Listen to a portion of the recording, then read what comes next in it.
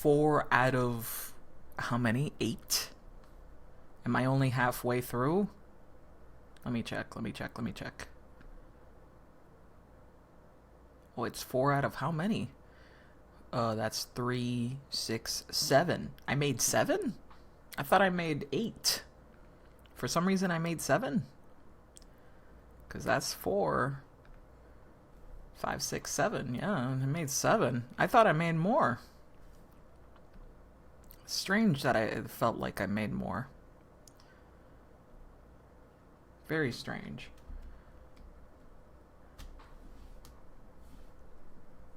Let me get this one.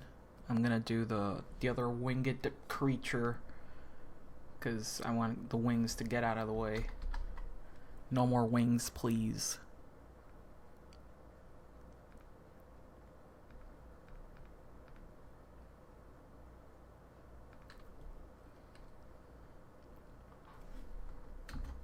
More snakes. Okay, let me make this one bigger.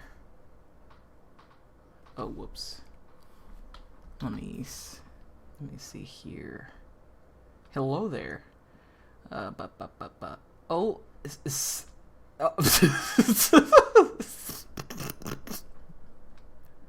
Yes.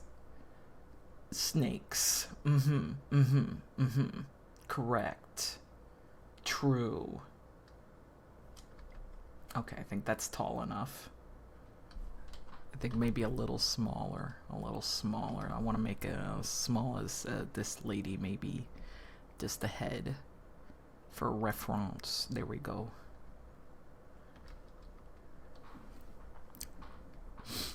They're turning out all right. Nah. I'm trying not to put too much detail on them.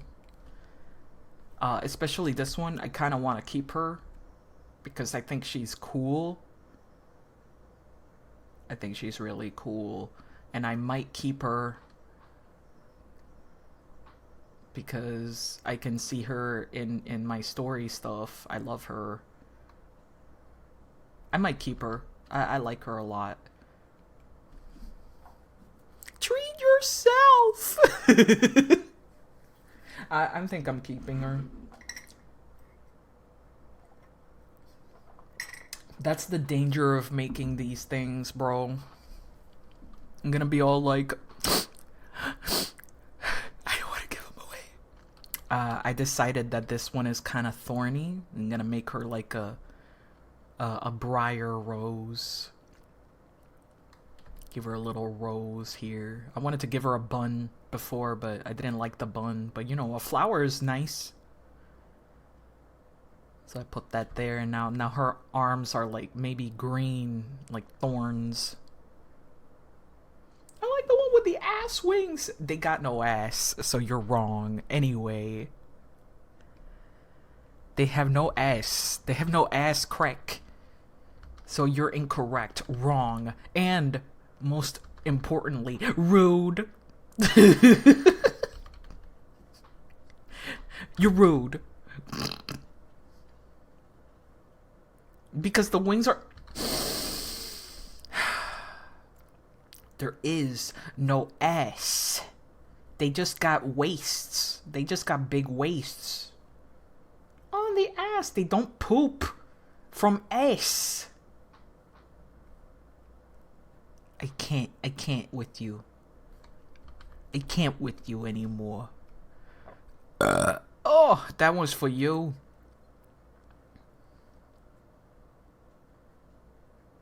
You would like 2? Why? You're greedy.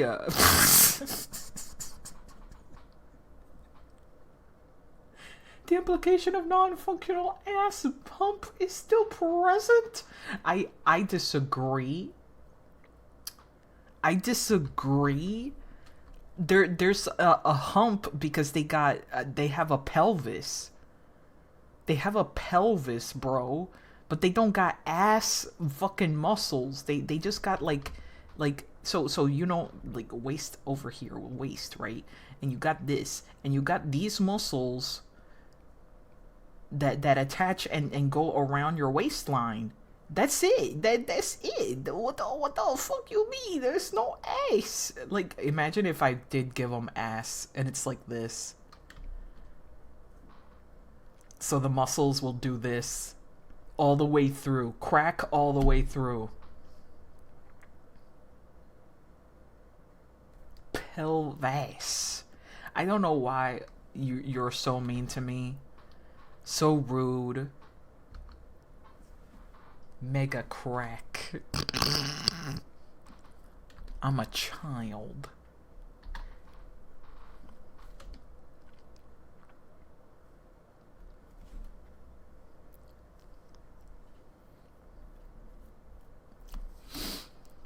Listen, I put the wings on the S, as you say, because it's more real estate.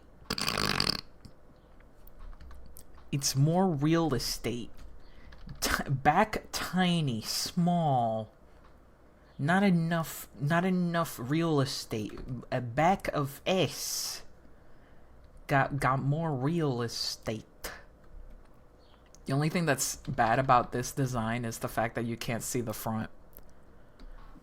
You can't see the front. You have no idea what it looked like. But hey, I'm risking it. Whatever. Hip wing. Hip wings are cool. Morgan. Dark Stalker. Good. It's good shit. Rep is nice and says hip wing. Yeah. Unlike somebody. True. Rep is nice.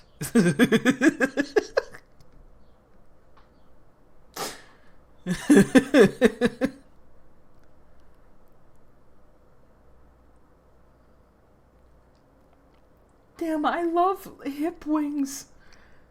I love them so much. There is one character design that is from an old show that sucked mega donkey cock.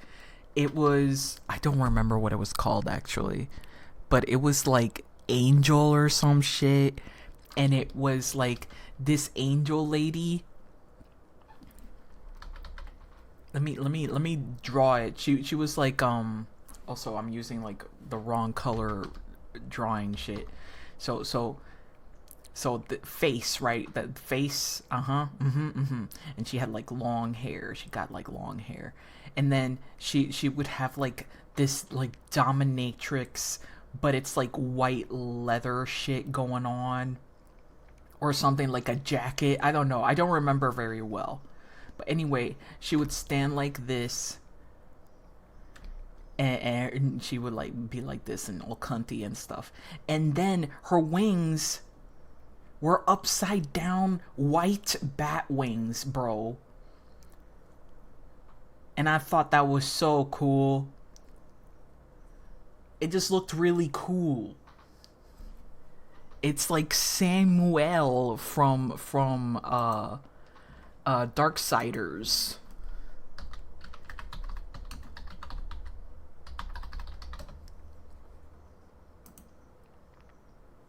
Let me find Samuel. Samuel would be my OC. At one point, I will draw a character that just looks like this and call him my boyfriend. There he is. I love him. He is cool. He is like a more fuckable version of the Satan from Legend. He's a more fuckable version of that character.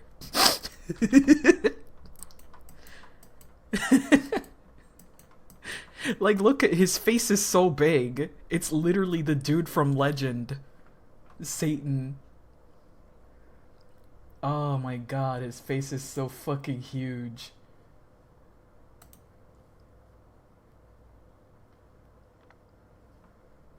They look so cool though. They look so cool. I will save in a second. He's making me think of a grasshopper. I think he's so hot. Ugh. Ugh, I'm looking at Sam. I love his fucking cool armor that looks like it's stapled on. That's cool as fuck. I love that. He's so chunky.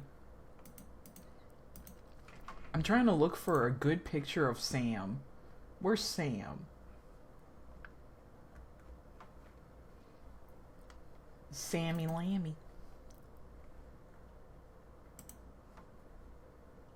He looks a little different from in the first game. I think he looks a lot better on the third. Y'all, you fell asleep? Good. Every time you go, I ate. I slept. I'm like, wow, you're human. Doing good by your body, thanks. Look how chunky his horns are. They're so chunky. They're very, very chunky.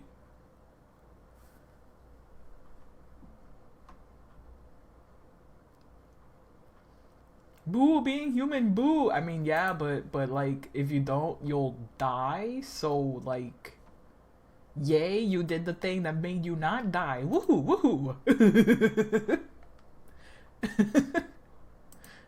Congrats. You will live another day. Give me a second. I'm trying to look for like Lilith in this game. Darksiders, Lilith, please. Lilith. Because I think she also has the upside down wings, but they look slightly more functional. Slightly. I mean very slightly, bro.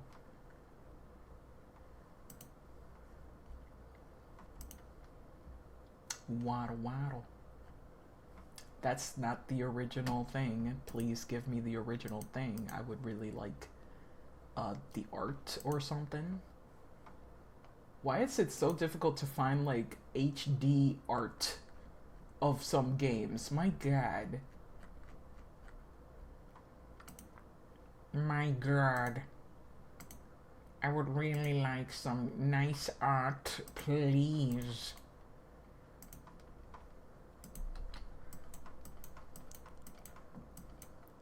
Here's some sketches from the man himself, Mad.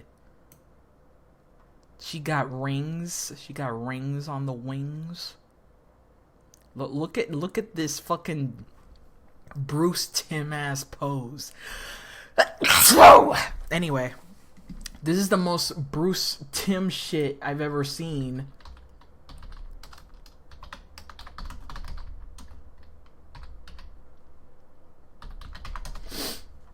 Let me show you what I mean.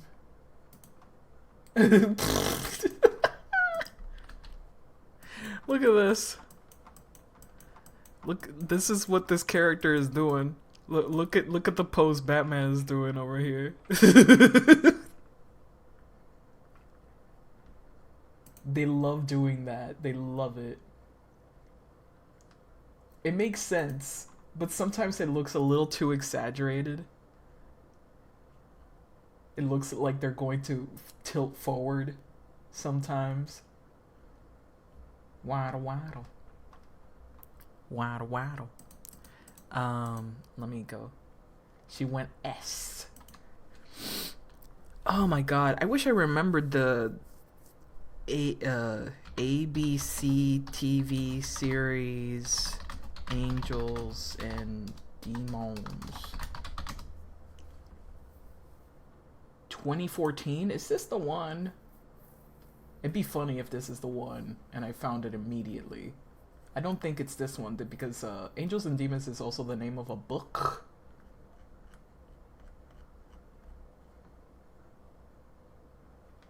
It's the name of a book.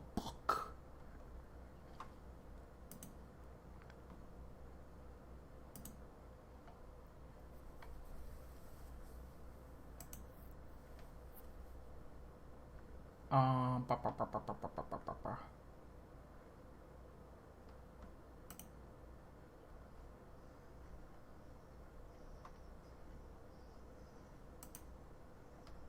Good lord.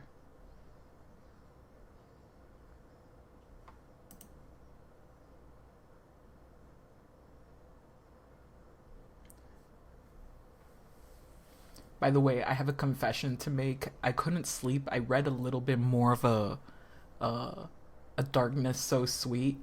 I read a little bit more of it, and I really enjoy the lore.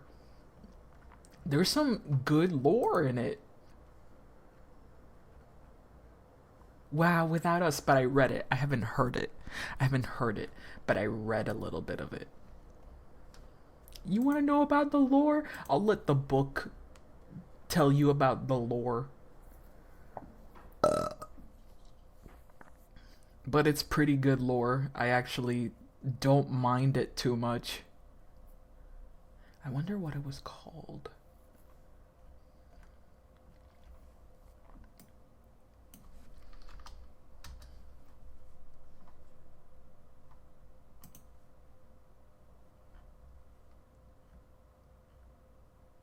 Let's put this back here.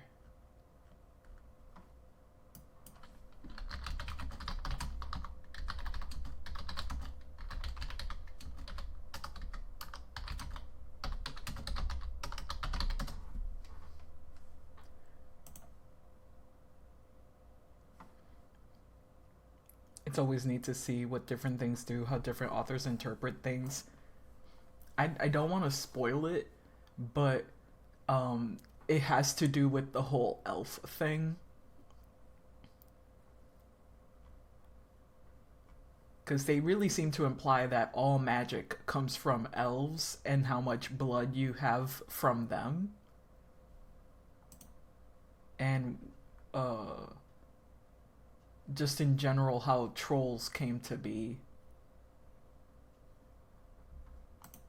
Can I just say, Lucifer has some of the worst wing design of all time? Lucifer's wing design sucks dookie, bro. What is this shit? Who drew this? Who made this? These wings are ass. Those wings make no sense, bro. What is this? This is amateur hour. Have you looked at real wings, my dude? Horrific. These wings suck ass.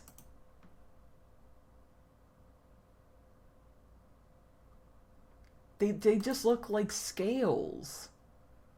And yes, feathers are extremely modified scales. That's not the point, though. That's not what I mean.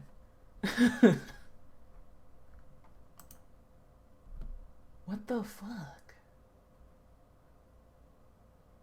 Oh, these wings are horrible. Hello there.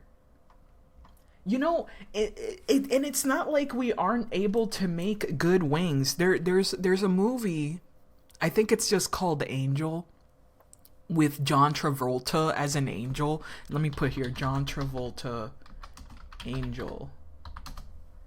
And his wings are perfectly good. Like, they could be a little bigger, but I think for the sake of the story, they're perfectly good and beautiful. Look at that. Those are real ass wings. That's a movie from the 90s, dude. And that looks perfect. It looks really good. Like someone actually made them or something. It looks like it's actually a practical effect because it looks like a real fucking wing.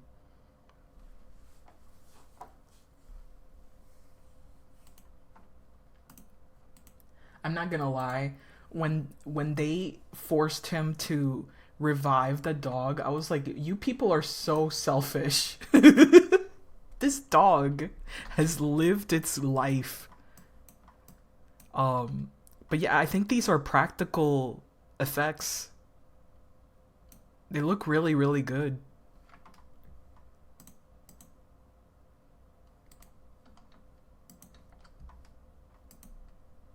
The Angel of Death from Hellboy 2 are really good. Yeah, those are more fantastical because they got eyeballs in them. Yeah, these wings are nice. You can tell that these are just photos of wings, and then they put John Travolta cutout on there. Now, this is how we did Photoshop back in our day. I say that as if I was a grown person in the 90s.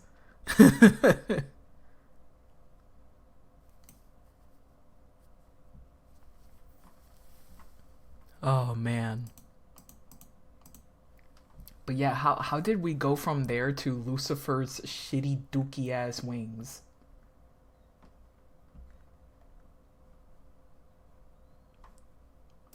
Let me X-Men Angel.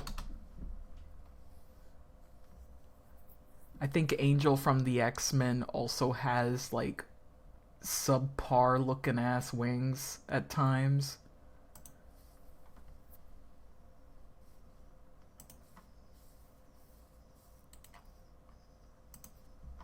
Like, I don't know, man.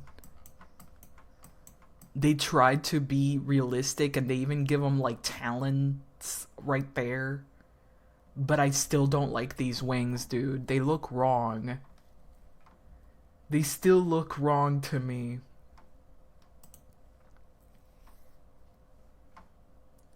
They don't look good. They don't look cool. They don't look like a bird wing would be. Wings are hard. I'm seeing a bunch of artists draw wings and it's like, ugh. But you can make it work. You can try and fucking make it work. I don't know why these wings look so dookie and the extra fucking hump here it doesn't look right. I don't care if they look like they can support flight. I care if they look cool. And these don't look cool. They lack the dynamism of a wing. They could look cooler. I'm trying to look for a better photo, but all these photos are fucking dookie and small. Like, from afar, it looks alright. They could look better. I'm trying to look for...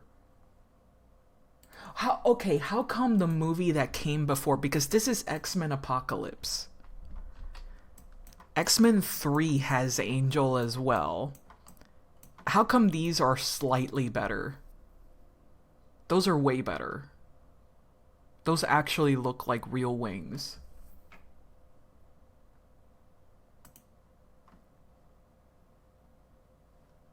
Like, the CGI is really dated, this movie, but I think these wings look way better.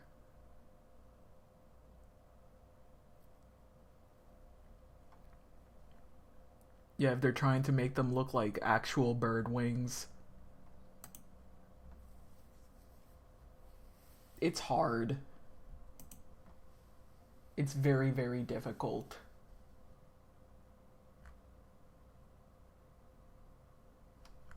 Because the problem is that wings can't fit on a human body. It's always going to be a trick of like perspective.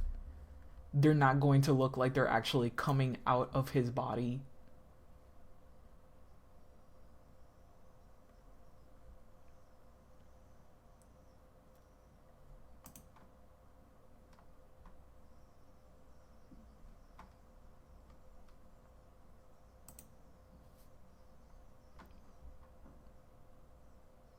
They even got the upper area of the wings right, like that veiny muscle area. Yeah, the actual arm is right here. That's all I'm asking for the bird fucking, the chicken wing without the feathers. There it is. That's what I'm asking for.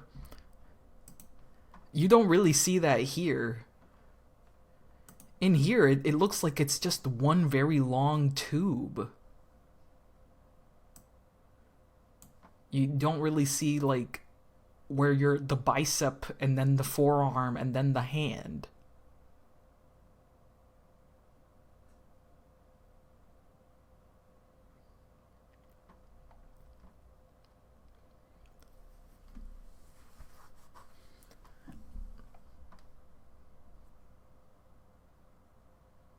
Like I don't really care for how the musculature works. Just make it look good, you know? Just make it look good, please. Don't make it look like this. This is also from X-Men Apocalypse. Like, look at the little fucking tubes. Tubes. I do like the idea of this dude working in a fight ring. I do like that. I think that's hot.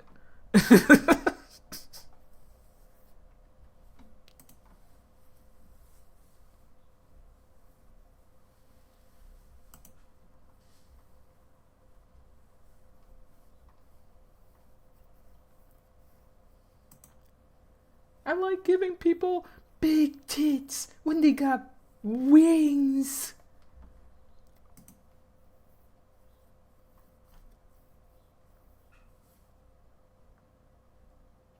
I'm just looking at this here for reference. I'm just looking for reference.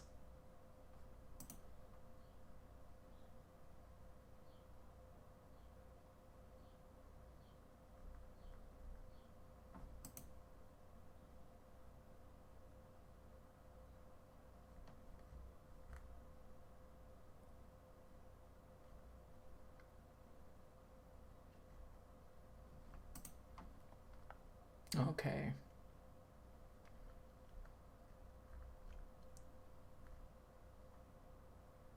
It's kind of interesting how many different artists have worked on this character, and you'll have like some wild interpretations of wings.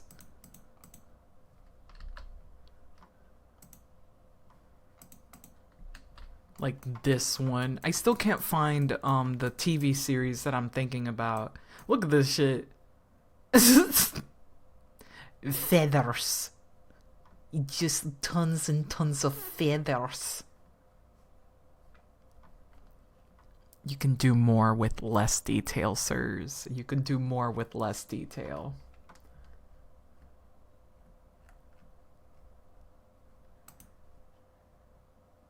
A kilogram. It's a kilogram of feathers. But they're both a gram. That's right. Metal is heavier than feathers. Oh, what the fuck is this? Ew. Ew. Ew. Gross. It's a tube. A tube with fur coming out of them. So, nah. This is the most incorrect I've ever seen. The most incorrect I've ever seen in my life. That is disgusting. I do not like this. Oh my god.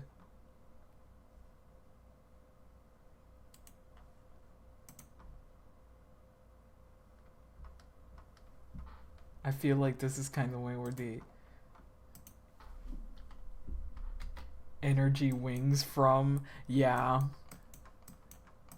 Like sometimes an artist will actually look at a wing and try to their damn best. I think this is all right. This is all right. That's a wing. That's definitely a bird wing. They tried their fucking best. My only problem is that there's a humongous tangent going on with the arm and the wing right here, which looks a little weird to me. But other than that, it's fine. That's more of an art thing, not the wing thing.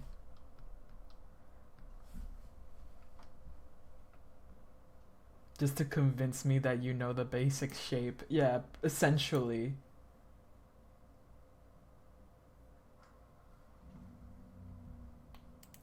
But you know, sometimes you can just tell that they're not looking at enough sufficient reference and you'll get something really messy like this. You'll get something really messy like this where it's like, yeah, feathers. So many feathers. Put even more feathers.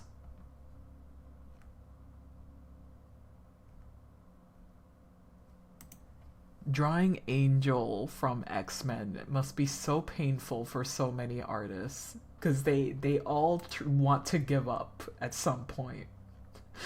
They all want to give up.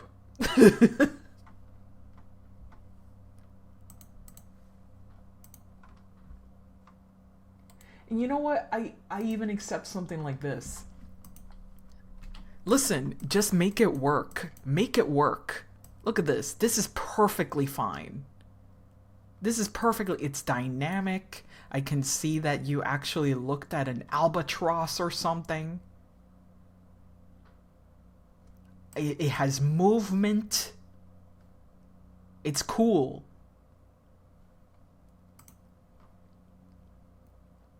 It actually looks pretty okay. You don't have to do much. He's Soren. It looks really neat. Look, yeah, they actually got a shape here that makes sense on this side and a shape that makes sense on that side. It's really hard to draw wings.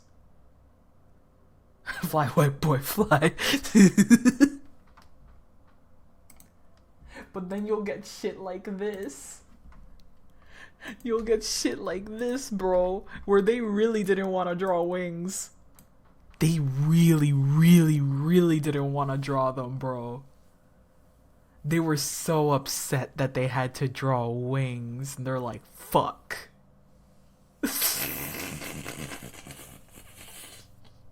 Aw, shit, I gotta draw wings today.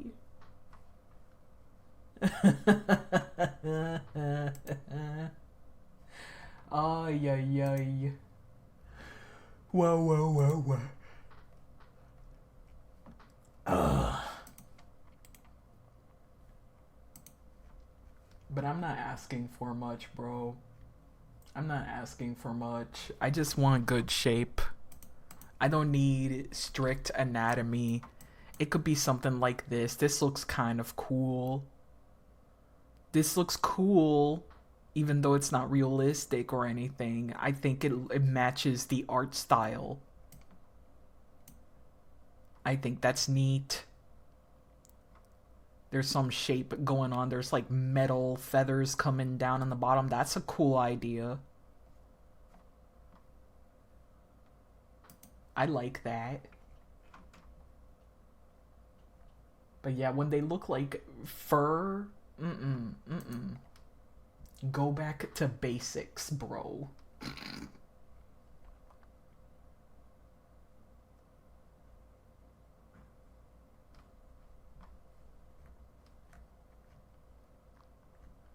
Okay. Let me pull this back here.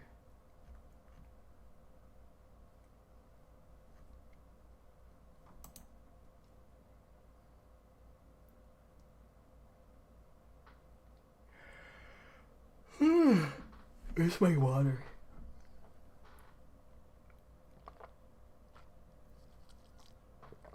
Oh, that's nice.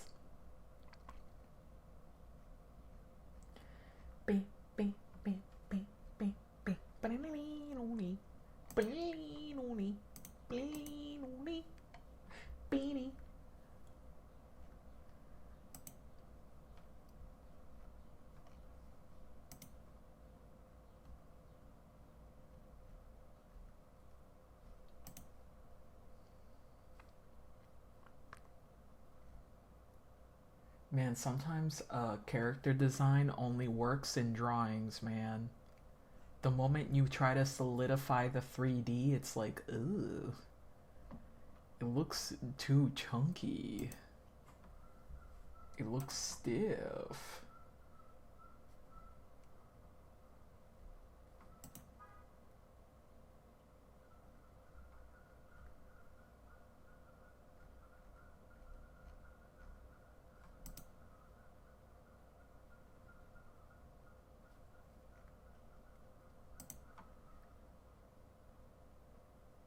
Okay.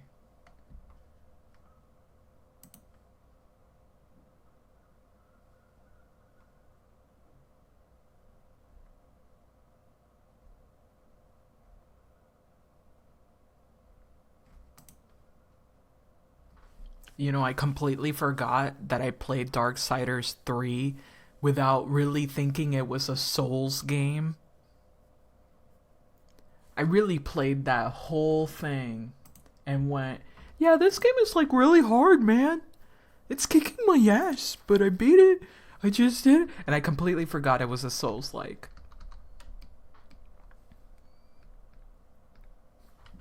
Which explains my annoyance with it.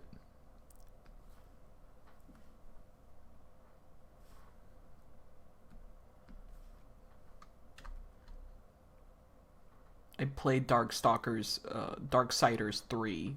I really did do that. Going, I wonder why this game is so difficult. Why did all these games have to become fucking hard as shit?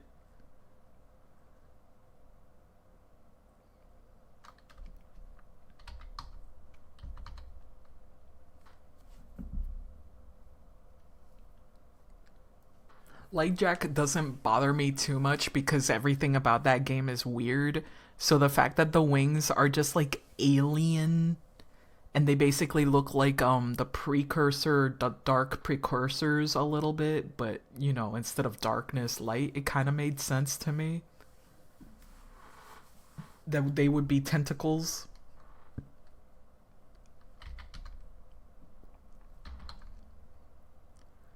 I appreciate that it was very alien. Because hard is cool. No, no, it's not. How dare you say that? To me. To my face. Yep. This tentacle, like, fucking octopus. Like, it's not my favorite, mind you. I don't like it, but I thought it was at least original.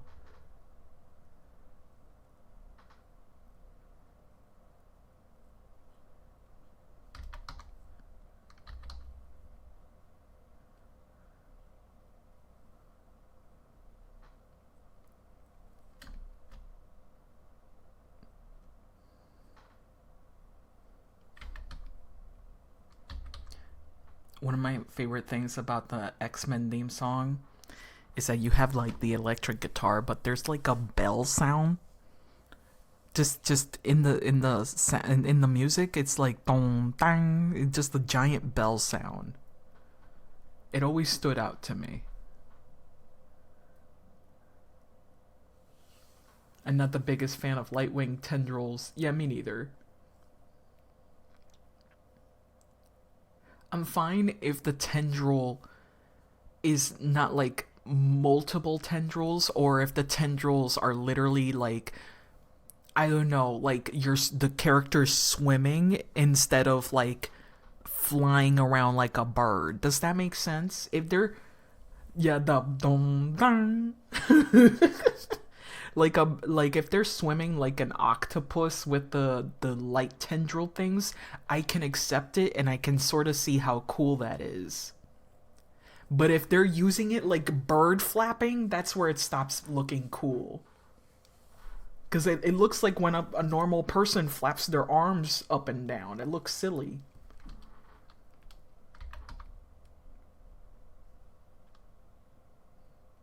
But if they're slithering around the air, I can accept it. And see how that's kind of neat.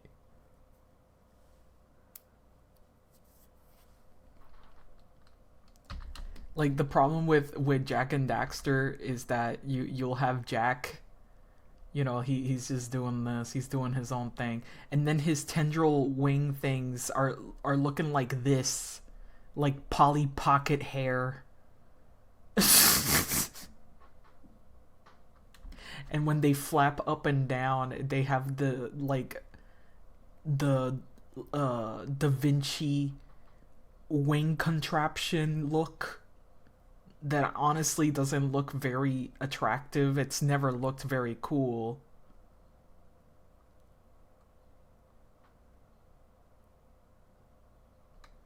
But if they just looked like they were swimming or slithering through the air, and it just had the movement of many tails, basically, I can see how that could look cool.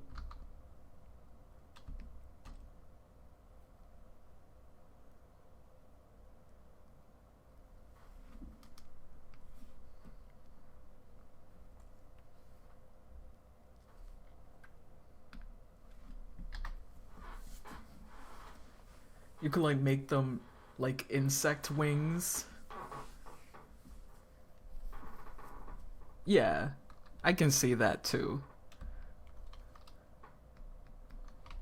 But yeah, if I were to keep Light Jack's design, that would be the change I would make with the wings in particular. I would just make him fly like he's swimming through the air instead of flapping them. You look like Jack up. You looked them up. It's been a long time since I've seen him. Let me look at him too. Light Jack. Yeah, he really is just flapping those things. It looks dumb.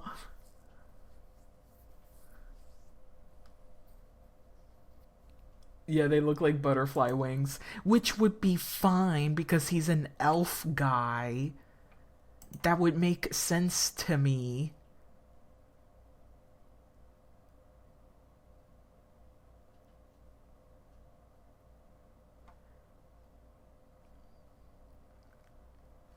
I can see how cool it is. I do like the tentacles. I just don't like the light webbing between them. The light webbing, I think we can do without.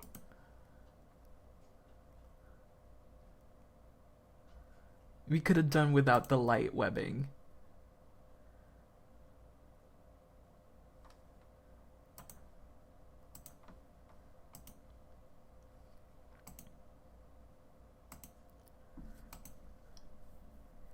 And I would have just made them like swirl around when he's flying and then, you know, like an octopus push him up.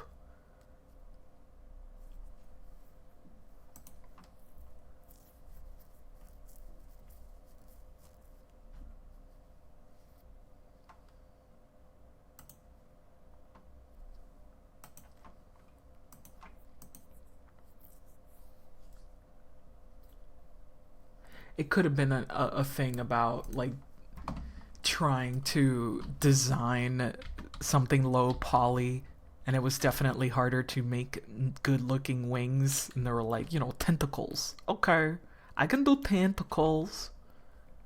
I can do that.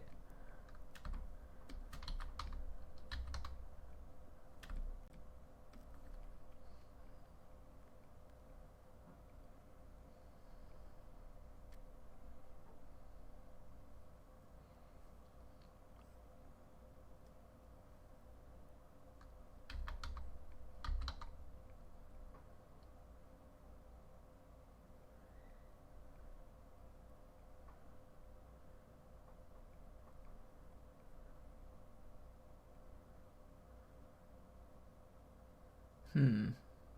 I guess I'll make them grab a coin.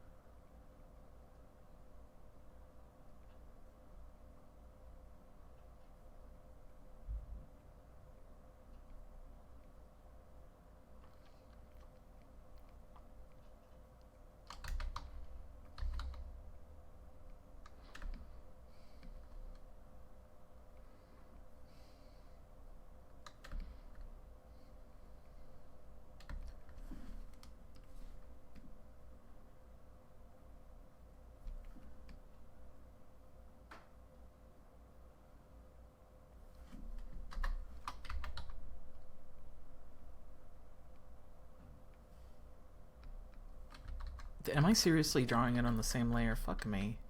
There we go.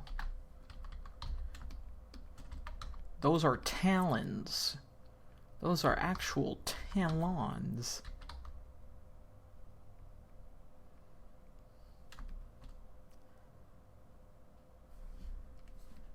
Whoops.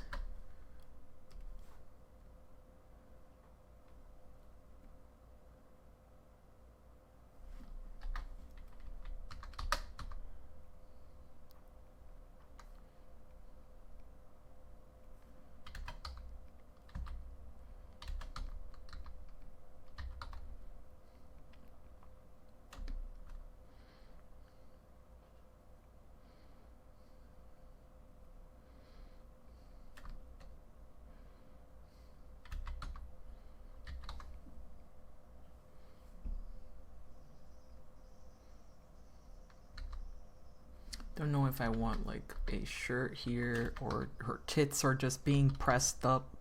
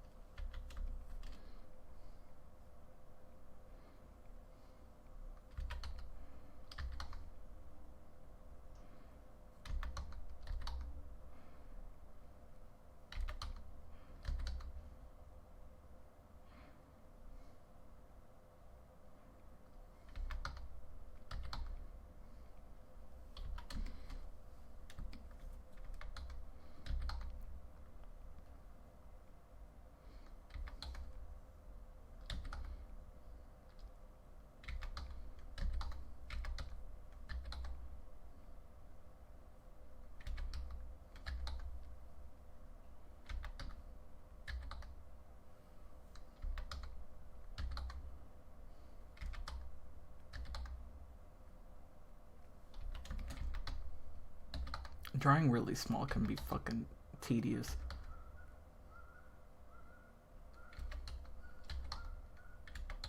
I really want to draw some sexy man drawings after this.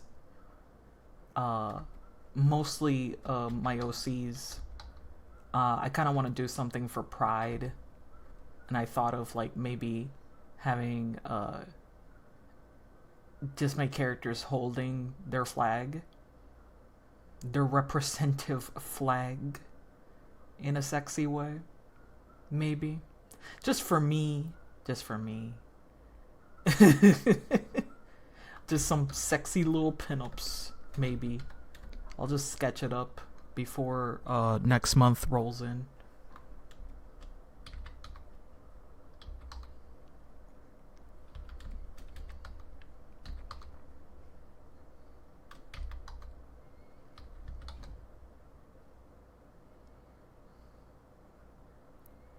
Is it still controversial? It probably still is. Though most people, I think, are fine to associate differences between omni, pansexual, and bisexual.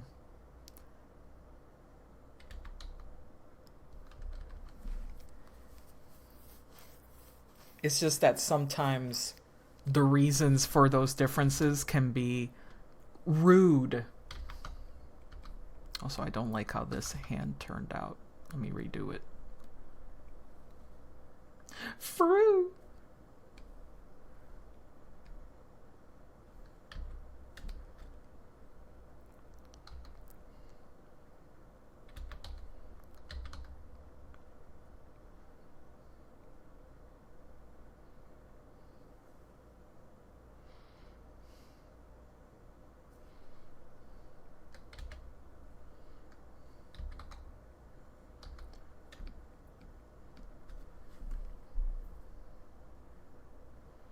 It's too early for the annual BiPan Pride Month discourse, PB. Let's continue to have it.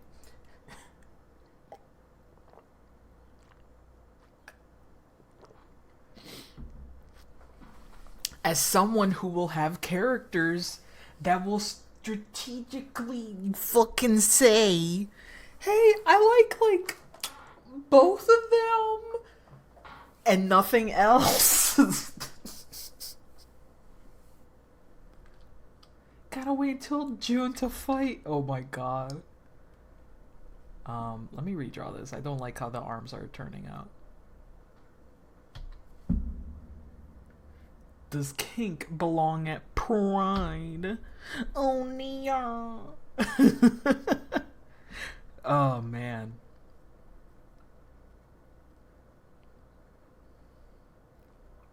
Now that one is a topic that I will not touch.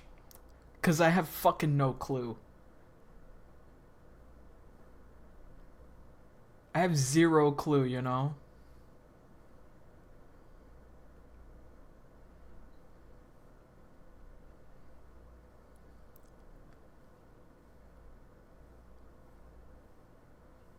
Let me see. Just beautiful reminder to use my black list during this month. Wait, what about if kink belongs at Pride? Which, I don't know. I don't think it's my fucking place to even say. I don't think I care.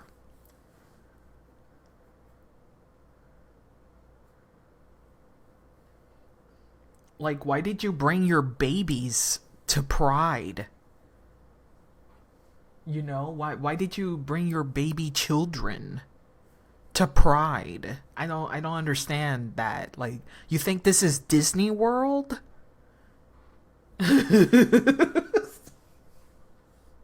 When it's specifically about adults who fucking fought for their rights? And don't give me the whole, like, it's so unsightly and whatnot. I'm like, I don't know. I've seen, like, fucking straight people do some gross shit out in public, so I don't know. And that's without a fucking parade, without a space that's dedicated to them. Because, you know, it already kind of is dedicated to them, so I don't think it's my place to even talk about it. We have this thread every week, comrade. There's family-friendly Pride events too, those so you can bring your screaming babies to. Exactly. It's listen. If you clearly see like the gay bears flag and the leather daddies flag, maybe don't bring your family with your goo goo gagas to that one. You know, if you see that, maybe don't. This is not the Pride parade for you. And your children.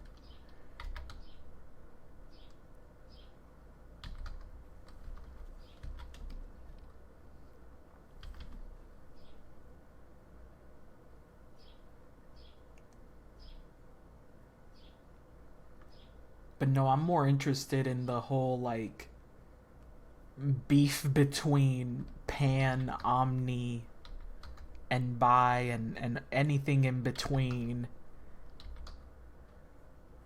Because I think the differences are interesting.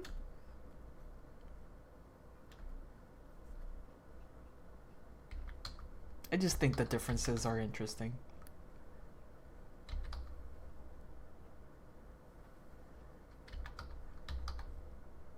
I don't think they're extremely different, but the differences matter to a lot of people. So I'm interested in fucking dissecting that further.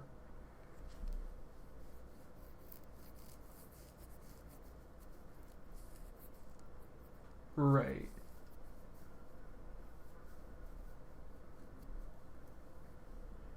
Let me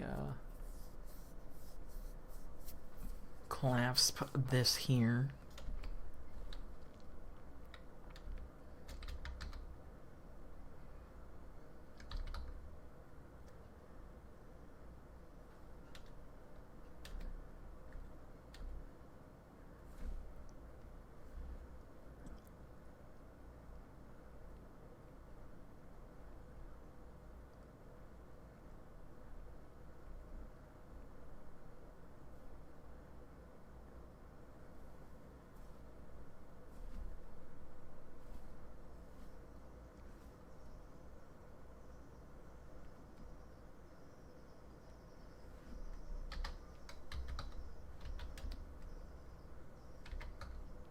Hold this back.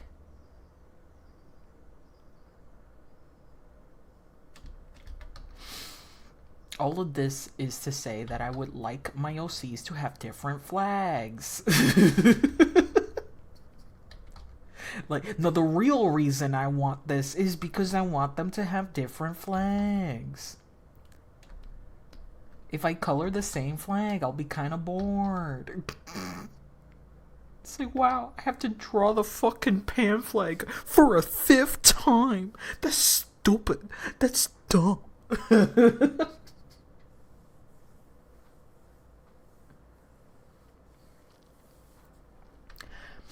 I think the consensual is the part that people have the most beef part. You should have one with the Puerto Rican flag. That's really funny. That's really fucking funny. You're a lesbian? I thought you were Puerto Rican.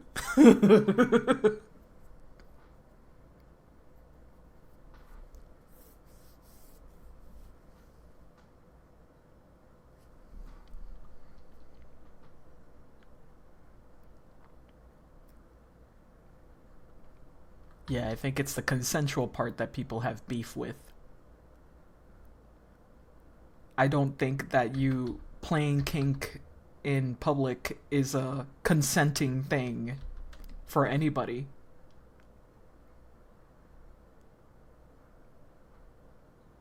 So that's a little tricky.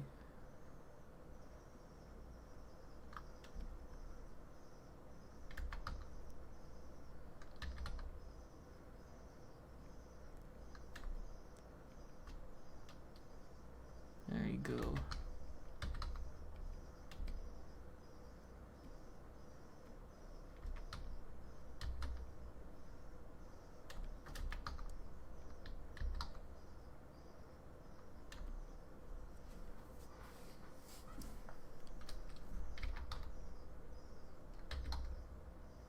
Oh my god, please. I just kind of want like some kind of wrapping around this part, that's all.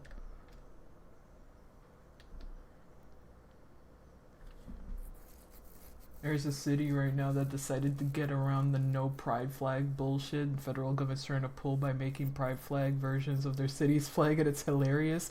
I would like an Ohio pride flag, please. Ohio pride flag would be very cool, very nice. You already got the circle. You already got the circle. It'll be easy. It would be easy.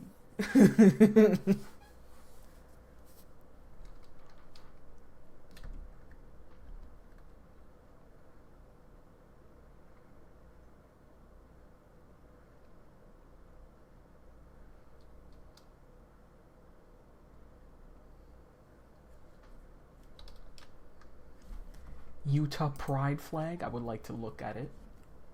Oh, that's awesome. Hell yeah.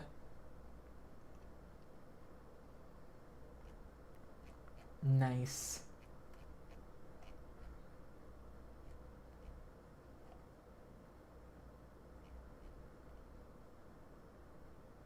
Nice flag, Utah.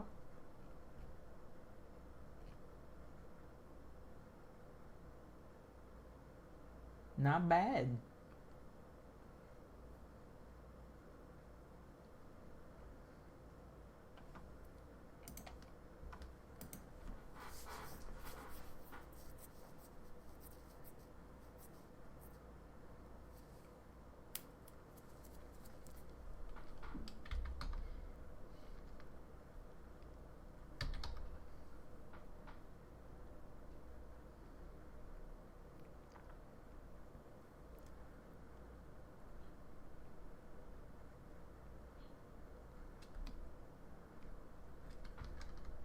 I'll probably make this a little smaller.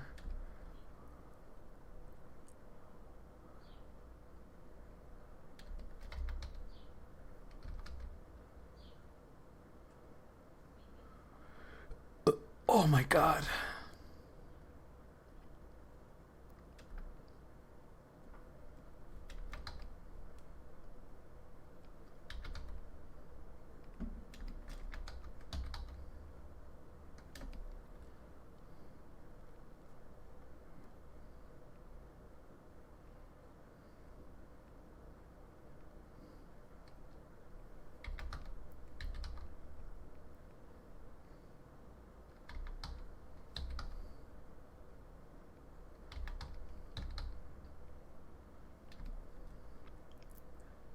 There was a video going around about some dude getting, like, airing out their own fucking personal drama with their roommate, and it was specifically a roommate as in they're in the same room, and he decided to omit that truth a little too much because he made it seem like it was an apartment. But no, it's a dorm that they shared. And he was all like, he's a homophobe because he didn't like when I brought my boyfriend, my ex-boyfriend, he would always make a fit about it, and I think he's just being really homophobic. And then we see the whole story, and the dude was being the most, like, patient and well-meaning guy. He was trying his best to not make a fuzz. That's why he would, like, write letters to tell him, hey, I can literally hear you two thumping and humping next to me. I am in the same room, bro. That's mega uncomfortable. I did not consent to this.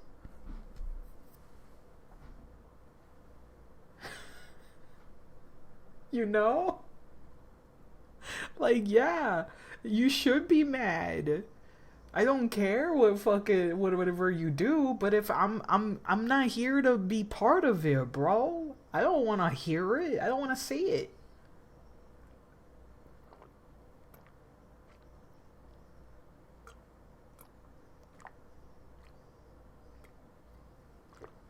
Oh, holy shit. I drank all of that. Forced cookification. Forced exhibitionism. Forced voyeurism. I should say. It's forced voyeur.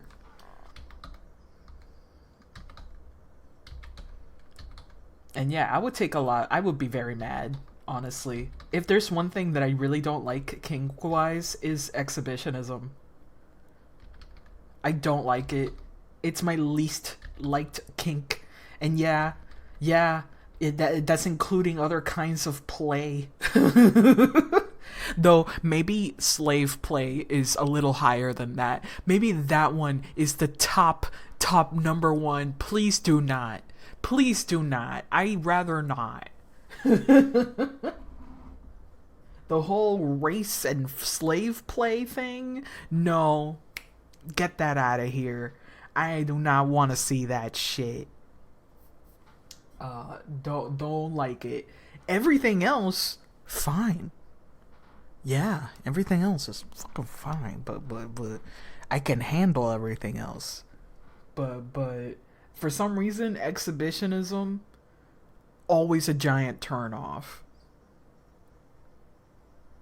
Like seeing a bunch of people minding their own business, and then you see in the corner someone having sex in front of them. I get annoyed. It just makes me angry. I don't go, ooh, hot. No, I'm just pissed. Get a fucking room. Now, this is different from if they're having sex and it's like a bathroom stall and they're like trying to keep quiet, or they're in the next room trying to keep quiet. That's fine. Like, if they're just being risky, I'm fine with the risky. It's when they're just out in the open that I don't like. It makes me want to throw, like, if you're in the beach or something, it makes me want to fucking chuck sand at you for being inappropriate.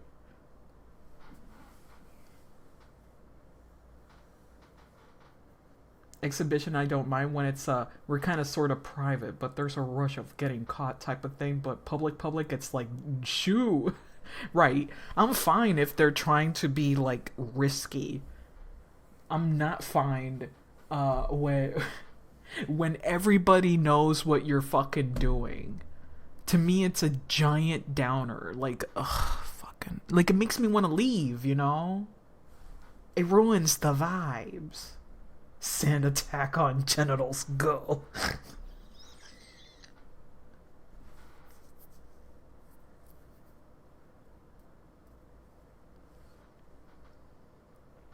Dry hump in public.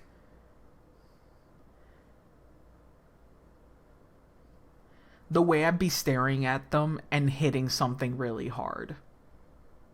You're not slick. You're not slick.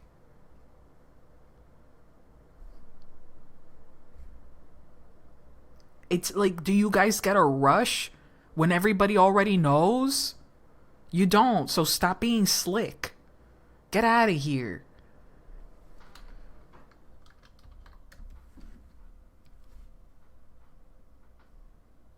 You guys suck.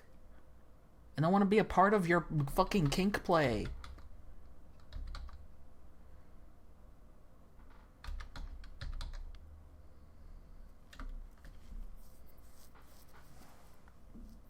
I think the most hilarious thing about the whole kink thing is when people try to moralize when you're watching porn or reading about it, or reading a comic or something like that. It's like, they didn't consent to it and neither did you. I'm like, first of all, these are not real people. They're making a scene for our enjoyment, meaning we consent to them, who is the author, to read their story. The people who are consenting is the person who published the story and us, the reader. So yes, it's completely consensual. Get out of here. Those are characters. Get out of here, man.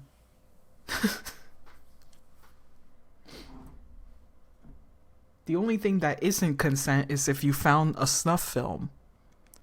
You found some kind of fucking fucked up video. Now that is not consensual. We're talking about like movies and comics and literature, not that kind of film. That's different, obviously.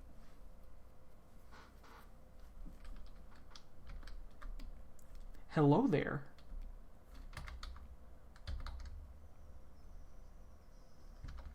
But I want to draw, or if you weren't warned what was in the thing before engaging with it, that's also different. Yes, correct. Consent is very, very important. Oh my god. It's been like 100 years, Maddie.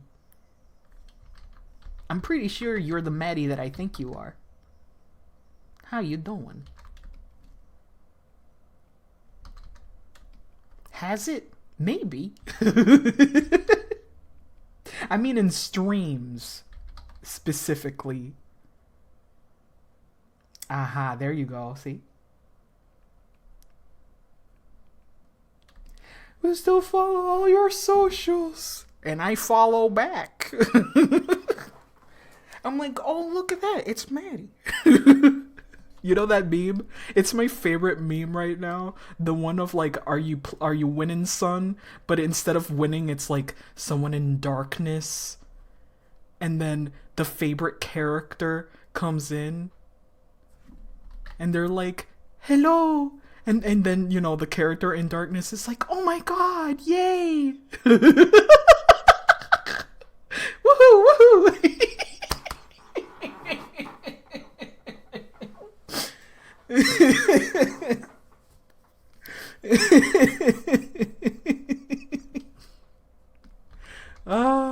It's like, yeah, it'd be that way.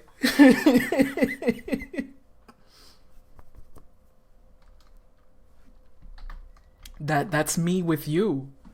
I'm like, oh my god, it's Maddie. Yippee, yippee.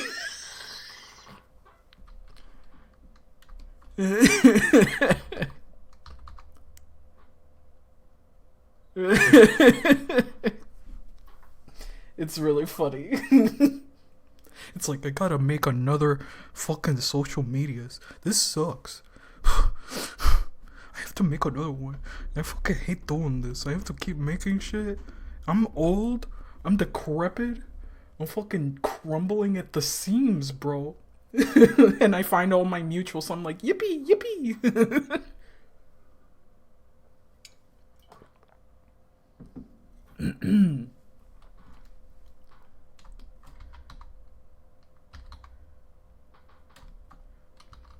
And when all the mutuals follow you back, it's like, woo, woo, woo. It's like we all made a social contract of sorts. It's like, you moving, I'm moving, I'm moving. You're moving, I'm moving.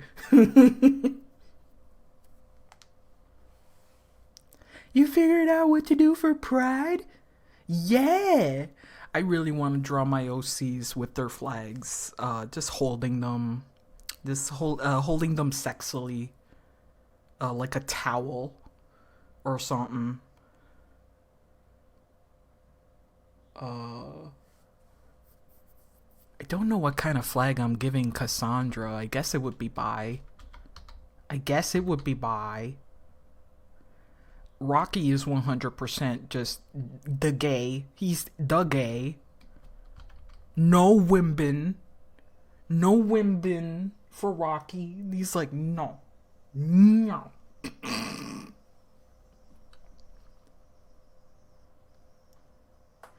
You're partial to the bi-pan and ace flag because I have a bias.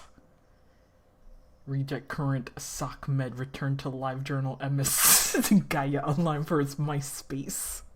True. That is the life cycle of the 20-aughts babies. The 20-aughts babies. We're really skipping and jumping and diving onto all the things.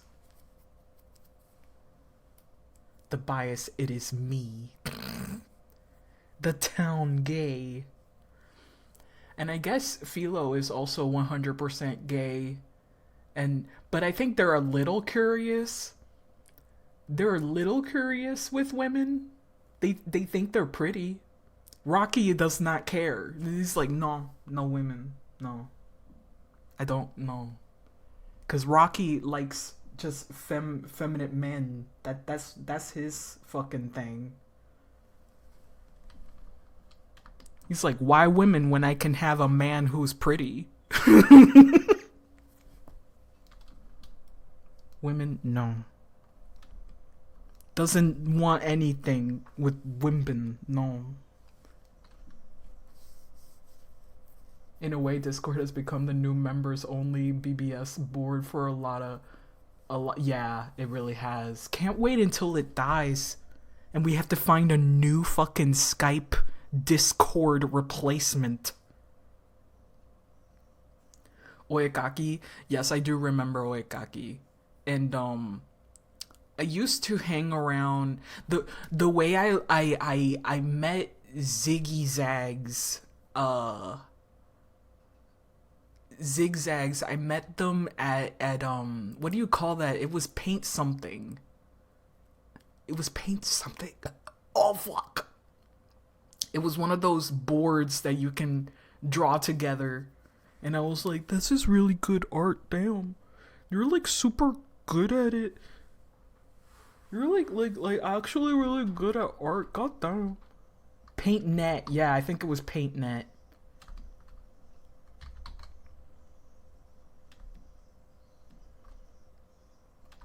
But I used to hang out in a lot of LiveJournal stuff.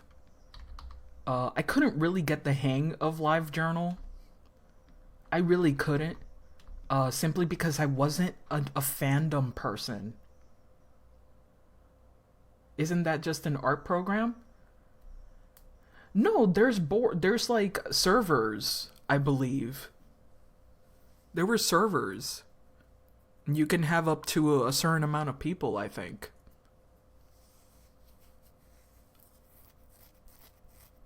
Man, my fucking facial hair is growing in again. It's so annoying. Why do I have to become this hormonal mess? Anyway, I tried using LiveJournal back in the day, but I mostly just used to DeviantArt Journal instead. Oh my god, every time I go into DeviantArt, I'm like, god damn it, this thing is old. It's 21 years old. Meaning I used it when I was in my early teens, and I've kept it for that long. But fucking... I never really used DeviantArt seriously. Ever. So that's why it's like, whatever here. I think the first time I've ever really used a website seriously is with Tumblr. I really try to put effort into what I posted in there.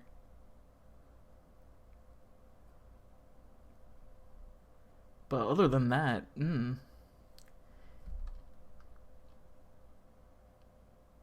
I've been there since it used to have that weird olive beige color. Hey, I like that color. It was wait. It was like it's a little more muted. It was something like this. It was something close to this color. Wait, fuck. It's a little No, it's darker. It's darker. Give me a second. No. It's a little bit more muted. There we go. Hey. I like this color.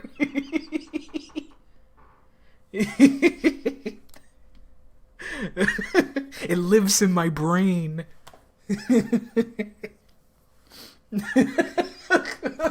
I like it. But that's because I'm weird that way, and then we have like this grayer, darker color.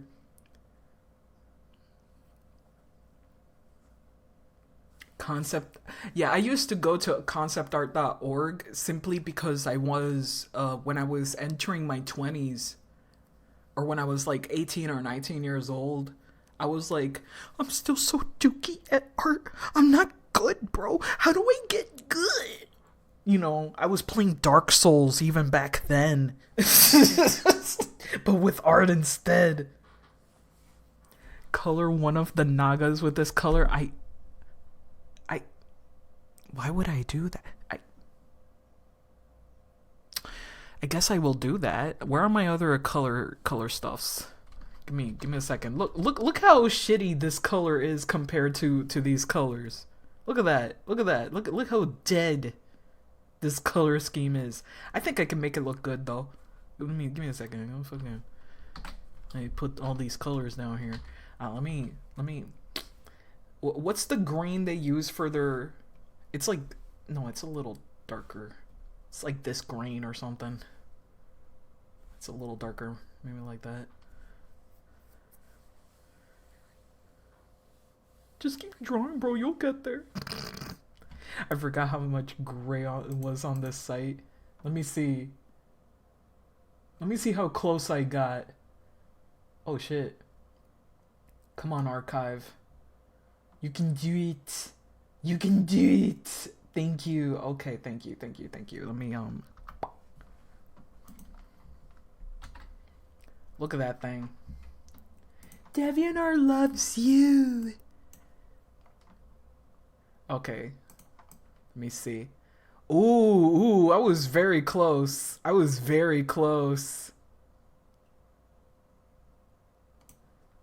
Just a little darker and a little lighter.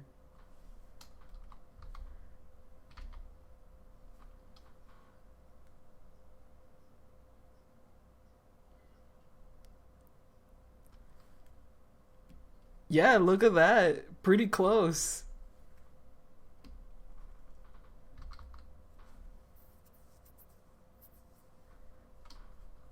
Now I wanna use all the DeviantArt colors. I'll make a snakel with those DeviantArt colors. Oh, this teal speaks to me. I like that teal.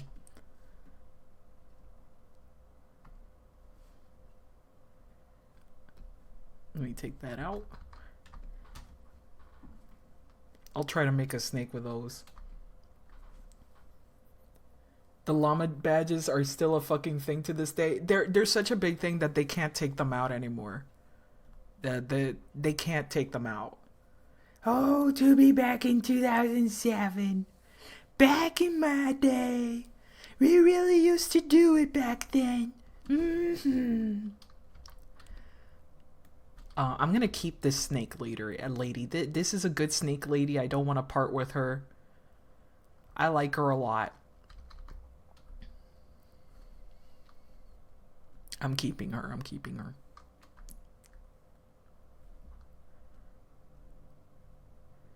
I have 2 more snake ladies to do. Whoops. Is next week Memorial Day?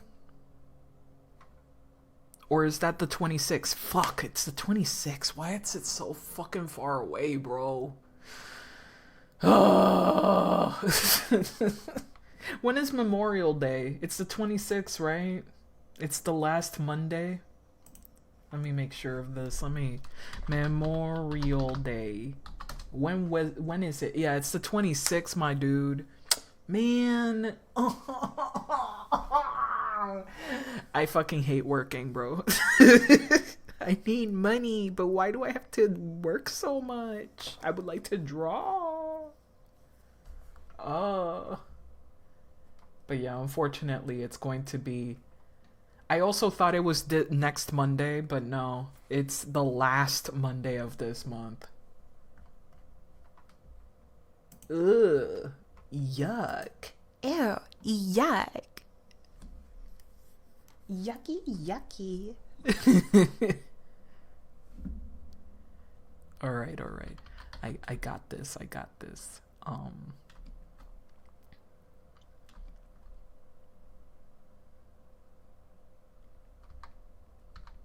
Oh, whoops, I was using the wrong colors.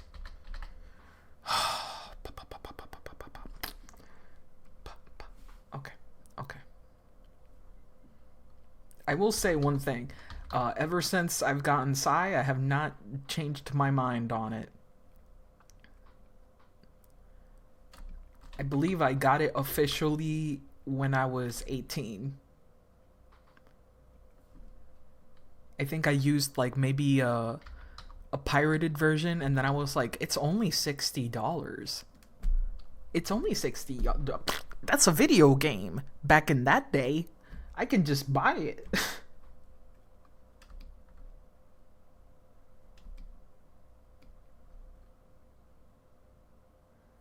Ever since I gotten Psy, but you always use Psy. When I was in college, I tried Photoshop for the longest time, and I could never make Photoshop and me work. I could never make them work, man. Now video games are $100. Wow. Well, not every single video game. I think we're being very uncharitable sometimes when we talk about video games. Some video games are definitely going to be $100. Other video games are going to be $40, and so on. Photoshop feels weird if you're used to Psy. I used to like Photoshop. It's just that I didn't like using it because it was so heavy on the computer. It was just so heavy. And I tried Clip Studio, and for some reason I also have this feeling of heaviness. It's really hard for me to explain what I mean by that. It's not lag per se. Kind of, though.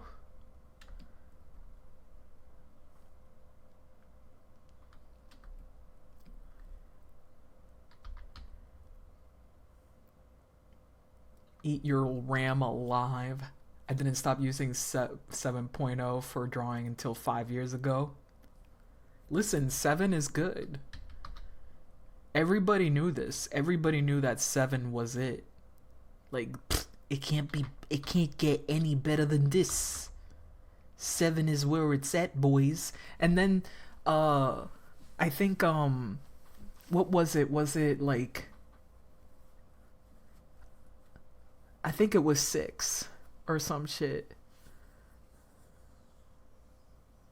I forgot what it was called, but everybody was like, wow, look at what I can do in Photoshop fucking 6 or some shit. And everybody was clamoring to get on that. But I saw it and I was like, I don't need it. I don't need it. I have Sai. The only thing I really needed from Photoshop is the fact that it had it had print ready assets that I needed in order to participate into printed stuff. Otherwise, I would just ask a friend, hey, can you convert this to CMYK, please?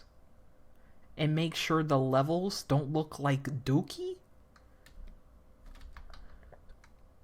And my friend would be like, I got you, dude. The day has been saved.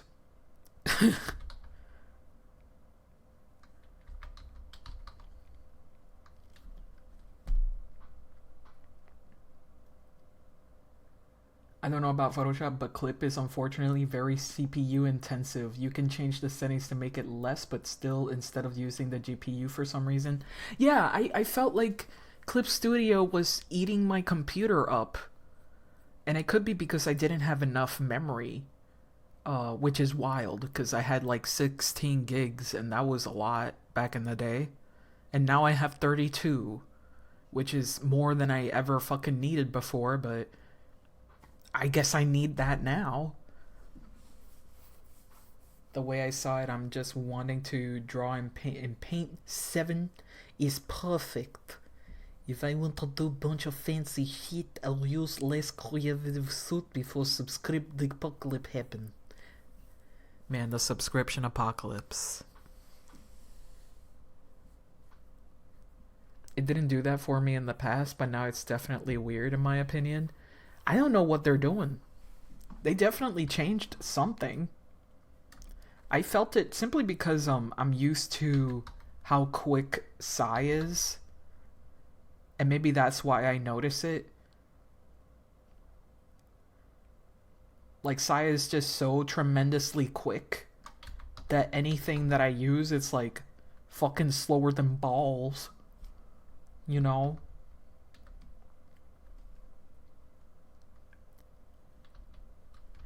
But I've always had a computer that was never up to date with the newest technology. Like, I used to have computers that could not run Sai. Like, back in 2010, my computer could not really run Sai. It would crash because the computer was just fucking dookie like that.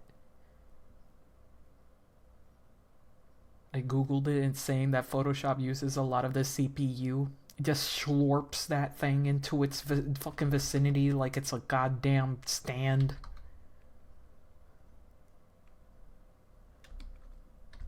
It's like, listen, stand user attract other stand user. In this case, your CPU. Get over here, baby. Fat me, bro. I think it's fine if I draw it like this. This bag of coinage is too long, in my opinion. Make it smaller.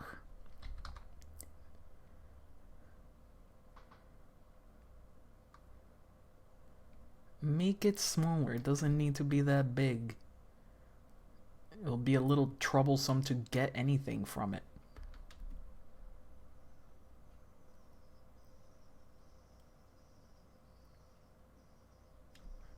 You need a designated scratch disk for PS for Photoshop unless you want your shit to catch fire. Her sack. I'm an adult. Her sack.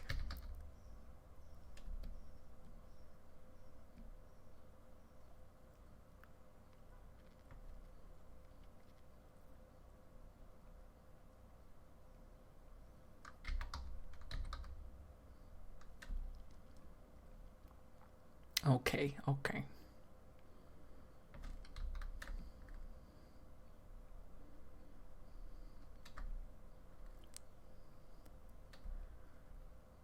want like...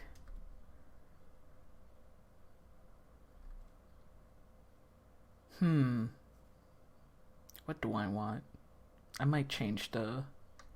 whatever bodice is this supposed to be.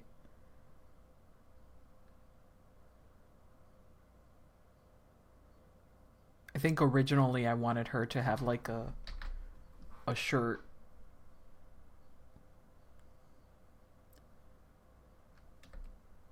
I might redraw that. But in the meantime, I'll draw this. The rest of the body. The rest of her body must be drawn. Oh fuck.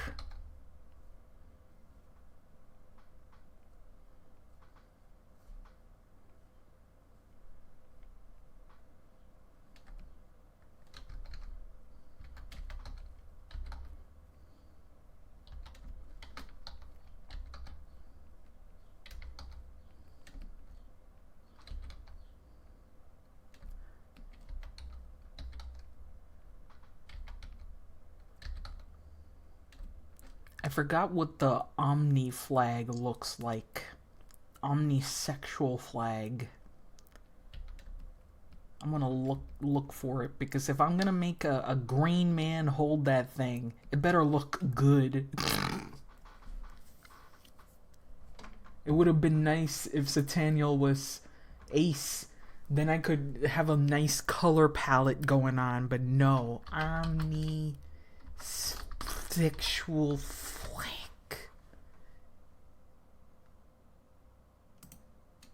Can you please show it to me?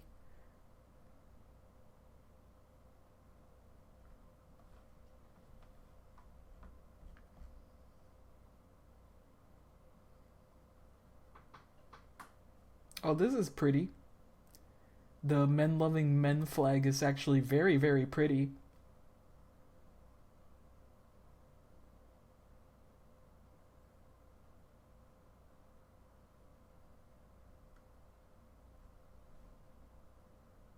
I like the aromantic flag.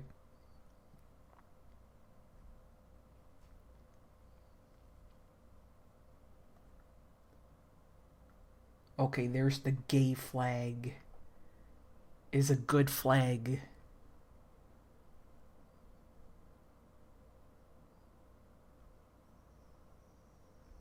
I'm looking at these. I'm looking at these right now. So I might... This one for Sataniel is really pretty, but Sataniel is loving of everybody. So this flag is either for Rocky or I won't use it at all, because there's the gay one is right here, and that one looks good.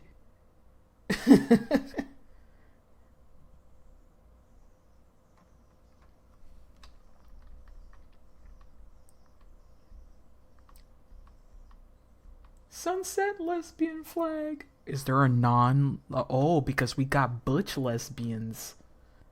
Butch lesbians were like, we want our own flag. And I'm like, okay, damn. The non-binary flag is really good. There it is. I like the omnisexual flag. Ooh, that's pretty. That's for Sataniel for sure. That will look good on Sataniel.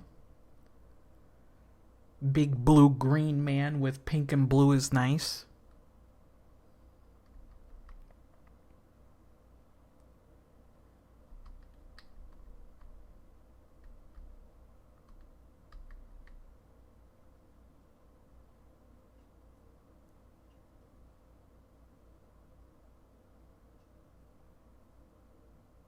I did not know about Pomo.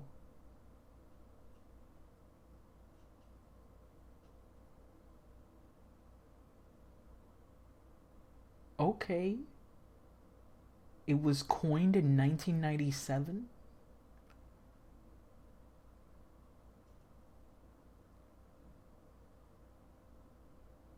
It looks kind of neat.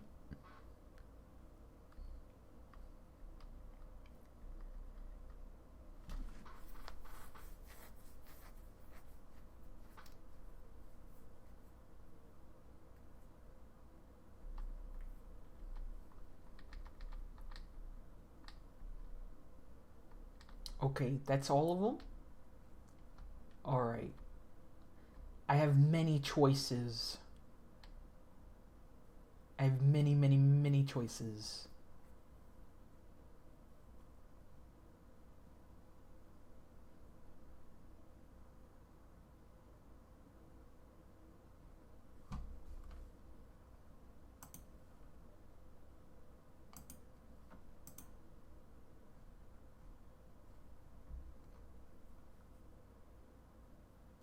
Is there a mask flag because you want one? A mask?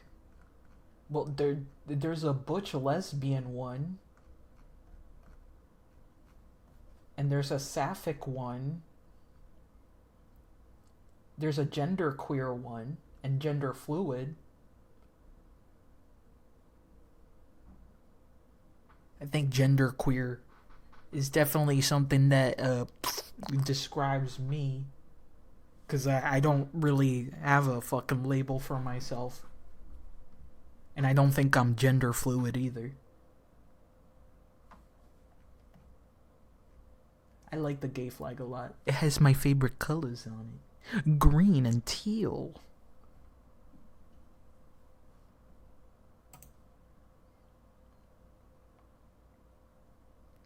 It depends on what you mean by mask. Like, do you mean your mask? Or you like mask?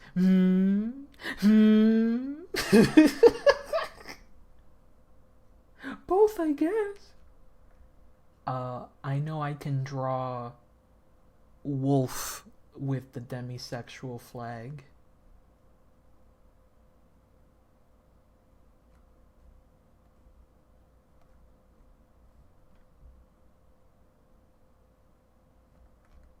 Or just the agender flag.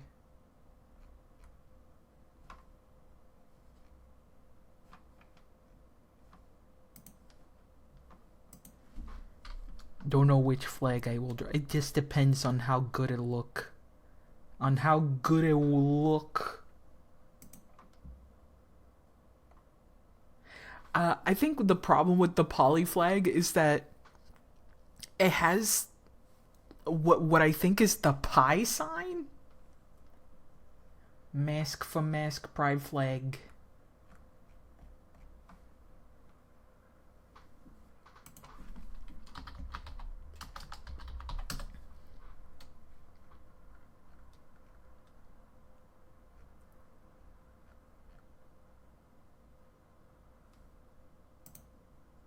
It has the pi sign. Yeah. Why?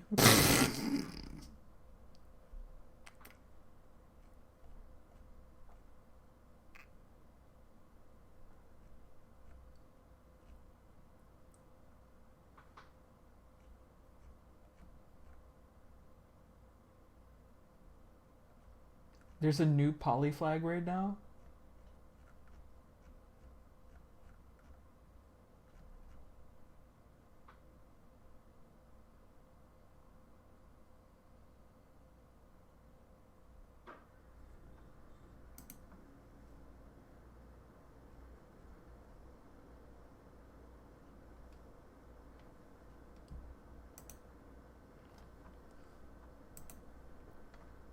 Ooh.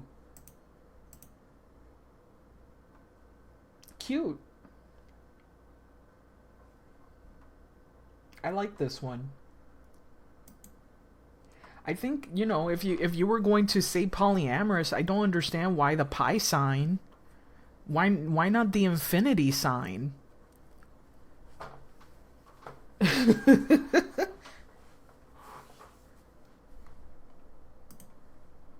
I think that one makes a little bit more sense. Since it doesn't have to be, like, restricted to more than just 2 people. It could be more than 3.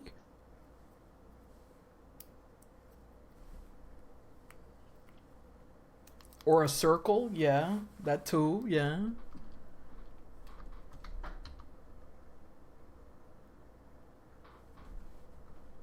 Pi is an infinite number. Yeah, I just think the symbol of pi sucks. It makes me think math.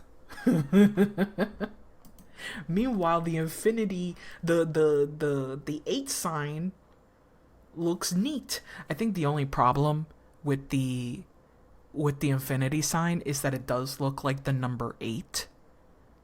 And when a flag, when you do flag, you want it to mean the same thing when it's horizontal and vertical. You know what I'm saying? So you don't want people to suddenly read the number 8 on your flag.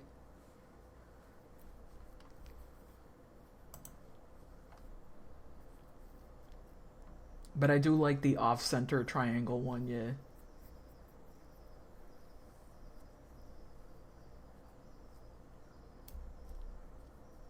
Oh, I do like the intersex flag. It's good. Good color. We like yellow, we like purple.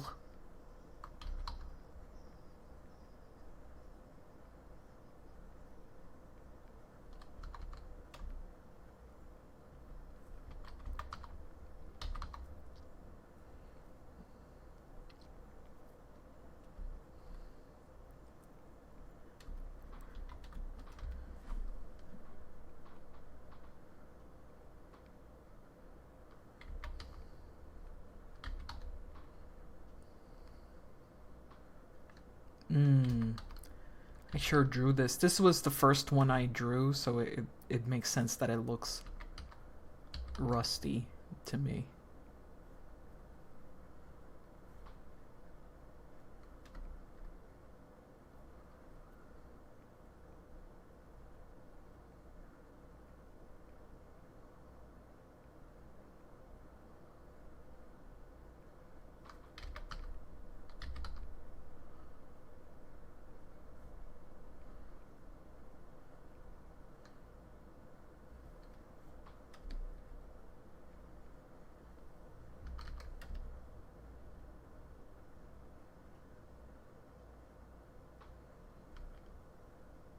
Clip crashed. What the fuck? See what I mean? See what I mean? Listen, bad. We gotta fix that. We gotta fix that. That shit has to stop happening.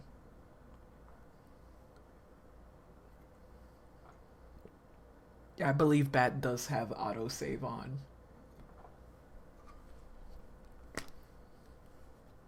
Yeah, I would be very depressed. I got really depressed when that shit happened to me constantly. I got so depressed I drew men getting tied up. I was like I'm happy now.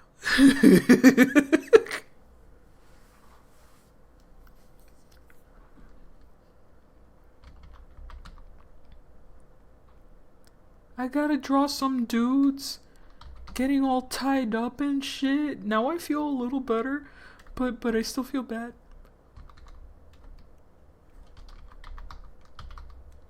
I still feel bad. Ties a man to a flagpole. There was a time where I wanted to draw some like Castlevania Netflix stuff, but I don't know what happened. I think I just got I just never did. I drew like a little bit of like porn and then I just never posted it.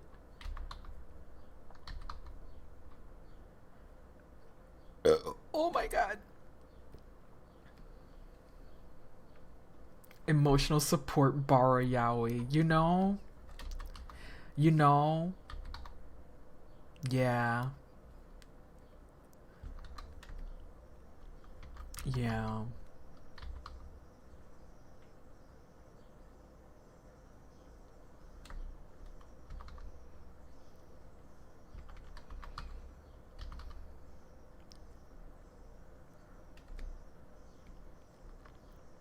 I was just thinking about like a lot of artists stay within certain genres.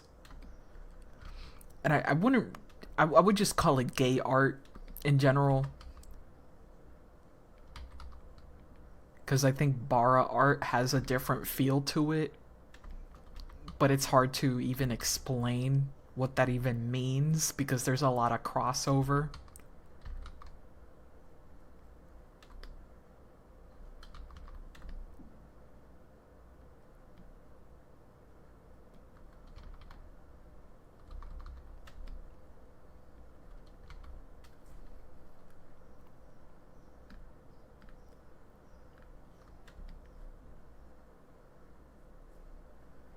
Time to draw wings and eat my words. I was shitting on wings before. Now it's my turn to draw wings and be the one shatted on.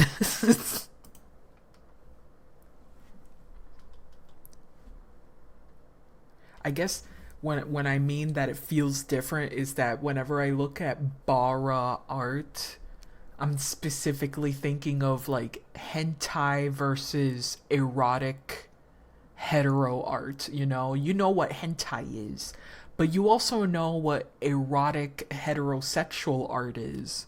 And it's not the same. Not like they could be the same art style even, but the vibes are different. From shaming wings to drawing wings, the table turned. Uh, but unlike other artists who will draw wings because they think they're big, strong, and brave, they won't look at fucking references. Not like me, weakling baby artist. Let me look at some wings.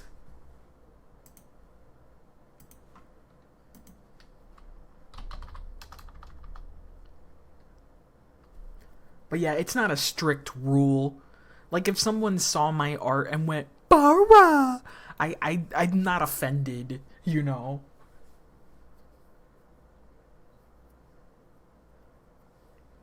I'll be like, okay. Or if they went, yowie, I'll be like, yeah, I guess. I suppose. I'm that comic, just, I guess. Wings, please. Wings. Have.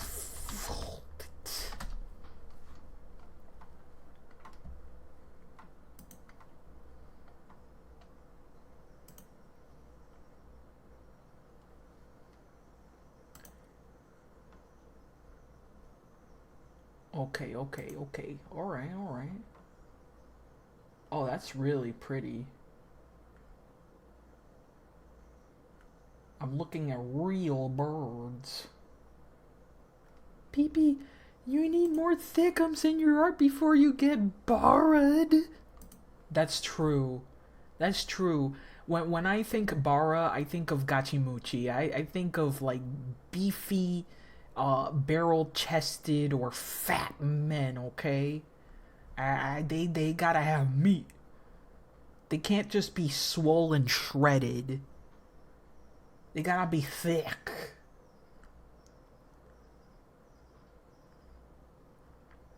They can't be hunks. They gotta be bears. But there can be hunks in bara art, you know? I'm just saying it also has to include some bears. I'm trying to look for some wings. Don't know why it's so hard. Okay. Hello there. Okay, I'm seeing a lot of references that don't work because they're not actual real bird. Maybe I should just put a hawk in here. Yeah, I should just put a hawk and it'll show me some hawks. There we go.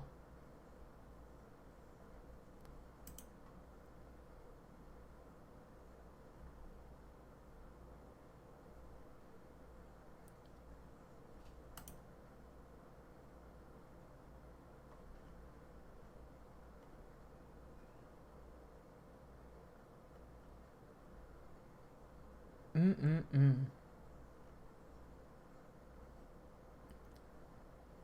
Not exactly in the pose that I need.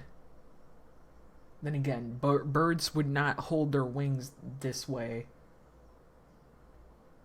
I don't think it's very comfortable for them.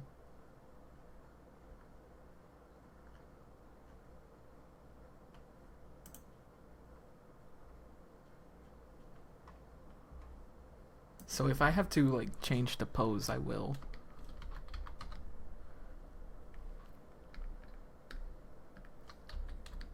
Not with that attitude. Listen. Listen, if I have to change the pose, I will change the pose.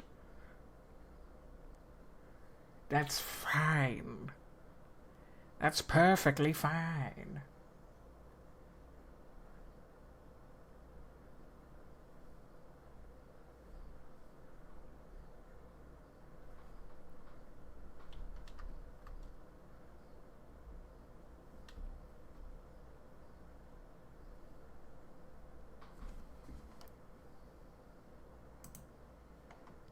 Like that when they do a big stretchy, I guess. I'm not sure. Somewhat, I suppose. But I do want, you know, to show off the wing because that will be the thing that catches thine eyes and make a possible buyer go, ooh, ah. I would like to buy this. I like what you did there. May I have this character?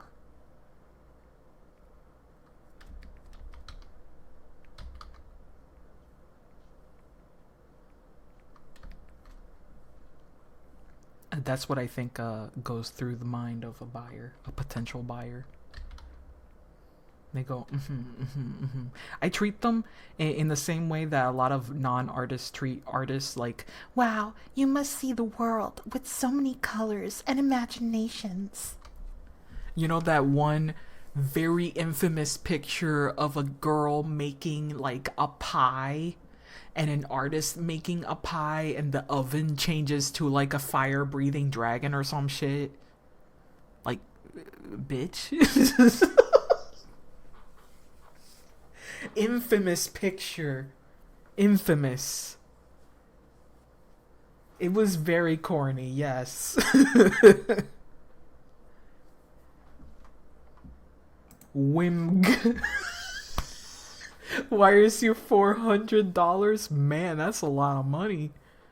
You sure about that? I'm not selling it for that high. Damn. Very likely it's going to be just my lowest bill, and my lowest bill right now is $100. Which is crazy. I think that's crazy. My utility bill is a little different. That can fluctuate, but my phone bill is definitely right now $100. My phone with internet. That sucks.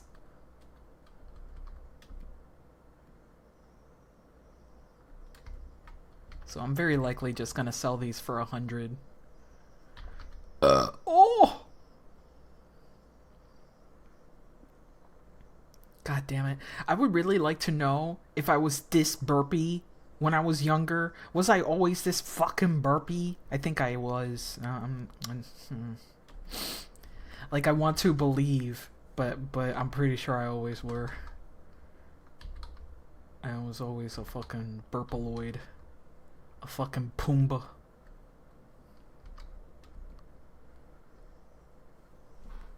I can see what's happening. And they don't got a clue.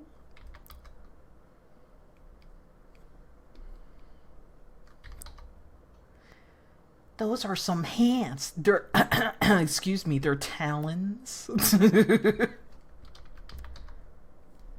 talons.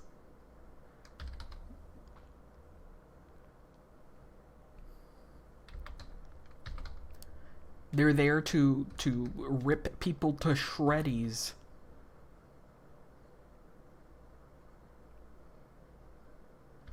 They should have scuds. What do you call them? Scoots? What do you call? God damn it! I used to know what it was. I think it's scoots. Scoot. Thickened or horny or bony plate on a turtle shell or the back of a crocodile. A scoot. Scoots. I think that's a great word. It's definitely a top 10 word for me. Scoot. Let me. Yeah, like horns. Don't be. Hey, Laurie. No. Oh my fuck. No, you're not. Change it to my headset, please. God damn, I wanted to hear it. Scute. Scute? No, we're not pronouncing it like that. It's scoot. Not scute. Like it's cute. You remind me to Demo Man when you say that. Skyute. It's like it's cute. Scute. I prefer the way I pronounce it.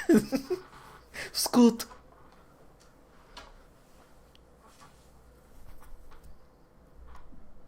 Like a stegosaurus.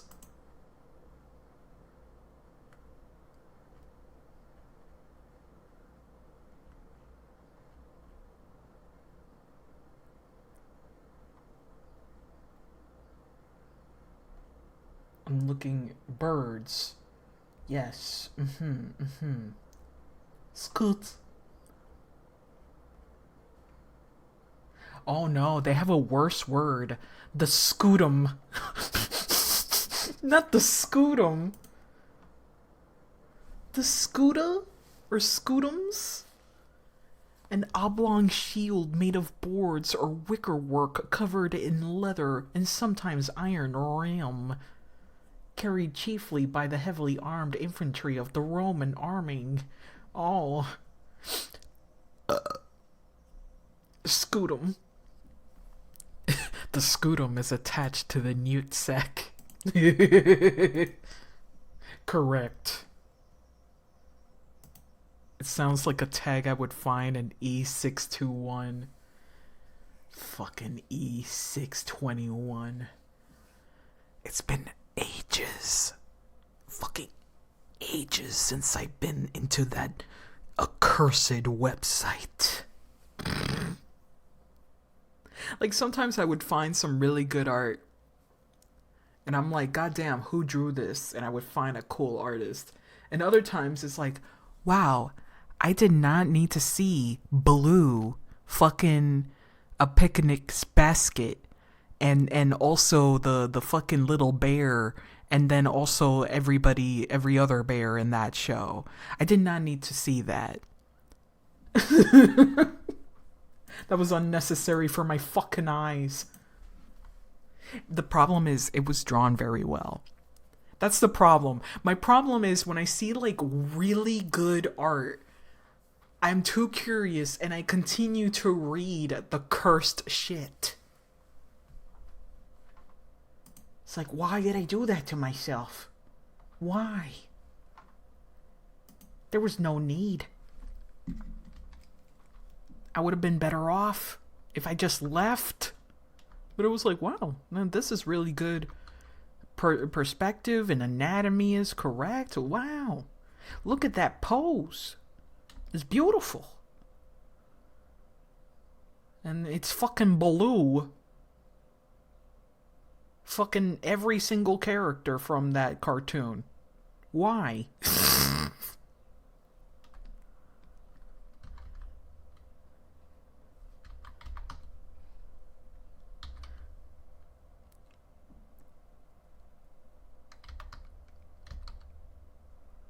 There you go.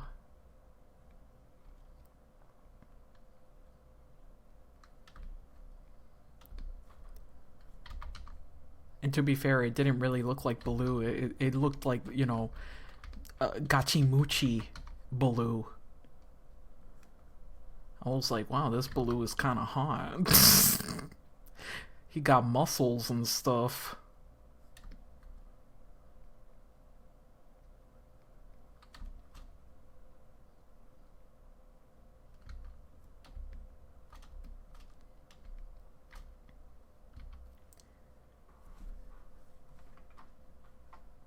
Let me look at a wing again. I have no idea how to draw wings. Save? I mean, I guess I should. I suppose.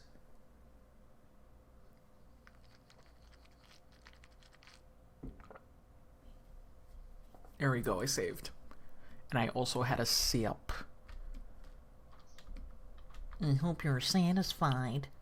Did the stream die? Oh, fuck me. Ah, damn. It better not. It better not. It better not freaking hiccup.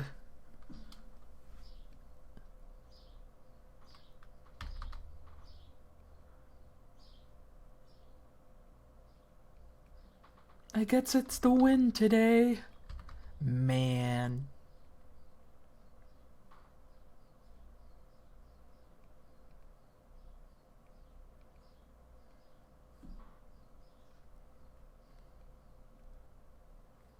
I did notice the stream cutting off for a brief second a few times, but it might have been your net. It could be my internet as well. It could be mine. Because I was like surfing around for a bit, looking for references.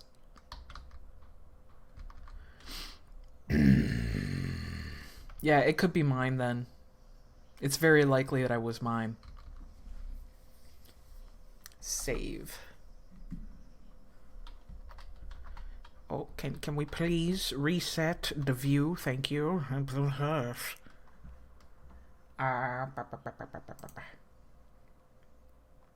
Give me a second. I'm looking for another type of reference. I need more references,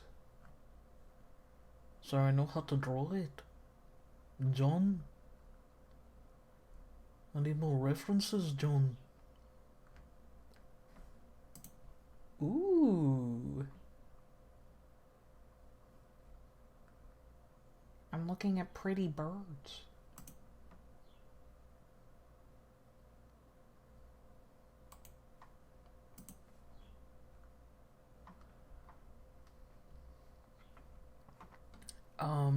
Red-tailed hack.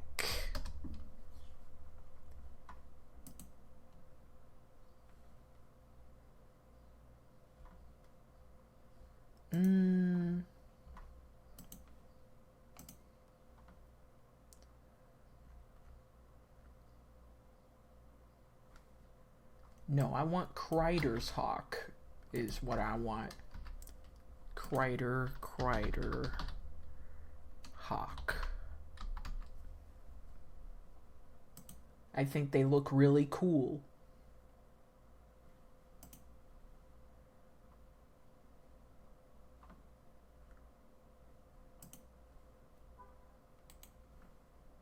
Look at these. I wish this image was bigger. God damn. I like the contrast between the bottom and the top.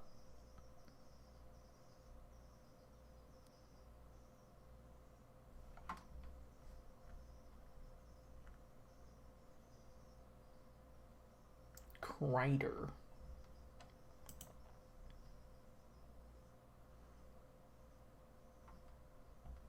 Ran out of ink for the underside. Like, there's red-tailed hawks, but they don't always look like this, so this is definitely a different breed.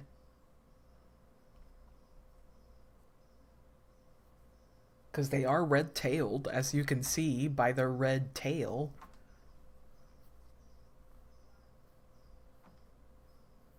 I guess the plumage is a little different.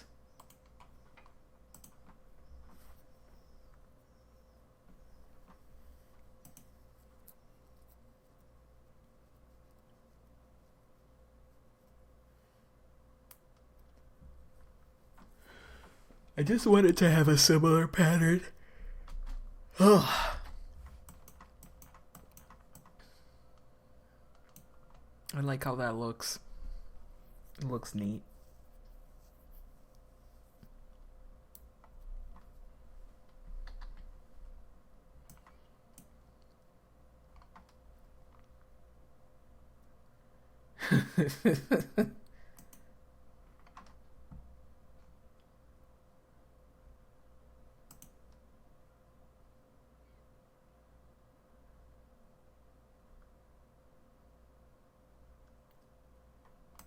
I guess these are just juveniles.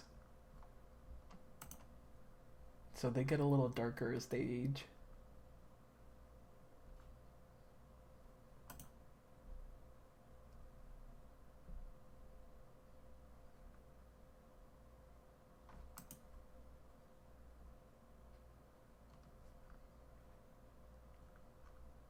Get a little bit rusty.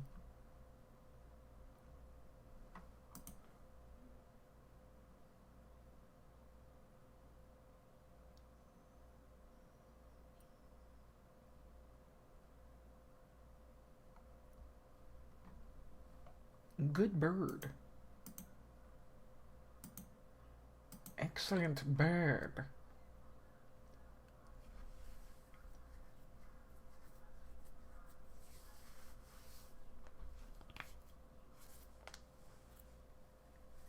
Oh my god.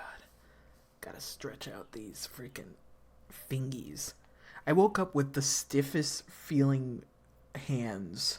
I think I must have rested on them or something.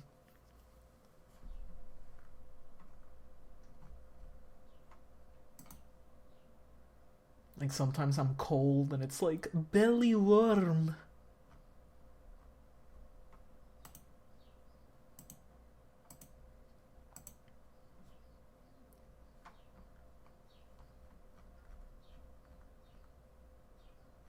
Okay.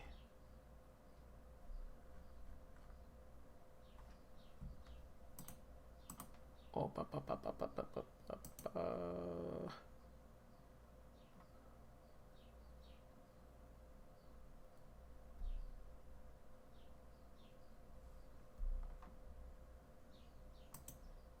wrap around heating pad for bedtime.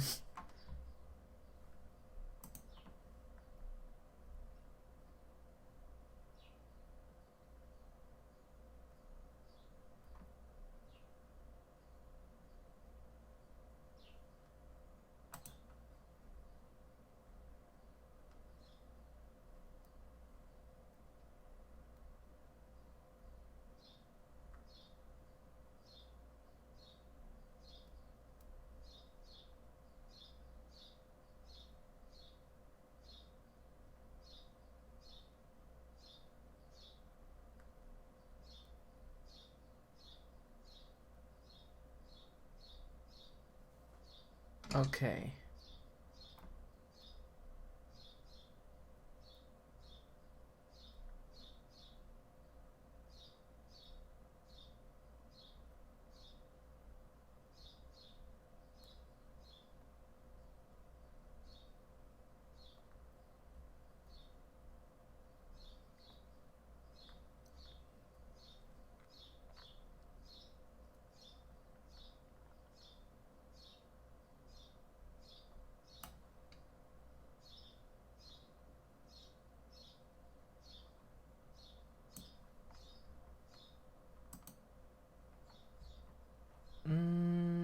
Okay. The birds are chirping outside. If you can hear that, I'm impressed. They're very loud right now.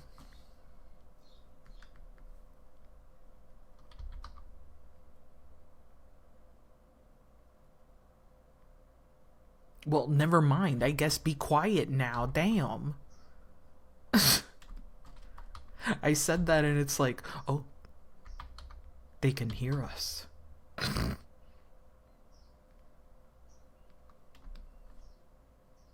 You made them insecure. I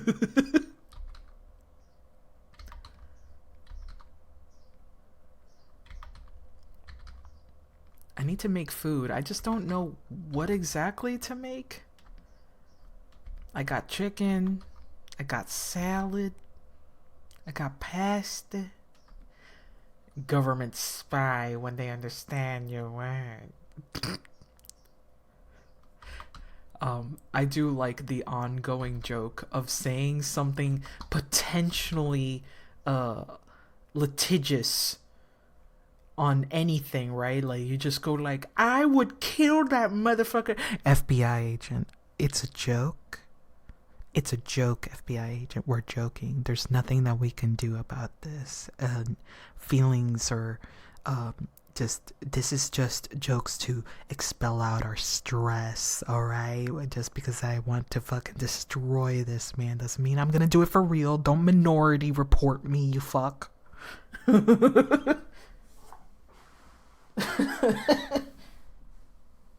Chicken pasta salad then. God damn, that's too much to cook.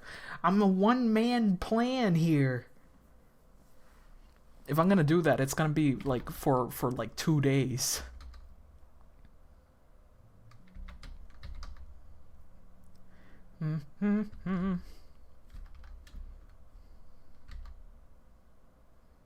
BB Go Gourmet. That's easy for you to say. I have to do all the work. You're a gourmand now. This is your destiny. You've been playing French game. It's time to do more gourmet. You will always say it. That is not great. That's not good. Cooking mama.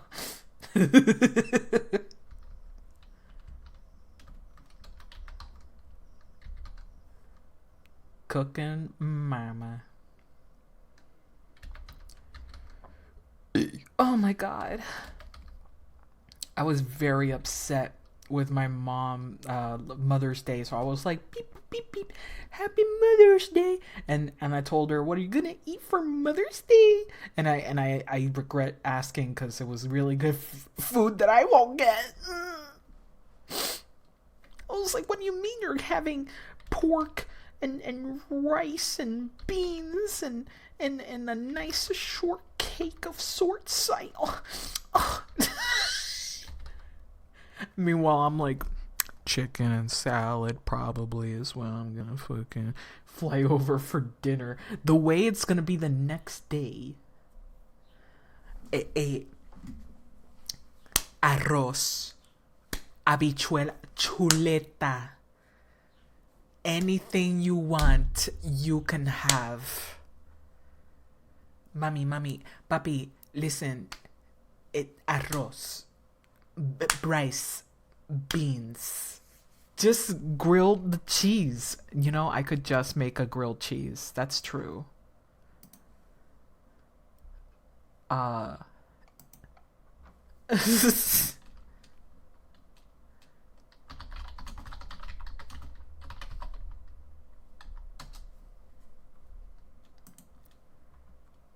Look, mommy, look.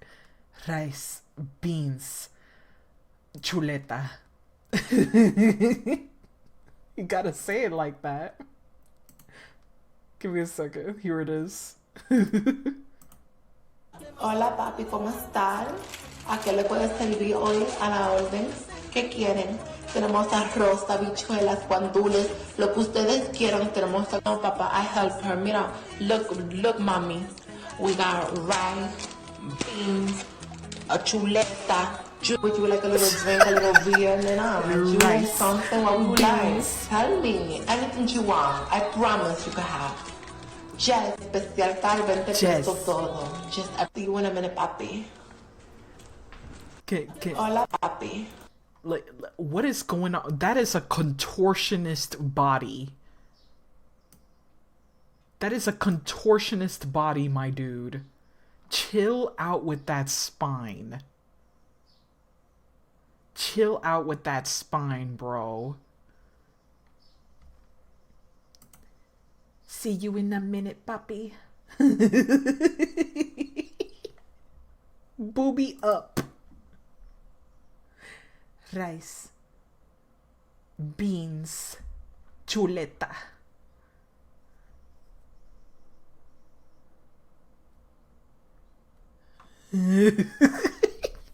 Look, mommy, look. We have rice, beans, chuleta. Oh, man. Shoobity boo, bibbity whap, and the drap like it's hat. Oh, my mom messaged me. Let me see. Thank you for Mother Day, blah blah blah. Yeah, yeah, that's right. That was all me. That was all me. True. Correct. Let me message them back.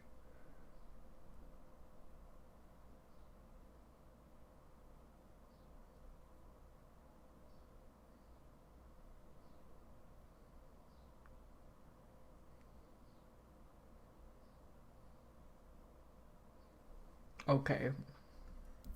Blah blah blah. Wow. What? That was not rude.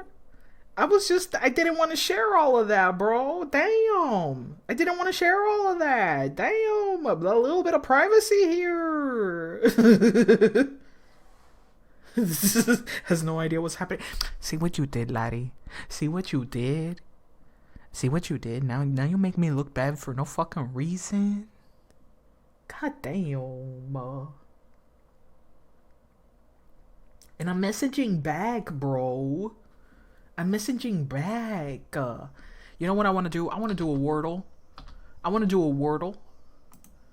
I'm feeling Wordle-ish. I'm feeling Wordelled. So what we do? We wing. Oh, it's too short. Fuck. Thing. Oh, none of these are in the word today. None of these. Why the fuck did I choose that? Let's choose an easy word next time. Thing like the monster? No, thing like an object. Snake again. I did that yesterday. But yeah, sure, why not? Why not snake? No, there's no N! I'm stupid! There's no N! Why did you make me do that? Fuck! There's no N! Oh, that was a waste! Oh, me! And there's no A, so it's not what I think it is. Let me, power. A power. Ooh. Okay. We're getting somewhere. I have to think now. This gotta be the one. We gotta choose the one. I don't know what the one is. Power. What the fuck is this word? What the fuck is this word, bro? My brain is not working. Bowel? Maybe it's bowel. That'd be very strange if it was bowel. How about towel? Towel sounds like it would be it.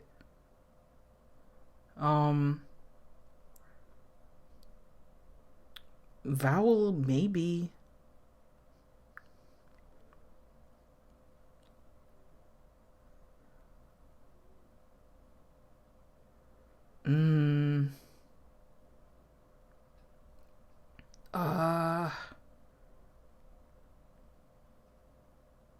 What the fuck is this word?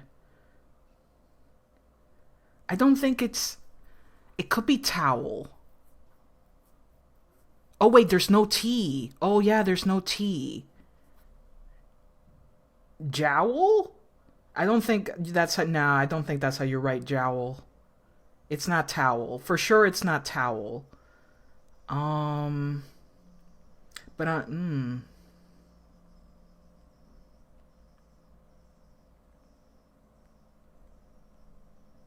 What the fuck is this word?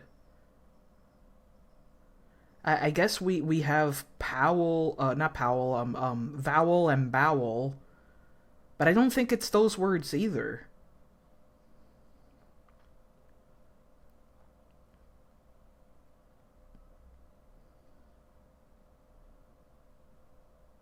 What the fuck is this word? Hmm.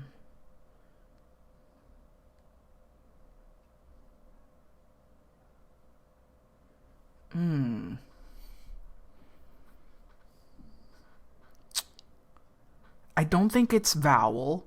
I don't think it's bowel. I wish it was coven. A Cohen, but there's no N. Is okay, I'm looking at the letters that are left here. So there's bowel, vowel, and dowel? Dowel, maybe? Dowel. What's a dowel? I feel like that's a word, but I have never used it before. What's a fucking dowel? I never used the word dowel. So, well, let me just try it. Is it even a real word? It was dowel. What the fuck is a dowel? What the fuck is a dowel? It's a stick? What the fuck is this? It's dowel. The way I knew it was not gonna be bowel or vowel. I knew it wasn't going to be that, bro. In an axis?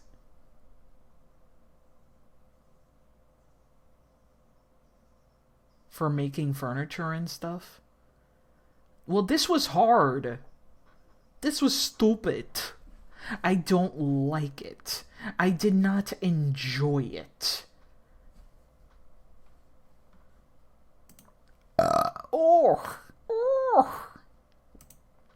Well, connections is there for me.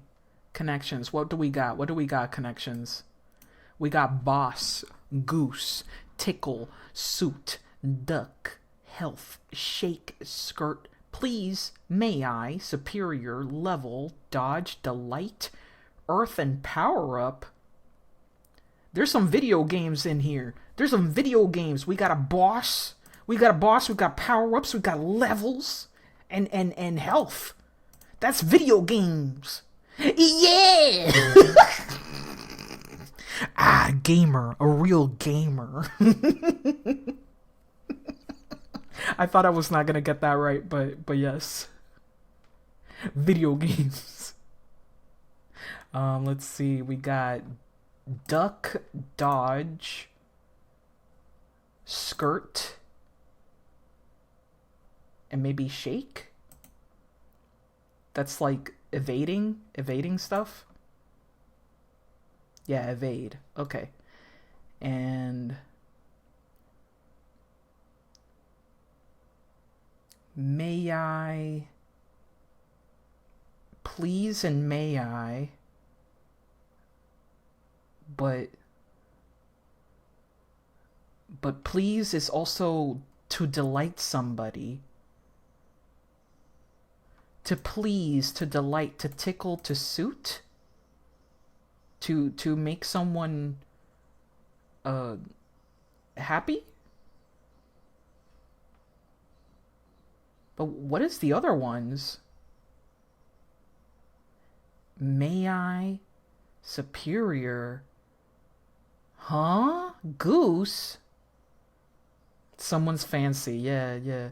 Let me get this one out of the way. I'm pretty sure this one's right. Make happy, okay. Mother? Mother Goose, Mother Earth, Mother Superior, Mother May I? May I is kind of fucked up. I would never say that. I would never say that. Mother Goose, Mother Earth, Mother Superior does make sense. But May I is weird. But I guess it is Mother. Yeah, it's Mother. It's from poetry? Oh, okay. I didn't know that. Like nursery rhymes? I didn't know that. Sometimes it's like, I don't know. I don't fucking know, bro. I'm just gonna guess, bro. This makes sense, I guess. Back in elementary, middle school, my teachers used to make us say may I instead of can I for stuff. I had one teacher tried that with me, and I just left the room because I was gonna piss myself.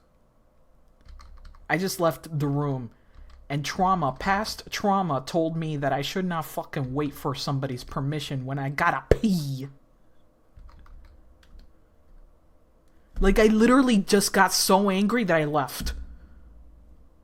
I just told her, I'm gonna piss myself. Bye.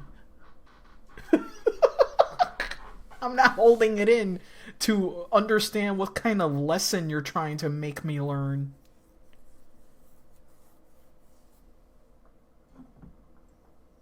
Like, when I was a baby, I pissed myself, quite literally, because they told me no.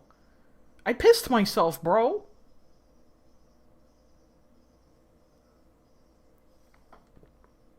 And that's like a core memory, dude. That is a fucking, whatchamacallit, a canon event.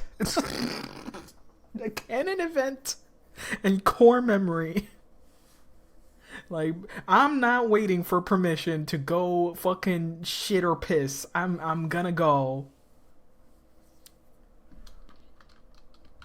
I guess the teacher just didn't believe me when I told them I had to go.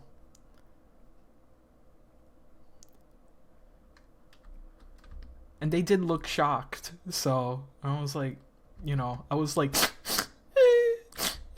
like that. It was very traumatic. Very, very traumatic.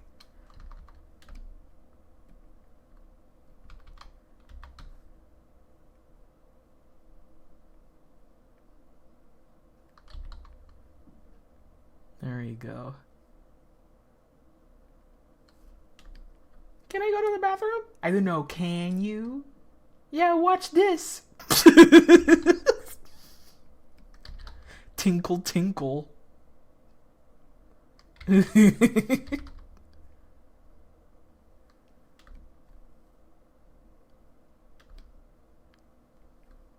Okay, bye. Oh, man. You know, teachers just say it's may I, and here you go. You have to say, may I go to the bathroom? Because you can always go to the bathroom, but when you're doing that, you gotta say, may I go to the bathroom? When you're being polite. Now go to the bathroom before you piss yourself.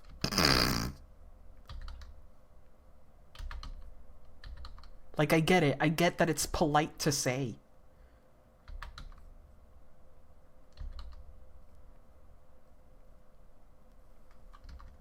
But also, I gotta wee.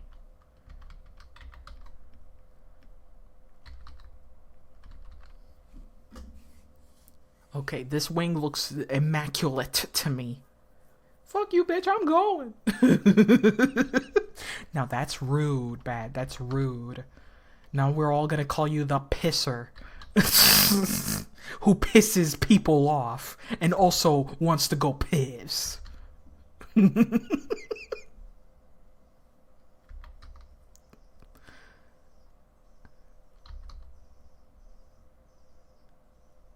Who is that? The pisser. That's why you are nice.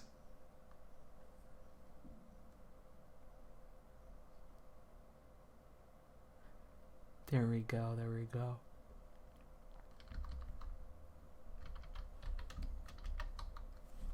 What are you showing me? It better not be cursed. That was me. That was indeed me. But you have to add tears as well. Every time I fucking find relief, yeah, I do go, let's fucking go.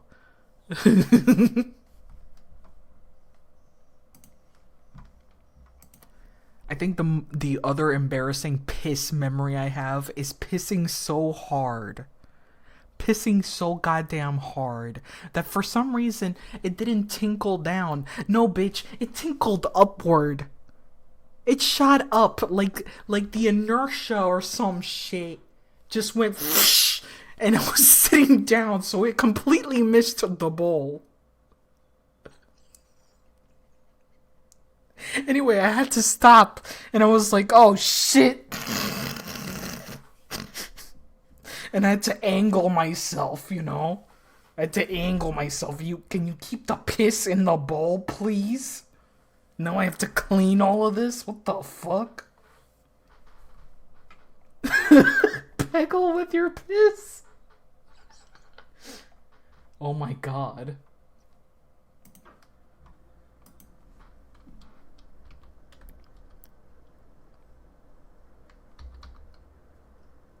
Fucking cursed, man. Why are our bodies like this?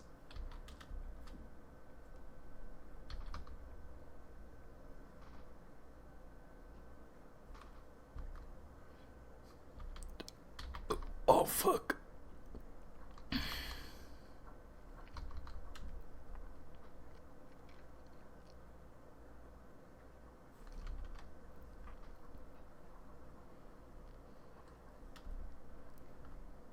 Also, hello.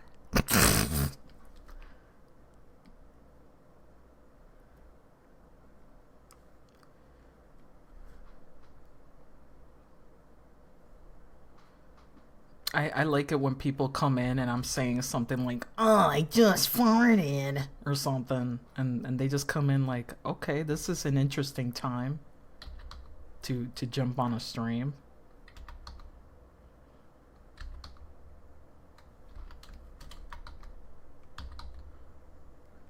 It's very horrible when you fart a little bit and you know it's a harbinger of evil. You know something awaits you. It's like you're entering a boss arena. It's like, ooh, this place is evil. And you go deeper into the arena and finally the boss is like, ah, you know? It's like, fuck. Shitting and farting. Also, this chair is so squeaky, I hate it.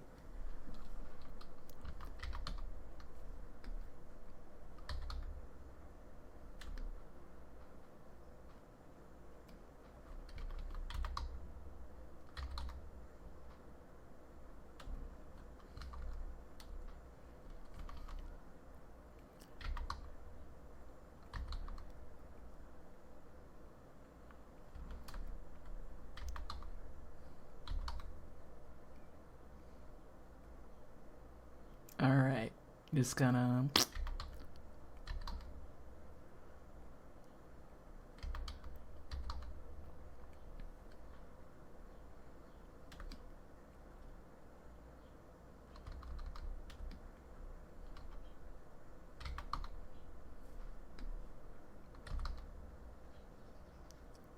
I'll put on the audiobook in a second. I think I'll put it on when I feel like cooking. I still don't know what to eat though.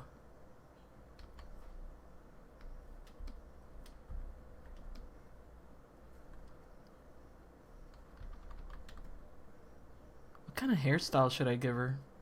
Chicken mac. I don't really have macaroni. I have linguine. I also got tortellinis. I do have tortellinis. Bread sandwich. No, Laurie. No. I do have bread. I do have the makings for a sandwich. Wings are pretty. I also think the wings are pretty.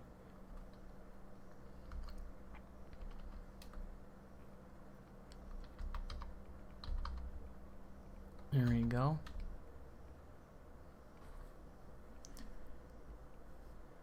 I think that maybe the other wing should be doing this.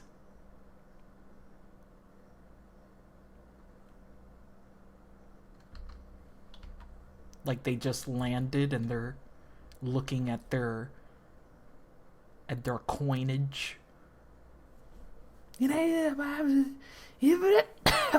Anyway, I don't know what to eat. Oh, so I got tortellinis. I think I want the tortellinis. But I also have a pizza. I have frozen pizzas in there. I also have a frozen pizza. That's in case I'm really hungry for pizza, but I'm not really hungry for pizza. I'm not in the mood for it. I just bought it because it's a food that I can just make immediately and it will last me for 2 days. I got ramen. I got shrimp pizza. Yeah, that's how I pronounce it.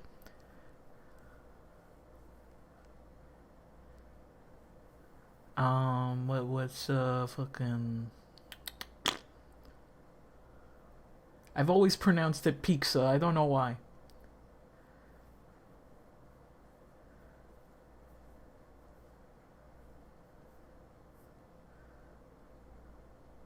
The real za. I'm trying to think of what else I have in the fridge. Peter za.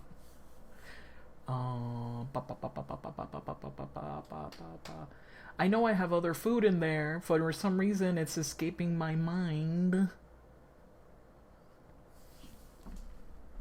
I can just make myself a smoothie.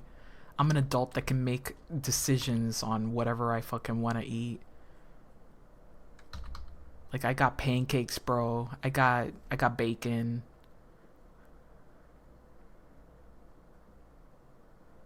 I can make like a really nice savory pancake with egg, onion, fucking tomatoes. I have fruits and cream and yogurt for a smoothie.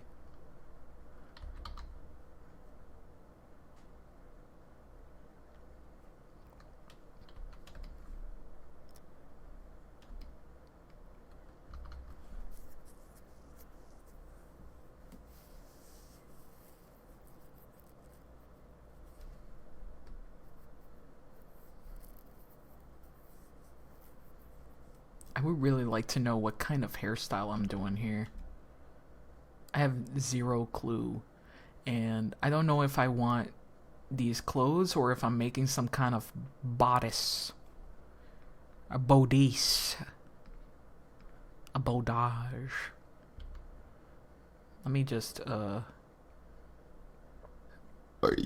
my god! Short hair.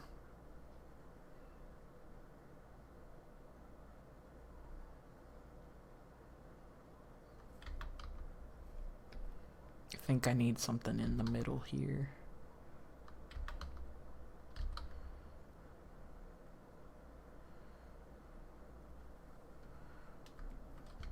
And then some more padding or like a design here to hold the boobage inside, please. There we go. The tit enhancer.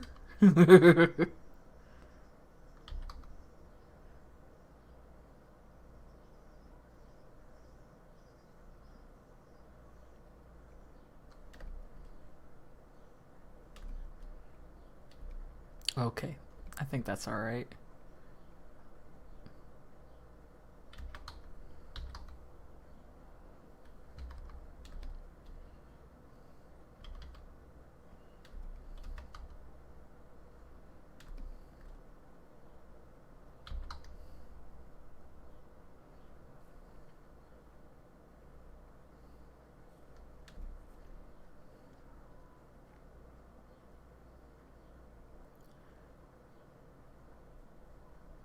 Kinda wanna draw the scoots. The scoots.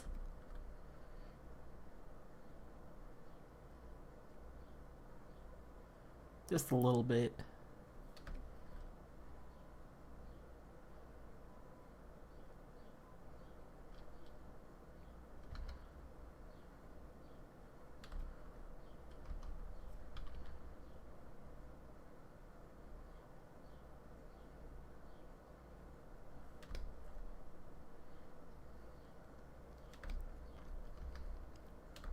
I can never really make feather hair look good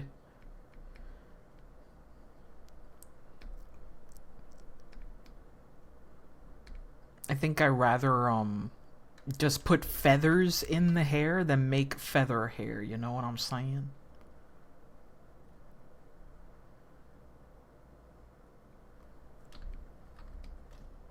I just myself, I haven't been able to draw it in a way that makes me happy.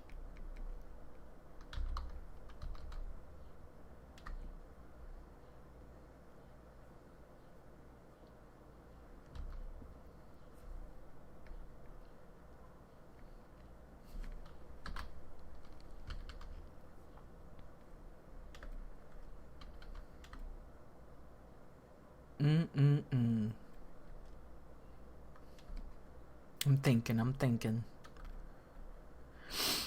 I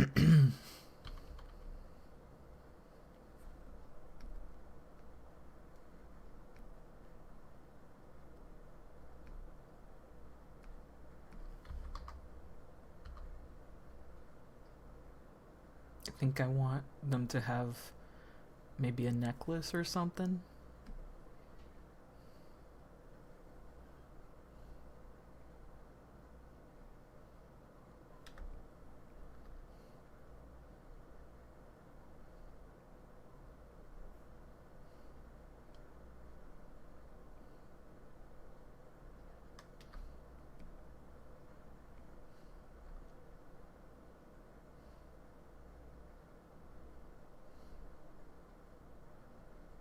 Maybe. Maybe.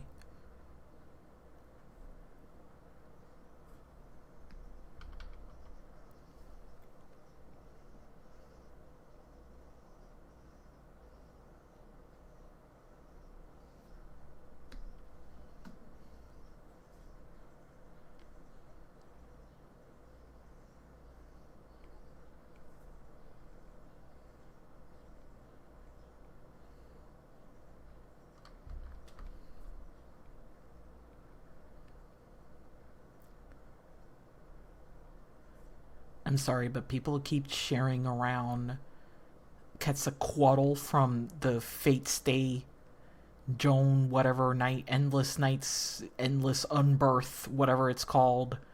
And I just... why is she blonde? Why is she white? In one of the hottest places on the fucking planet. Everybody's like, wow, she's super cool and awesome. And I'm like, man, she looks so fucking lame, though. Why is she Orion?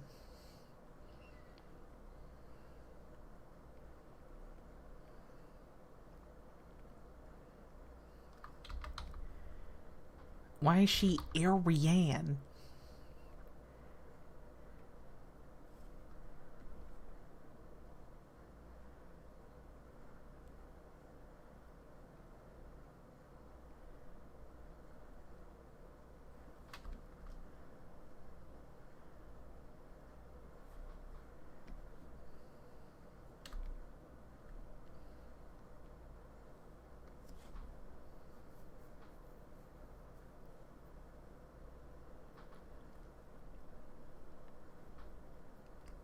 Yeah, they like I don't know. A lot of Japanese media is like this, like fucking Super Saiyans, man. It's in the name. Like people on the moon look that way. Even though I wouldn't make them blonde. I would just make them white. Or like bluish gray. It's the moon. The moon isn't fucking bright yellow. Not all the time, anyway. Not all the time.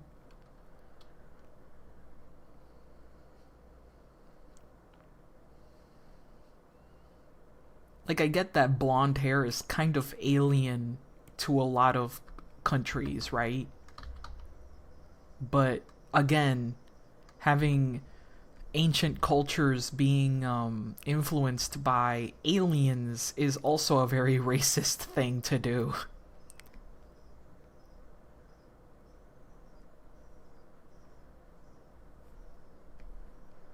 Yeah, there's no way they could have built this on their own.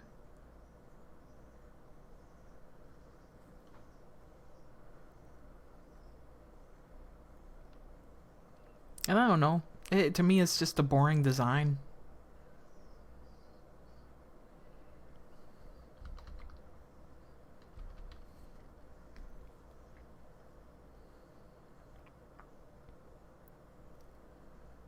Uh...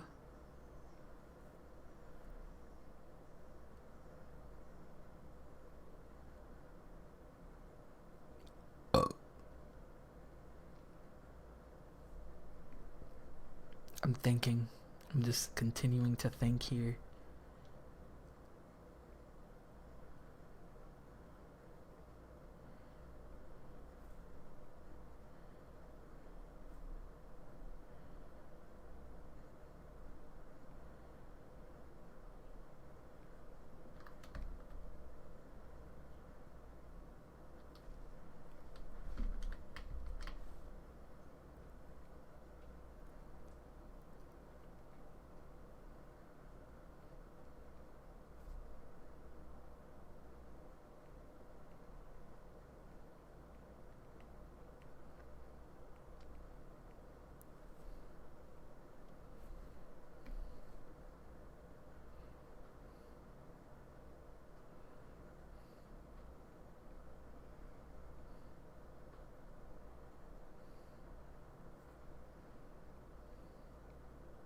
Hmm.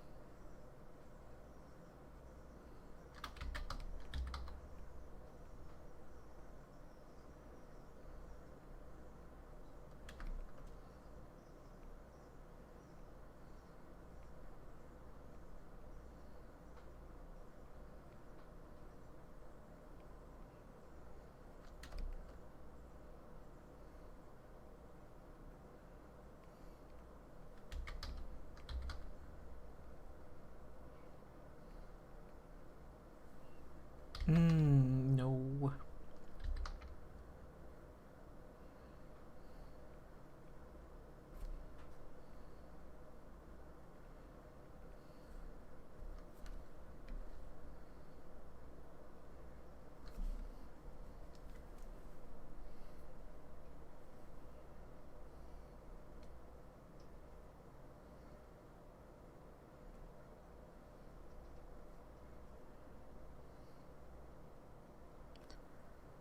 Trying to think what kind of hairstyle I really want to go with.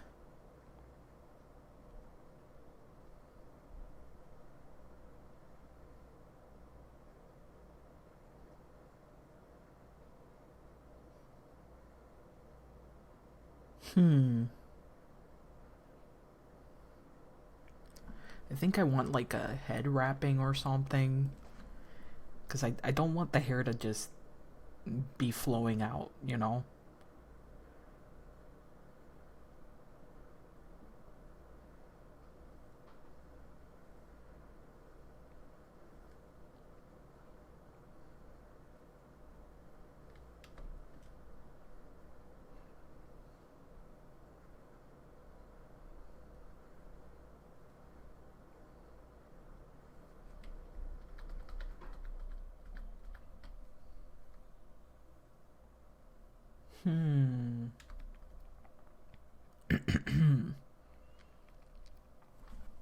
I'm thinking.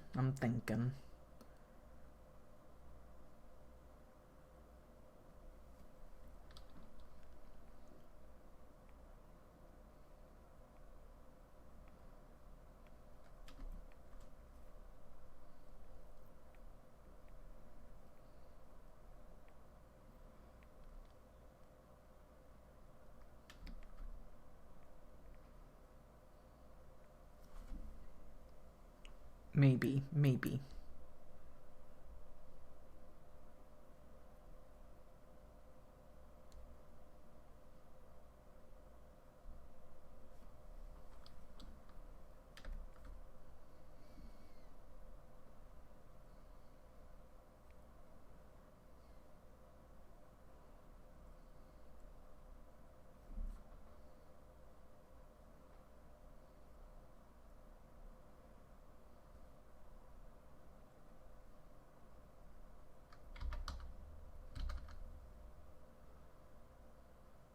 Hmm.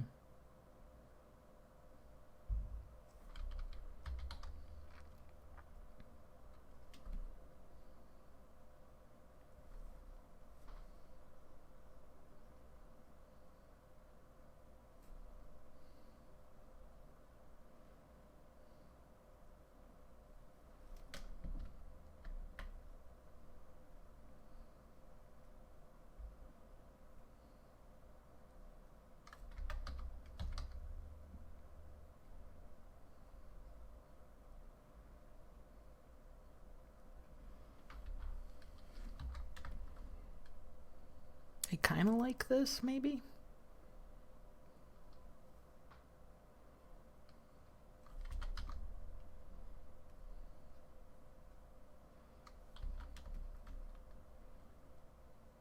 Maybe.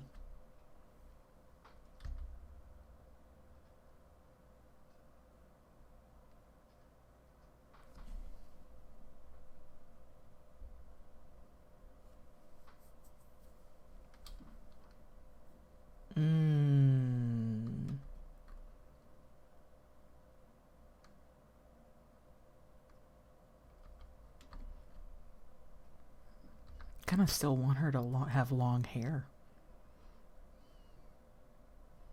Just with wrappings around it.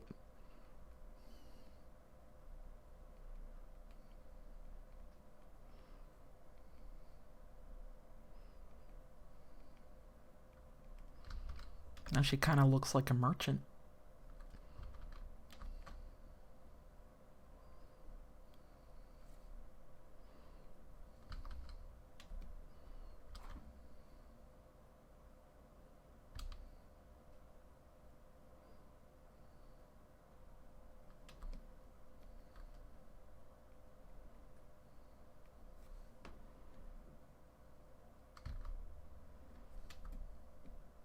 Hmm.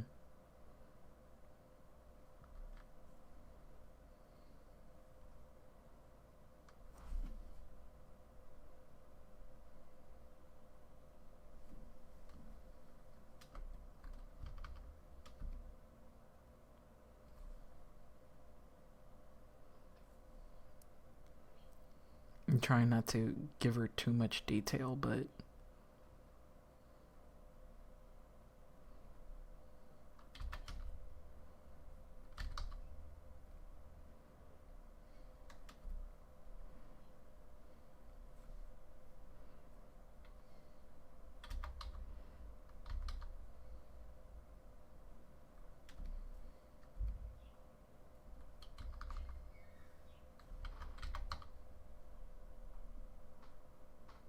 maybe without the feather.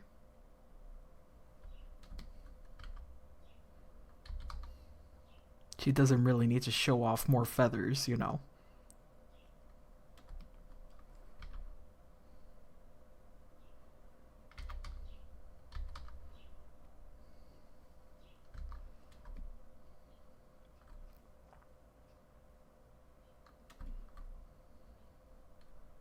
Yeah, I think I like that.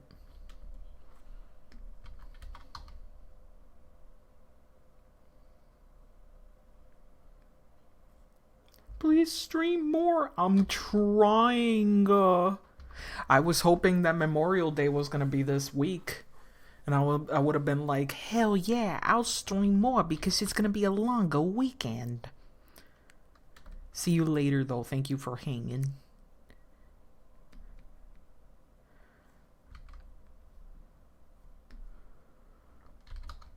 Oh my god. Who did that? That's disgusting. Very unladylike. Ugh.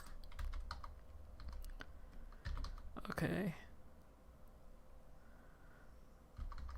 Yeah, I think that's cute. I can give the some ribbon some color here.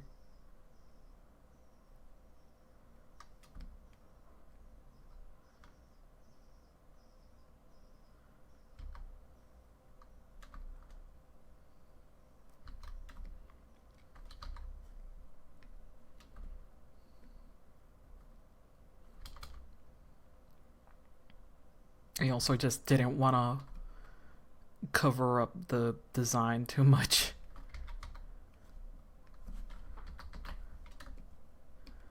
Okay.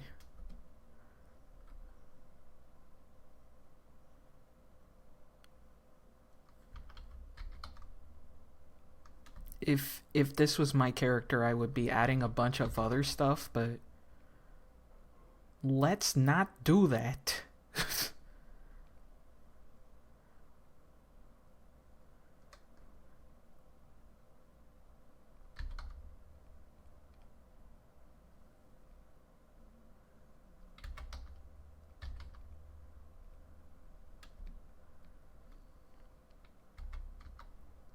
Hydrate? I shall hydrate in a second. But it's eating my brain cells up. I did it, and honestly, it was kind of shit. Because it's not a common word. I don't feel like it is. I don't think people use that word that often. You're stuck. What's the word that you got right now? The one that you left off on. Or what letters have you used that are green?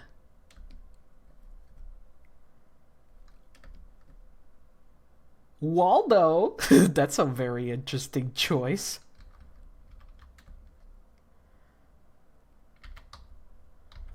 So you got the O. You got the W, and you got the L, and you got the D too.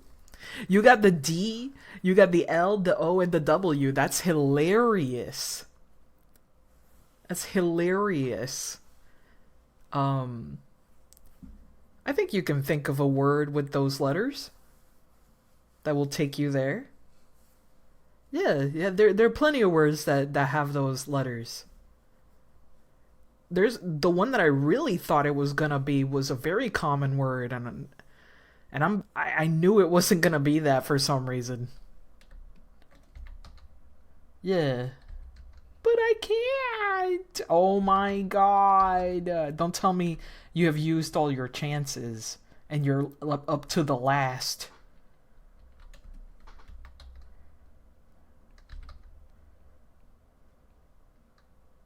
I'm looking at the letters and it makes no sense. There's a very common item in your own home with those letters. Second to last. It'll probably help you.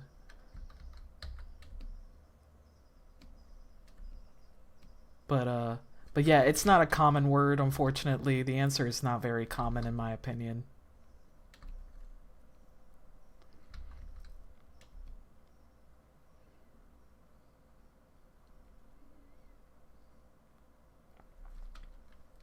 Use those wacky vowels. Those silly, silly vowels. I kind of wish her shoulders had something, but it might have covered up way too much. I'll tell you what, I don't want to give you too much of a hint. I might give away the answer.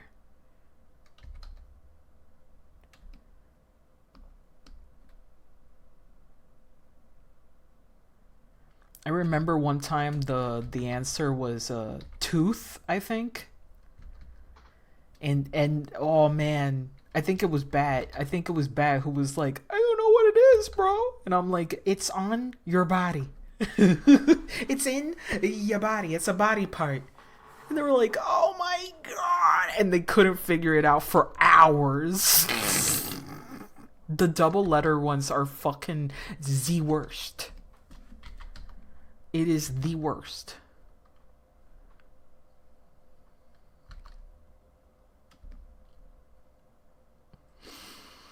I'm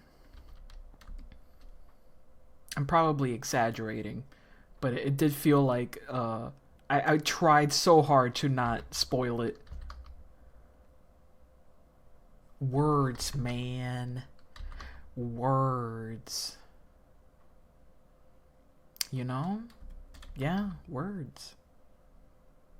I think I'm just gonna give him one piece of jewelry like this.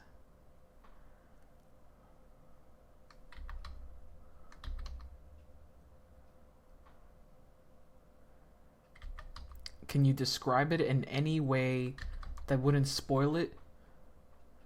I mean, I could just say it's a tool, I guess. That's not much of a spoiler. It's a tool. Is it in a bottle? No.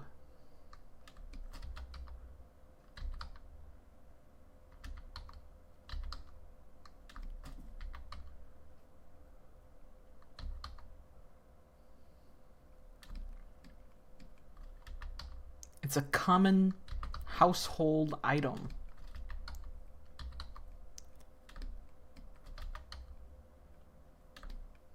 The actual answer, not very common.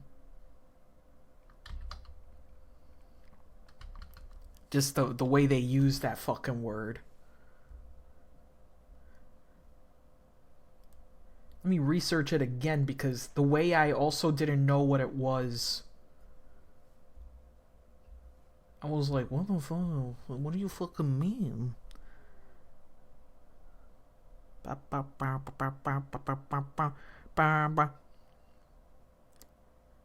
Oh, that's what that is. Wow, fuck this thing.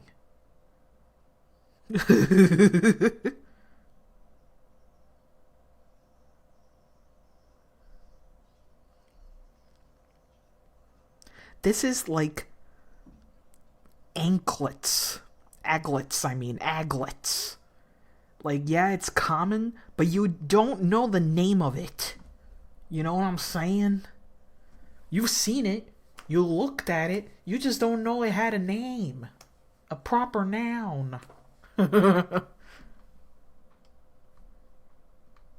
Aglets.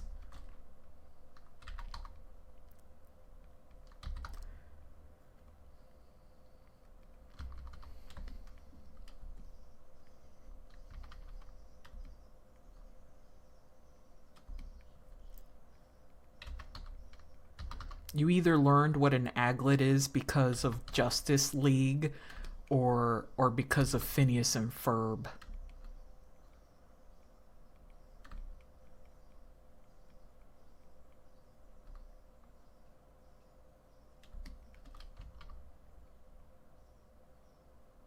No. I learned it because of somebody else who watched those shows. I definitely learned what it was because of Justice League. Oh, it was Sweet Life of Zack and Cody? That's funny. I didn't know that they also made that. That sort of joke or like, tidbit of knowledge.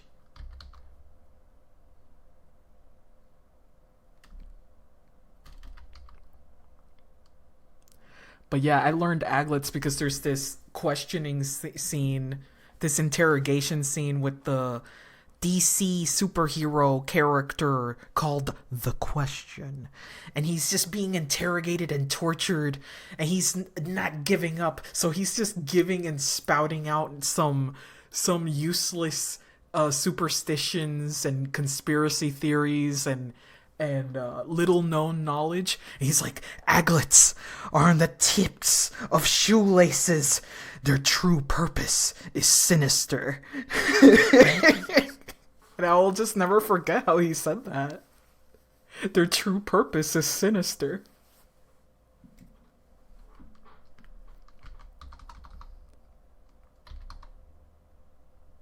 The tips of shoelaces are called aglets. Their true purpose is sinister. Why did so many children's shows want us to know this? That's why it's sinister. They were warning us.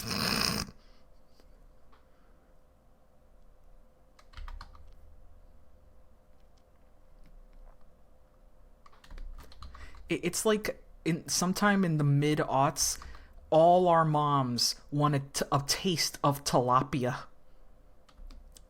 and then in the 2010s, acai berries. Did you notice? People just go through trends. It's just a trend.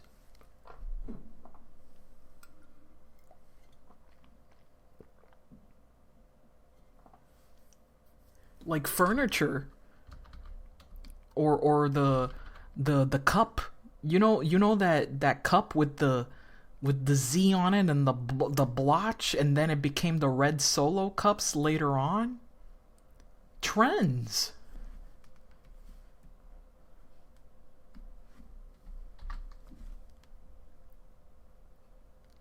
Quicksand, yeah. Quicksand used to be a favorite. That's mostly because of like action adventure films as well, like Swashbucklers would also have like scenes of peril, and a very easy one to make is Quicksand. Or James Bond movies would also have like zany kind of traps.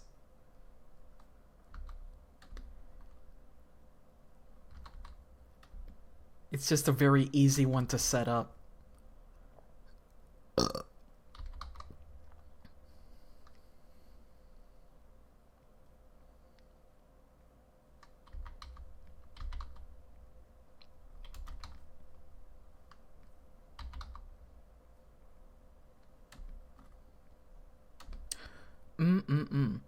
And she kind of big boobied.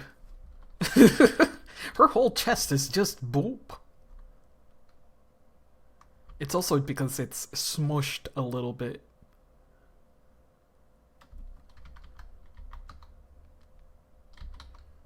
I wonder if anybody like they draw a character and they're like, "Oh yeah, I love this character." And they're drawing them like this, and only until a little later they go, their breasts are maybe a little too big."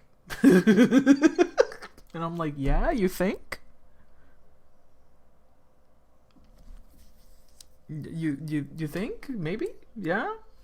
Just a little bit?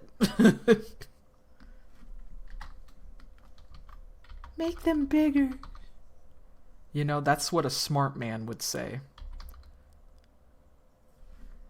That is what a smart man would say. Make them bigger.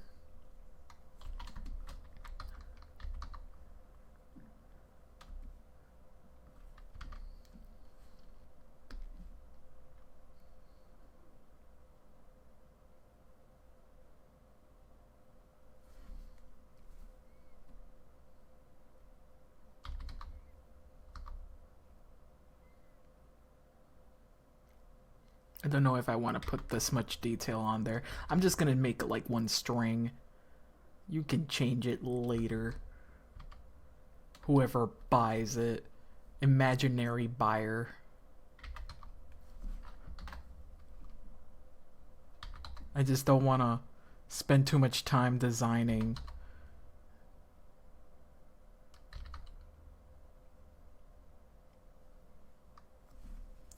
Harpy. You will buy all of them. Oh no. No. Chill out. Cute.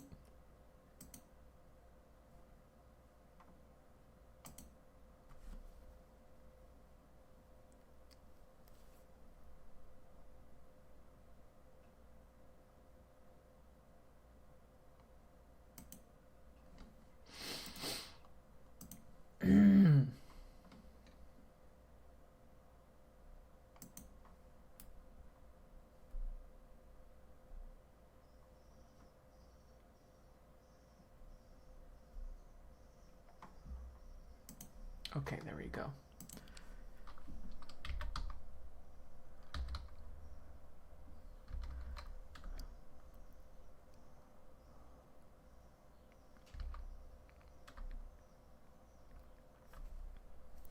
Time for the real test. Fuck. Hell yeah. My lines are immaculate.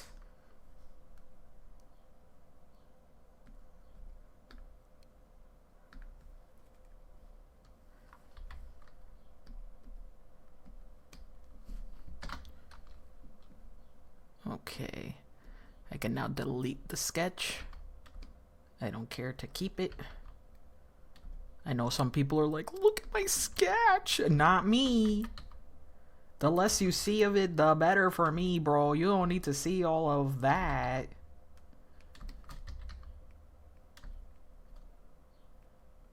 Nah. They fucking look at my not so sketchy sketch.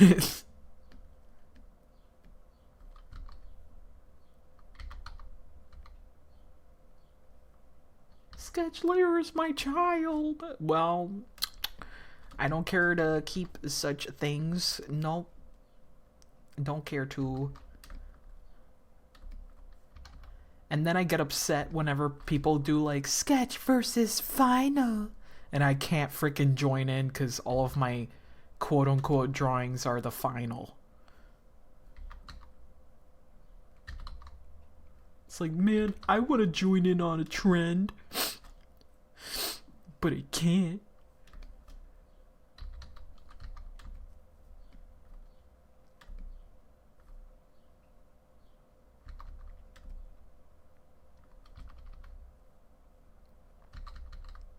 Just cleaning up.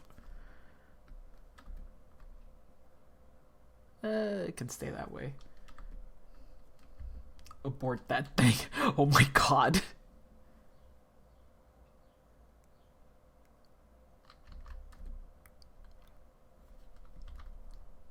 Okay.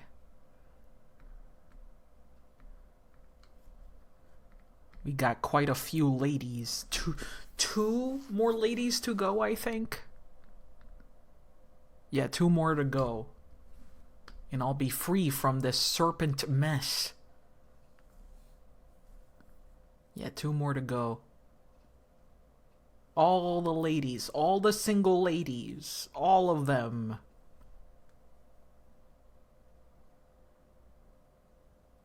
I feel like making this a little wider so I can have them line up. But I think the reason why I didn't do that is because this is already a pretty big canvas. Yeah, this is already 5,000 pixels wide. It's already pretty wide.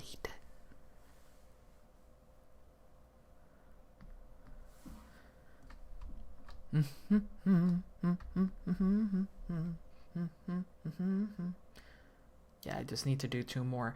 Very strange that I did 7 of these. I thought I made 8.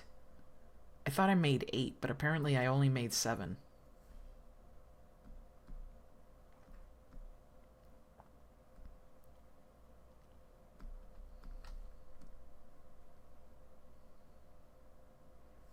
I think I can have this on the same layer.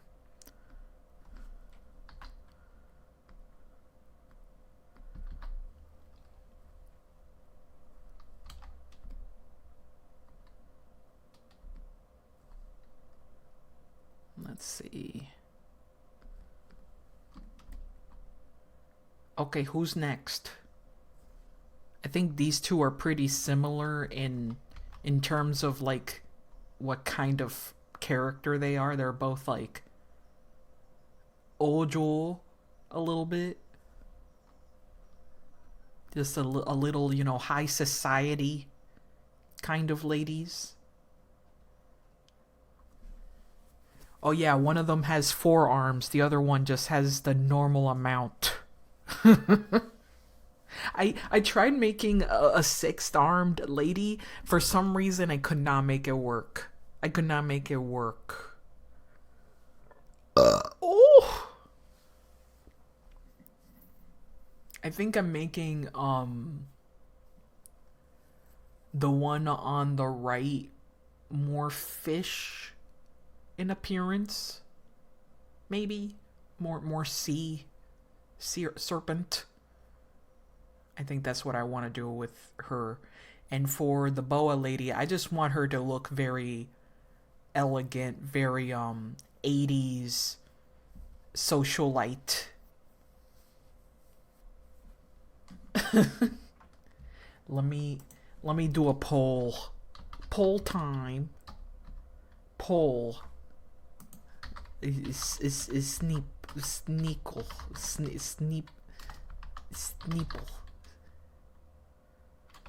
A bow.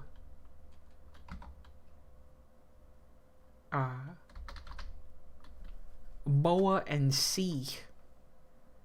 You got 3 minutes.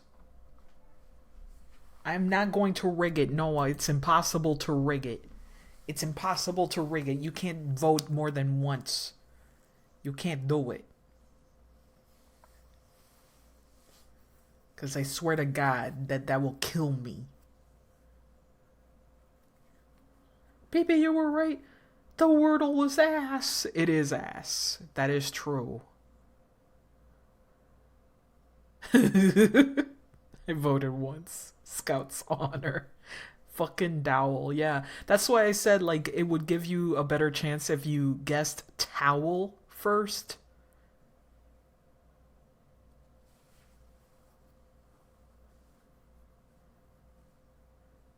What was the word that I used that made me get really close to it? I think it was power. I think it was power.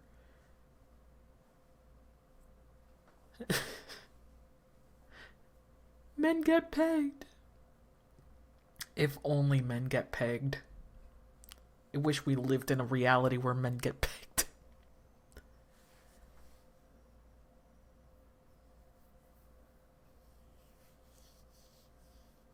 Oh man.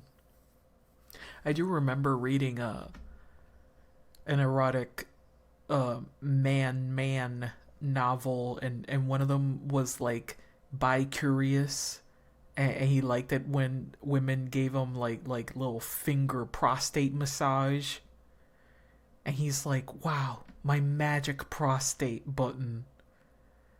Would it be even cooler if my best buddy fucked me? Maybe. And he was just surprised that his best buddy, aka lover, was like, yeah, I don't get off with that. My butt bean.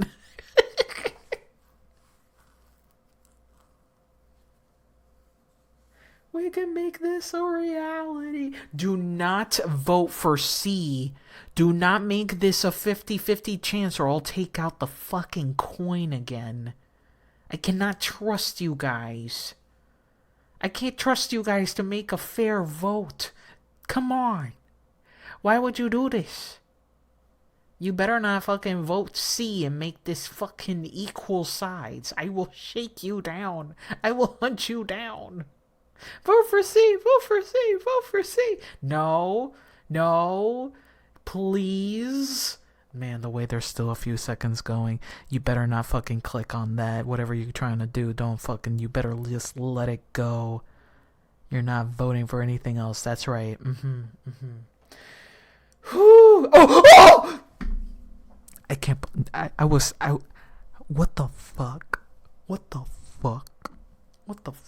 Why? Who? And what and how did you do that last second? Like you're some kind of Dark Souls fucking Dodgerono. A true master of the last minute skip. The fuck are you? I'm going to kill you. We got a last minute warrior. I can't believe this. It happened again. Ooh, in the crowd of 25 people. 25 non-existencers. How dare you? God damn it. If only I can see who voted. Report this poll for terrorism. I was gonna report it for terrorism. Lurker sweep. The same tone as troll wife. Let me take out the fucking coin flipper.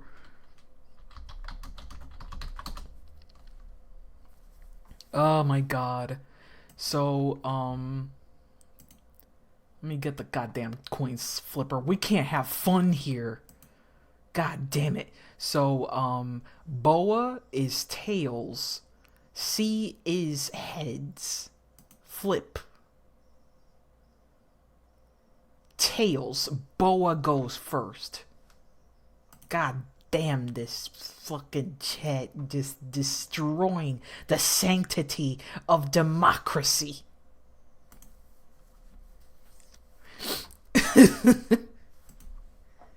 We can't have fun no more. I'm actually pretty hungry. I'm still thinking about what the hell I eat. Great job, team. Hit the showers. Unbelievable. I feel mega betrayed here. I think I'm gonna flip her. I'm gonna have both of these girls looking to the side here. Maybe. Maybe not. Maybe? Maybe not. Yeah, I'm gonna keep her looking to the side. It's fine. Because I'm gonna redraw most of this anyway. High fives. How tall am I gonna make you? This kind of has the same sort of movement going on. There's only so many ways I'm gonna curl a tail.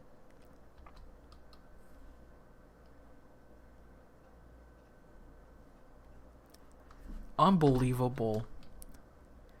I was betrayed by chat once again. There is no loyalty in this world. No fucking camaraderie. Only betrayal. Let's see. Yeah, I'm making it just as big as this lady. Oops. Yep. There we go. PP chat loves you. I don't feel loved. I don't feel loved. I feel used. I feel like a tool for entertainment. A laughing stock.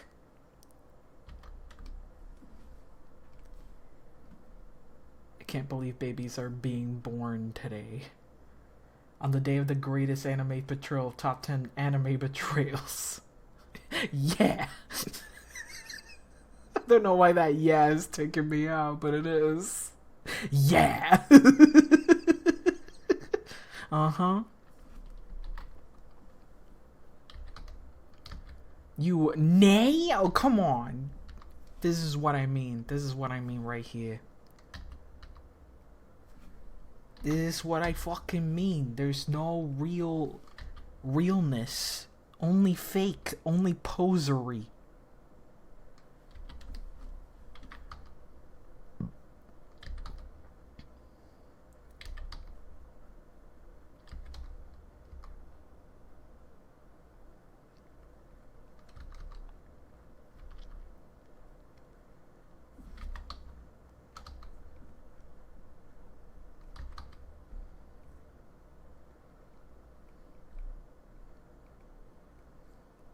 I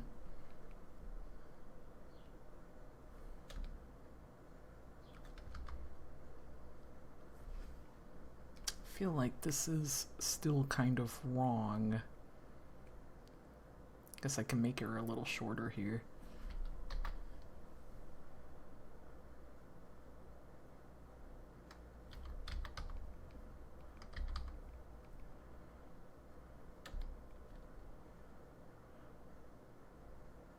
And then, wow, I'm hungry. I just felt my fucking belly just go, you know, it'd be very nice if I had some food right now. And I'm like, be quiet, please.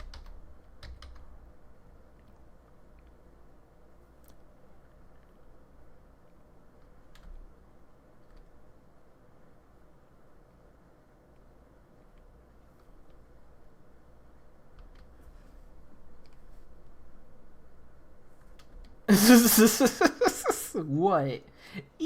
But I have to cook. You see, that's the difference between you and me. I love eating. I love to have food. I'm just lazy.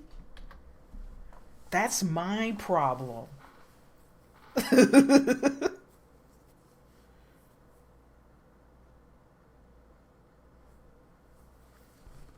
Get the fuck up and cook, pee-pee. Damn. There's no stomach emoji, so I picked him brick.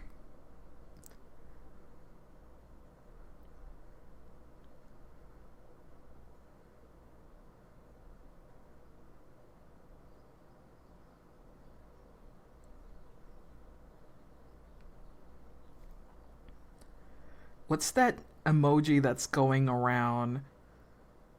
I think it's only for iPhones though. It's like a new wary emoji or exhausted emoji. It looks really funny. It looks like this. It kind of looks like this.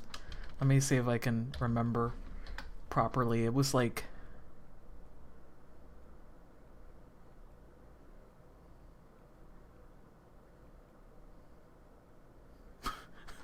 It looked like that.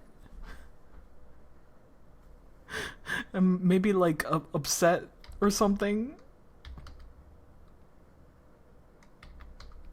It's an emoji kitchen. Okay, then it is just for iPhone. I think they should make it legit, you know? It's good. Wow, I really did not draw this at all. Look, what is that? What is that? What is this supposed to be? I know what it is. I know it's like it's supposed to be a hand and I was just fucking lazy. But what the fuck?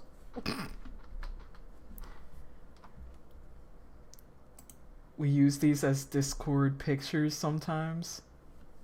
Okay.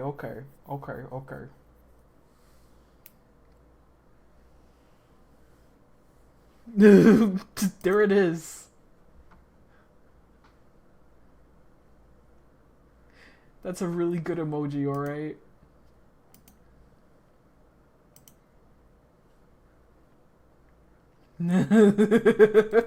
I need you guys to know that even though I don't do any drugs or anything, I don't do anything. I do look like this. When I'm talking, I think it comes out of a person that looks like this. Or at least like this, you know? There it is. Perfect.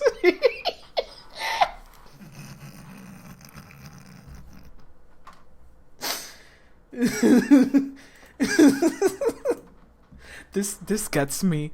Because whenever I'm like interacting online and I love something, it really is like this. This is the feeling I have.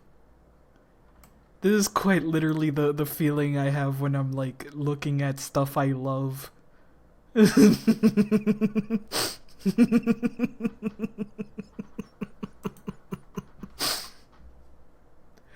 Oh, that's funny. I love it. It's really good. I need like one little sad tear. Whenever you guys betray me. Whenever you guys fucking torture me. This is me.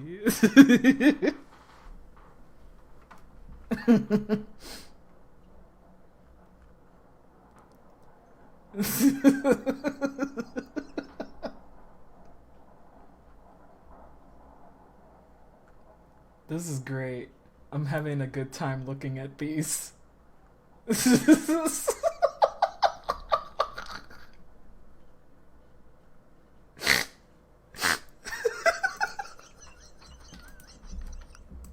I don't know why this is taking me out. Oh.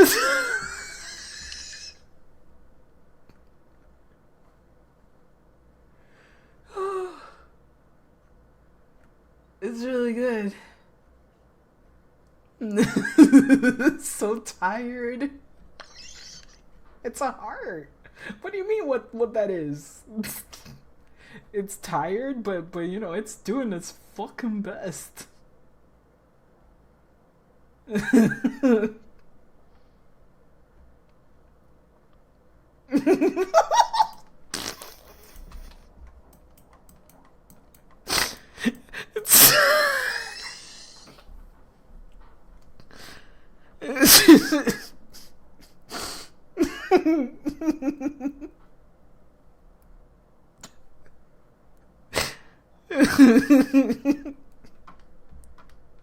prophecy.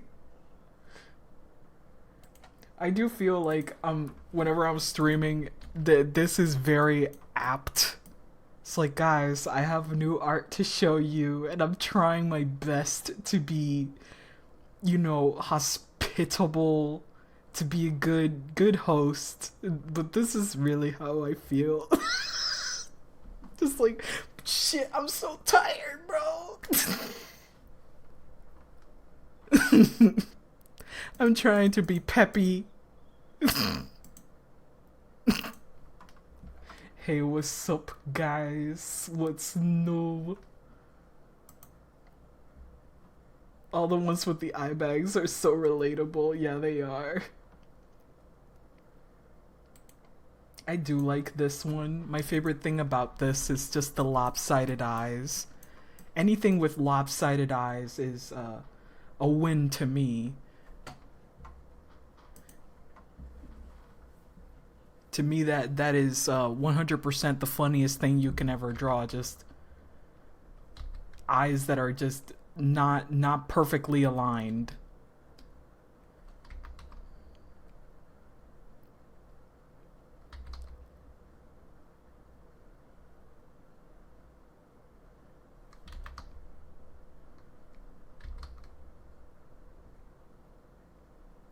Now that these hands look fucking short as fuck. Fuck. Oh, look, come on, give me the right fucking thing. Goddamn. Goddamn. There we go. Now they don't look so short.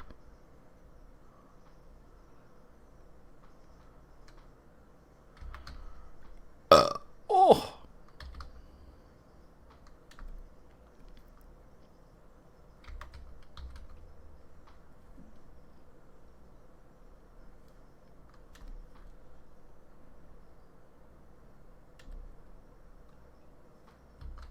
Okay, final one. Let me see.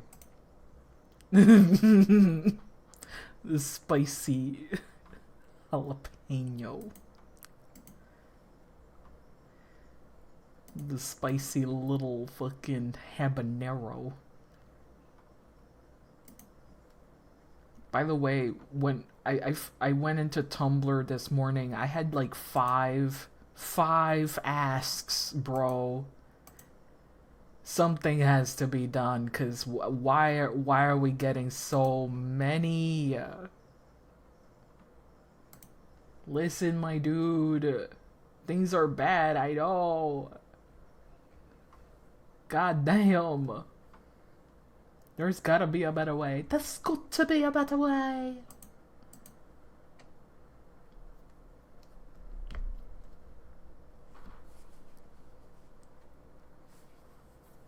But I had 5, and most of them start off the same way, which is very just weird. I don't know.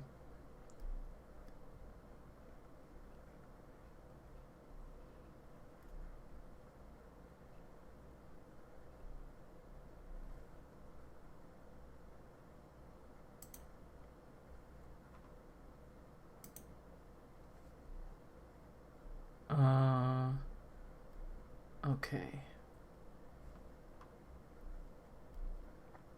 I'm gonna sneeze.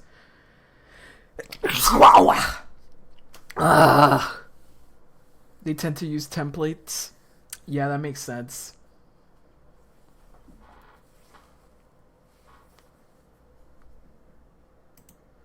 Let me put on the audiobook. And I'm probably going to just BRB real quick when it's playing. Let me go get it. Because I read a little further in and I kind of like where it's going. Maybe. We still have to see. We have 10 hours of this book. Oh my god. Okay. Let me get that book. Troll wife.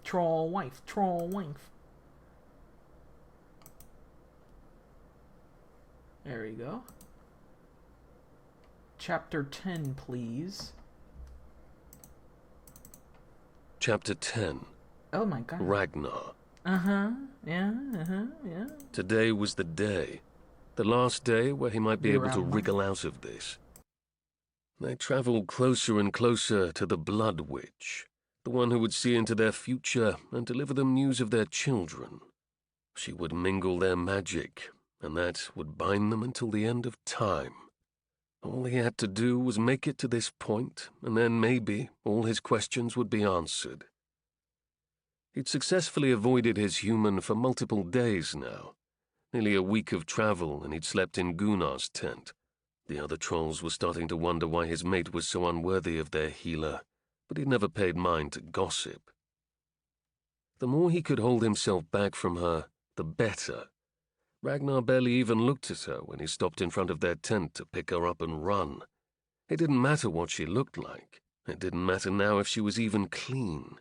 All he could think was that if he could just hold off until the Blood Witch, then everything would be easier.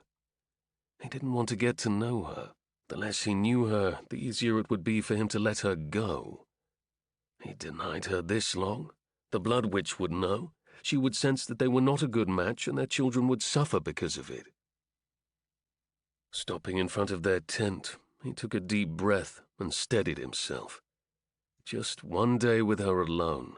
One day where he couldn't distract himself by talking to the other trolls or pretending to be out of breath while he ran. This was easy enough. But then Maya walked out of the tent as though she knew he was waiting, and all the breath in his lungs rushed out. The piercings in her ears. He had known they'd done it, but he hadn't expected her to be so lovely wearing them. The gold sat on her skin better than anything he would have chosen for a troll wife. They were delicate and thin-wired, not so flashy that they were the first thing anyone saw, but still lovely all the same. When she moved, her red hair tangled around them, leaving little sparks of gold in the strands. He suddenly had a vision of what he would make her. Golden clasps for her hair. He'd braid it into intricate weavings and then seal those braids with golden caps. She was a woman made for gold. Perhaps he would inlay rubies in a necklace as well, because those would look so pretty sitting against that graceful throat, bouncing against her pulse. And then he scowled at his own thoughts. He would not decorate her with anything at all. She was a human, and he did not want a human for his troll wife. He never had. He would not bend now simply because she hadn't complained at all during this journey. "Come," he said, holding out his hand for her to take. "We see the Blood Witch today." "Who is that?" He just impatiently thrust his hand toward her, waiting until she would wrap her arms around his neck and they could be off. Usually she was quick to jump when he ordered her, but this time she didn't. Instead, she sidestepped his hand and wrapped her arms around herself. "I'd prefer to walk if it's not far," she said. She didn't meet his eyes when she said it, but it was the first time she'd ever asked him for anything. Progress. He wanted her to tell him when she needed something, even if he wasn't going to keep her. He shouldn't. But he still found himself nodding. "We can walk." No, he didn't want to walk. He didn't want to give her a chance to start talking to him because that was the very last thing he should be doing. She was the enemy, a creature of terrifying abilities to do more damage than he could ever dream up. She and her kind were the monsters in this realm, not his. Yet he walked with her. He guided her away from the camp until it was just them. There was only the sound of their footsteps in the forest as they meandered away from the others. I'm glad that you thought Companionable silence was well enough for him. It wouldn't convince him to change his mind. One day we Then will she find started out talking, about the cock and he just piercing. listened. "The forest always frightened me when I was young. People told stories about all the Full terrible time. things Let me that see what lurked I'm in the gonna dark, and all the awful ways we would die if we went beyond the tree line. He watched her press her fingers to the bark of an old tree, using it to help her over a fallen log. But I don't think the forest is so scary now. There are beasts in these woods that are dangerous. Dire wolves, stone bears, even the weavers, which are similar to large spiders, but they can speak. Ragnar shrugged. Those stories were likely told to keep you safe. I suppose so. But I wanted to thank you for giving me the opportunity to learn that it isn't all bad. I think my life is better for having known that not everything in these woods is terrifying. He hated that he liked what she said. Ragnar had been the one to show her there was more to this world than just what she had seen through her human eyes. He was the one who had given her the gift of the forest's beauty. Damn it, he had other things to do here, like keep himself held away from her so the Blood Witch would change her mind. He told himself to say something, anything that would make her angry at him. There were words that could fly between them and keep her at arm's length. That was all it would take. A single sentence that would fill her with rage or fear of him. The Blood Witch can determine if we are not compatible, he said, clearing his throat at the sheer wrongness of saying that. She is the final test before you become my bonded mate. Maya staggered. He grabbed her elbow, certain she had tripped, but there didn't appear to be anything that she caught her foot on. Quickly she stammered, What do you mean, the final test? There are many seers for us to meet with before we can truly become mates. But we're married. He didn't see how this was any reason for her to look so surprised. In your human ways, yes, we are. Her mouth opened, closed, mimicked being a fish for a few moments, before she gasped. But we said vows before a priest. Nothing can change that. In the human kingdom, we are married. Not yet in mine. He released her and shook off the sensation of her on his hand. No matter how many times he touched her, she lingered on his skin. Everywhere burned whenever he touched her. The heated sensation was distracting. He continued forward, listening to her follow him after a bit of time. He knew it would take her a while to say anything, so he indulged himself in enjoying a sunny day in the forest. Ragnar focused on the beauty of the leaves, how pretty the song of the birds was. But then it grew too much. Finally he turned around, crossed his arms over his barreled chest, and asked the question that had been burning in him for ages now. Why do you not argue with me? She froze like he was a hunter who had come across a deer. Her eyes widened, her limbs tensed as though preparing to flee. But she didn't. She stood there and said, Do you want me to argue with you? He blew out a frustrated breath. I want you to say what you're thinking. I do not enjoy that you play coy and pretend to be some weak little thing. There is fire in you, a fight. It lives in all things, just as the dragons of old breathed fire. You hold yourself back, and I do not understand why. She swallowed hard, her throat bobbing with the emotion. Most people don't want to fight. Troll wives do. You dishonor me by not speaking your mind. Wow. He watched as she blinked and then drew her body in on itself. But she didn't quite curve like normal. Instead, she took a deep breath and looked him in the eye. When I was growing up, I was told the sound of a woman speaking was grating on the nerves of men. My opinions did not matter. My knowledge about any subject also did not matter. Ah, yes. I was to be silent, seen but not heard. That's how I was raised. It made sense. But what didn't make sense was why she still clung to those flawed teachings.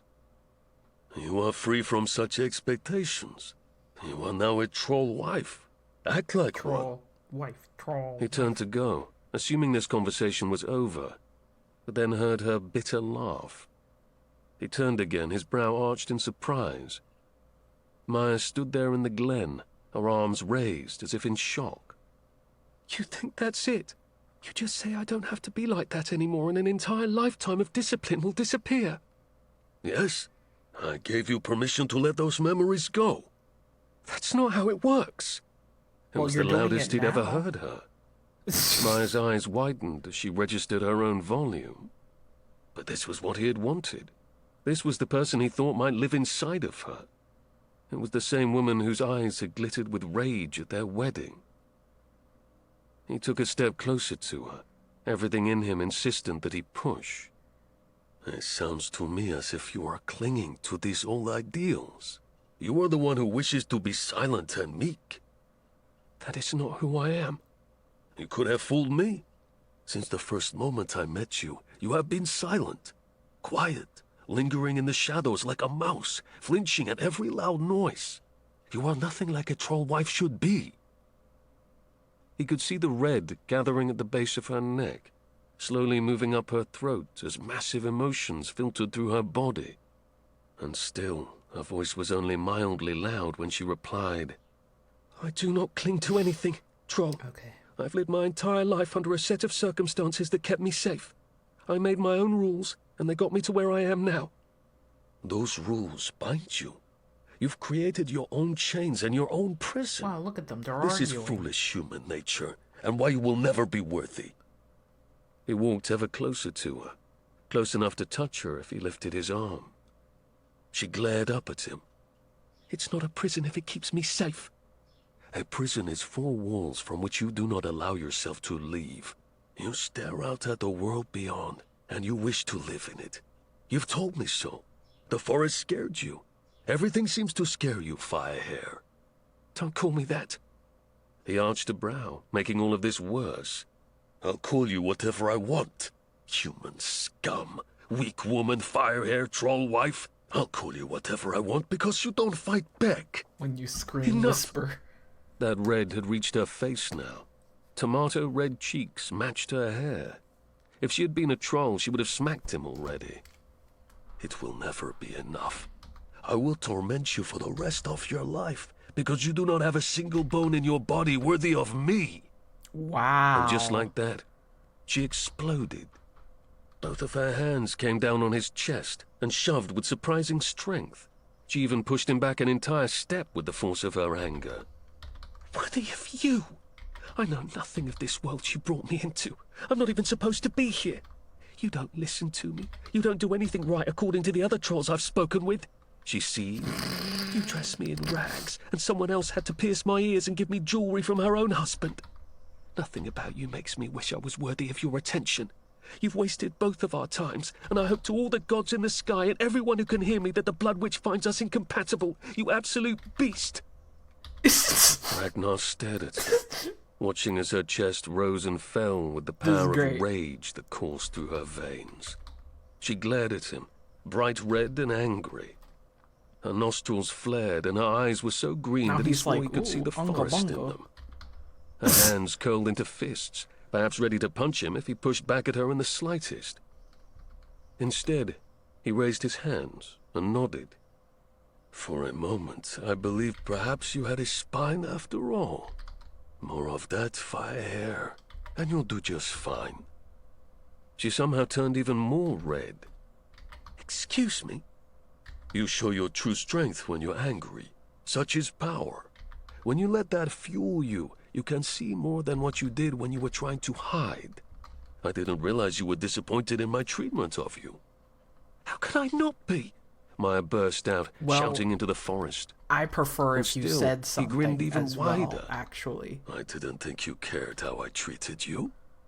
You were the one who said you would never be my husband on our wedding day. She turned her nose up at him and sniffed. And you accepted Just that? informing you that you were right. He wanted to Damn. kiss her. He'd wipe that snotty expression off her face and bring her down onto the bed of leaves at her feet. He'd ravage her right here Sorry, in the forest woman, until I am she not screamed a so j- a loud the other freaking trolls would anime hear her. character who just Or just to wipe assumes that shit all smug the expression time. off her face. Tell me what But she wouldn't troubles welcome you. that.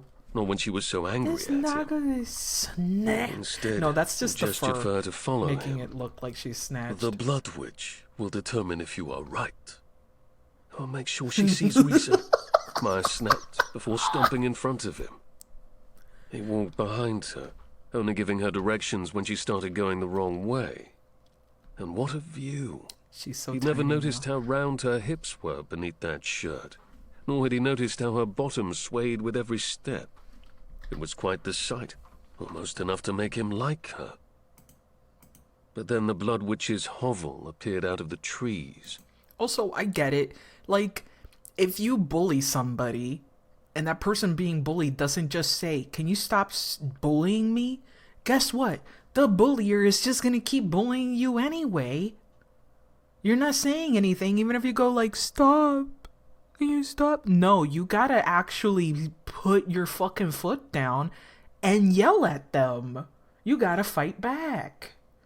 Because if you're just a little pushover, guess what? That's fun. Let me keep fucking bullying you, you dumb bitch. People bully people who are beneath them. That's what they do. They're fucking cruel, so fucking stand up for yourself.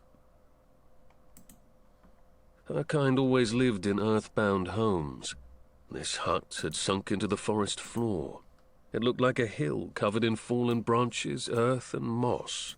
Hard to notice at all unless one knew what they were looking for. "There," he said, pointing at the door that was barely a door. "We're going in there." The worn wood, half rotten, swung open on its own. The smell of mildew and mushrooms filled the air as smoke poured out of the room beyond. Mushrooms, you say? Maya gulped, her throat working to swallow her fear. But she didn't cower like he'd expected. Instead, she just gave him a determined nod. Looks inviting. Ragnar chuckled and followed her into the shadows. He'd known it was a bad idea to be alone with her, but now that he'd discovered her ire, he found he rather liked her. Chapter 11. He really is the kind of Maya. fight me, woman, fight me. Fight Maya me, was it excites shocked me. by how good it had felt to just let loose. But the moment the angry words had crossed her lips, she had frozen, waiting for him to shoot back angry barbs. Surely he would make her feel awful about herself. He'd spit words that would remind her how she was beneath him and everyone else. But those words hadn't come. Ragnar might have been a terrifying man with far more power than he deserved to have in just his pinky, but he wasn't her father. He wasn't like the man who had beaten her down into a mere smudge on the floor. Yeah, but she thought compared that to she what would she get wanted even to more be. retaliation, which is Even fair. in death, the man who'd raised her still lived inside her head. He still whispered in her mind that she should know her place. That is something you do and that indeed had kept risk. her exactly where he wanted her for years. It would take more time to feel confident and able to say whatever was on her mind, but damn, it had felt good. It was for that reason that she could look at the hovel rising out of the ground before her and not be afraid. Or perhaps not as afraid as she might have been if she wasn't fueled by her anger. There was still an air of warning about the mist that flowed out from the door that swung I don't like open how on this its looks. own, and from the house itself. As they walked toward it, she stared up at the greenery that covered the roof. Sprigs of grass poked through the emerald blanket of moss that covered it, though some of it was flopping over the side as though they were lacking in water. Something twisted inside Maya's chest. Plants had always called out to her when they were in need. She could feel their pain in her chest. As Ragnar walked through the doorway, she reached above her head for a split second and let her fingers brush through the strands. The grass sent a pulse of happiness through her skin, and she felt them wake with the slightest amount of magic she poured into them. It wasn't much, not even enough to really be called magic, but it was a bit more than what they currently had, and they were grateful for her intervention. Breathing out the tension that had knotted in her, she walked into the darkness after the troll. The interior of her home was barely lit. There was a small fire in the far back, but even that wasn't casting light the way it should. She could hear dirt crunching underneath her feet when she walked. There was no floor in this place, only earth. The air was filled with smoke, but not from the fire. As she breathed in, she recognized the scent of burning pine, sap, and something similar to rosemary, but she wasn't sure why that would be burning. Turning her gaze toward the massive shadow to her right, she assumed it was Ragnar. He blended into the darkness of this place, but why wouldn't he? The trolls were made for the dark. They all lived underground, just like this woman did. Blood Witch. The words echoed in her mind. Okay, let me check on the food. What did that entail? Oh, yeah. What would a Blood Witch see that no one else had already? Nerves spun in her belly, twisting and curving throughout her guts until she wondered if she might throw up. The bravery she had clawed and scraped to get disappeared the moment something else shifted in the darkness. Her nerves were a warning. Out of the shadows, an ancient troll uncoiled herself. Her back was bent in on herself, but worse were the scars. She was decorated in them. The moment her face turned toward the light, they looked like worms dug underneath her skin. Each scar was so raised, Maya thought perhaps they were the thickness of a fingertip. They cast shadows on the troll's face, more markings and scars that were even more intimidating than before. Sucking in a deep breath, she found herself frozen as the witch reached for a small glass orb beside her and lifted it to her mouth. Blowing into the glass bubble, she awakened a wisp that apparently was trapped inside. But that white glow, illuminating everything, made this place seem all the worse. The Blood Witch was covered in tattered garments, little more than strips of fabric that were all woven around her form and sticking out in all directions. The dirty brown fabric clung to her rail-thin form. All the other trolls Maya had seen were healthy. They were muscular and thick-legged, some of them with rounded bellies from the comfortable life they led. This troll was anything but that. Her bones were painfully visible through the thinness of her pale yellow skin. Sickly. Maya could see her ribs expanding as she breathed in and out. Her collarbones were so prominent that Maya feared only a single touch would shatter them. As the Blood Witch reached for Ragnar, she swallowed hard. She could see the two individual bones in the woman's arm, like there wasn't even muscle there at all. Just bones.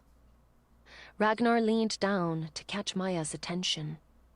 The Blood Witch does not speak the common tongue. I will do my best to translate for you.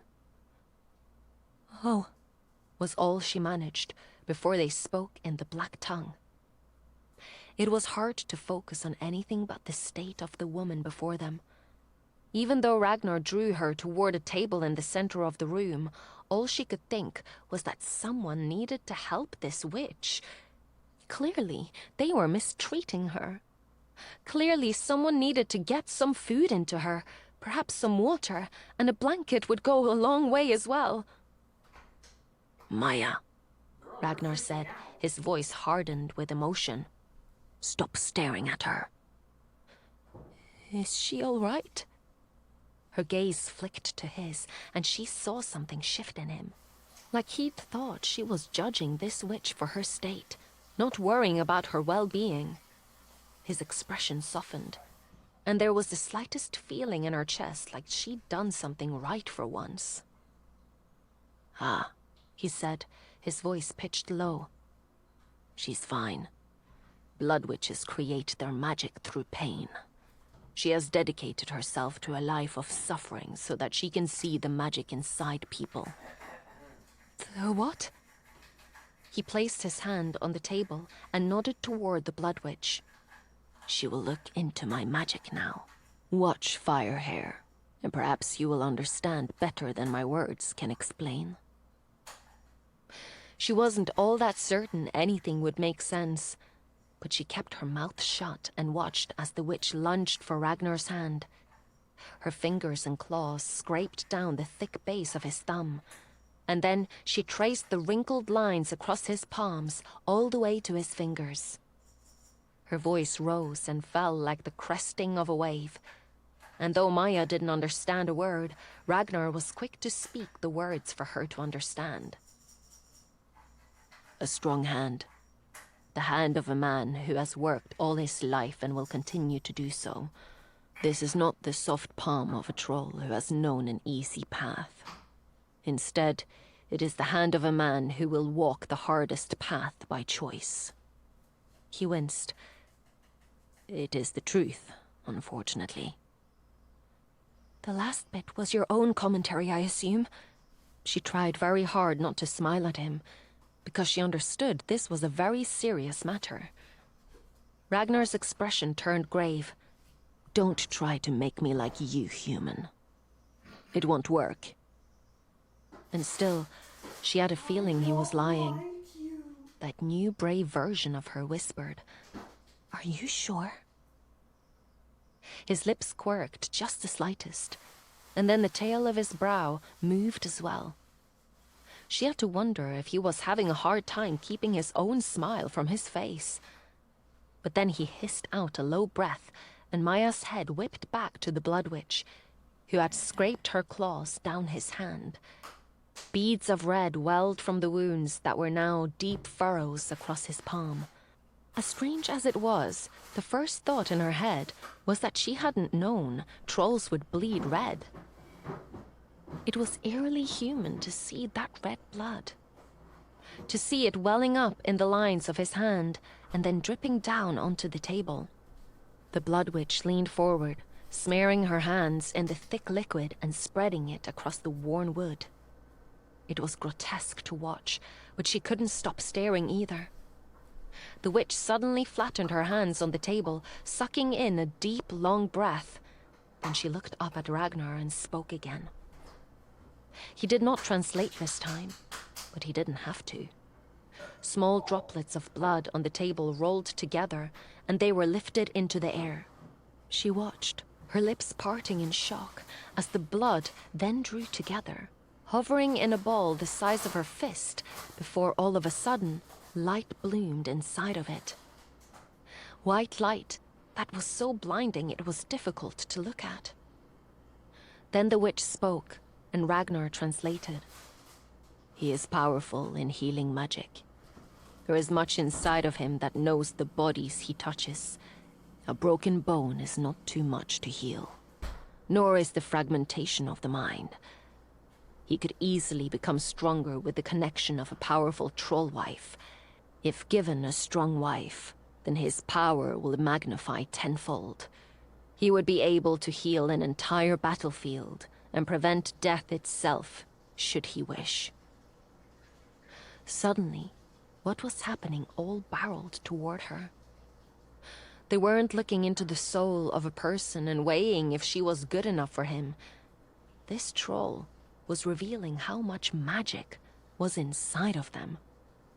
And though her husband had a lot of power, soon enough he would know she had very little.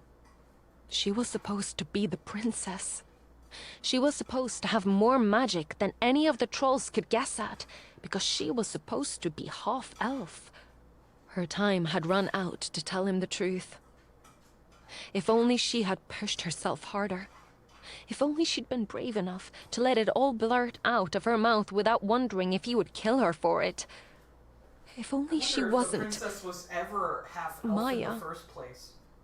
Because now he would know. He would believe her omission of her true identity was a direct attack against his people.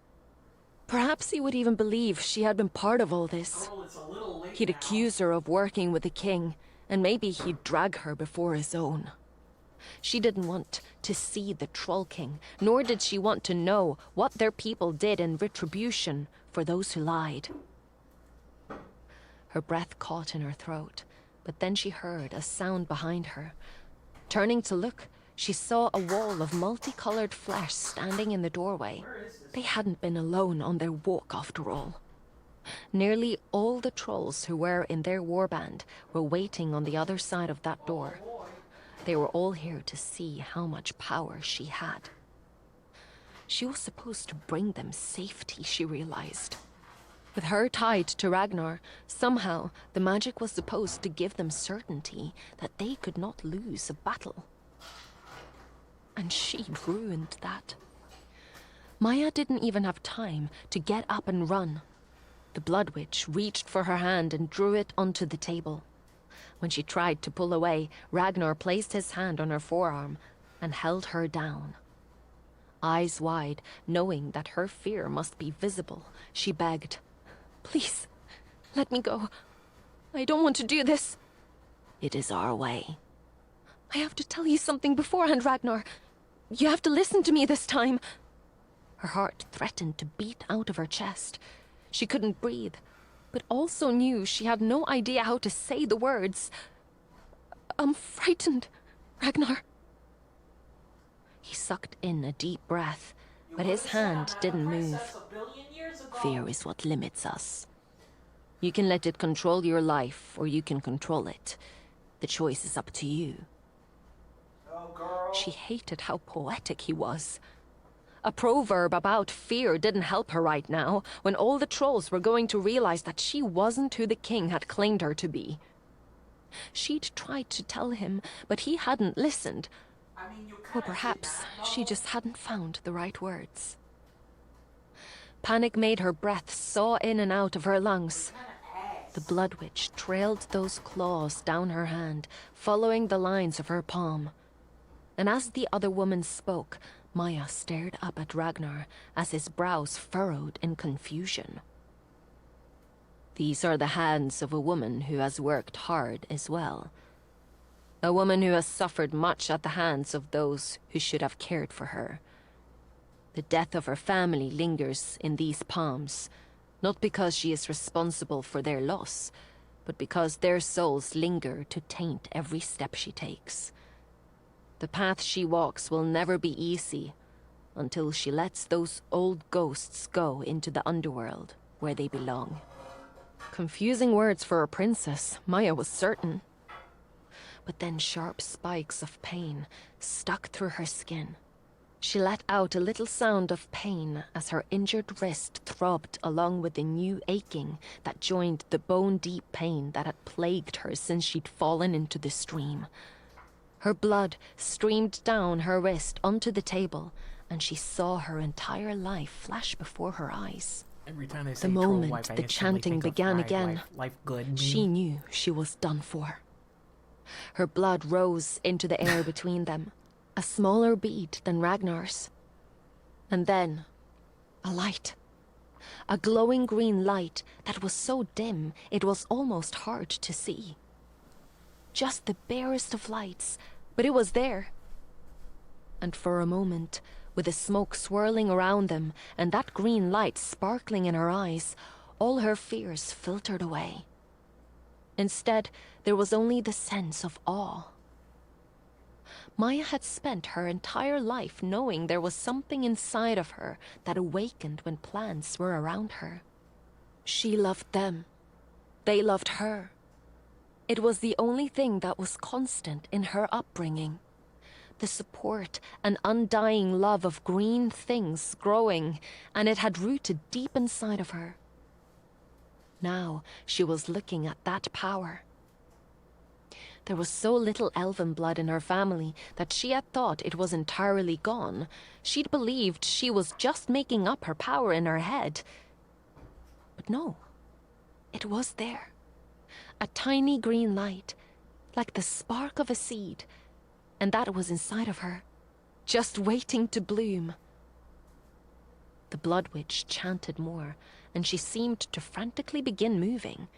There was a sense of urgency as her hands blended the blood together, moving ever faster, even as Ragnar seemed to freeze beside her, until it all came crashing down. A snarl came first from the doorway, then another voice muttering, "It cannot be." Then Ragnar's hand tightened on her forearm. His claws scraped the table rather than her flesh, but the sound ripped her from her sense of peace. The Blood Witch let the spell drop, and there was only silence in the room. The silence before a storm that would soon unleash upon her. You have no magic, he spat. Oh, well, there was a little bit of magic. She stared at their Damn. blood pooling on the table, Just a tiny bit. mingling Jeez. into the fair color of ferns. I do have magic, she whispered. Just not as much as her. Chapter 12. Ragnar. Oh, sorry. The rage among the trolls was palpable. Ragnar should never have let them trail along in their path. Being followed by other trolls was always tricky to discover, but he'd chosen to let them in the hopes that it would give others some peace. But he hadn't trusted his gut that something was off about this red-headed beast they'd been given so easily.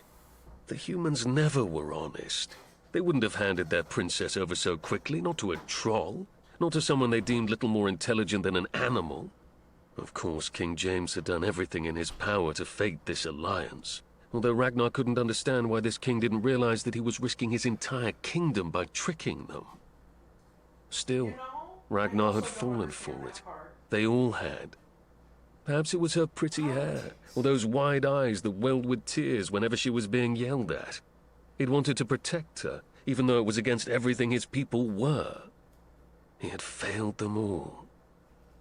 The rage that boiled in his chest became a mist that hid everything in front of him other than her. She had lied to him. She wasn't the princess. There wasn't a chance that she was.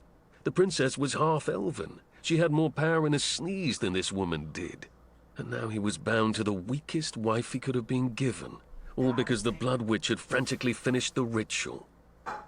This woman was a stranger to him. He had no idea who Maya was, if Maya was even her name, and now he knew better than to trust her. Grabbing her by the back of the neck, he drew her up and thrust her toward the door. The rest of the warband waited for them, trolls who would tear her limb from limb.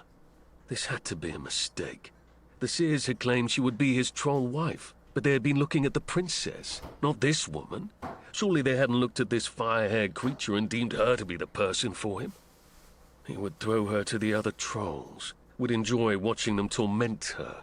For the lies, and for all the things that her king had done to them, they would exact their revenge. It would be easy for him to pull out her hair. Then the others would rip out her nails, both from her fingers and her toes. Only at the end, when she was begging for mercy, would they start to pull off her limbs. One by one. First her arms, then her legs, making her stay alive until the very last moment when she bled out at their feet. The Blood Witch's voice raised, and he stopped halfway to the door. The rest of the trolls hovered there, unable to enter without the witch's permission. She's still yours, you know. The Blood Witch said, her old voice shaking with the effort after the magic she had cast. She's yours, Ragnar, more than I've seen in 100 years. That woman was made for you, and you for her. Will. It made every inch of his body turn ice cold. It wasn't possible. He was meant to have a powerful bride, to serve his people in a way that only he could do. He was the healer who would deny death itself. But not with her. Now he would be forced to walk a different path. Ragnar had known his future since he'd been a boy. Changing that now was terrifying. He stared down at the shaking creature in his grasp. Maya shuddered with fear as she froze in his grip, her eyes locked on the enraged trolls who waited for her beyond that Yeah, door. they're definitely gonna figure She something knew there out. would be punishment for what she had done. I like the lore. She knew there was because it nothing she kinda could do is to similar stop that to judgment mine, from coming. And you'll see And later yet- on what I mean. In the black tongue, he answered the Blood Witch. How can it be her? How am I supposed to have a troll wife who would make our children even more weak than I? Your prophecy may speak of your son, not you. She will not make your children weaker. She will keep your bloodline as strong as it is now. But perhaps it is not you who needs to be stronger. The Blood Witch stood, bracing her hand on their mingled blood. You will give her strength, Ragnar, just as she will give you a place to rest. He swallowed hard. The decision he had to make was not an easy one. His people wanted their revenge, and so did he. but he also did not want to deny a troll wife if she was his.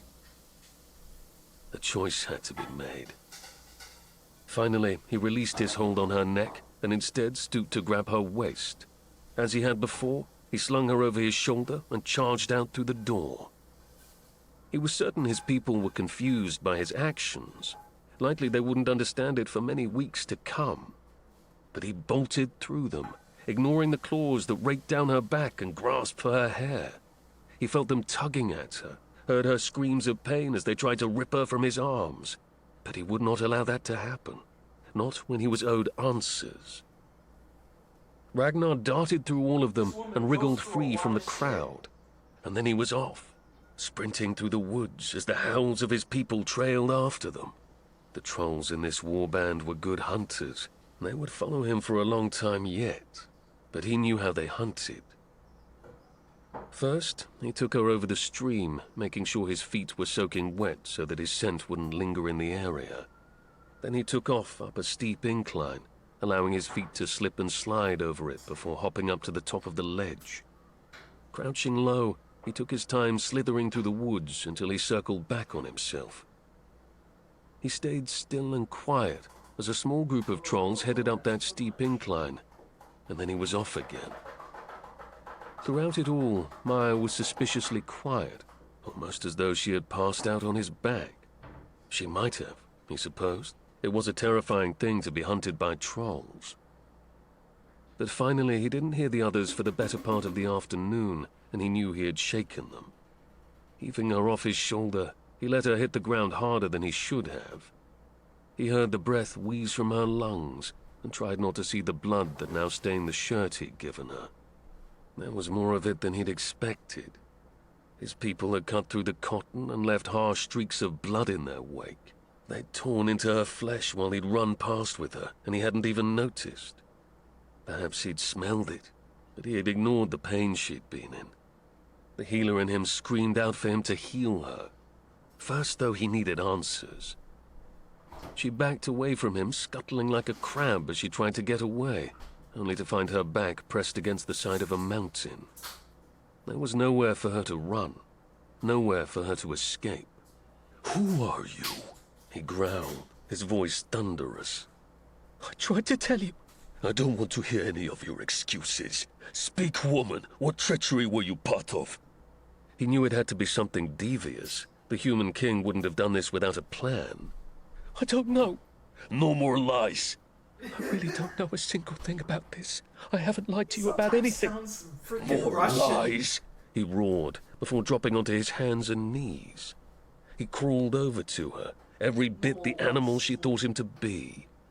It was so easy to loom over her, to wrap his clawed hand around her thin little neck and shake her so hard her head hit the stones behind her. "You will tell me everything your king has planned for my people, and why he would insult us so gravely." Her shaking hand came to rest on top of his, little fingers, warm and gentle as she held on to him. My name is Maya. I'm a florist. I grew up near the castle, and my father provided the flowers to many nobles in the area. When the king asked me to create flower arrangements for the royal wedding, I did what I was asked. When I showed up, there was clearly another plan. "I don't believe you," I don't care if you do. she wheezed. I've told you from the beginning. I was not meant to be here, and I don't know why I was the one you married. I haven't lied to you. Never. He hated how he believed her. Truth rang in every single word. She hadn't known what the plan was. She was a pawn in all of this. "A florist," he repeated, his grip easing on her neck. "Is that what the magic helped you with?" She nodded, although her eyes were still too wide for his comfort. She was terrified and thought he was going to kill her. He was still considering it. His people would expect that he do exactly that. But the Blood Witch's words still ran in his head. She was the one who'd been made for him, and he had searched his entire life for that person. Why did it have to be her? He trailed his claws down her neck, watching the bright red welts that rose in their wake. "I should kill you for what you have done to my people. The trolls do not forgive easily. and you have betrayed us. I don't think I deserve that, She said, her voice shaking with nerves, but he was proud to hear her argue with him. Why not? I didn't actively take part in this plan. If I'd known what the king was going to do... She trailed off. If you had known. Her jaw clicked shut, her throat working through the emotion. I likely would have still gone through with it.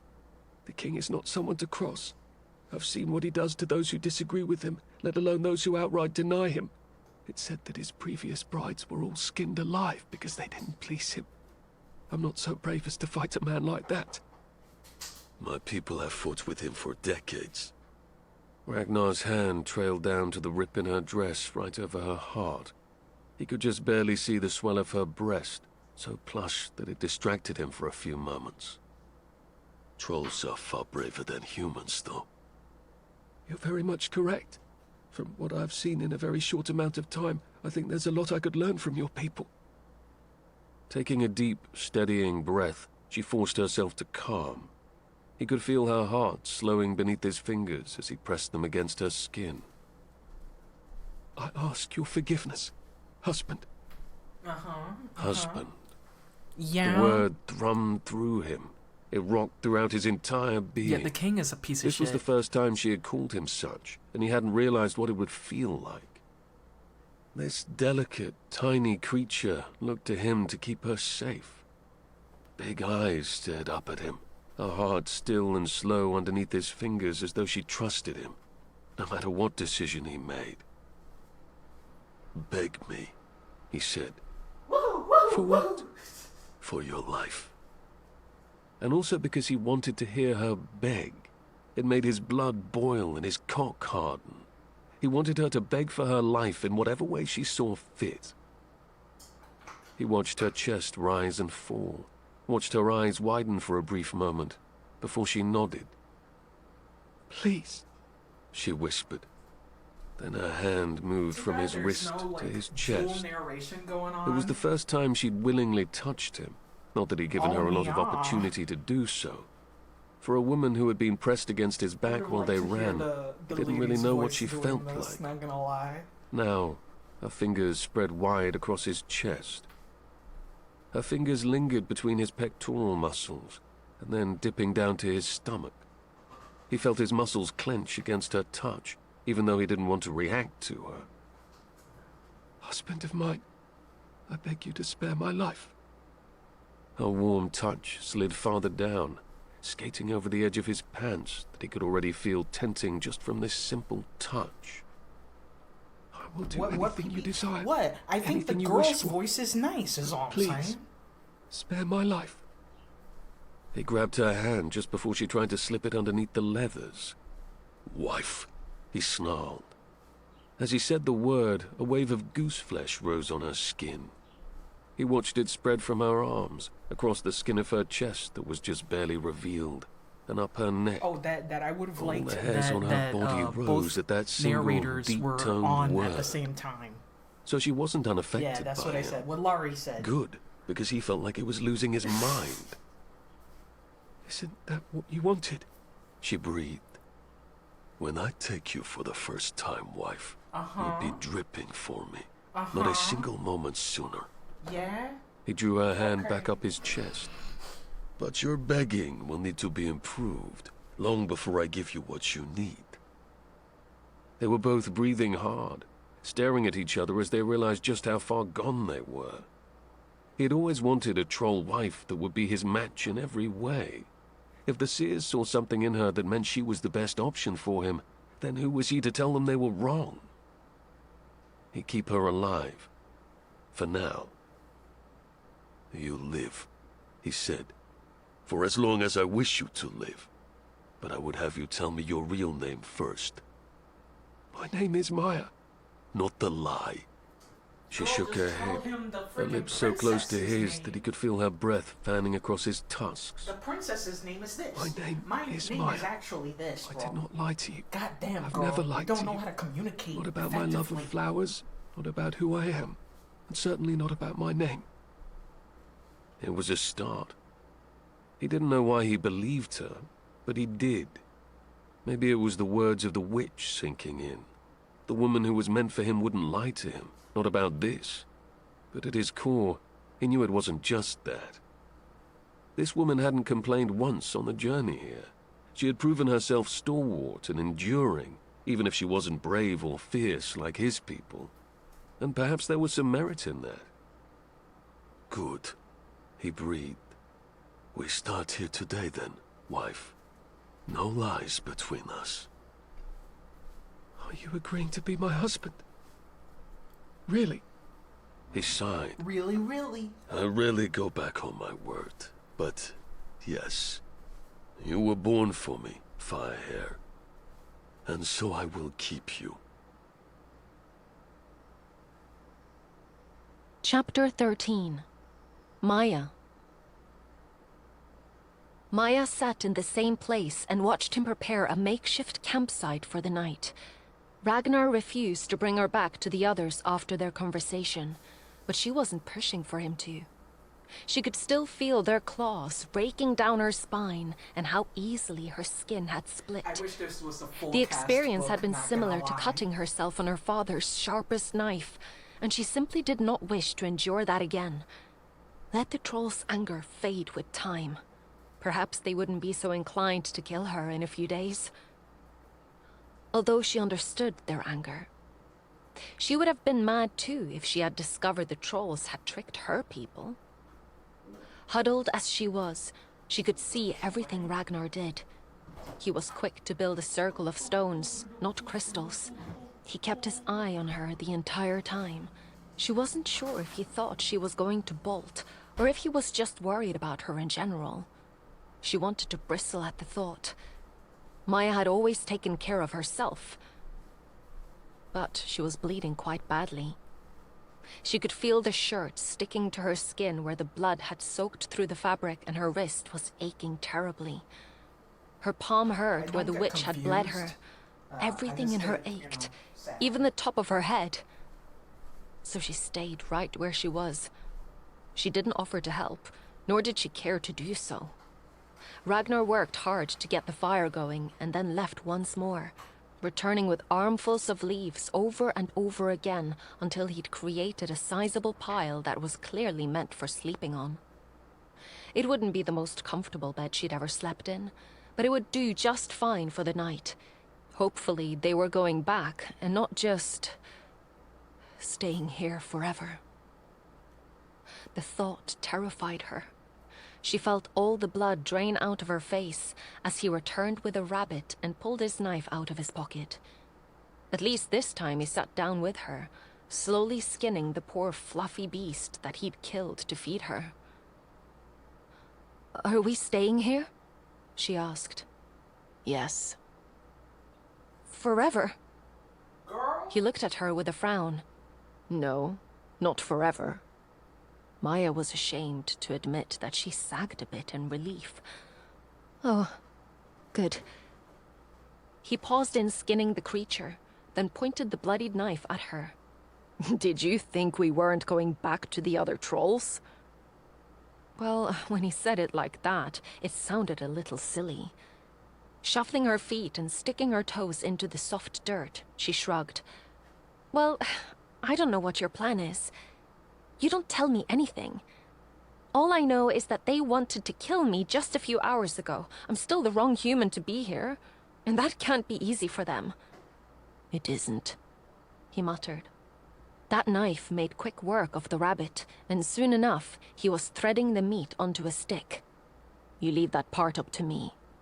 They're not a forgiving lot, but they'll accept you if I ask them to." "Is that because you're..." She struggled to find the right word. "Noble doesn't sound correct for your people. Or do you have nobility? Well, you must. You have a king, so that means there must be others. A duke is what we would call someone like you, perhaps. Or an earl?"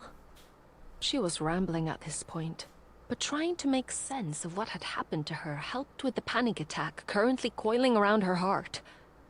All the while, the damned troll sat there looking at her. Slowly, he extended his arm, easing the meat over the open fire. Trolls don't look at it that way. Nobility, like what you're saying, has to be earned through deeds, not through bloodlines. We don't give our respect to others so easily. Oh, she breathed. I like that. His mouth twisted into something similar to a smile before he looked back down at the fire. So on your terms, I would be the son of a noble. My father was a grand general who won many battles for our people. All know of him, and all talk of him as a grandfather to them. He was a good man, with many impressive deeds. Ah. Maya nodded, as though that made sense. And you're a healer. At least that's what the Blood Witch said. He nodded again, turning the rabbit over the open flame. I am.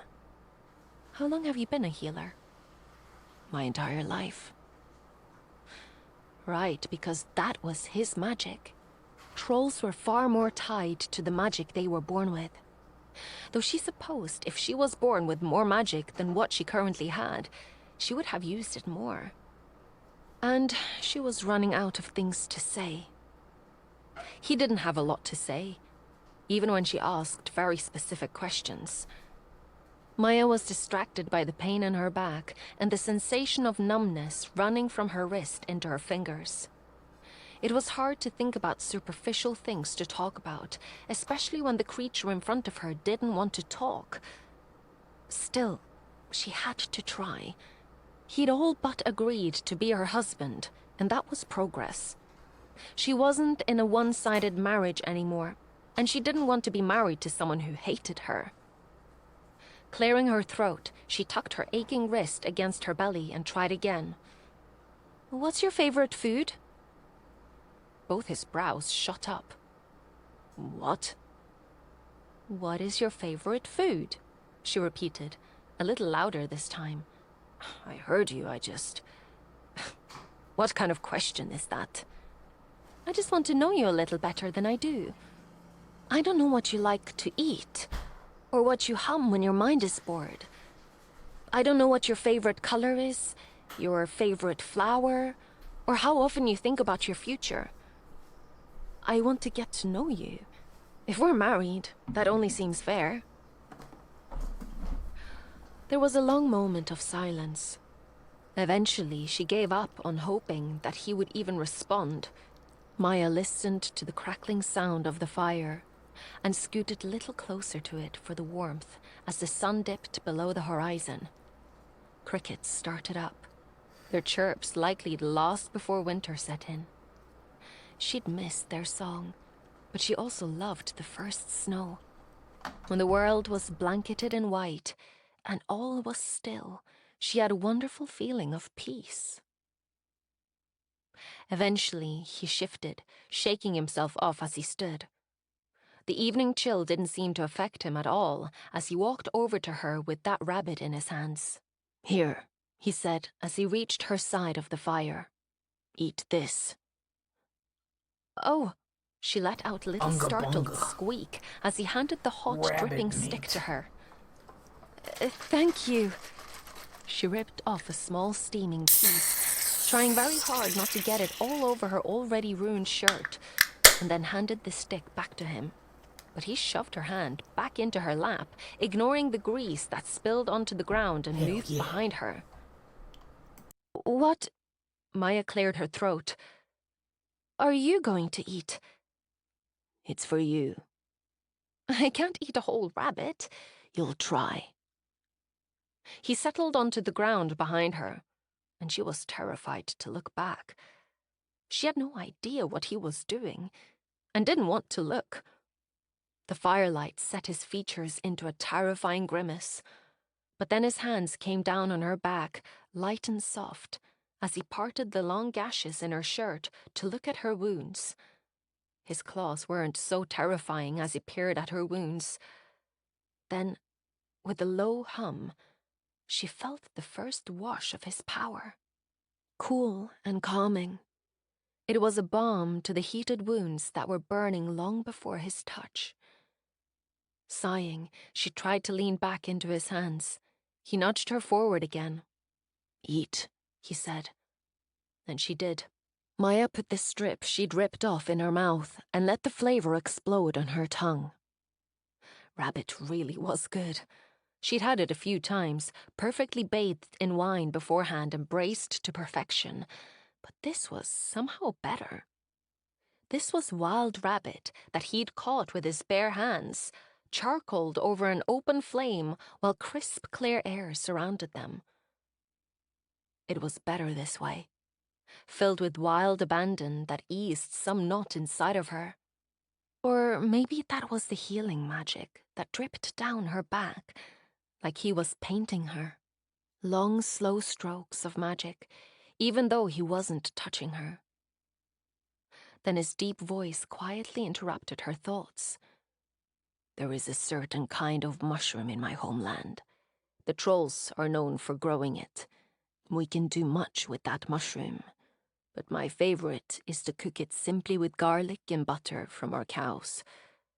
You've never tasted a sweeter mushroom in your life, and it feels indulgent to eat it, even if it is common to grow in Trollkin.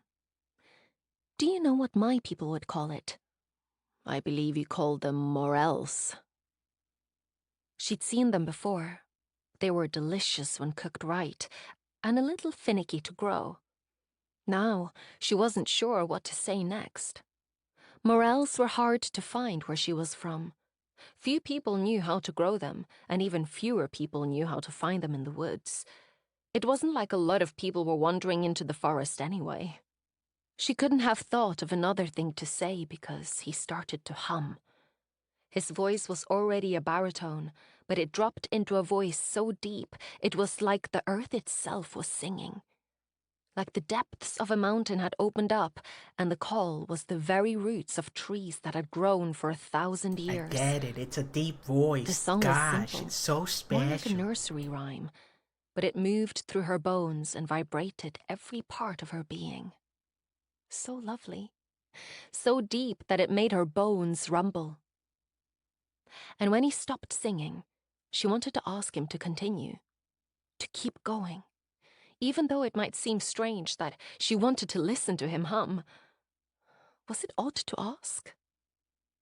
But then he stood up again, and she didn't say a single word. He'd think her a silly little thing with a head not quite screwed on right. After all, he'd probably just been humming to keep himself concentrated on healing. Her back no longer ached, like even the bruises were gone from where she'd fallen on rough stones. "That feels much better," she murmured, rocking her shoulders a bit. "Thank you for that. You didn't have to heal me." He grunted before shifting her so her side was facing the fire. Then he sat down in front of her and took her hand in his lap. Unfortunately, that meant he also grabbed onto her wrist. At her little high-pitched noise of discomfort, he froze. Right, she should just tell him, so he didn't think she was hiding that too. "When I fell in the creek that first day, I think I hurt my wrist. I don't think it's all that serious. I can still rotate it. It just hurts to do." His frown deepened, but then he rotated her wrist for her, up and down, side to side, watching for when she tensed or flinched in pain. "Green," he muttered. And she hadn't the faintest idea what he was talking about. "Green?" He nodded. The cool touch of his power flared again between them, this time in a shackle around her wrist that tightened with a pinch before she felt it start working. Was he losing his mind? Or did he have some odd way of focusing his magic? She wasn't sure what he was muttering about as he stared at her wrist with almost too much concentration. "And violets," he said quietly. "Violets are my favorite flower." Was he answering all her questions? Every single one in the order that she had asked them. Maya didn't even remember what she'd asked, let alone in what order. She'd just blurted out a bunch of random questions that weren't all that important for her to have answered. If she didn't know his favorite flower, That wouldn't be the end of the world. But now, she did know his favorite flower. The tiny purple ones? She asked, just to clarify. They grow outside of caves. They're hardy and strong, and the first sign that winter is over and spring has come. I think that's a lovely reason to like a flower. And it was far more deep than she was expecting out of him. But then again, she was constantly surprised by this troll, who was supposed to be a beast, yet seemed to be anything but. She bit her lips and stared down at her hands. His dark Girl, the claws man were is so a close to the doctor. veins in her wrist, yet now she wasn't afraid he was going to use them. Perhaps this tumultuous start had been a good thing. She needed to see the worst of him, to know what his best was. Well, better than just that of a murderous troll who was coming to destroy her home. He turned her hand gently, tracing his fingers over the deep wounds in her palm. And I think about the future constantly. I worry about what path my people will have to walk to stay alive. I fear what your people are planning to do to mine and how our numbers have already dwindled. The joining of our peoples was supposed to stem the flow of hatred that always leads us back to war. And without the binding, my powers are limited to what I now know how to do. If we are at war again, I won't be able to heal as many people as I'll need to. Her heart broke for him. Without thinking, she turned her hand in his and laced their fingers together. It's not up to you to save your people. One single person cannot change the hearts and minds of countless others. There would be no war if there were not so many who hated each other. The fear that causes all this strain. Can I just say, when I read that, I was like, are you Tommy Wiseau? Tommy Wiseau said the same fucking thing. There will be no war if people love each other. They would not fight. And I'm like, bitch.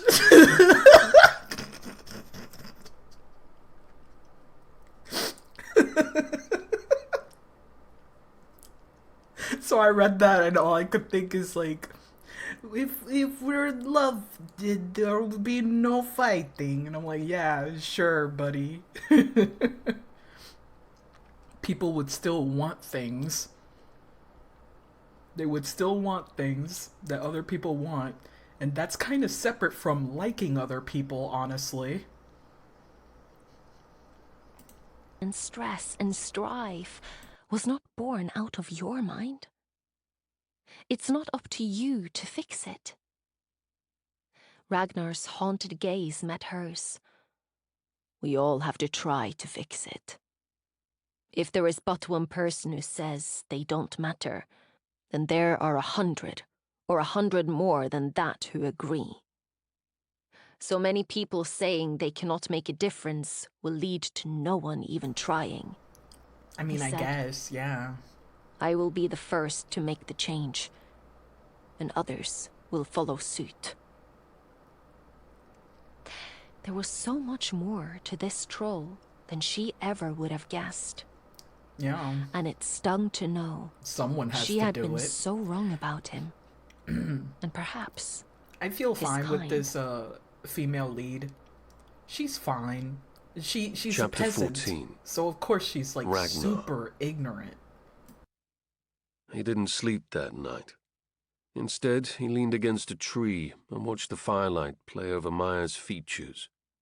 He decided for her to be his troll wife, and now he couldn't go back on that. And Once under a Ragnar fucking gave his kingdom word, he that kept sucks, that word, honestly. no matter how hard it was. But what he hadn't figured out was how to make sure that he could. His people would be livid to find out that he hadn't killed her.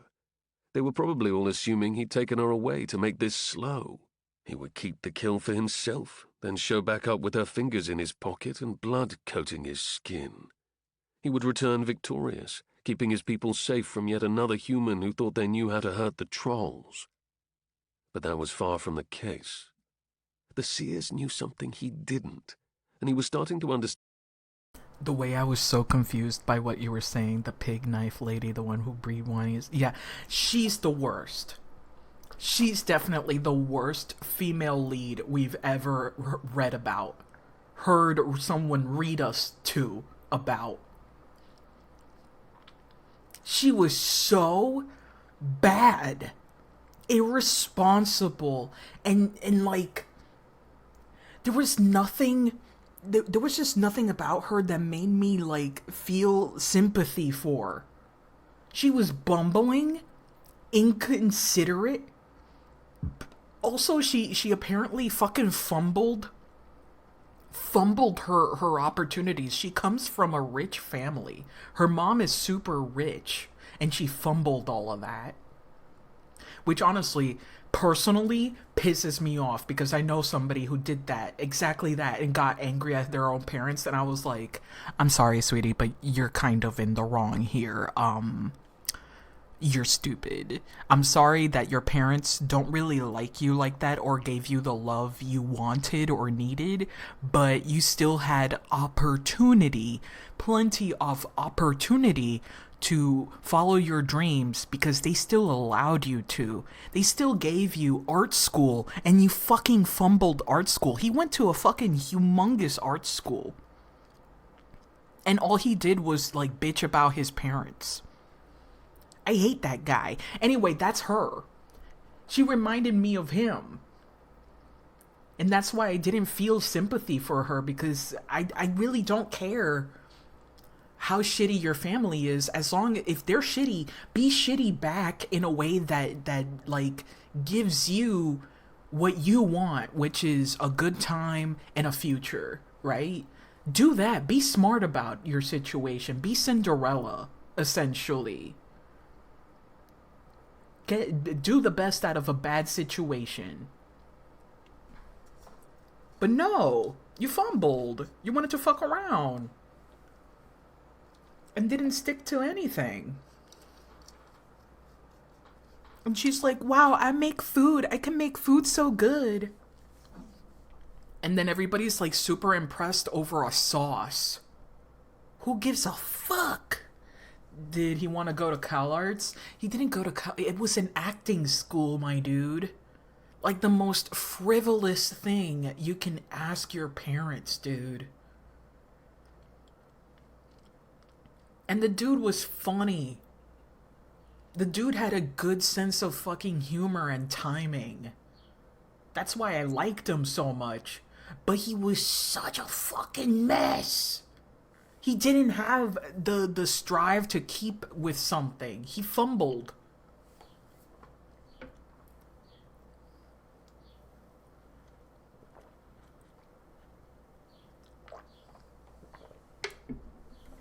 It was unbelievable.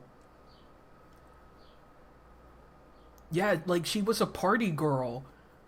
And like I was trying to think about it back. I was honestly really trying to think about her as if she was a dude, to try and assess if I have a bias or something going on, you know? I was trying so hard to sympathize with her, because young people can fuck around and not know better, right? Not know what they had. But the fact that she was an adult and still fucked up with the brownie shit, like made her coworkers high, or worse, have an allergic reaction to some brownies they didn't know what was in them and stuff. Like, bitch. I thought about it and I'm like, no, if she was a man, I would hate that too. Because sometimes I really have to like do a self-check, because I'm like, man, the internalized misogyny is a real thing, you know? And the internalized misogyny is real, which is why I'm being kind to this bumblekin woman who cannot, who is whipped to shit. Like I feel for her, because it's obvious that she's been abused, right? And that's why she struggles to speak up.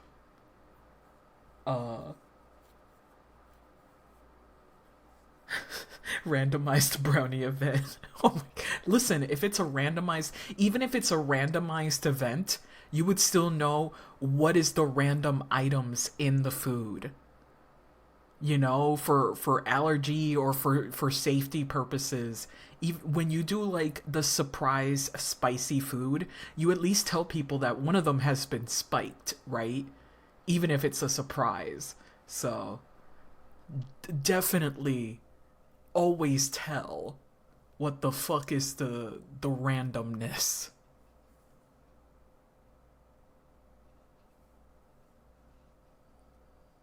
Yeah. You should still say what are the random ingredients in the brownies and stuff. And just not tell people which one you're getting. That's the randomization, right? If someone spiked brownies without anyone knowing, I would be pissed. Yeah, it would be horrible. That would be horrible, for real.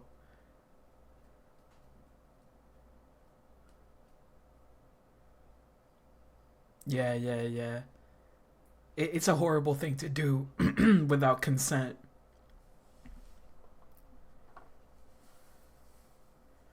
It's not just dangerous, it's also just the most, it's insidious in the same way that you know, a date rape drug. It's the same. You may not mean to do rape, but you essentially violated that person.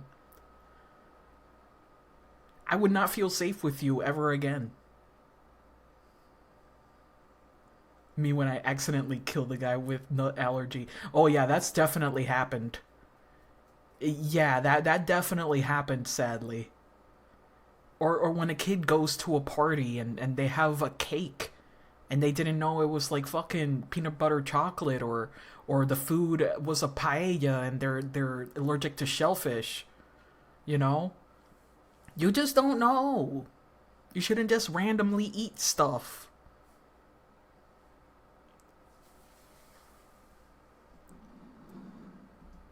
Just ask. Let me pull up here.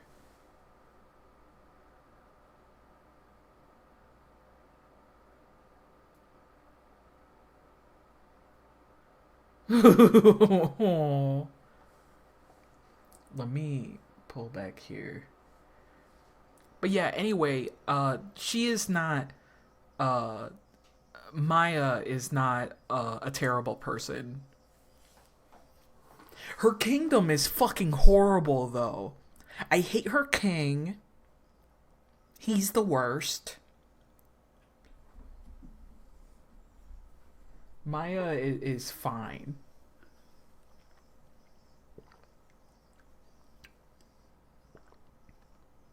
The king is fucking a monster. He's just a monster. What you'll hear next, I'm like, oh, King James is just a fucking monster through and through. He was already a monstrous person with the fact that he would wear ears, troll ears as a necklace. He was already monster, right? But what you hear, the lore that you hear next is so bad as well to his own people, bro. It's disgusting. Her family is likely sexist. Oh, it's 100%. It's a patriarchy, super patriarchal society. Meanwhile, the trolls here are like equal opportunity fighting. Fight me, woman. God damn it. Fight me. Where is my nail clipper, bro? I have a broken nail and it's driving me crazy. Oh, I found it. Yay. Equal rights, equal fights. Bite it off? Hell no. That'll make it worse. I'm a terrible biter. Did you guys know that my teeth are extremely lopsided? Like when I smile, there's a giant gap. I mean, it's not giant, but it's bad. My incisors do not touch each other. So you got, let's pretend tooth, right? You got your big twosies, your smaller twosies, and then you got your fangies, right? And then normally the bottom ones are like that too. You would think. And most people will just have it like that, but no, everybody's fucking different. So for me, it's like this.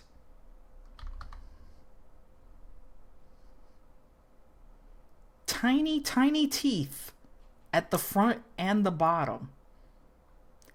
And my teeth, my molars are touching each other, but there's a gap.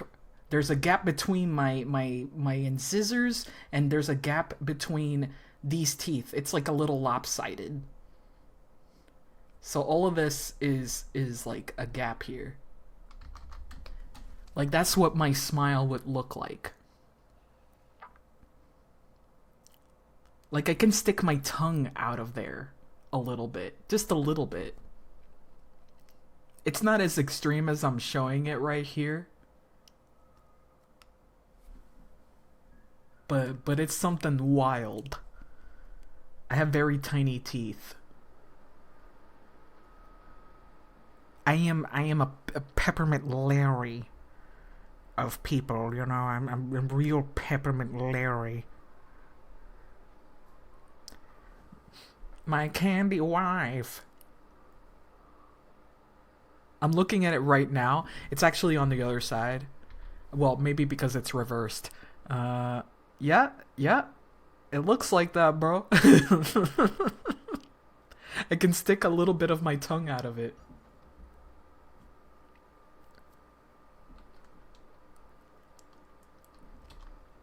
I have a very similar thing because my wisdom teeth move my other teeth and I have a very small jaw.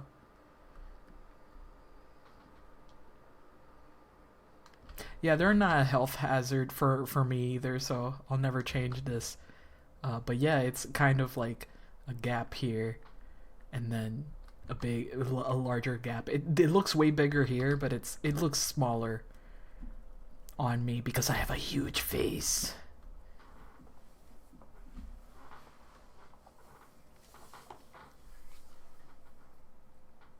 Let me pull this back. I finished eating. Let me put this stuff away. Anyway, Maya, you're fine. You're learning. You're gonna become better. Hopefully, you're gonna have some character development.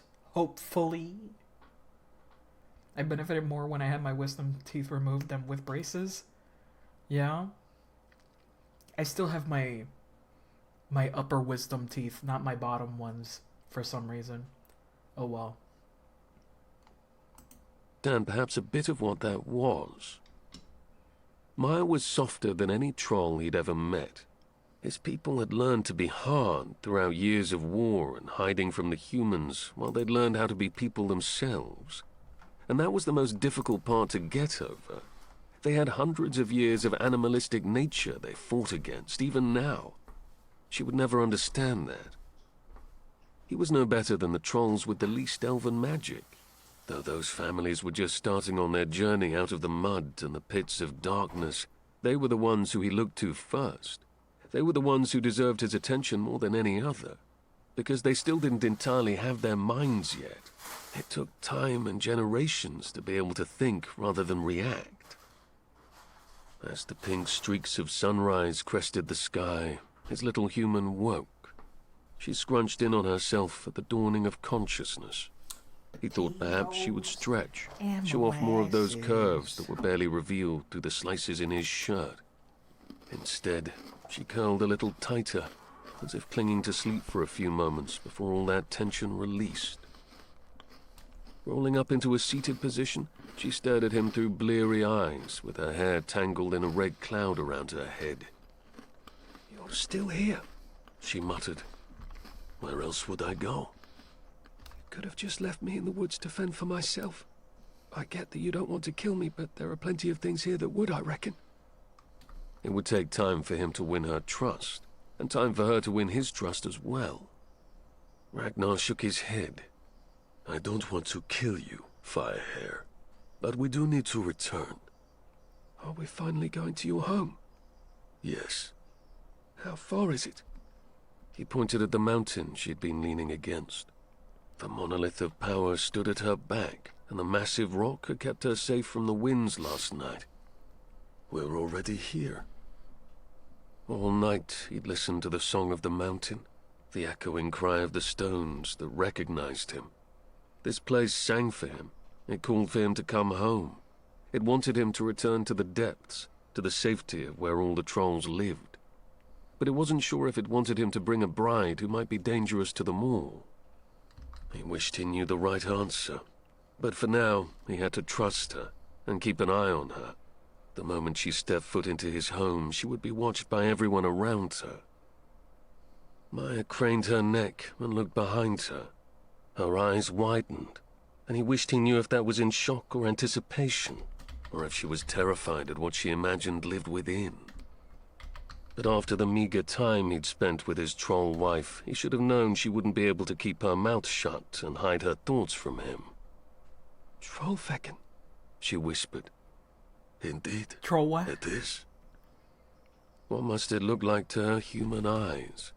He knew what it looked like to him. The troll wall, as the humans called it, was a wide swath of mountain that lurched out of the earth as though it was a living, breathing thing. Parts of the mountain range caught clouds within it, and that made it look like the mountain itself was breathing, exhaling smoke into the sky. Neat. The peaks were rarely visible, but he climbed them when he was young. He'd seen the sun pierce through the veil of clouds that shrouded the sight of the sky, and he'd seen the tops of those clouds as he peered over them. They looked like he could walk upon them, though he'd tripped over himself when he tried. They say Trollfecken is cursed, Maya whispered. The darkness inside of the caverns will steal your eyesight if you even try to go into it. It is dark inside, yes. The rumors always claimed that it wasn't just the trolls who lived within, but giant worms that would devour an entire person in one bite. Bats the size of small horses and other creatures that were likely just conjured up by a terrified mind. That's what the smoke is. The mountain breathing, and maybe the creatures within it causing that breath. She tucked a strand of that wild hair behind her ear, as though that would do anything to make her appear more presentable. We're taught to fear it. Ragnar stood, kicking dirt over the fire before he reached out a hand for her to take. There is nothing to fear here but rocks and stones. Those can be fearsome in their own right. She reached for his hand, her tiny fingers tucking into his as he easily lifted her. He didn't want to bring her to his people looking like this, the tattered clothes on her back and the earrings in her ears that weren't even remotely the ones he should have given to her. But it would have to do, for now. Daring to touch her, he brushed his fingertips over those piercings. The tiny hoops didn't move when he nudged them, likely because they had been traveling in dirt and earth, making it hard for her body to properly heal them. Sighing, he gave a small nudge of his magic to speed along the process before turning his back to her. Climb up, he said, and I will introduce you to Trollveggen. She sucked in a deep breath, and then she clambered onto his back. He hooked his hands underneath her knees, and then they were off. It would be a long day. Traveling without the warband meant he had to travel faster so they could get to food and water at the end. He didn't have that with him, and his human was likely thirsty. She hadn't drunk in nearly a day, and he wanted to make sure she would survive. So he went straight up the mountain rather than heading toward the passes that were safer but slower. He thought she would be terrified and make that little squeaking sound she often did. His Firehair rarely complained, though. She merely tightened her arms around his neck and clamped her legs tighter at his waist and held on. It took hours of grueling labor. Even he was breathing hard by the time the sun had reached its peak on the horizon. He paused to breathe and stared out at the beauty of his realm. The clouds were close above their heads, and he could see for miles. Her arm appeared over his shoulder. Her finger pointed to the right, toward two rocky fingers reaching up toward the clouds. We call those two peaks the Watchers.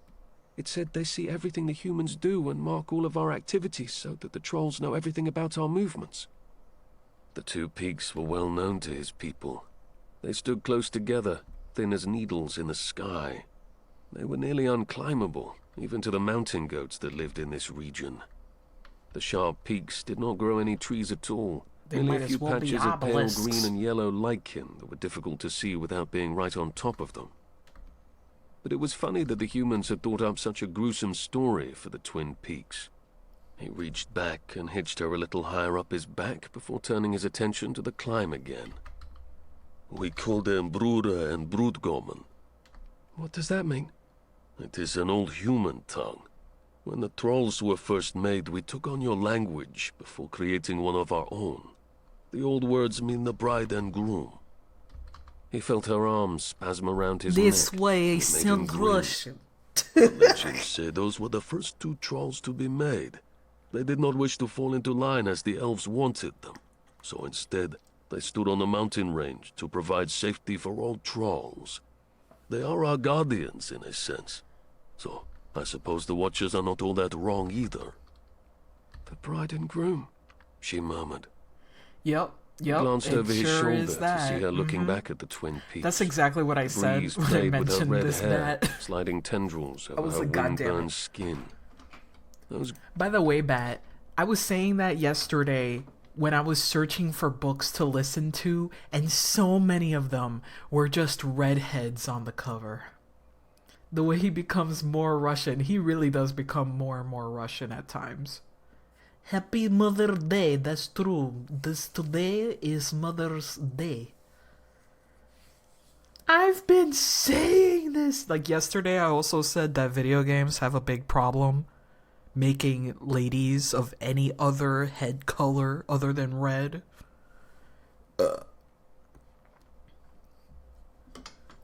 Oh my god.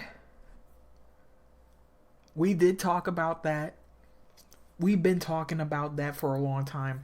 I mean, I you know, I don't do that. I don't do that at all. I don't know, you know, what these people are on with the redhead stuff, but I don't do that. I don't do that one bit. I'm exempt from this. To be fair, he's completely red. To be fair.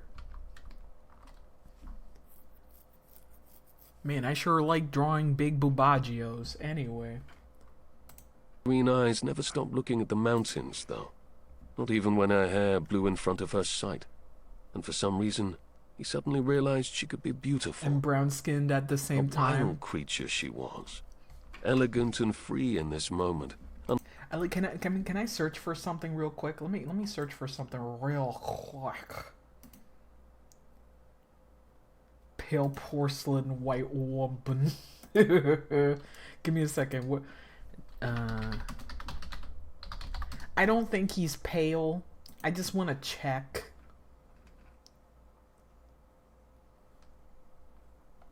Yeah, he's pale. It's just that for some reason, older anime used darker skin tones. For whatever reason, so in my mind, Gene Starwind was always darker than he actually was.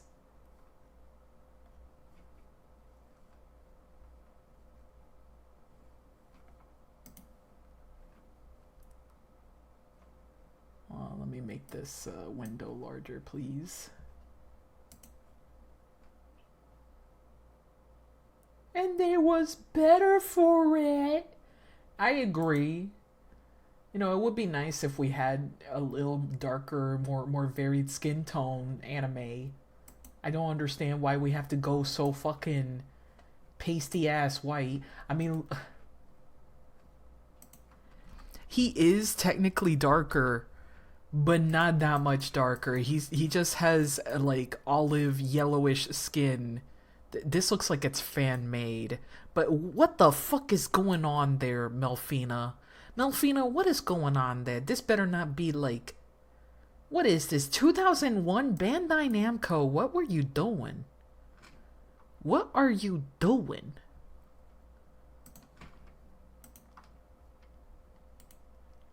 Oh, that's true. 12 Kingdoms. You know what? For some reason, she completely fell out of my memory.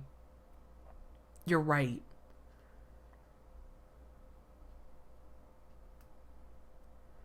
Yeah, I'm also just asking for more varied skin tones. Just be more varied. Man, I think she's even darker than Philo. It's really... Wait a minute. Let me up the saturation here. Saturation, there we go. That's more the saturation. They're kind of the same.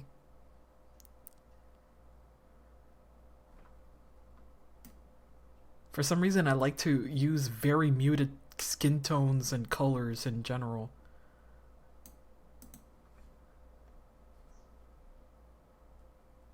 She's a violently carrot color.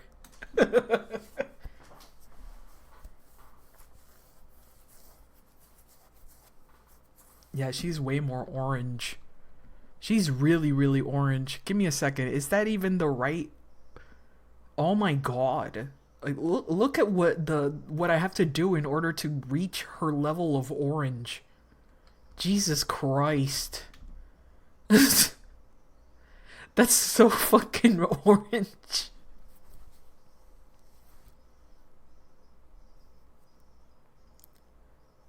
That girl eats carrots, bro. Let me use the brightest orange we got here. Look at that. Damn.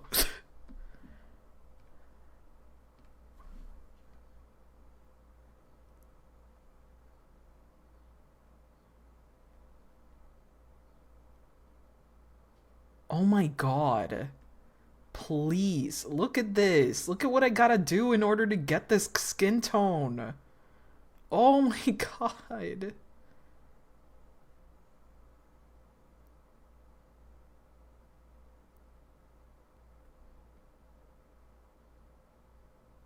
Look at this. What the fuck? Oh my god. In order to get that color, this is fucked up.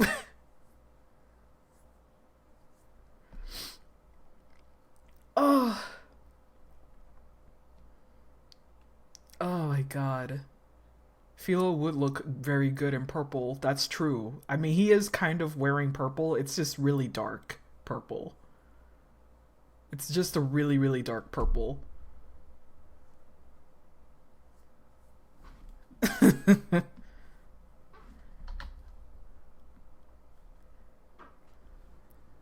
Like, her hair is the color of the fucking... I forgot what I even called that thing. Anyway, that's the color. Jesus.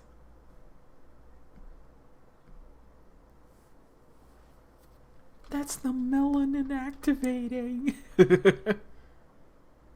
His white mage outfit. Mm-hmm.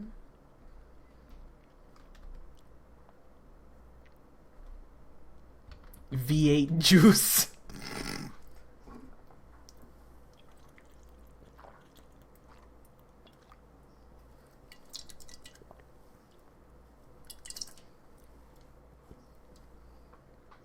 Just drinking the last drops of Arizona.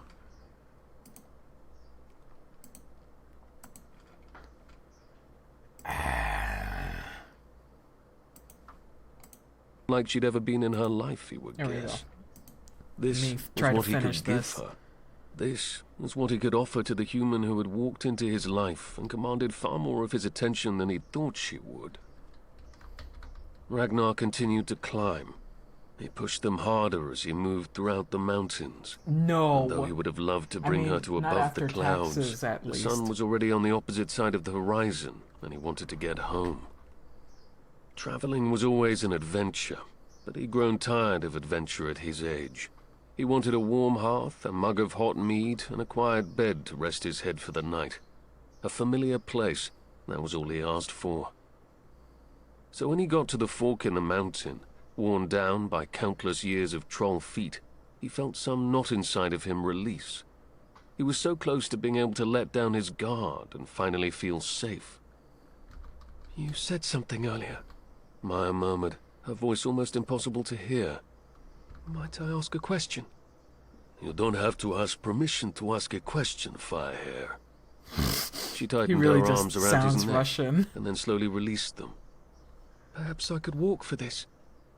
He didn't see why not. They were so close to his home that soon she would have to anyway.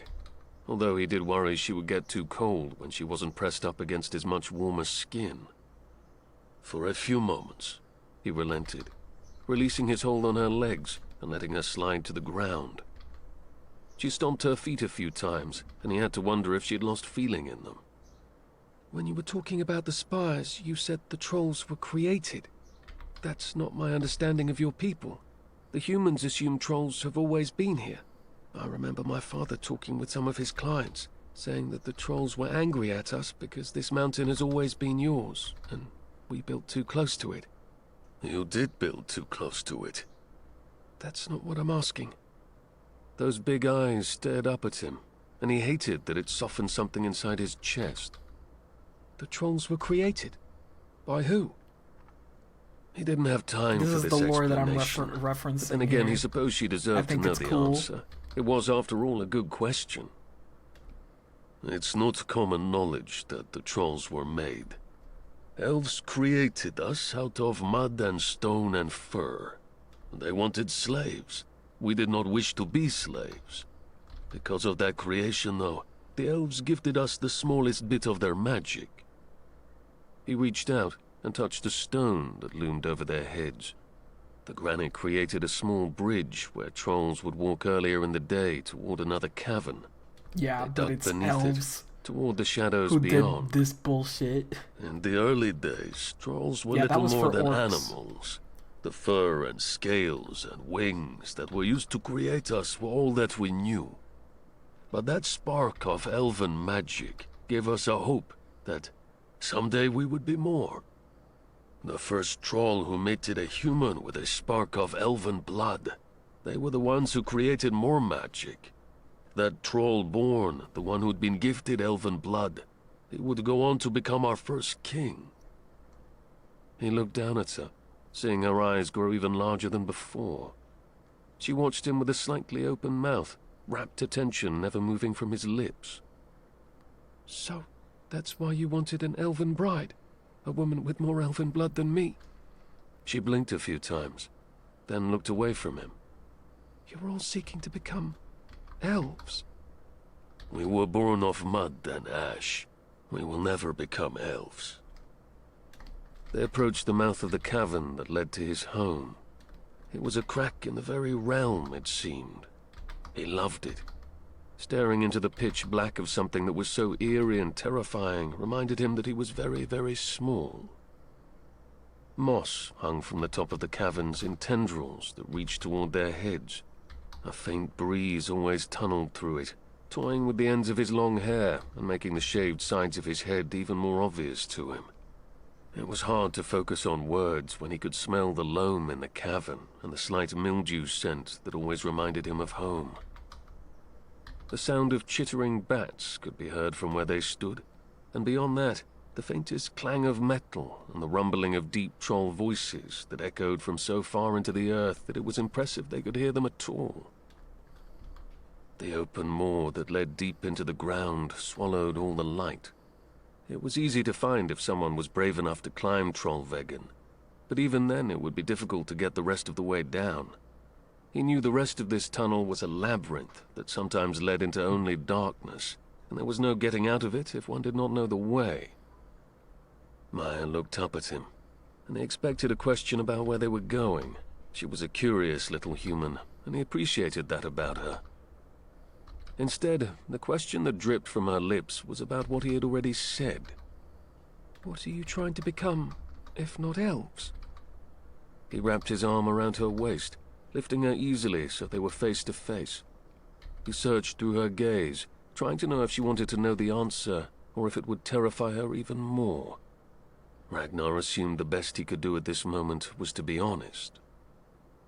We are trying to become the darker version of them. Elves made of grit and power and mud. Dark elves? She whispered. He didn't have to reply. Instead, he drew her into the black maw of the cave, where the shadows swallowed them both whole. Chapter 15. Maya. She clung to him, feeling a little strange with his face so close to hers. Maya had expected to cling to his back, not to be carried like a proper bride across the threshold of darkness. I think the only difference between this and Soon my enough, own lore she would is the find fact out that if the rumors it's were not true. blood relations If at the all. curses surrounding this kingdom would affect That will her, transform then soon her whatever. eyes would be lost. Perhaps she would learn if it was just blindness, or if it were the trolls that plucked out the eyes of any human visitor who dared to step foot in their kingdom. She wouldn't be surprised. They were rather But I do like the bloodthirsty idea of, like, individuals them in her just experience, becoming and they were different. very protective of each other. Although she was coming to find it wasn't just that they sought out fighting, but that they were born into it. If they didn't fight, people took from them. Why wouldn't they stand up for themselves? It had only been a week here, and she already didn't recognize her own thoughts. She clung to Ragnar's shoulders, and her thoughts turned to her safe home, a little garden left behind, and all of her things that she might never see again. She feared what would happen next. Would he force her to live underground for the rest of her life? Ragnar was sure-footed as he carried her through what looked like ink. Sometimes she swore she saw things moving in the black, but that had to just be a trick of the mind. She couldn't see anything in this darkness, no matter how hard she tried. It was a little unnerving not being able to see. All it did was give her more time to worry about what she would find in this kingdom compared to her own. She wanted to go back home more than she had so far on this entire journey. She wanted her comfortable bed and monotonous life. She wanted her freedom. Ragnar's breath was louder than she'd remembered. She could hear her own heart thundering in her ears, and she wondered if that was because all her senses were suddenly stronger. He said she was his troll wife now. Maya had no idea what being a troll wife even meant. Did that mean she was meant to stay here forever? Did she service him? She'd certainly attempted to do so, and he had denied her. That rejection had stung more than she wanted to admit. If she was to be his wife, there were no rules around the role. After all, she knew what being a wife to a human meant. And she damn well wasn't going to let him crush her beneath his heel while she still had somewhere she could escape to. Gasping, Girl, she struggled in you his already arms seen all how of a different sudden, they are. trying to Come get on. down. He clamped down harder, grunting as she jammed her elbow into his ribs, but never releasing her. "Stop wriggling," he growled, wrapping his arms around her even tighter. "You're going to fall." "My plants!" The argument was meager, but she could only think of a few things to shout at him that might convince him to let her go home. "My business! We have to go back." "We're not going anywhere but deeper into the mountain." "But the law! If a business and a home are vacant for more than 2 weeks, then it is forfeit to the crown. I have to go back and make sure that I get at least one client, or everything I've worked so hard for will be gone." "You're a troll wife now, woman.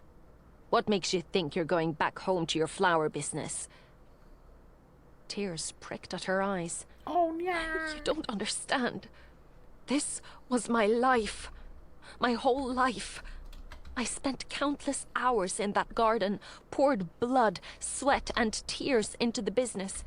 I never married, even Her after my dad died father's of death, and illness. starved some winters just to keep it.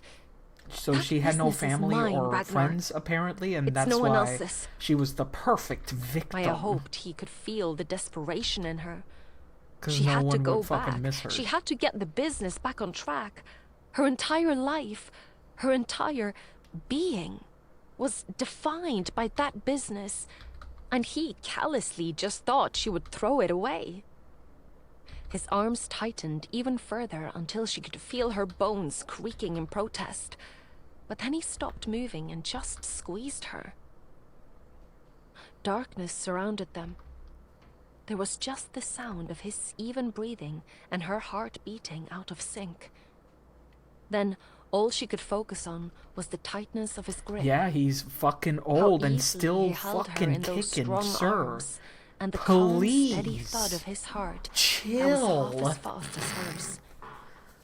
He All does those sound very sensations old. broke Like, the through man is panic, old. The anxiety and the downright fear that she had somehow failed her father's ghost. Her breathing slowed until she stopped trying to get away like from before him he was and instead David Attenborough. just breathed. And now he's like, I'm old. Are you done? And I'm like, oh god. He asked. I guess so. I'm not happy about it, though. The trolls have our ways. We can get your plants from your garden. Although I It don't does know make me if they feel will a grow certain here. way when you hear his We might younger kill them by taking voice them on the versus ground. now. And that's something you have to consider. But your business is gone. You're a troll wife now. I'm sorry that makes you sad, Firehair. I'm sorry your king did this to you. But I cannot change what has been done any more He's a than you good can. cookie. She leaned the side of her face against his chest. It felt a bit like giving up if she didn't at least try to argue with him. That was her life she was Troll leaving wife behind. puts food on the table. But her reality I was hope that she gets she'd a moment never to, chosen like, anything prove for herself. She'd done what her father wanted, and maybe it was time to let that go. I think we can both agree that I'm giving up more than you are, she whispered. It was hard to say the words. She still didn't like arguing with anyone, Yeah. or even try to tell them her own opinion. You get to go home to everything that is yours and all the familiar things that you've gathered over the years. I have nothing but unfamiliar people who don't trust me. For a moment, she swore he hugged her a little closer. There was a gentleness to his touch that hadn't been there before. But then it was gone. He was just as cold and stoic as stone. You will learn, he finally said. But first, open your eyes and see the kingdom of trolls. She hadn't even realized she'd closed them. But then she blinked them open, and a new world unfolded before her. Oh no, world. She'd been Oh, no, told countless fantastic times in her point of life view. that the trolls lived in damp, dark caves, that they were little more than rats or moles living in the dirt. But this God wasn't damn at it, girl, all you what believe she had anything. thought. There were trees down here. Tall trees with spiraling trunks that looked like countless trees all wrapped around each other. A dim blue glow illuminated the entire world, turning the leaves into silvery sky-blue creations that hardly looked real. They stood on the top of a rise, with a winding path that oh was my covered God. in a bed of those same leaves. Far beyond that path, she could see a river running through this world that stretched as far as her eye could see. But the water, it had an almost purple glow. Above their heads, she could see the entire kingdom was bracketed in stone. Tiny green and blue lights dotted the ceiling of stone like stars. You know? But then she realized they must have been some kind of glowworm. She'd heard about them in a tavern once, when a caver had mentioned that sometimes there was light in the darkest parts of the realm. She'd never thought to see them herself, though. As Ragnar moved throughout this marvelous place, stepping foot on the path and drawing them into the blue forest, she realized the leaves were larger than she was. These trees were old, and they weren't anything she would have seen outside of this place. "Where are we?" she whispered. "The home of the trolls," he replied. "We call it the heart of the mountain." A wind stirred around them, and she caught a sweet scent in the air. It was a bit like honey and chocolate all mixed into one, although she thought perhaps that was her own wishful thinking. She'd wanted nothing more than a I would sweet like less this entire journey, confectionaries and as now smells, she swore she could please. smell them. They didn't walk on the What path about for long warm before bread? he turned off it. Now there were lanterns lighting their Or way. sweet mead. They were Come on, spindly in man. creation. She thought perhaps made of iron, but she'd never seen such a slate-grey metal be used to create something so delicate. The globe on top was clearly made of glass, because there were wisps don't contained know. inside of them. Burnt But sugar the is metal better, that I rose guess. up over it was like a blooming spiked flower.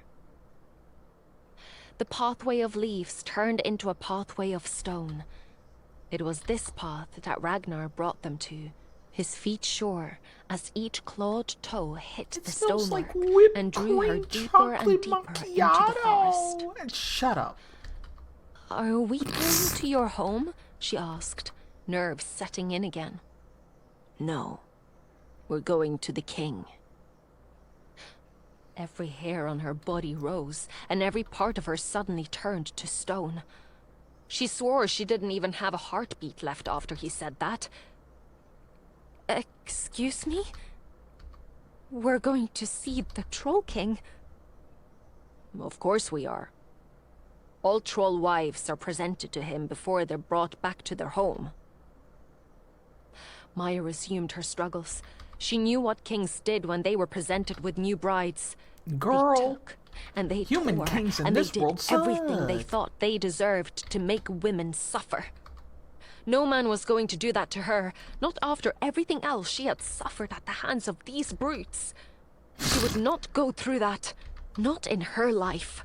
She'd seen enough women go through it in her own kingdom, and she knew how to get away King from that James future. is such a piece of shit. Run.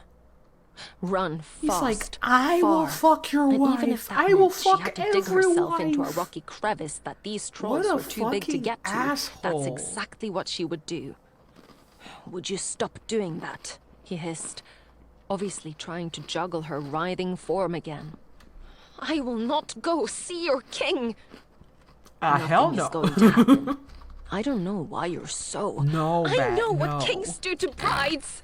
she shouted, her voice echoing through the trees. It was only the second time she'd shouted in his presence, but he froze at the sound of it.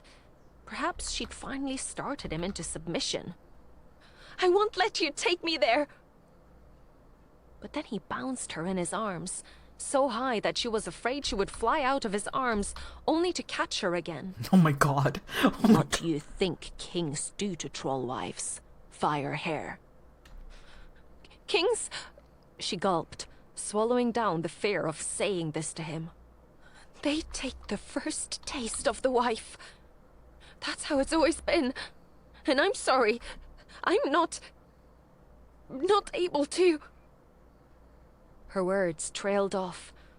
She didn't want the king or any man at He's all now right now. breedable. Not even her own my husband, which was an entirely different fear. She could barely consider sleeping next to him, let alone think about how terrified she was about the differences between their bodies. She'd hardly had a chance in her life to even look at a man naked, let alone explore all of that. And now, she had a troll before her. Troll wife, One the other troll troll wife. women had hinted had a pierced cock. And Uh-huh. it was so overwhelming. Uh-huh. She'd Well, tried she's still not to even curious, think I of it. see. She's like, But it had been hard not to while running her hands dick. down the impressive ridges of his abs. Ragnar sighed, and his hands curled around her. He turned her in his arms until his hands were Yeah, she's underneath her interested, armpits. which is He nice. let her dangle from his grip. "Listen to me, Maya. And I want to make sure you're actually listening, so you are going to repeat everything I say. Do you hear me?" She's like, ooh, abs. Miserable at her ooh. own fate, Piercings? she sighed and nodded. "The king does not take troll wives from their husbands. She muttered the words, but she didn't believe them. Kings always took. That was what they did. Yeah, but that's your It was human their right king, as a bro. king to sample brides before they were taken by their husbands. It was the way of things.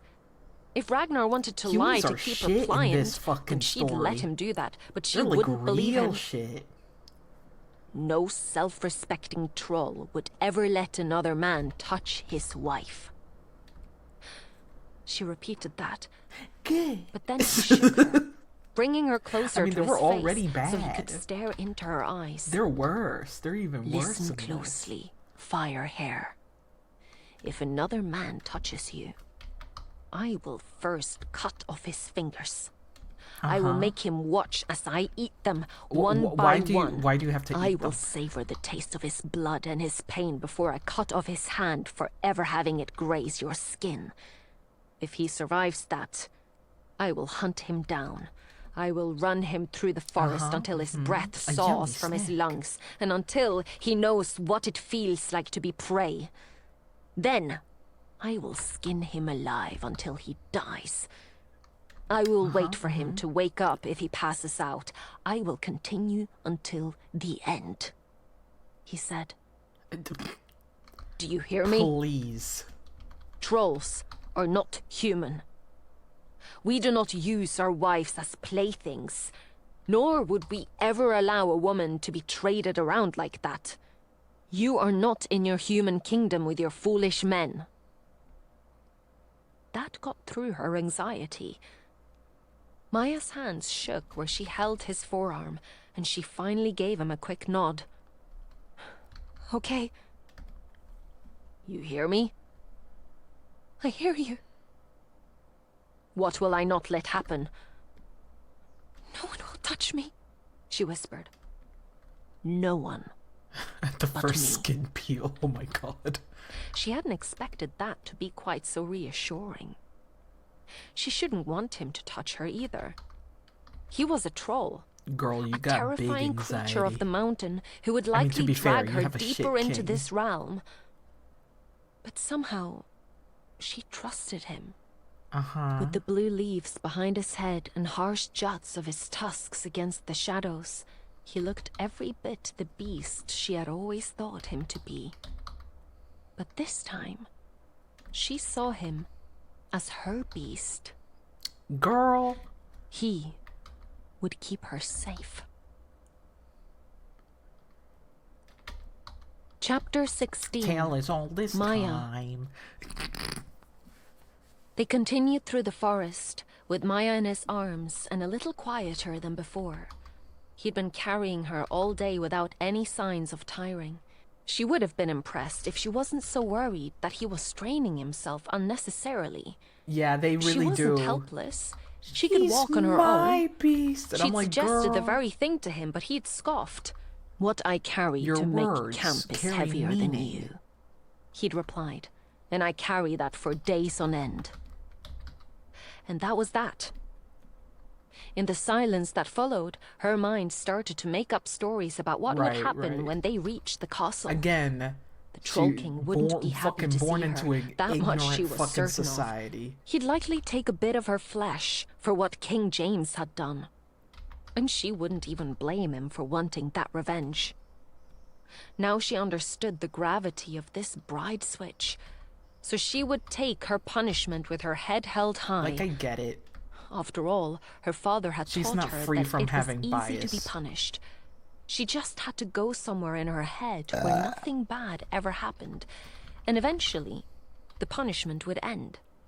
Soon enough, the castle loomed in the distance. The base was created by roots of trees, while tall spires of stone emerged from their tangled knot. All the stones were white and gleaming in the blue light. Those spires had banners hanging from some of the windows, blowing in the breeze. As they strode toward it, she could see the roots rising out of the ground and creating what looked like stairs that led right up to the massive double doors. It was a beautiful Ds. sight to behold. A castle not standing above all the beauty of the land around it, but part of the land. She thought of her own people's castle, the one she'd grown up in the shadow of. It always looked like it had been built on top of that field, conquering the surrounding lands, with everything flattened into farmlands, and not a hint of wilderness left. It was a testament that humans could and would destroy everything in their path if it stood in their way. As they walked through the roots, she marveled at how large they were. This tree He's had like, long wow, ago there's died. trees everywhere. She Yay, couldn't feel yay. a single hint of its soul lingering in those thick brown spirals that My sank kingdom into sucks the ground ass. It has no and held trees. the Boo, castle boo. in place. But she could feel the magic that still lived where it had once stood. The true heart of the mountain was the ancient magic that fed into the people who lived here, and now she could feel it spreading everywhere. Every inch of this kingdom held a bit of that magic that the tree had sacrificed when its time had come. Monolithic doors stood open to all who wished to enter, and that was a difference between her castle and theirs as well. King James loved to keep the doors closed, and people had to beg to get inside, even if they were in dire need. The king wouldn't They just had to use let the most them in. common-ass He name. preferred for them to prove themselves to him, no matter how hard that might Sorry become. for all the Jameses out there. These dark green doors Today were you wide suck. open.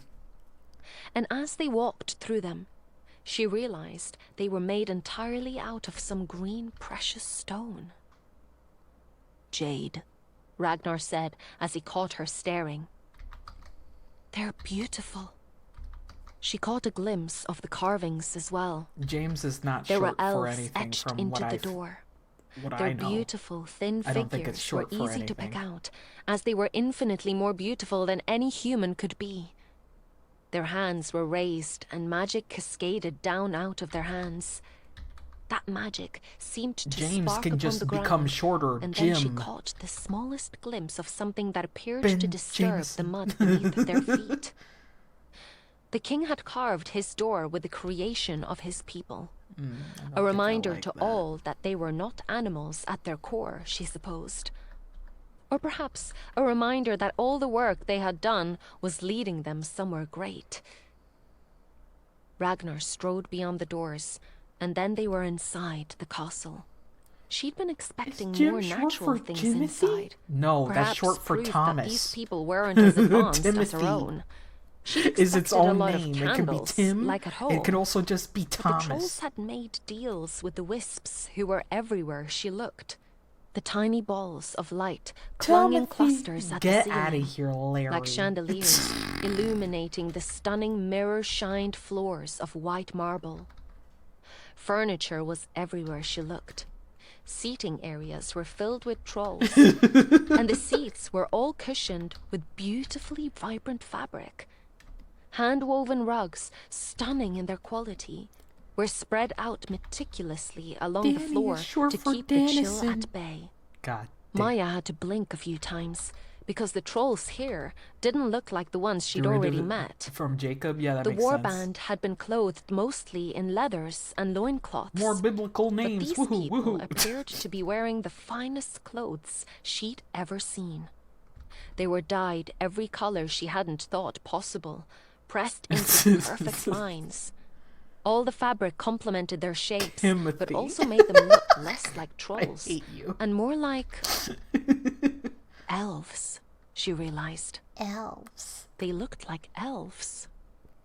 Just with darker skin, different colors, There's and just stripes dark of elves. tattoos. They're just dark elves. They were the wilder And I versions think it's of cool. elves.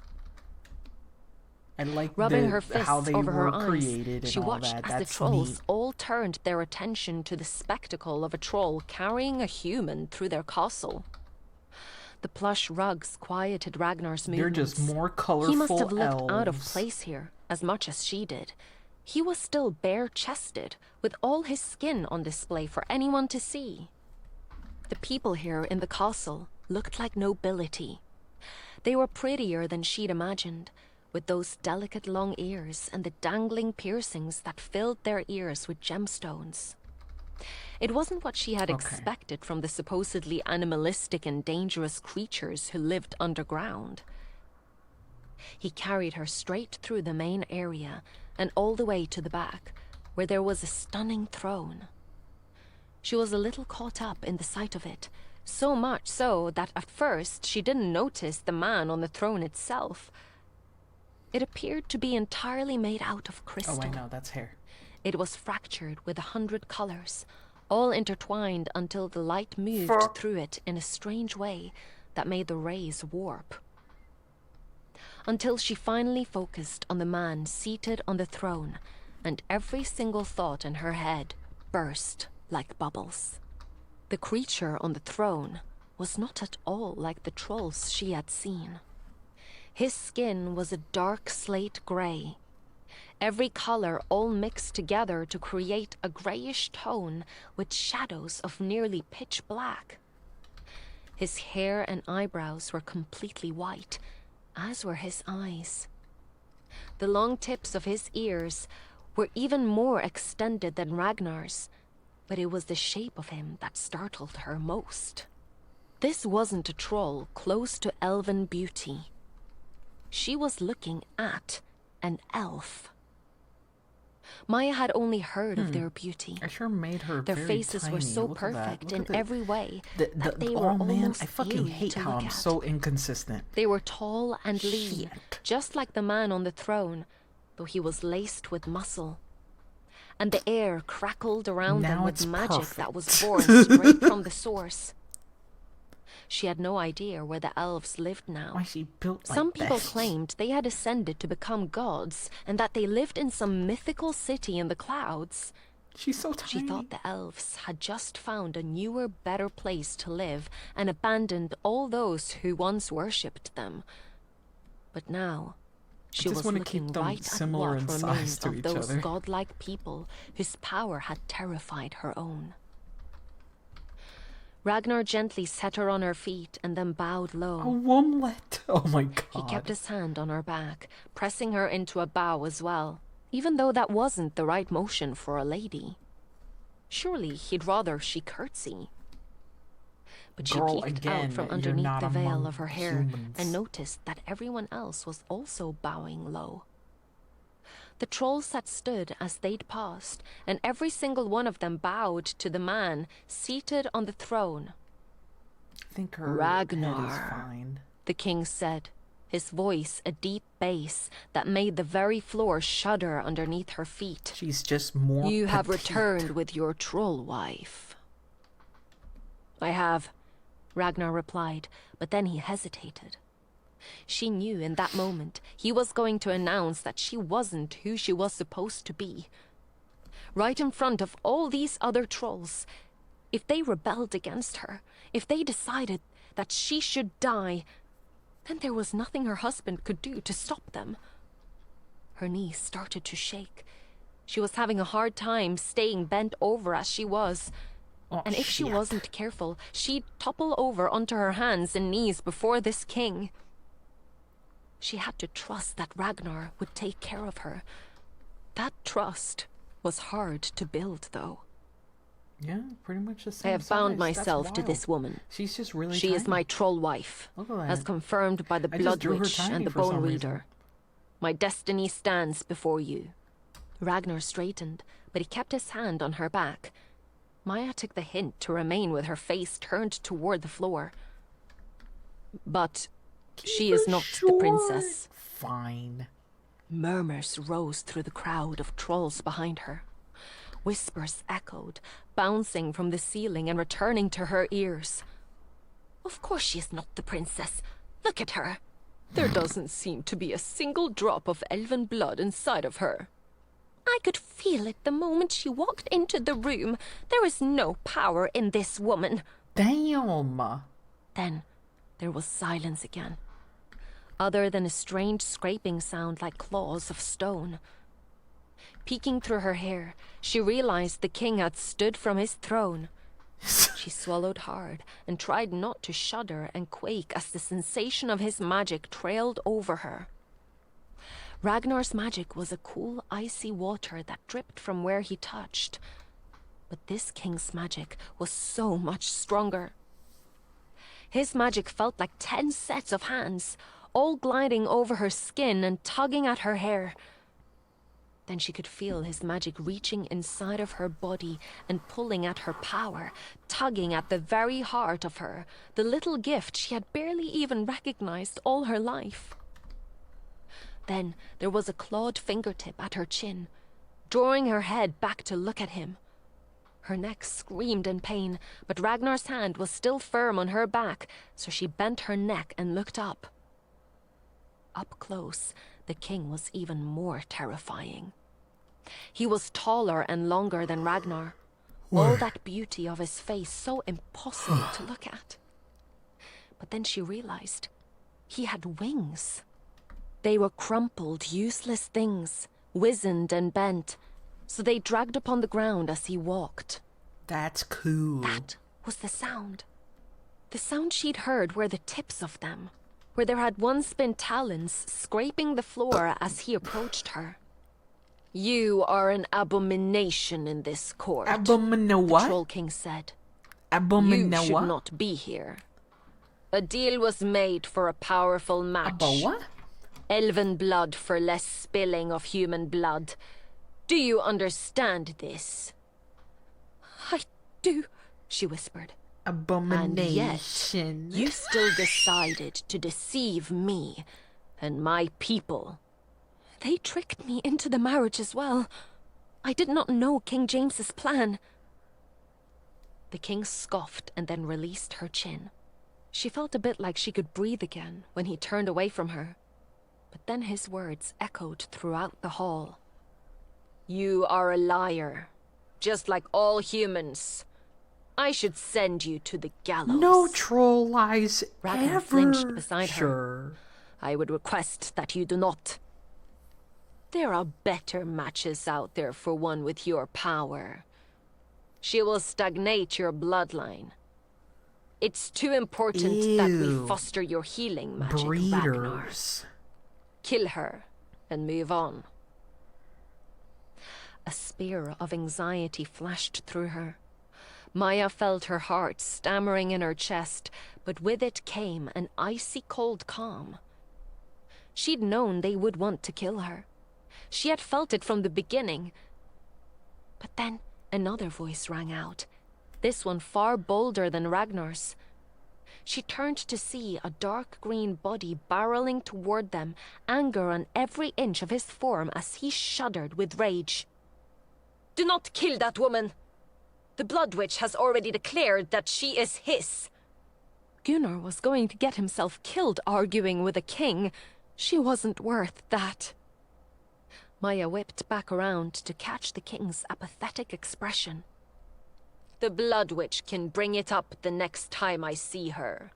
She rarely comes to this castle, though. And I am certain one human woman will not change that fact. It will weave a new future, lacking the thread of a necessary color, Gunnar insisted, standing beside her and Ragnar. You cannot deny the Blood Witch, my king. This is why we have the seers. The king snapped his jaws, the sound echoing in the chamber. I have made my decision. There will be no liars in the court. We all smelt the steel at her back. The human king held a knife to her. What was she supposed to do? Not allow cowardice to force her to comply with a plan that would doom us all. This was meant to stop the fighting and the battles. Okay. Now, we must retaliate because this was king an sucks. act Throw of him out. war. Ragnar stepped in We front of barely her, know and him. everyone fell silent again. She couldn't see past his That broad is back, like, but she could wow, see the he expression said of one surprise on terrible Gunnar's thing. face. As Throw him in the everyone dungeons. stopped talking, they all listened to the words that Ragnar declared. This is my troll wife. I have This agreed is my to take troll her. wife. I made a vow the moment I saw the Blood Witch, and she said this woman was my destiny. I have no desire to leave this place, but you will force my hand if you try to take her from me. My father's line does not end with me. Gunnar is perfectly capable of creating strong children. Therefore, I relinquish my claim to my father's birthright, and I give it to my brother. Gasps echoed in the hall, but Maya had no idea what I that really meant. wish they pronounced Why it was he Gunnar relinquishing his birthright? instead of The king's Gunnar. voice rumbled with anger. You would give up all that you have been given. Gunnar. Your father's house, your mother's treasures. All of it would go to Gunnar, and you would return Oh, I to hate living that in name. whatever you can afford. Ragnar's back tensed. If that's what it takes. A snap of a jaw and a scoff was the king's response.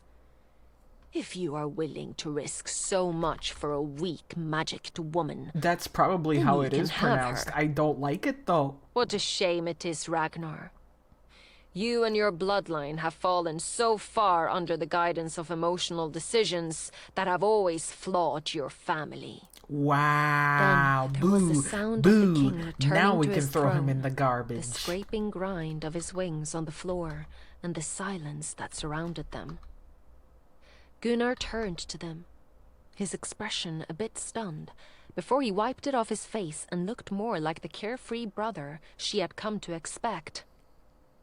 Ah, don't you worry about it. You can keep the house. I'm not Gunnar. keeping the house, Ragnar replied. Keep the house.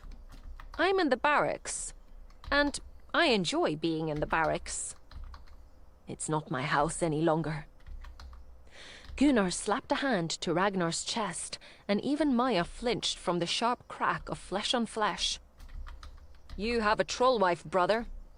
I do not. Keep the house You will be and the use the next treasures book. to your heart's content.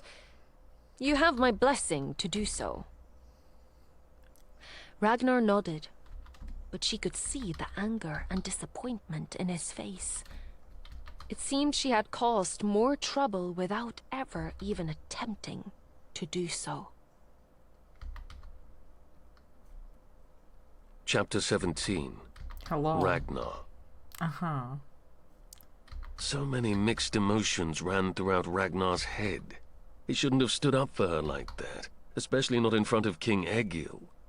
Chasing that thought was another that said he should have done more. Some part of him believed he should have postured in front of the king and threatened the man if he were to ever lay a finger on his troll wife. Troll And wife. that wasn't him. Ragnar was a healer. He'd never threatened to hurt someone outside of battle. But in that moment, he'd run through every single poison he knew of. He would make the king's end terrible and swift, and that... No, he couldn't. This was King Egil. He had done nothing but good for their people, and he had led them into a time when there was more reason and thought than there was animalistic desire. Maya was proof that the humans would never work with the trolls. They weren't even willing to give King James's offspring to them, even with the absolute certainty that she would be worshipped by Ragnar. By all the laws of his own people, he should let them punish Maya in retribution. And yet, as he left the castle with her tucked against his side, he was very glad that he hadn't. Because for all she had seemed a frightened little thing who couldn't speak her mind, she never let that break her. She stood tall and strong next to him, her legs moving at a run to keep up with his pace. But he couldn't slow down, not when there were plenty of trolls behind them who wanted to say their piece. Gunnar, She looked over her shoulder at the castle that was no longer looming over them. is he not coming? No, But didn't you just give your house to him? and she gave it back. Right. Her brows furrowed, creating tiny lines on her forehead as she looked up at him. Is it really that easy to give a house away here? It is just as easy for humans, Firehair. Let's not make that comparison. He ushered her away from the castle and toward his own home. Keep your eyes down and forward. We don't want anyone giving you too long of a look right now. Why is that? Because they all want to know if your betrayal is reason enough to kill you, Maya. The king has agreed to let you live for now, But that decree is not permanent by any means. Give the rest of them time and let me hide you so they can give up their hunt. His heart thundered in his chest, so distracting that he barely gave himself a second to look at his kingdom through her eyes. It was all well lit with the glow from above. His home was always cast in a pretty blue light. Giant mushrooms grew the farther they went from the castle. Each one was different, but all the plush caps were held up by thick, sturdy stalks. Maya brushed her fingers over the top of one before she hurried to keep up with him down the blue leaf-covered path. The farther they were from the castle, the more he could breathe. Worst nightmare is He filled his place. lungs with the scent of loam and earth, the headier scent of the mushrooms and the crushed ruined. leaves that crumpled beneath his feet as he moved. It was all so familiar, and yet with her standing beside him, it wasn't at all. Finally, they reached the perimeter of the forest and came out onto the edge of a cliff that dropped ever deeper into the earth. It was then he heard that intake of breath from her again that suggested she was shocked. And why shouldn't she be? A city unfolded before them in the crevice of a mountain. Far into the shadows there were countless homes, each one of them carved into the very rock face. But it wasn't just homes. There were streets and markets and twinkling lights that filled the entirety of the cavernous space. Wisps readily roamed, seeking out those who needed a light to guide them places. All of it continued as far as the eye could see, until the trolls themselves were tiny dots so far out of sight that they looked like children's toys. The sound of laughter and the pealing of music ran up throughout the cavern and filled the mountain with the sound of troll joy. It was a beautiful sound, very different and one he had from listened to human his entire joy. life. But right now, all he could do was stare at the woman beside him, whose eyes had widened. This is Trollveggen, she asked. It is? Troll joy. I didn't know it would look like the night sky. Now it was his turn to frown. The joy of The being night a sky. troll. She gestured to all the lights laid out before them. Trollveggen. It's like your city is made of stars. Like Then he saw they're it through German her or eyes. something. The twinkling starlight, the faint blue glow that highlighted everything with accents of silver like the moon itself lived in his home. The beauty of it, the way every inch of this place radiated with sound and energy, it all filled his soul with peace. Perhaps she was right. This feeling was the same one he got when he looked at the thousands of stars in the night sky. Perhaps it is made of starlight, he muttered. The elves designed it, and we all know how much the elves love the stars. She shook her head. I know very little about the elves, actually. My father had no interest in them. Trollvegas. My mother, Incredible. I think the meager power I have came from her, you see. So she wouldn't have been able to teach me anything. Why not?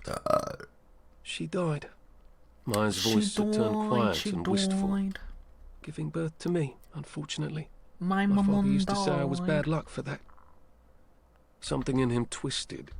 She'd mentioned her father a few times, and never in a good light. The man had seemed determined to wear her down, and soon enough Ragnar would get the entire story out of her, even if it made him hate her kind even more. Would you like to walk to our new home? He asked, his voice low. Or would you prefer that I carry you again? Is it safe enough to walk? Ragnar mused the possibilities before relenting. I think you'll be all right. Then I'd like to walk. Her grin lit up the entire space around them, and for a moment he swore that her eyes glowed a little brighter green. Stone pathways led down into the city, and soon enough they were there. Ragnar led the way so she wouldn't get too many stares walking behind him, but that didn't last very long. The moment they walked underneath the first brightly colored canopy, she was already out from behind his back and rushing ahead of him. Markets were dotted throughout the kingdom, and this was one of the smaller ones. A small bathroom. Without a single glance at the trolls surrounding her, his little wife was quick to race toward one of the food stalls. She lurched to a stop in front of one, her wild hair billowing around her head as she stared down at the food. Carrots, sweet potatoes, radish, and is that ginger? She asked, pointing at the root vegetable and looking up at him. He wasn't sure. Ragnar wasn't the best cook, and he'd never taken the time to learn. He preferred meat, and trolls could live on only meat for their entire lives if they wished. Raw and still bloody had always been his favorite, but there were some trolls who preferred to add a little more fiber to their diet. He'd never understood it. Sure it is, he said, looking at the troll behind the stall. The woman bit her lips to stop herself from laughing. Then he placed his hand on Maya's shoulder. Come on, we have to get to the house. Right, she said quietly, but he could see her mind was working so fast that her thoughts were protected on her face. How do they grow underground, though? The wisps, the shopkeeper said. Her eyes were bright with mirth still. The wisps help them grow with magic, although it takes a little more work than it does above. Fascinating, Maya murmured. Her hand stroked one of the bright green stalks. They feel like they were happy. No magic in the general area of other trolls, he muttered, grabbing her hand and yanking her away. She reacted like he'd struck her.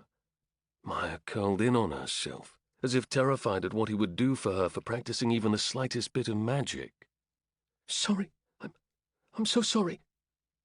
That wasn't what he wanted her to do. He didn't want her more afraid because of what he said, but he hadn't expected her to touch things. Sighing, Ragnar rolled his eyes up to the blue glowing lights and prayed to all his gods for patience. You are allowed to do magic here, but touching a vendor's wares who has likely used magic to grow them is a recipe for disaster. You don't know what spells have been woven to keep them fresh, and you might undo those spells, or worse, make them stronger. Maya swallowed, but she didn't flinch away from him like he'd expected. Instead, she seemed to take a deep breath and force herself to look at him. Those wide eyes were still full of fear, but she nodded.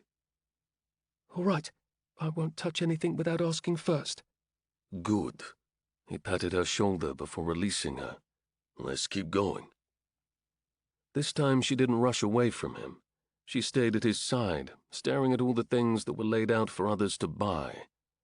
Soon they left the market area that was filled with an overabundance of food and moved into the part of the city where jewelers filled the streets. Gemstones lined some of the stalls, not placed into any piece yet, but just there for others to look at and buy. The enchantments on them fairly hummed with bright energy that he could feel vibrating throughout his entire form. It was divine to be home. He could feel the mountain welcoming them both, and it eased some of the tension in his chest. At least until they walked by a stall that was decorated by the most stunning earrings. They all swayed in a slight breeze, the sound of their gemstones clinking together filling his ears. The sparkles caught his attention first, but then it was the song a pair of them sang. Stones were easy for trolls to hear. He'd listened to them his entire life, and now knew that the quiet hum of their voices was something he could ignore. But those green emeralds called out to him. Their song was a little different from the others. Sometimes gems were quite loud in their need for people to look at them, but these were quieter. He couldn't help but turn his attention to them. They weren't the hoops she currently had in her ears. Tiny studs with small, imperfect emeralds that each had the slightest fissure through them. That was why their song was different, because when they had been harvested, they'd still been bonded to the mountain they'd lived in, and they hadn't wanted to let go of that mountain. For that, they had broken just slightly, but they were no less beautiful than the earrings surrounding them. He couldn't help himself. Her wearing someone else's earrings had been tormenting him from the start. He paused by the vendor and gestured at the studs. Those, please. The shopkeeper was one he knew well. Trolls, His orcs, daughter was all the sickly same and thing, had been for baby. some time now. Gabagoles, Fluid same built up in thing, her baby. lungs, so Ragnar knew he would see her again very soon. The shopkeeper didn't even mention payment. He Interchangeable. just nodded at the earrings and turned to another customer, Fairies, all while Maya elves, continued dwarves, walking all the forward same without thing. even noticing he'd stopped. Perfect. Ragnar wasn't sure why he didn't want her to know that he'd gotten them, only that he wanted her to be surprised. In such a short amount of time, he was coming to like her, and he didn't enjoy that feeling in the God slightest. forbid you like her. But God then he saw the damn. sway of her hips, and how she didn't care that she was in The literal female rags lead at this is point, 100% walking through a city Ginger of Rono. trolls who were all beautifully dressed and dripping with gemstones. He's just She purple. didn't even notice the differences because she was so busy staring at all the new things. It was clear that she implicitly trusted he would keep her safe. What the? Oh, okay. He hated how that fueled some part of him that had always Hell looked yeah, now forward you to get having to a look troll at this and wife. just fill She was the his to screen. protect, No more his to art. guard. That was his purpose at the end of the day. No He would more bring her art for peace you, and she would just give him this. softness. It was a partnership that went beyond reason, What is because going it was on, man? fate that had brought them together. And damn it, his fate was with a human. He could see it now. He just still wasn't sure yet that he liked it. Catching up to her before she noticed he'd stopped, Ragnar placed a hand on her shoulder and steered her in the direction of his home. They were close now, and nerves churned in his belly. What would she think of it? He was certain it wasn't the same as her home. Humans lived in squalor, it always seemed.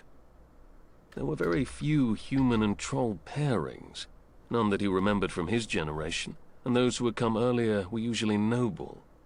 The people like him, the ones who lived in the base of the city and who had fought tooth and nail to get out of their ancient animalistic bloodlines, were not usually paired with willing human participants. His great-grandmother had been human, he knew that. Her elven bloodline had fueled the many pairings that had led to his own powerful magic. But he was still more animal than he was human. He was still too big, his ears too long, I don't his know. I stripes think I too prefer visible. it that way, sweetie. Finally, they reached his small street. Wisps hung above them That in the sounds air, good to many me. of them clustering in the doorways to light up the homes of people who hadn't returned yet. They would leave once the owners were back. His own door had a symbol of a bear on it. His father had been the one with a bloodline of such a creature, and that was why both he and Gunnar were so massive. But alongside the bear was the faintest hint of claw marks. His mother's tiger, the reason why he had his stripes. Ragnar ran his own claws down the mark.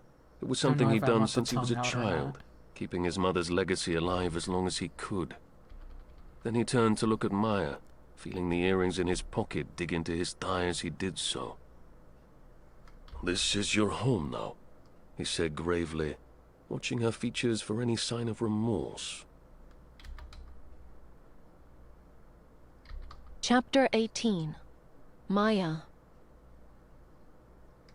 Maya wasn't certain now what she'd expected Trollveggen to be. But it wasn't this.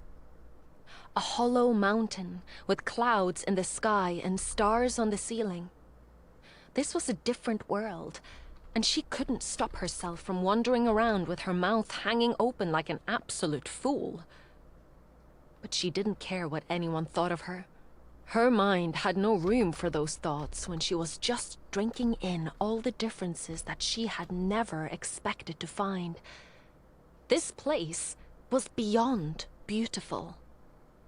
It was like a fairy tale, or some myth that had appeared out of the pages of a book.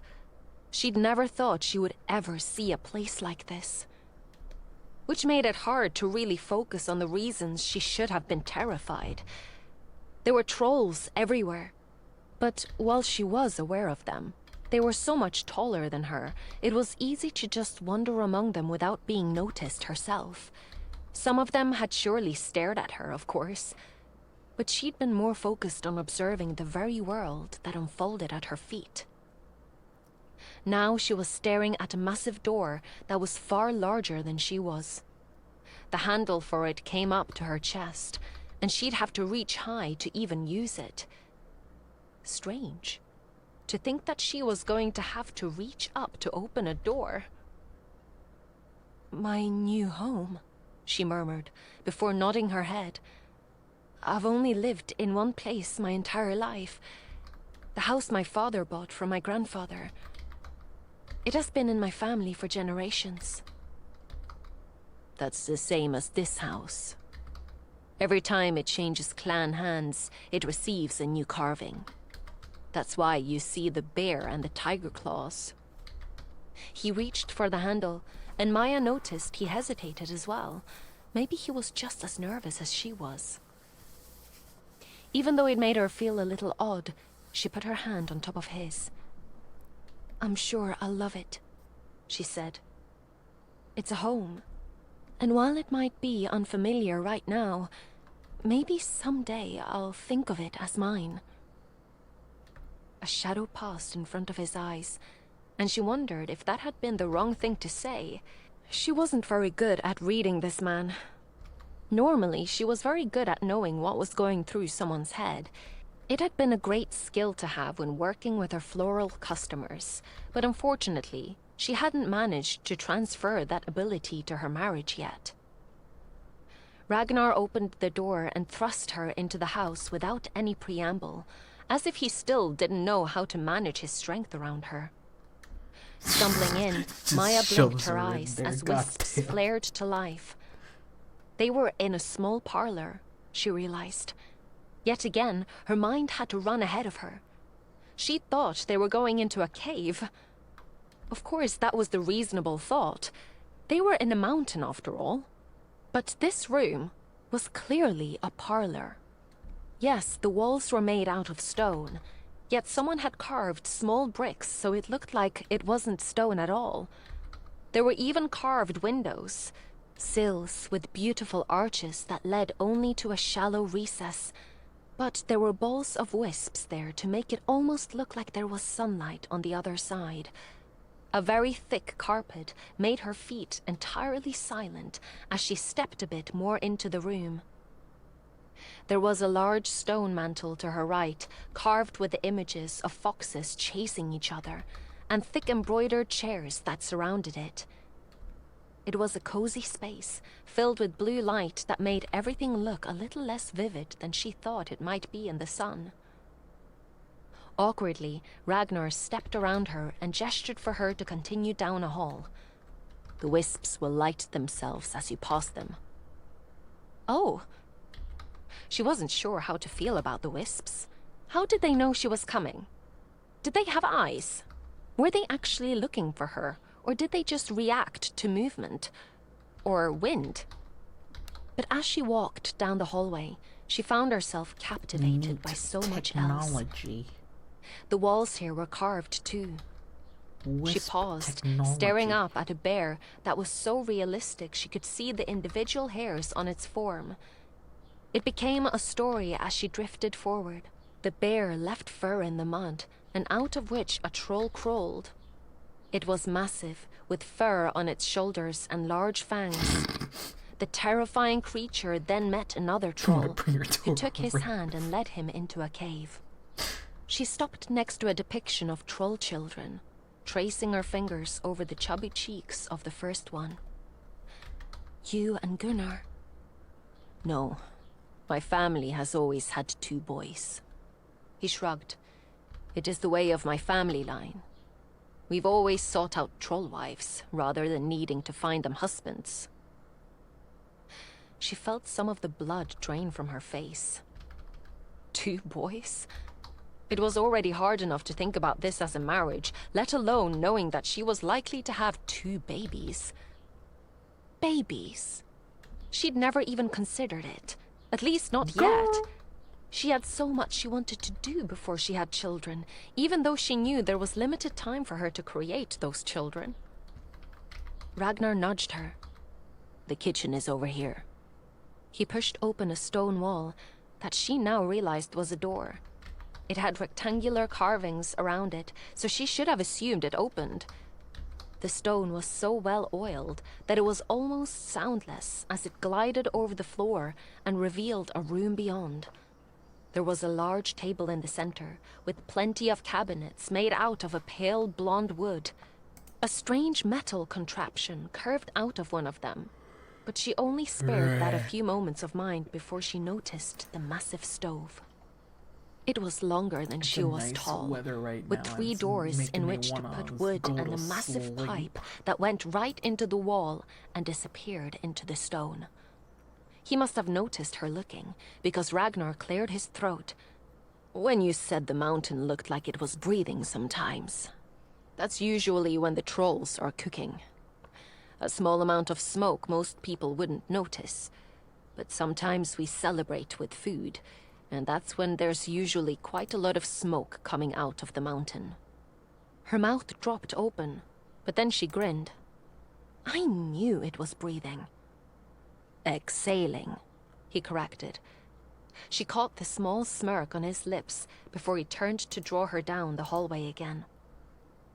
Semantics, which are important when one is speaking of a magic mountain. He stopped I at the want to end of the draw a hallway. man. I've been drawing There so was a many massive women. bear Ugh. carved here as well. It stood on its back legs, glaring down at anyone who walked toward it. I like sexy But women, beside but I also Ragnar like was a small sexy fox men. carved This is- into the wall with this is butterflies hurting me. dancing around its whiskers. It stared up at the bear without fear. "This is your room," Ew, he said. estrogen. He nudged the door open, and Maya felt all the breath leave her lungs. The moment the door opened, yellow wisps burst to life.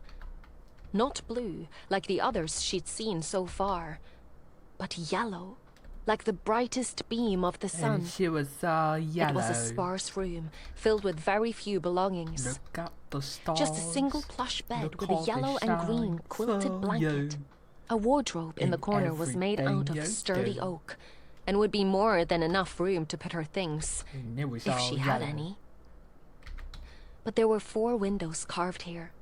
Each of them ended in a delicate point, with carved squares down them to look like they were windows revealing a world beyond. The wisps that gathered there was so bright, it felt like she was outside. Maya pressed her hands to her Okay. chest, wonder filling every ounce of her body. "Oh, Ragnar, Oh. it's girl? perfect." Okay, uh-huh. The floor wasn't covered with woven rugs, but thicker sheepskins. The way I thought she So when was being, stepped like, barefoot manhandled on or the soft something. skins, her toes immediately warmed. He pointed to a hearth in the corner. "Would you like a fire? I assume you're rather cold." "I'm used to the cold. Ever since my father died, I've realized that I'm rather shit at starting fires." She pressed her hands to her mouth. "I apologize. Swearing isn't ladylike." He arched his brow. Girl. "You're married to a troll, Maya. Swear all you fucking like." An unladylike laugh escaped her mouth before she contained it. Well, she didn't know what to do with that. She'd been a lady her entire life, because that was what everyone expected from her. To know he didn't have the same rules. She sank onto the edge of the bed and watched her husband crouch in front of the fireplace. She was suddenly very aware of her state of dress in this grand house. It was far easier to be A fine with guffaw, the if you wildness will. of her looks when they were in the middle of a forest. Maya could justify the tears in her clothing and the dried blood as simply something to expect from such a wild journey. But here, with a fine rug underneath her feet and a quilt beneath her bottom, she felt rather inadequate. In comparison, somehow Ragnar still fit in. Though he was clothed in little more than leather pants, the blocky way his thighs bulged as he crouched, or the sharp edges of his features, made it appear as though this was where he belonged. The rough stone and the harsh shadows, all of it fit him. She wasn't all that certain where it left her. She curled her fingers in her lap and waited until the fire was roaring. He I stood, wish I did something and she else with noticed this. he pressed a hand against his lower back as he did so. Was his back hurting? Yeah, you're She like... knew he shouldn't have carried her that long, the stubborn man. But when he turned, she would never have known there was a single thing sore on his body. He looked strong and capable, and so other that it was hard not to notice their differences.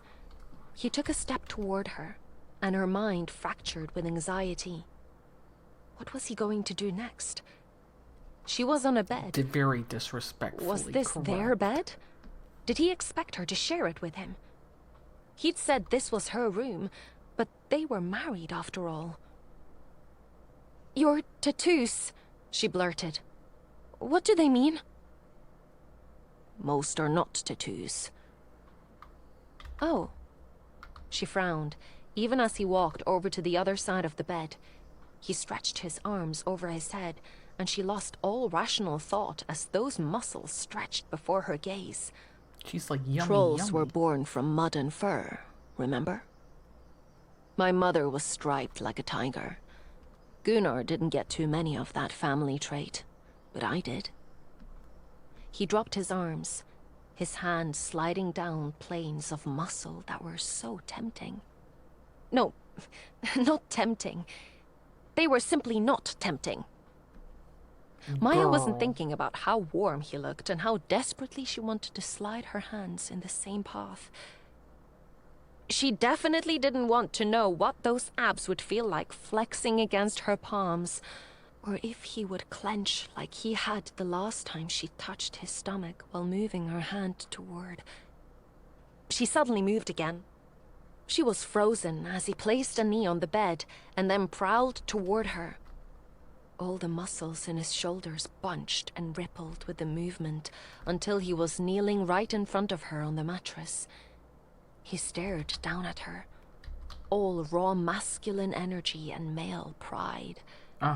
She could do nothing other than stare up at him, with wide eyes, as he reached into the pocket hanging from his loincloth. "Come here, wife." And those words, said in that dark, rumbling tone, made every part of her body stand to attention. What was it about his voice that made her want to do anything he said? She turned on the bed, rotating until she was on her knees before him as well. It was strange to kneel on a bed like this, at least until he reached forward with those massive clawed hands and started removing the piercings from her ears. "Wait," she said, though holding herself as still as possible in case he ripped her ear. "Aren't those supposed to stay in?" "These are a mark of a troll wife. So yes, they stay in. Anything else you will earn." Earn? She waited until he was done removing the 4 new piercings before shaking her head. "Are you suggesting I'll get more of them?" He turned his head so she could look at his ears. There were so many other things that she'd been looking at, so she hadn't gotten a good look at all the piercings he had. But there were quite a few. From his lobes to the cartilage above, there were many piercings, even one hidden inside his ear. Apparently, his patience ran out from her scrutiny, though, because he grabbed onto her chin and turned her head to the side. "Piercings are an honor among my people. You earn them, far more than you earn anything else. Tattoos are decorations for many, but piercings, those you must earn through rites and trials and It's life cool. lessons." I like it. "What life lesson is being a troll wife?" she muttered. But then his hand came down between them to reveal glittering I sort of have emeralds in a his similar palm. thing, but it's only to They were designate stunning. royalty. Absolutely gorgeous Or earrings fucking with tiny nobles. cracks in the stone that made the bevels look like she could stare into them for hours on end and never see the end of And they can these take it off fractures. and put their seal And if on she the listened thing, you really know? hard, Maya swore there was the faintest hum to them. "These are the earrings you should have been given the night we met," he murmured. Ragnar drew even closer, until Maya had to press her hands against his wide chest gonna eat and more brace mac. herself. He freed her Eat more chin, mac. those thick fingers sliding along her jaw, until he could reach her ear. She could feel him inserting the earring, and it felt strange, Oh! odd, to have someone taking care of her like this. But it made it so she couldn't breathe. His heart thundered against her palm, betraying the calm in which he talked to her. "A troll wife is a gift to her husband, a treasure that must be protected at all costs. It is his job, no, his duty and honor, to decorate her in all the elegance he can find. Gemstones do not come near to her beauty, but they can enhance it. Gold and silver are only the merest specks to make her prettier. Clothing, fabric, all of it can make her comfortable, but it's no competition to the beauty he finds in just looking at her." If a troll finds his wife that beautiful, It sounds like it's hard to live, she whispered. He turned her head, making quick work of the other 2 earrings. Maya couldn't move her gaze from his chest, terrified of what she would find in his gaze. Did I burp? What? It's an obsession that a male busy can never trying to break draw free it. from. An honorable troll knows his wife is the God most damn it. beautiful being he will ever see in his life. To adorn her with whatever he can find that might content with that radiance is a lifelong challenge that none will ever succeed in. He leaned down, those warm lips pressed to her ear, his breath caressing down her throat. But it's all worth it to see her in nothing but the jewelry he has given her, and the beauty that captivated him for years. When he earns that, troll wife, that is the greatest gift of all.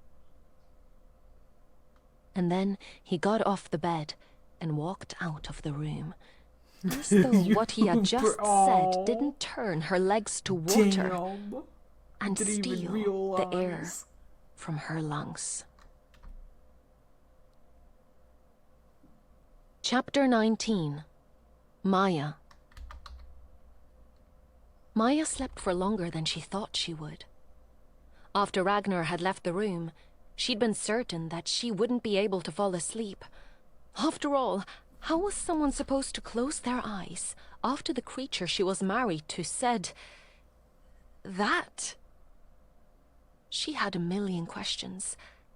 Did he find her that distractingly beautiful? No one in her life had ever mentioned that she was even pretty. Did he want to buy her gemstones? Maybe that was why he'd gotten the new earrings for her, which was rather lovely of him, even though he hadn't been the kindest throughout this experience. Did that mean that he was going to be nicer from now on? Should she forgive him for how he'd acted? Girl, Maybe that you forgiveness can was coming, just continue. but also she you wanted don't have to think of answers to that. why he acted the way he had. Historically, Maya was too quick to forgive. She liked to smooth things over well, with people because never she mind, I hated guess. anyone being upset. Even when it was at her own detriment, she would rather someone else not be upset, even if that meant she had to be. But not this time. This time, she wanted an apology. This time, she would be stronger than she usually was, and she would Okay. make him apologize for being rude and for all the things that he'd done to terrify her. She would have to figure out how to do that. Oh my god. Or maybe how to be the kind of person who could do that. With those thoughts on her mind, she had drifted into a dreamless sleep, and then woke as the wisps started blinking on again. She wasn't sure why they were doing that, or if she should be concerned. What if they were giving her some kind of warning? She sat straight up in bed, her heart thundering, and a cold sweat spreading over her body. What if this was a warning? What if, after all this, she was supposed to listen to the wisps? Girl. She didn't hear a single thing. The entire room was as quiet as a tomb, and that in itself was rather unsettling. So she stood, padded over to the door, and opened it. Peering into the dark hallway was more than terrifying. She swore there was something moving in those shadows at the end of the hall. Sure, she was working on being brave, but she wasn't that brave yet. Closing the door quietly, she looked around the room and tried to get her bearings.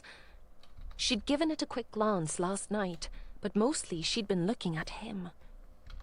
Ragnar. Kneeling in front of the fire, and then kneeling in front of her.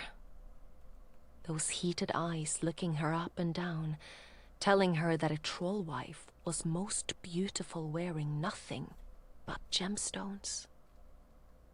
A shiver trailed over her body, and all the hairs on her arms rose. She had to get a hold of herself. If she didn't, she was going to lose her mind in here quickly. Rubbing her hands over her arms, the chill set in through the holes Go to in the sleep. shirt. I mean, she just woke up. Now It's that the fine. fire he'd set was out, Maya had to admit it was very cold in this room.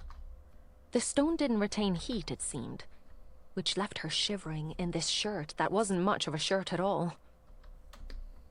The wisps dimmed as she stood there, looking around. She thought for a moment maybe she'd stood still for too long. Another nap. But then she noticed Go they were back dim, to so she sleep. could see Damn. light under the cracks around another door.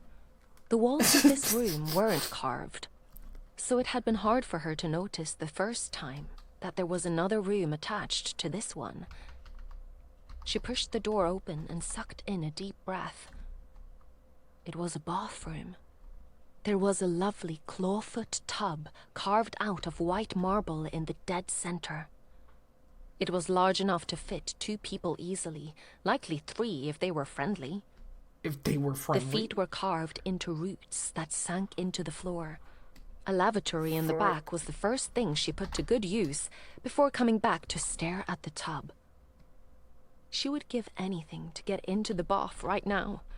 Half asleep and chilly, she wanted to wash the grime off her skin and the travel that likely lingered. Ragnar had said trolls bathed every single day. She wasn't used to that. But she didn't feel sick after bathing nearly every day on the journey out here. So maybe he was right. Maybe she wouldn't fall ill and die if she bathed every day. There was a metal arm that curved up and over the tub as well. What that was, she had no idea. She supposed it could be a handle to get in and out. But as she circled the tub, she didn't think it was that. Maya mused what it could be until she heard a faint noise from the doorway. Startled, she Likely spun 3 if around they to aren't see Ragnar bitches. leaning against the frame of the door. His arms were crossed over his chest, all those bulging Maybe muscles 2, on maybe display 3 for her if to they see. are bitches. Her initial fear at being startled bled away as she looked at him. So far, she'd only seen him as the warrior, the troll in leather-laced pants who had stolen her away from her home I and finished carried her all over the- his all the shoulder for most snakes. of the journey.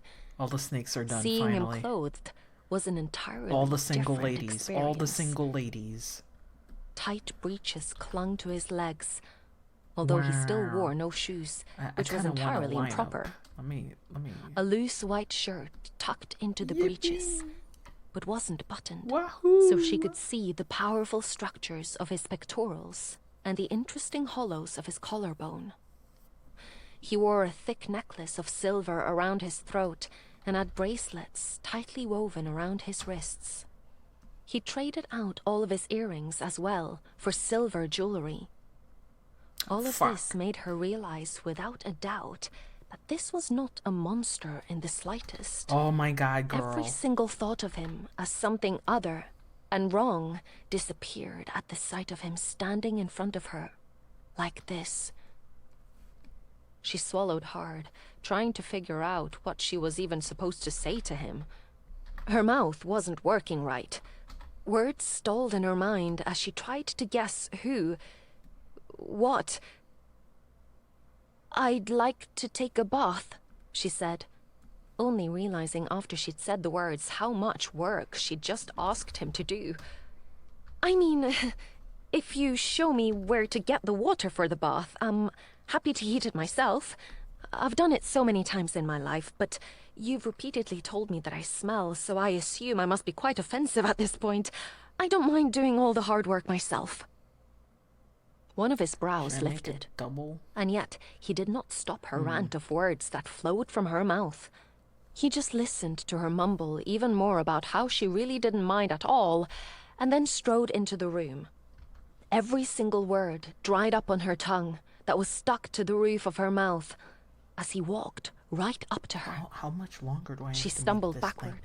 her lower back my striking fucking the tub God. hard, and still he continued to lean. He moved ever closer. Oh my god, it's still so By the big. gods. Was he I'll going have to to kiss make her? it wider, 'cause this Before is twisting ridiculous. something behind her back. Suddenly, the sound of water filled the room. She was frozen where she stood, grabbing into the tub behind her for balance as she stared up into his features that gave away nothing of what he was thinking. How? She asked. Magic? Your people are far behind ours. We do not use magic for everything. The trolls long ago figured out a piping system for the entirety of the city. The hot pipes are affixed to a hot spring Indoor nearby, plumbing. as there are many of them, most and we magical will never thing in the deplete them in our universe. lifetime. The cold water is run off from the top of the mountain, and the snow that builds there year-round. His gaze never left hers. She had no idea what to say. The steam from the hot water was building behind her, clinging to her fingers in warm droplets. The trolls were far more advanced than her own people could dream of. Water in pipes? She'd never thought she would hear the day that was even possible, let alone that it had already happened. Breathing in slowly, she turned to look at the steaming water filling the tub. I need to All make she it would have to taller. do was step into the water. Whenever she wanted a bath, she could have one. No waiting. No need to boil water and carry the heavy buckets over to the tub. Oh, this is all fucked up, I just realized. Changed everything. Damn. The hot steam What coiled the into this the is air, all fucked up. and she was so Shit. confused on tracking those small plumes that she didn't notice he'd leaned closer. But then his voice rumbled in her ear, and every nerve in her body fired white hot. Get in, fire hair. The hairs on her arms rose. Her breath caught in her lungs because surely he didn't mean, Bath time. now? She squeaked. Yeah. Now. Is there any difference from the river? Yes, there was a difference. In the river, she'd always been in her clothes. Or he'd left her alone to her own devices, and she'd gotten undressed quickly and dunked herself in the water before anyone could Rub-a-dub-dub. see her. That much was Get in easy the when tub. it came to bathing. But this... Still, some unhinged, like a wild cat. woman inside of her said to do it.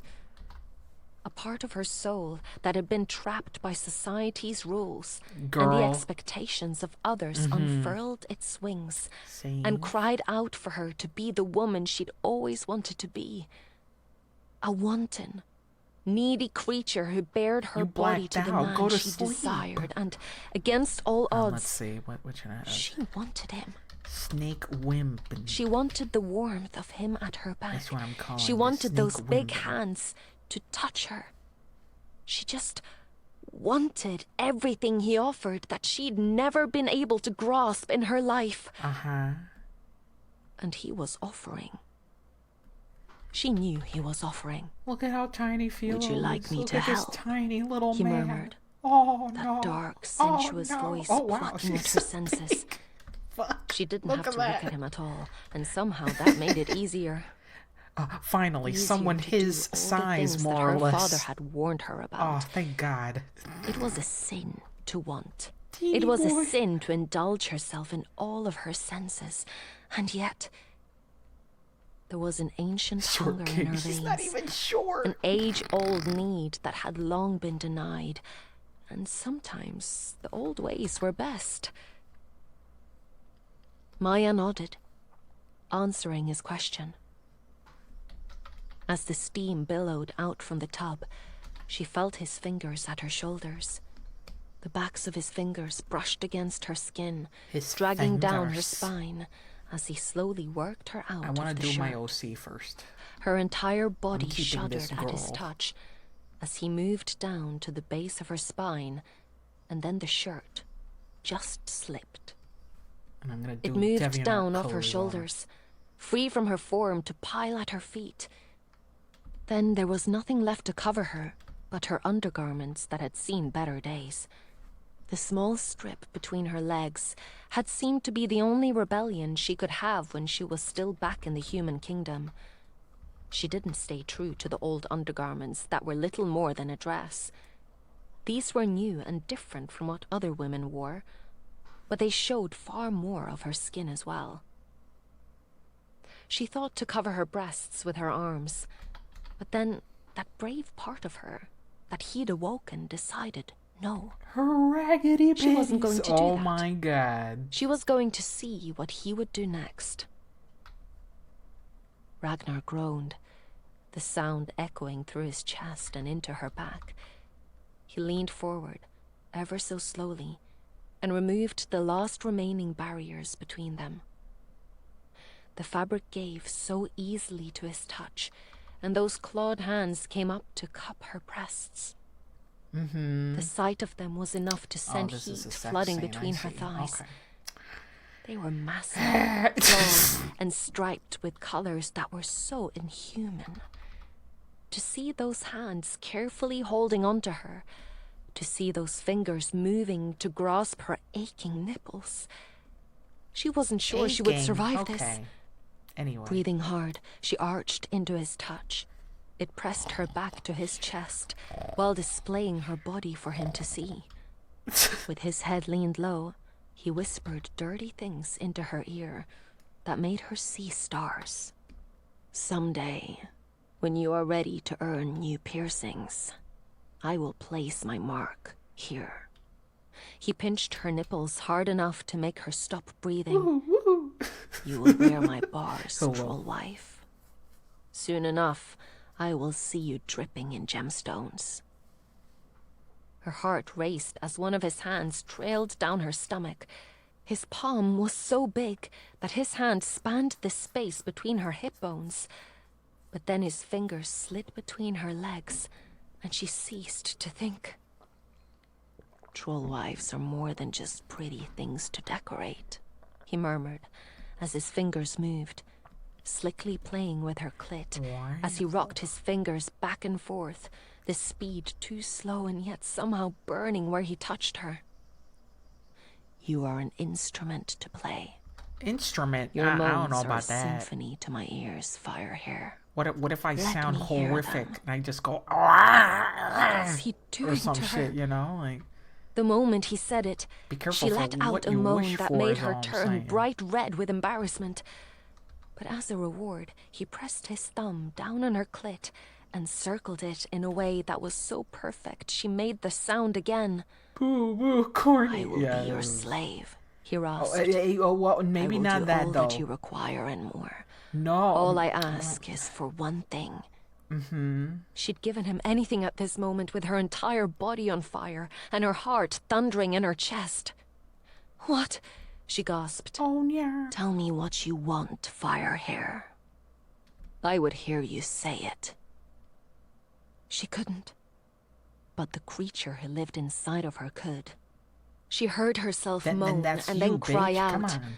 I want you to make me come, troll. The sound he made was part animal, part man. And suddenly, he spun her. Turning away from him was easier, but now she was leaning against the tub with him on his knees before her. He gave her one long stare before he opened. God damn it. Fine. It's been a long time since I heard it.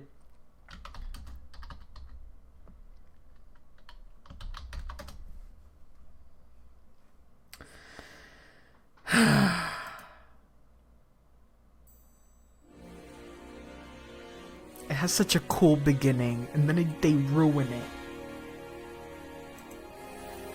What a cool beginning. I love this part, and then it goes to shit.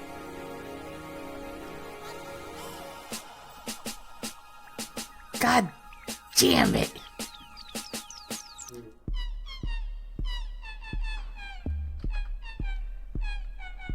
Fucking hate this shit. It was so cool. Why?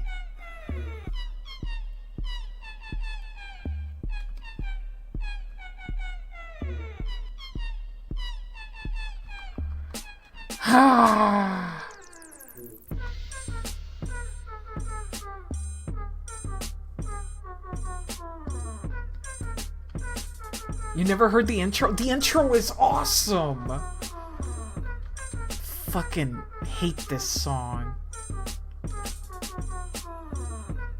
Playing with the door. I want to draw like a cool necklace for her, but it will cover the tits, so I'm not gonna do it this time. I'll draw her some other time. What is this? What is this sound? Freaking Nokia phone shit?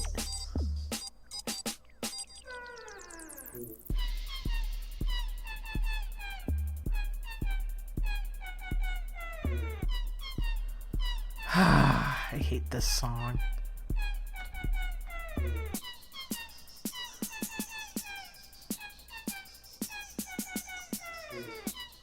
I don't even like it ironically. No. I just hate it.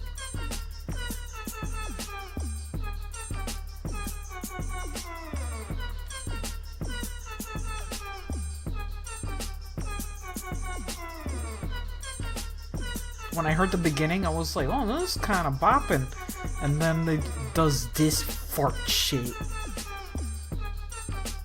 Ridiculous.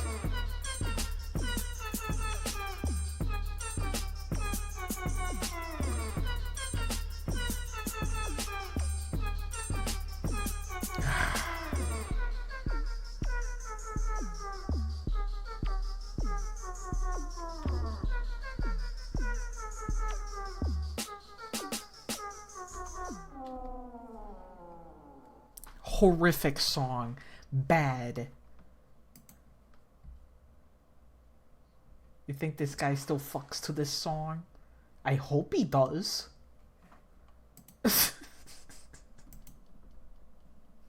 I sure hope he does.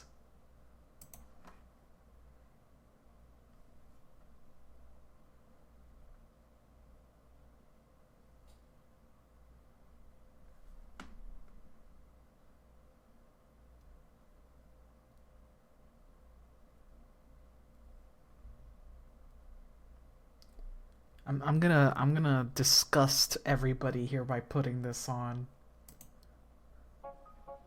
Hello? Yes, you've reached Thick Niggas Incorporated. How may I direct your call? I need me a thick nigga, but no homo though, cause that's that gay shit. Nigga, as long as I say no homo, it's not gay, right? Absolutely right, sir.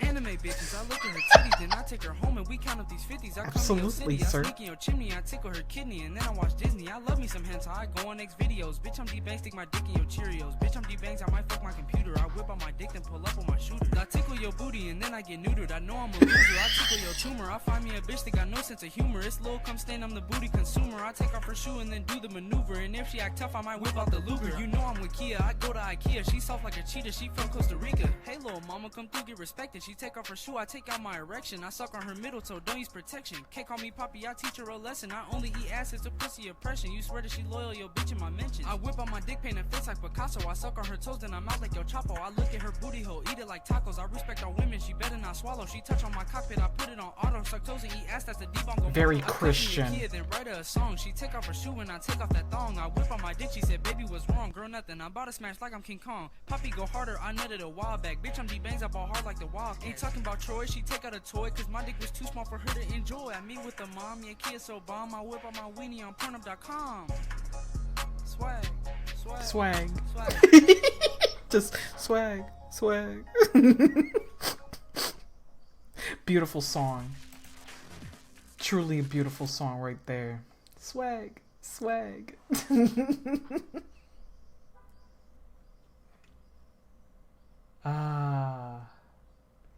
And I also have this song here just because of memes. Ooh.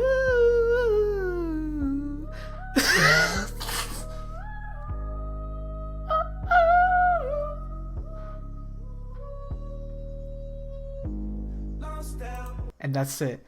That's all I wanted to listen to. That's it. I'm good now. I'm good now. Be communicating with whales. And his mouth and stuck out his tongue. Uh-oh. She had only a moment to blink at the piercing in the center of that pink appendage. Wow, his tongue is pierced too. Wow, husband piercings are awesome. He licked her long and deep, that tongue flicking over her clit. His tusks pressed against her thighs, The sensation foreign, and yet somehow so right. Just as she thought she was going to explode, suddenly she felt that warm metal ball she's sliding getting the against her as well. cunnilingus. The things he could do with that Cunnilingus tongue. time. She hadn't expected him to be so talented. Obviously, she'd touched herself with her fingers before, and she thought she was rather good at that. No one could do it better than herself. But this man poured every ounce of who he was into devouring her whole. He wasn't a gentleman about it. He was loud and messy, almost embarrassingly so, as he groaned into her pussy and lavished her with tension. His fingers spread her wide, making her hold herself steady on the tub so she didn't tumble right into it. He hooked one of her legs behind his shoulder, using it as an anchor to pin her in place when she ground against him. It's like barbells all the way down. But he didn't rush her. He just enjoyed himself with pleased sounds and echoing groans that mingled with her own as the sound of this immoral act filled the room. This was wrong. But damn it, it was so right. She wanted his fingers inside her. She wanted his tongue to plunge into her depths. Fuck, she wanted him to push his cock between her folds and make her see stars. Not a perm rod. Please, she That's whimpered, horrific. trying to rotate her hips against him. I don't know about Please, that, buddy. I need more. You'll earn more later. Wow. He gruffly replied, before palming her ass and squeezing it too hard. This is all you get for now, troll wife. Soon you will have more than this. But for now, all we both get is the taste of you on my tongue and the bliss beyond. With a tortured sound, he attacked her again, this time with a frenzy that made her see stars. And suddenly, impossibly, she could feel herself tighten. She wound more tense with every strong lick of his tongue, every lingering lick. Then, there it was. Yeah. Her entire body clenched And as then she she cried farts or out and something, gripped his hair. Ruining She the whole arched in moment. on herself, likely a horrendous sight to behold, but her entire body felt like it was seizing as the pleasure coursed through her. He didn't stop. He licked and sucked until she was shuddering and begging him to stop. Only then did he give her a break, It probably happened easing to back some on his knees to fucking look up at loser her. out there. Why am I Maya being mean? still had a Damn. solid grip on his hair. She loosened her fingers, almost apologizing for how she tugged on those strands before he silently pressed a kiss to her He thigh. lickled. He suckled.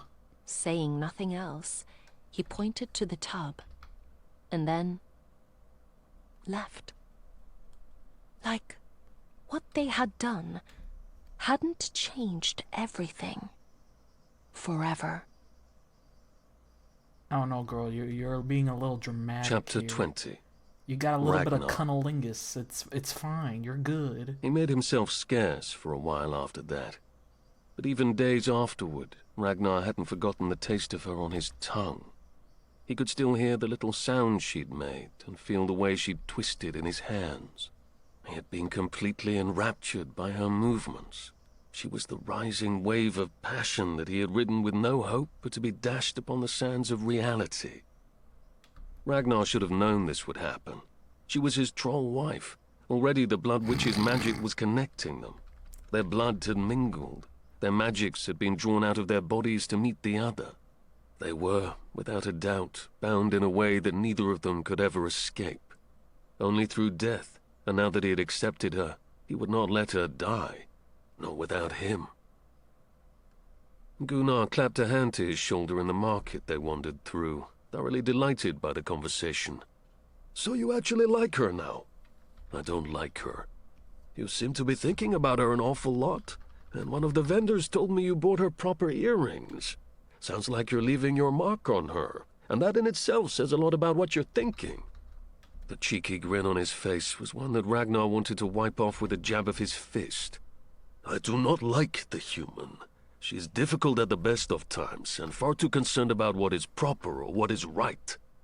Unless his tongue was between her legs, then she seemed to unravel. And now he was uncomfortable again, surrounded by trolls with the ability to smell his passion, and he needed to leave the crowd before he was laughed out of Very it. tsundere indeed. Gunnar wouldn't let him, though. His brother wrapped an arm around his shoulders and dragged him toward a tavern in the farthest corner of this street. Oh, come on. You've always been such a grump. You know better than to let a woman get the better of you, troll or human, it doesn't matter. You have no idea the ties that already bind us. Ragnar rubbed a hand over his chest where there was an ache he could not explain. It was like a part of him wanted to go back home, like there was a thread of his magic that was tied to her, and the longer he was away, the more it stretched and ached. His brother chuckled. You've been staying away from her like a snake waits in your bed. From the moment we first picked her up, you've been hiding this feeling. So I don't think going to a tavern and having a drink with your brother is going to change that. It likely wouldn't, and Ragnar did need a drink. Maybe he could drink himself under the table and not feel like he was getting ripped in two by his mind and soul. They walked up to the doorway that was smaller than 2 trolls high. It was surrounded by the antlers of deer I don't know what that 2 had been trolls hunted on the high mountains mean, for but I guess centuries. it's really big. Wisps gathered between the tines, pooling a warmer light around the space that already filled the streets with the sound of laughter. He knew beyond that door he would be greeted with the scent of warm, baked bread, countless steins of ale, and friendship that would soothe the ache in his soul.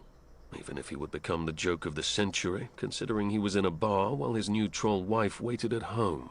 Troll wife, A few troll drinks, wife. he muttered. I don't want to give anyone the idea that I regret. The ground shook beneath their feet. He looked at his brother, shock on both of their features, as a rumble spread throughout the mountain of Trollveggen. The mountain had never shaken before, not like this. And then they heard it, the sound of rock and rubble falling from above. Oh shit. Run! Gunnar shouted, shoving him out of the Oh, way as a shit. large stone fell where they had Things just are been happening. standing. More rocks tumbled out of the sky, splitting them off from each other for a moment that had his heart racing. They ran for the tavern as one, ducking into the doorway and watching as the mountain shook with rage. Pressing his hands against the stone, Ragnar tried to understand what would bring the mountain to this reaction. But when he reached out with his magic, the magic that connected all trolls to the home they lived in, he could feel it wasn't rage. It was fear. Fear that moved throughout the entire stone of his home as the mountain did what she could to protect them from something terrible. Another rumble shook beneath their feet. Screams echoed throughout the streets, along with shrieks of pain that filled the air. Lights fell from behind him, crashing onto tables that sent trolls to their feet as they shouted. More shaking, more stones, until the very ceiling above their heads creaked. He looked up, brow furrowed, as he noticed a crack spread across the stone above them. Gunnar did the same, and all the trolls in the room held their breath as it seemed like their lives might be over. But then there was sudden silence. Dust billowed around them, a quiet reprieve from the moments of madness. Then all the sound returned as the mountain settled back into comfort. All he could hear was the sound of his people dying, countless of them. Their pain was something he could feel deep in his chest as his magic woke and flooded through his veins. He had to go to them. He had to get out of this tavern and help where they needed him. It wasn't a choice, his body becoming a vessel for the power inside of him when he was surrounded by the wounded and the dying, and his brother knew that. Helplessly, Ragnar looked for Gunnar as they both staggered toward the Fucking door. Gunnar, god He stepped damn. over the rubble that had fallen in front of him, knowing that he was going to Every see time more they of it say as he his walked name, out I into get the upset. streets. "Let me help you," Gunnar said, rushing ahead of him to get into the streets first. This wasn't the first time they'd done this. Gunnar's magic was in control. He was better on a battlefield where minds were weaker and able to be manipulated. But he'd seen Ragnar in this state many times after a battle, and he was the one to seek out those who needed help first. Ragnar's magic liked to find anyone who was hurt. Gunnar for It didn't life. matter if that was a small cut on their finger or their No. guts hanging out of their belly. It wasn't good at picking who to start with, only who would ease the sudden swelling of magic that pressed against his lips and tongue. "This way," Gunnar said, grabbing onto his forearm and yanking him away God from a damn small it. group of trolls with bloodied hands from digging people out of the rubble. It's just the pronunciation. Ragnar that blindly upsets followed me. his brother. his vision becoming obscured by the white magic that boiled inside of him now. It seems correct, hurt. but it's also It ached. feels His wrong. fingernails felt like they were ripping from his body. But that was the pain of his money. magic. It was always a little painful. A whispered voice in his mind kept Come repeating here the same making word over noise. and over again. He could barely hear it over the rushing sound of magic in World his ears. peace. But he thought the word might be Maya, his wife. He needed to go to her, make sure she was all right. But the screams of the dying and injured were right in front of him, and he knew logically that their house was safe. She was far from here, much farther than the quake would have reached. If she stayed where she was, then she was safe. She had no reason to leave their house. He took one step away from the street that would lead him to her, then another, even as his soul screamed to just look. All he wanted was to just check on her and make sure that he was right and she was okay. But so many other people needed him, and she was fine. He would know if she was hurt, so he kept going. What time Soon is enough, they stopped, can do, and Gunnar like, pushed one him down more onto hour. his knees. Clawed hands grabbed his, drawing his fingers to a wound that was warm and wet and vibrated with pain that he could feel. The magic in him pushed out, shoving through his skin and into the body of the troll who had been injured. Though he couldn't quite see her, he could feel that she'd been caught underneath a rock. It was her leg that he had in his hands. He could feel the broken bone and how it had cracked in so many places that without magic it never would have healed. The blood that coated his hands was from the skin that had torn beneath the weight of the rock. But his magic knew what to do. It knit through flesh and bone, mending and weaving the form before him like clay. Though it would never be the same as a leg unaffected by such trauma, he knew it would be walkable for her. She would still be able to stride through the city without limping. "Good enough?" Gunnar grunted, his hands on Ragnar's shoulders once again. "More?" The word echoed in his mind. More, more, more. A child who had been pinned to the stone, his face scraped raw against the wall. A man who had pushed his family out of the way and the stone had landed on his torso, where his guts had emptied into the cavity of his chest. Jeez. An elderly woman crushed in her bed, but he hadn't been able to save her. So many trolls, so little time. They wandered through the city, depleting his magic until his hands were shaking. There were so many trolls injured, so few people like him who were gifted in flesh weaving. He stood after hours, his knees weak and his vision back to normal. Even his magic seemed to whimper inside of him when he came across another injured child. "Get my supplies," he said, his voice little more than a croak as he directed his brother. "The salves and herb packs, they will help. I can use them." He'd been on battlefields like this before. His magic simply could not do more, but he could convince the body to speed things along. With the right herbs, the right poultices, he could place them on the wounds and then speed up what it would have done already. It wasn't the best option. Stitching together skin and then begging it to heal left scars that his regular magic would not leave. Still, he had to try. There were more people who needed him. Gunnar nodded, stretching out his back before turning down the street that would lead to their home. "Get some rest until I come back, brother. I won't know where else to find you." Rest? He couldn't rest? Not when he could hear all of their pain and still feel it sparking throughout his body. But when he tried to walk, he ended up slumped against a wall and sliding right down it. Maybe Gunnar was right. He needed to rest his body for a few moments before he could continue this mad dash to help his people. Then they would find out what had happened, because the mountain had been terrified, and he had felt that in the very marrow of his bones. He must have drifted off to sleep, but even resting, his mind ran through every single injury that he'd healed. All the people he might have soothed better if he hadn't been so distracted by other screams that still echoed in his ears. He would think of this day for years to come.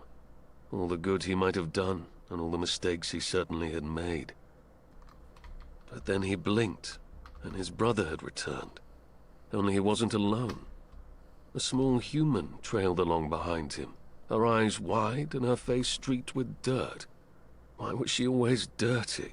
This human seemed to constantly damn get it, herself woman. in situations Take where a he had to plunk her shower into a river again. or a bath and pray that she wouldn't be the small gremlin creature she always seemed to be.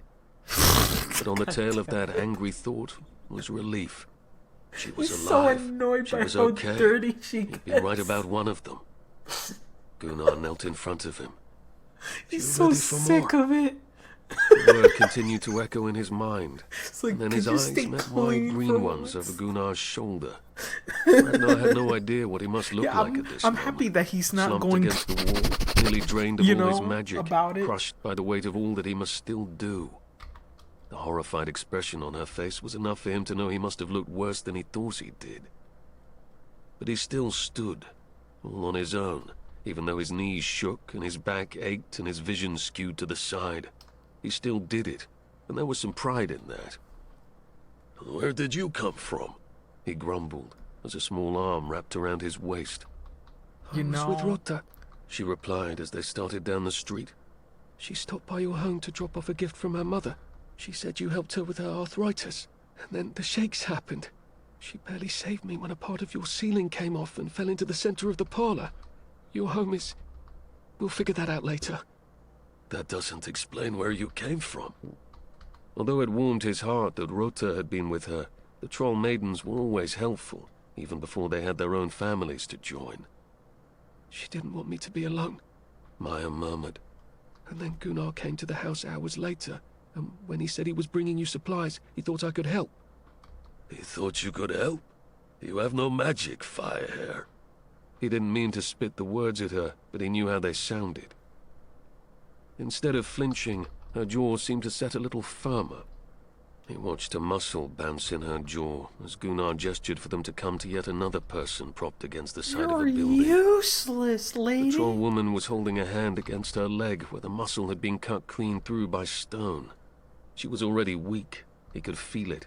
The pool of blood puddling around her was going to be the death of her before that wound. Wait a minute. Maya released him and cautiously knelt beside the woman with light blue skin who was so much larger than her. He stared down at the two of them, realizing that the troll woman laid out before them was everything he had once dreamt of. Perfect tusks, long black hair that was tangled around her Wow. face, I can't beautiful believe you're blue skin that he comparing might have them wanted right to now. lick only Jesus. weeks ago. But now he was more stunned by the presence of those strangely small hands now smeared with blood as she pressed them against the woman's wounds. Maya looked up at him, her eyes wide. I don't know what to do, healer, but if I can help as your brother believes, then I will. She couldn't help him. No one could. But Gunnar tossed his bags of herbs at him and nodded at the bag. She's a plant speaker, brother. Even if there isn't a lot of magic in her, she can still convince that bag of goodies to do more than what you've got. It'll last longer. The theory had merit. Sighing, he took out his needle and thread and got to work. The throbbing, angry vein that had been severed by the stone was difficult to knit back together, and he had to use more magic on that than he wanted to. Then he stitched together muscle and flesh, until finally he reached into his bag and took out the smallest amount of We yarrow love to stop the battle bleeding healer further. couple. He I held like it up that for Maya idea. to see, and then asked, "Can you convince this to do more than it normally would? I can use her body to absorb it, but I need more than what I have."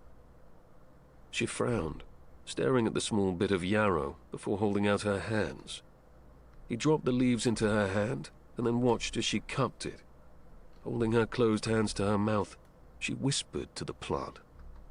He thought he could hear her asking for its help, begging it to give them a chance to save more people, even though it was tired and had long been resting. But when she opened her palms, the leaves in her hands were significantly larger. There was more than enough for this one troll, and perhaps even two more. Relief spread through his chest. He set to work with a now generous amount of yarrow, placing the leaf against the woman's leg. When Maya's hand came down on his, he could feel her magic It's a intertwining with cat. his own. The Now herbs it are felt like he little could speak to cats. both the plant and the body.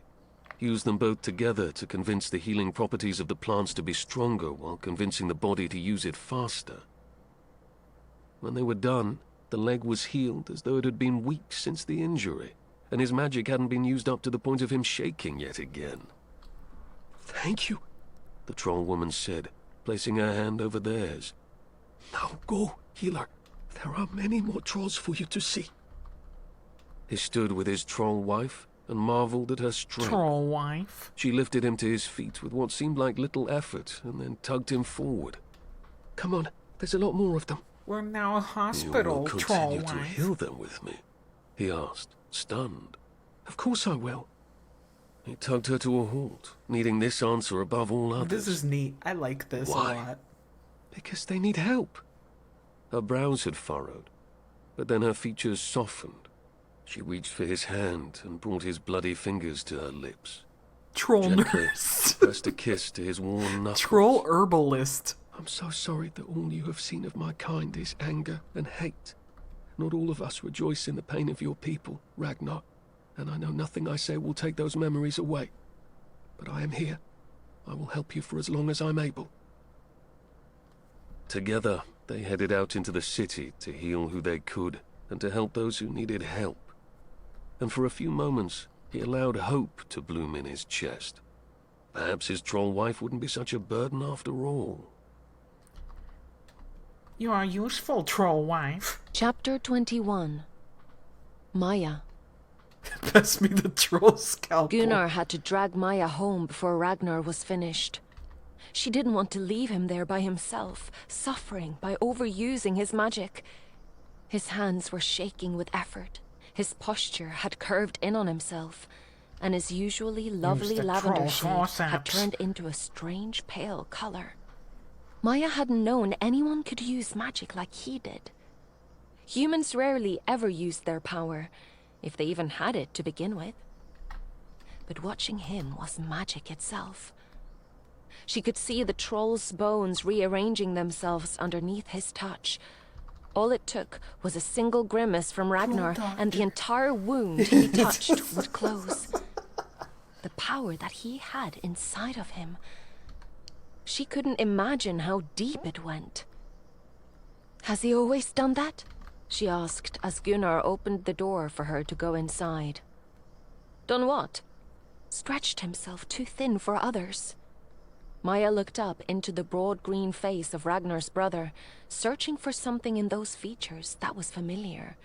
But Gunnar was just as different to her as all the other trolls were. He flashed her a sad smile. That's part of who we are. We stretch ourselves thin for everyone here. Those who can, do. Those who can't, appreciate the help that is given. Trolls are all a family here, no matter who came from who. That seems idyllic. It's not all fun and games. Trolls argue. Some of them leave the mountain entirely. Bad blood spreads and festers. A troubled expression twisted his lips and furrowed his brows. He looked at the door, but then sighed. Ragnar lost his oldest friend that way. It's not all good here, but it is mostly good. We love our home and the people around us until they don't wish to be loved any longer. Her heart broke for them. These were good people who had been handed nothing but suffering, and they deserved more than this. She stepped further into the room. The wisps lit up, casting blue light on all the rubble that surrounded them.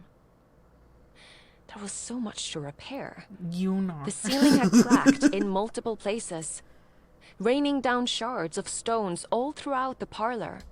She'd been seated right underneath it, laughing about something Rota had said when she'd first heard it. The crack had felt like it came from deep within her bones. She'd lunged off the couch at the same time Rota had reached for her. With their combined effort, she'd just barely gotten out of the way. Standing here now, her heart raced with the same fear. She'd almost died. But thoughts like that didn't help. So she pressed a hand to her chest, rubbed the ache there, and surveyed the room. There were 3 large pieces that she wouldn't be able to move herself. One of those had destroyed the comfortable couch near the fire. She sighed and shook her head. So much to fix. It feels like trying to move a mountain. Then she heard what she said and immediately looked over at Gunnar. They stared at each other for a few moments before he burst into laughter. The dust-covered troll laughed until tears tracked down his cheeks, and then he finally blew out a long breath to get a hold of himself. It is, in fact, a mountain to move, but we've seen worse. She couldn't imagine what worse could be. But at the very least, Gunnar took the large stone on the couch with him as he left and locked the door behind him. No reason to sit in worry, she muttered, before getting to work cleaning. First, she took the time to pick up all the stones she could and put them in a pile in the corner. Maya had no idea where she was supposed to bring them, because it wasn't like there was an easy place for them to be stored. Still, they could go in a corner until she was told what to do with them. Her husband had to have some kind of cleaning cabinet, so she spent far too long searching for that. Finally, though, she found a broom and a dustbin in the back corner of the kitchen. Armed now against the dust, she made her way throughout the entire parlor. It took her 4 rounds of sweeping before she was done with it. She imagined that had taken her the better part of 2 hours, and he still wasn't home. The damage in the kitchen was significantly less than the rest of the house, so she went into the bedroom. Ragnar had yet to sleep with her, and it was just this morning that she realized why. A blanket had been left on the couch. He must have been sleeping out in the parlor most nights, but now there wasn't anywhere else for him to sleep. Unfortunately, cleaning gave her too much time to think about her new life. She mused that her husband was not who she thought he was, and that this entire situation was truly surreal. But also, would he plan to sleep in bed with her now that there was no other option? Why didn't that sound so bad? Perhaps she had gotten too caught up in everything. Only a few weeks ago, she'd been terrified of trolls, and now she'd been tossed headfirst into the reality of their lives. Over and over again, she was slapped with the reality that these people weren't as terrifying as she thought, and in fact, they were good people. Every bit of who they were made her want to like them. Okay, yeah. No, it made her enjoy them. Oh my god, okay. She'd been greatly enjoying her conversation with Rota while the entirety of the world had blown up in their faces. And she found she was angry about that. These people didn't deserve to lose their homes or be injured on safe streets. How could something like this happen? Yeah, you know, to there's good something people? about, like, when the character Weren't preaches... there supposed to be gods looking out for people who helped each other? Bad things shouldn't happen to good people. But they did. Bad things happened every day to good people. And she knew that. But it still stung for her to see it happen in real time. She'd gotten the bedroom clean in her frenzied anger, and then there was nothing left to do. Maya got ready for bed, feeling a bit numb that she was going to try to sleep when the streets were still covered in blood. But there wasn't anything she could do. Her magic was weak, just like the trolls had said. She laid down in bed, staring up at the cracked and chipped ceiling, and something in her soul just wouldn't settle. How could it? Ragnar had thought she wouldn't help. That statement still rankled. He'd thought she would just let the trolls suffer, and what? Laugh in glee that they'd gotten what they deserved? He still thought she was a villain. Time passed slowly. Or perhaps quickly, she wasn't all that sure. All she knew was that one moment she was staring up at the ceiling, and the next she heard movement in the room adjacent to hers. Tilting her head to the side, she watched the silhouette of her massive husband walk into the bathroom. For a moment, she just let herself look at him. She listened to the low murmur of his voice as he asked the wisps to be dim, so they didn't wake her. His shoulders were curved in what looked like defeat. She'd always seen him with such power in his body. Even though he wasn't a warrior like some of the other trolls, Maya thought of him as strong and powerful as the others. Now, as he limped into the bathroom and fell quietly to his knees in front of the tub, she saw him in a different light. This was a broken I don't know man, if I like the white hair, a to be wounded honest. man. One who had seen too much pain from his people and who had taken it on himself. We're making He a lot was of aching assumptions and there, sad, lady. and there was so little she could do. But she was here. So she sat up, got out of bed, and made her way to the bathroom. His shoulders moved up and down with heavy breaths. His white shirt was smeared with dirt and blood. His clawed hands rested against his thighs, and she could see that 3 of his claws had cracked right down the middle. Ooh. Tears burning in her eyes, she gently placed her hand on his shoulder. How can I help? Why did you have to tell me There's that? nothing left to do. I have nothing left to give them. And there are so many more who still need help. Even his voice was raspy, as though he'd lost his voice hours ago. I wish to rest, wife. That's all. Maya knew what it was like to have no more emotions to give. But she also knew this troll. She knew he didn't want to get into bed with dirt on him, even less than he wanted to get into bed with her. And that was all right. She could sleep in one of the chairs. She'd slept in worse before. Quietly, she reached for the hem of his shirt. He said nothing as she helped pull it over his head. The moment his shoulders had to rise, he let out a long groan that made her wince. He had pushed himself too hard, even beyond using so much of his magic. They got the shirt off, though, and she let it drop onto the floor. He used the edge of the tub to stand they're and then DeviantArt waved a hand cover at her. colors. I can do the rest. You don't look like I'm you trying to can. make her It's DeviantArt. just a quick wash. I'm not so helpless that I cannot do that myself. Then you can wash all the bits that are hard to reach, she scolded. Part of her screamed to just let him do it. Her ears were already burning bright red at the thought of undressing a man. She'd never done this before. The few and meager interactions she'd had with men had been behind her father's house. A quick stolen moment where all their clothing had remained on. The first man to see her entirely naked had been him. Placing her hands on the waistband of his pants, she gently tugged them down. It's her. He didn't DeviantArt. argue further. Instead, he just let her shift them down over the round globes of his ass, down those powerful thighs that had caught her attention from the first day she'd seen him, and down to the clawed toes that gripped onto the floor even as he lifted first one leg, then the other. Maya reached for the faucet and turned it on, just as The he had for her. faucet.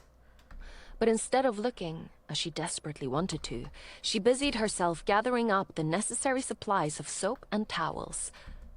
For a man as large as him, he certainly had tiny towels. She couldn't imagine they were even capable of wrapping around his waist. Girl, those are She washcloths. heard the sound of water trickling and then the long groan as he plunged himself into the warm water. It was safe enough for her to turn around now, she supposed. And when she did, all the breath was sucked free from her lungs. He leaned against the back of the tub, his arms on the edges, his head tilted back so all she could see were the planes of his chest and the hot steam that surrounded him. She didn't care that blood streamed off of him, down his collarbone and dripped from his claws. All that mattered were the muscles that were a feast for her gaze, and the way he looked so thoroughly delicious. Swallowing hard, she grabbed a few washcloths and approached him. You can't save everyone, Ragnar. He blinked one eye open and then closed his eyes again. I can save as many people as I can save. I learnt that a long time ago, Firehair. Then why are you punishing yourself for not saving more of them? He grunted. What a response, she thought. Dipping the cloth into the water, she lathered You know, you soap can't on save it more before if you tapping feel his like hand. shit, sir. Here, she said. Take this. He looked down at the cloth and arched There's a brow. bit of a paradox You said there. you didn't want me to wash you. I'm holding you to that. If you're as well as you say you are, then you can manage it on your own, big man. He grunted again, but grabbed the cloth from her with a hand that shook only a little. She knew he'd likely expected her to wash him despite his protests, but she would not do that when he was being like this. He could earn that treatment, but she wouldn't do it just because he expected it. Hilariously, he washed himself. He was brisk and rough, his lavender skin darkening with all of his efforts. And throughout it all, she just watched him, cushioning her chin on the edge of the tub. She kept her gaze on his face and shoulders, and not on the intriguing piercings that were surely just underneath the edge of the water if she wanted to look. But right now wasn't about that. I'm killing you. I'm killing you. She just wanted to look at him and note every time he winced or Teasing let out a me. little exhausted breath. I want to see his the dick credit, piercings. She let her. She knew it must have been a little strange to have someone staring while he bathed, Look at his but he didn't ask her to stop. waiters. Although eventually he did nice. ask, "What are you doing?" "Getting used to you." "How so?" She lifted one shoulder in a shrug. "I've never been around so many trolls. I'm getting used to it, I guess. The more I look at you, the less strange you become." "You find me strange?" "Well, you aren't human." He gave her an unimpressed look. "And I'm glad for that." Maya grinned. "I knew you would say that." He shook his head at her, clearly unimpressed at her grin, but she swore his lips twitched a little too. Soon enough he was finished, and the water was getting colder. The moment Ragnar placed his hands on the side of the tub, she jolted to her feet and held out the towels. "I'll let you dry off." She was running away from what would be revealed when he stood. She didn't want to know what he looked like naked just yet, or to gawk at what she was certain to be terrifying. And right now didn't feel like the time for her to look her fill. Not after everything they'd just gone through. Darting back into the room, she got back underneath the covers and yanked them up to her chin. She even rolled so her back was to the bathroom door, just so she wouldn't know when he left. He'd never slept in the same bed as her.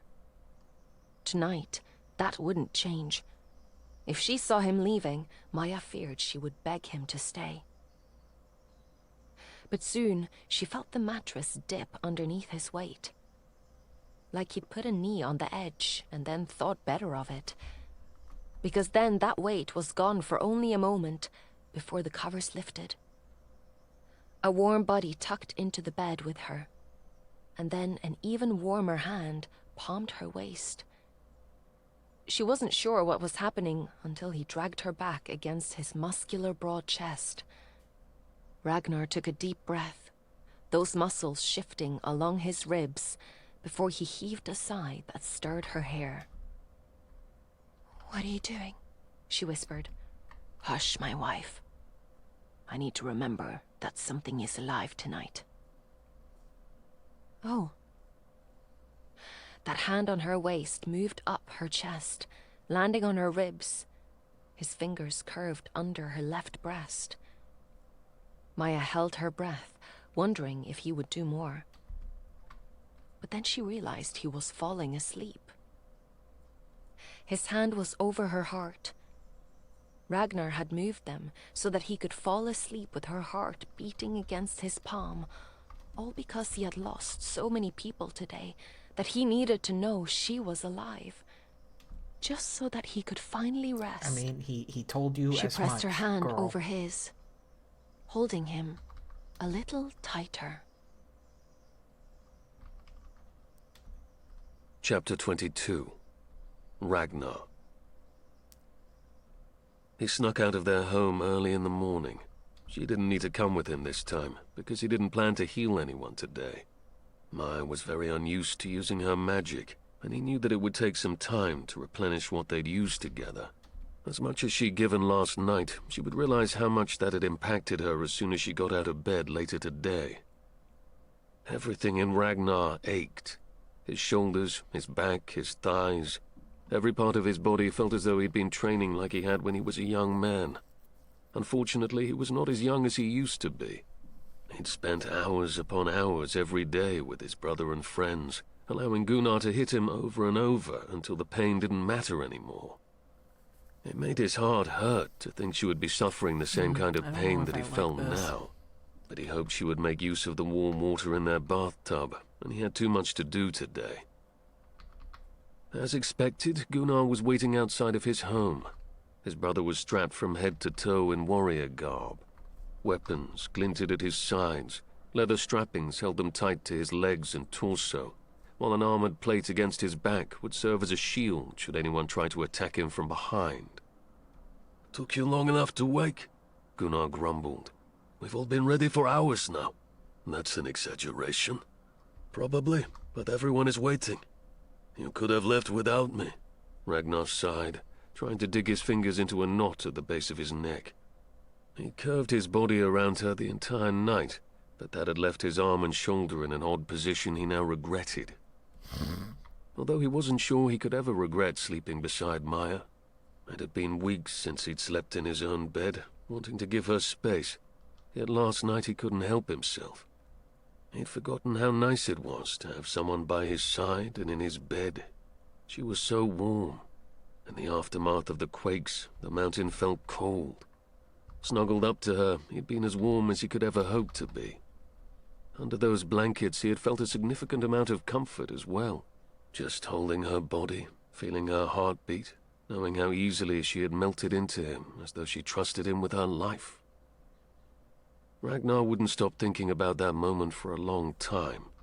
He thought perhaps that she would be enjoyable as a bed partner. That was why he caught her in the bathroom, tasted her on his tongue, so that he might at least know she would be willing and enjoyable when it came to that. And she would be. But last night had been something different. He hadn't wanted to just bed her, rot into her until they'd both seen stars and forgotten about all the things that they'd seen that day. She'd offered him a comfort that no one else ever had. Gunnar leaned in close and took a deep breath.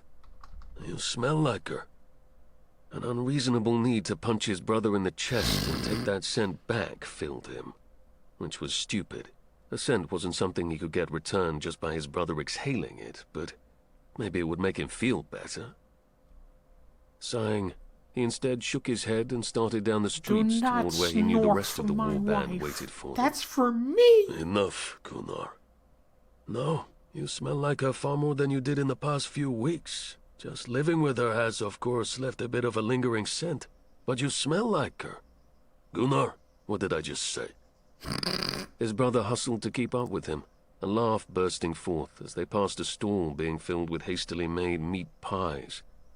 The city was already piecing itself back together enough for Gunnar to get a breakfast pie and continue ribbing him as they hurried down the streets. Really? What happened last night? You went back later than she, which I thought would mean you wouldn't even find her awake. But clearly she was.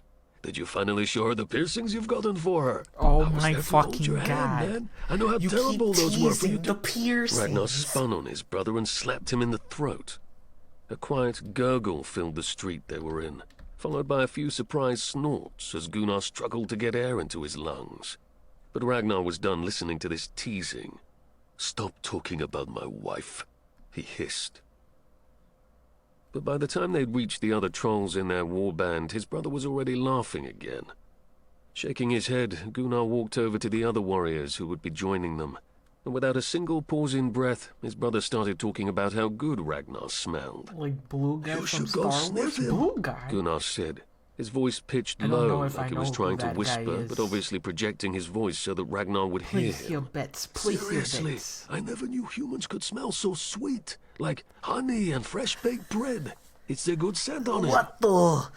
Does he Ragnar sound headed like out ahead what of the though? Maybe a others. little bit, Couldn't stay with those warriors without that's trying to push banana. Gunnar over the edge of the cliff. It was far too early in the It just morning for sounds that like kind another of behavior. Russian guy. His brother needed someone to teach him a lesson, but realistically, Or that person kinda couldn't Yiddish. be Ragnar. A little Not bit. yet. Just a little bit. The warband moved through another path in the forest that led to their home, and then out of the mountain into the sun beyond. He squinted his eyes, the bright light always difficult to adjust to when he first left Trollveggen. He looked around, trying to figure out why the mountain had been so angry. But it didn't take long for them all to see the problem. Deep grooves slashed through the earth. He'd seen markings like this in the human villages before. They were the wheels of carts, but carrying something so heavy that it had left deep imprints that were easy to follow. Together, he and the trolls spread out to follow them. How many times had he hunted the humans? How many times had he learned that if they were in a group, humans would attack a troll without hesitation? Troll hide was tough. It was hard to put a knife or sword through their skin, so the humans had learned other ways to hurt. Fire, flaming acid, ballistae that threw stones at them. Anything they could do to kill the trolls, they would. Fortunately, the trolls were harder to track down than humans were. Silently, the warband moved across their mountain, following the tracks of the cart until Ragnar broke off from the others. He ran faster. Ragnar was able to go ahead of the rest since, as the band's healer, he didn't carry any weapons. But then he came to the edge of a ridge and stared down at deep black furrows that spread through an area which had once been forested. Like a fire had been lit and left to run wild, it wasn't hard to see what had made their mountain afraid. Stones had been thrown by the ballistae against the side of the mountain. There were deep cracks in the rocky face where a rock slide had been triggered. So many stones that the entire tunnel into Trollveggen had collapsed. And worse, he could see the humans had coated the entrance with a thick black ooze they'd then lit on fire. It wasn't an entrance regularly traversed by his people. Smaller than most, usually only women and children walked here to pick flowers or grow crops that simply couldn't grow underground. It did not lead back to the heart of their kingdom, but it was an entrance nonetheless. More signs of humans dotted the landscape.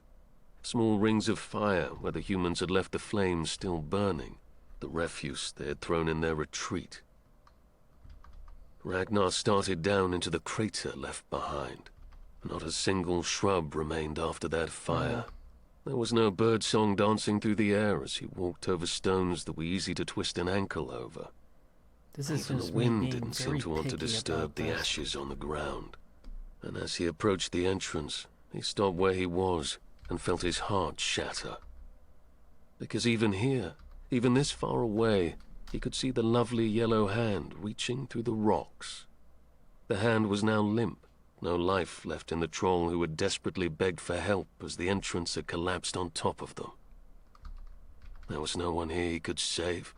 No one who needed his magic, even though it weakly rose in his chest as if he could try to bring this troll back from the dead. Like he could sing their soul back into their body, even though he didn't know who they were or how he would manage to do so. Healing was an art form. It convinced the body to knit itself back together, to feel well again. He loved being able to soothe old aches or mend a cut in the skin that would have left an ugly scar. But a moment like this was when he was reminded of just how terrible it was to have been given such a gift. To know he could have saved them if he had been there in time. Footsteps approached. Countless trolls of the warband joined them, and together they all sank onto their knees to honor the fallen troll. Gunnar was at his side, and he reached to put an arm around Ragnar's shoulder. They fought well. The troll to his right murmured, "They fought hard." No one wanted to say the last bit, though. No one wanted to be the one to admit that this was over, and there was nothing they could have done. So Ragnar took a deep, rattling breath that coated his tongue in smoke and tasted like defeat. Their spirit joins the warriors' hall. Someday we will join them, and on that day we will feast. Growls erupted around him. Rage made the air electric between them all. He wanted to roar at the world that would allow a troll to die like this. He knew this kind of death. It hadn't been quick. This troll had reached out a hand for help, and no one had offered to help them. Not a single one of those monsters who lived at the base of their mountain had done anything when they'd set this trap. They didn't even kill the troll so they wouldn't suffer. Turning his head to look at the tracks, he stood. The other trolls joined him, all of their eyes on the deep furrows that would lead them right to the humans who had done this. His brother placed a hand on his shoulder. A steadying voice to listen to as Gunnar murmured, "Ragnar, your wife is human. Perhaps it should be us that go. You wait here, and we can make sure any injured return to you. If it was a small number of humans with a ballista, they will be easy to track. No, I want my revenge for this. She may not forgive you for it." Ragnar knew that. I don't know why she would be did. on the people's He knew that side his troll at that wife was more point, you sensitive know? than he was. But she'd been by his Excuse me? side during the aftermath of what her own people had done. Surely she would understand that he had to hunt after that. She had You know, held I'd be his like, hand yeah, while fuck he'd those knit guys. together flesh and bone. She'd heard the moans and the screams of the dying. Maya had been there while people had begged him to save them, and he had known that he wouldn't be able to. If she denied him this, then she was no troll wife after all. Baring his teeth in a snarl, he glared at his brother. "Give me a knife, Gunnar. Ragnar, I just don't think... Your knife." Without another word, his brother reached for the knife that he had strapped to his chest and handed it over. It was a long-handled blade, I think that's wicked fine. and curved. I just don't have The glint in the brain. sunlight reminded him of his very first hunt with his father. They had just been boys then, young and unknowing of what they were going to get into. Ragnar had been the first to kill a deer, and when his father had handed him a knife just like this and told him to gut the beautiful creature, he cried. At first, Ragnar had been ashamed of his reaction. No real hunter would have tears dripping down his cheeks while he gutted the animal that would feed his family for weeks on end. But his father's words would remain with him for the rest of his life. "You honor the beast you killed by shedding tears for their loss. Tears show you know you have taken a life, and that is good. We do not kill without reason or meaning." I'm my so son. sorry, but that is the most now- what the you honor beast for cry.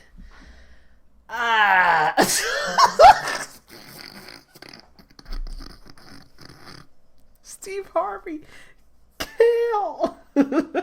Ding. He knew his reason. He knew his meaning. Sound like a soprano. Yeah. Gunnar sighed and reached for the back of his neck. They pressed their foreheads together.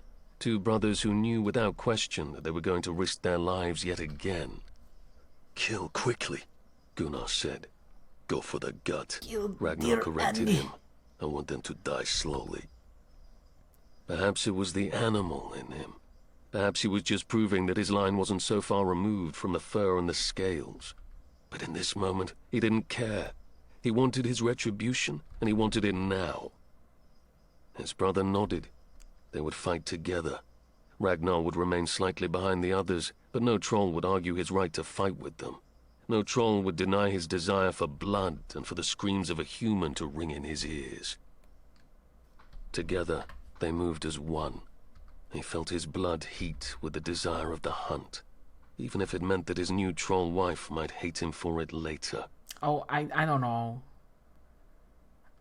If she Chapter does, she's 23. dumb. Maya. Maya woke to someone knocking on her door, which was silly because she didn't have any customers today. She couldn't remember the last time someone had come to her asking for a flower arrangement. Why? In her groggy state, Because she wasn't entirely morning. sure. Maybe it had something to do with her father being completely incapable of managing their accounts. Too many people had been charged twice for flowers, and eventually they were just going to find someone else to do the arrangements. She really needed to talk to her father about that. Staggering out of bed, she blinked her eyes so slowly it was almost like she was walking down the hall with her eyes closed. She needed to go to the market today. Something in her head said that she didn't have any food in the house, and she wouldn't mind baking something today. Her father loved fresh baked bread with butter. Maybe he'd be in a better mood if he woke to that this morning. Swallowing the cotton mouth that made her tongue feel a little thick, she made her way to the front door and threw it open, only to stare up into the face of a troll woman. Which couldn't be right, because there weren't any trolls in her town. Until she finally woke up and remembered everything that had happened. This was, indeed, a troll. Because there were many trolls in this city. Because she was no longer in the human kingdom where she was surrounded by her own kind, girl, but you're a instead, ditz. she was surrounded by trolls. Yeah. I don't know why this A is rush such of a anxiety news. trickled down You've her been head doing to this her toes, for fucking turning her weeks. face lightly bright red. What was her name again? Inkery, the troll woman said. Her dark blue skin seemed almost magical in the light of the wisps. I'm sure you remember me from your journey here. But there has been much that happened since, and it's very easy to forget those you have met when you've been introduced to so many.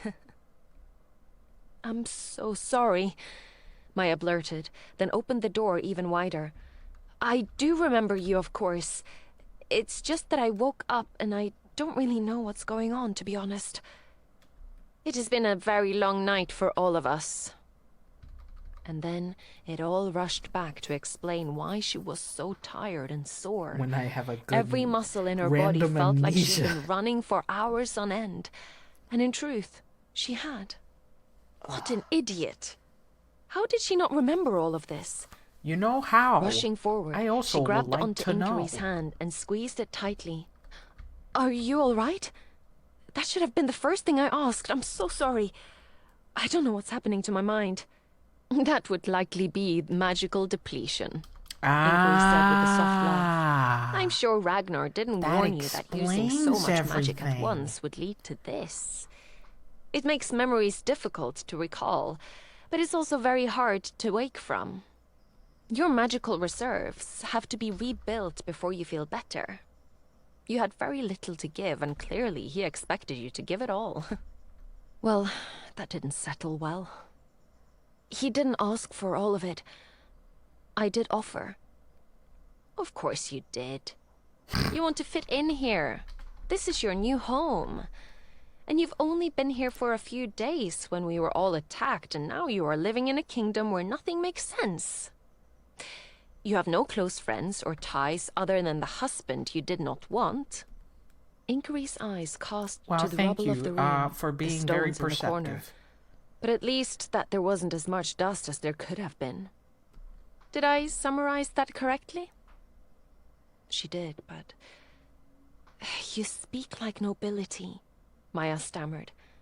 I didn't realize that trolls were so eloquent. I trained with the troll princes and princesses. Oh my god. My mother thought I would marry one of them, but clearly I did not. The blue-skinned troll looked her up and down. He has not dressed you appropriately yet, I see. Maya looked down at the shirt he had given her a few days ago. It wasn't a dress, that much was certain. But it wasn't like she was regularly running about the streets. Ragnar just continued to give her shirts, and she washed them in the tub when she needed to. I think there's not been time. Inkery's eyes cast to the piercings in her ears. Well, at least he replaced those disgraceful earrings. Hilda's thoughts were in the right place, but it was a slight against his honor. Come with me, Trollwife.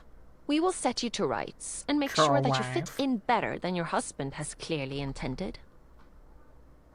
Maya glanced around Don't the room. dress her not up. sure what Don't she was doll her supposed up. to do The here. husband will go on Did she follow the bunga troll on her. woman she really didn't know? And then you'll start Or hearing did stuff she like, stay here and wait for Ragnar, who was... wait, that's Do you know too where dry. Ragnar is? She asked, her brows drawing together in confusion. The warband has been sent out to discover the meaning of our mountain's fear. I'm sure they will return with answers for us soon enough. But that will be enough time for me to get you new clothes and some food in that belly, as you are in desperate need of. Food sounded good. At the thought, her stomach rumbled loudly. She didn't remember the last time she'd eaten anything other than trail rations and the few pieces of bread that had been in the kitchen. Ragnar didn't keep it well stocked, and she'd eaten what she could, but a real meal? warm food that wasn't out of a cabinet and questionable of how long it had been there. There you go.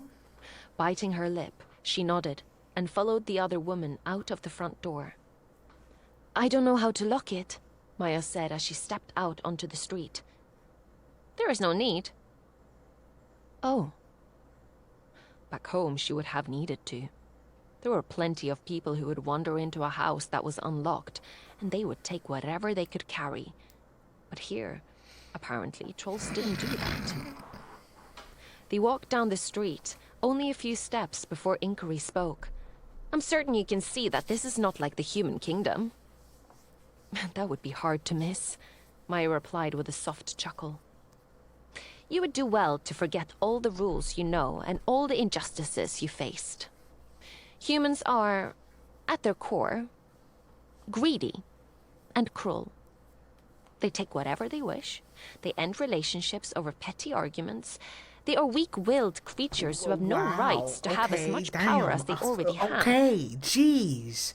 I'm here, words stung a bro. bit. I'm sitting right here. Maya tried very hard to as see I'm it through the stealing, eyes as of I'm the a trolls. klepto, just couldn't. taking stuff and putting it in my Quietly, backpack. as they turned the corner and started up a small hill, she said, I am human, though.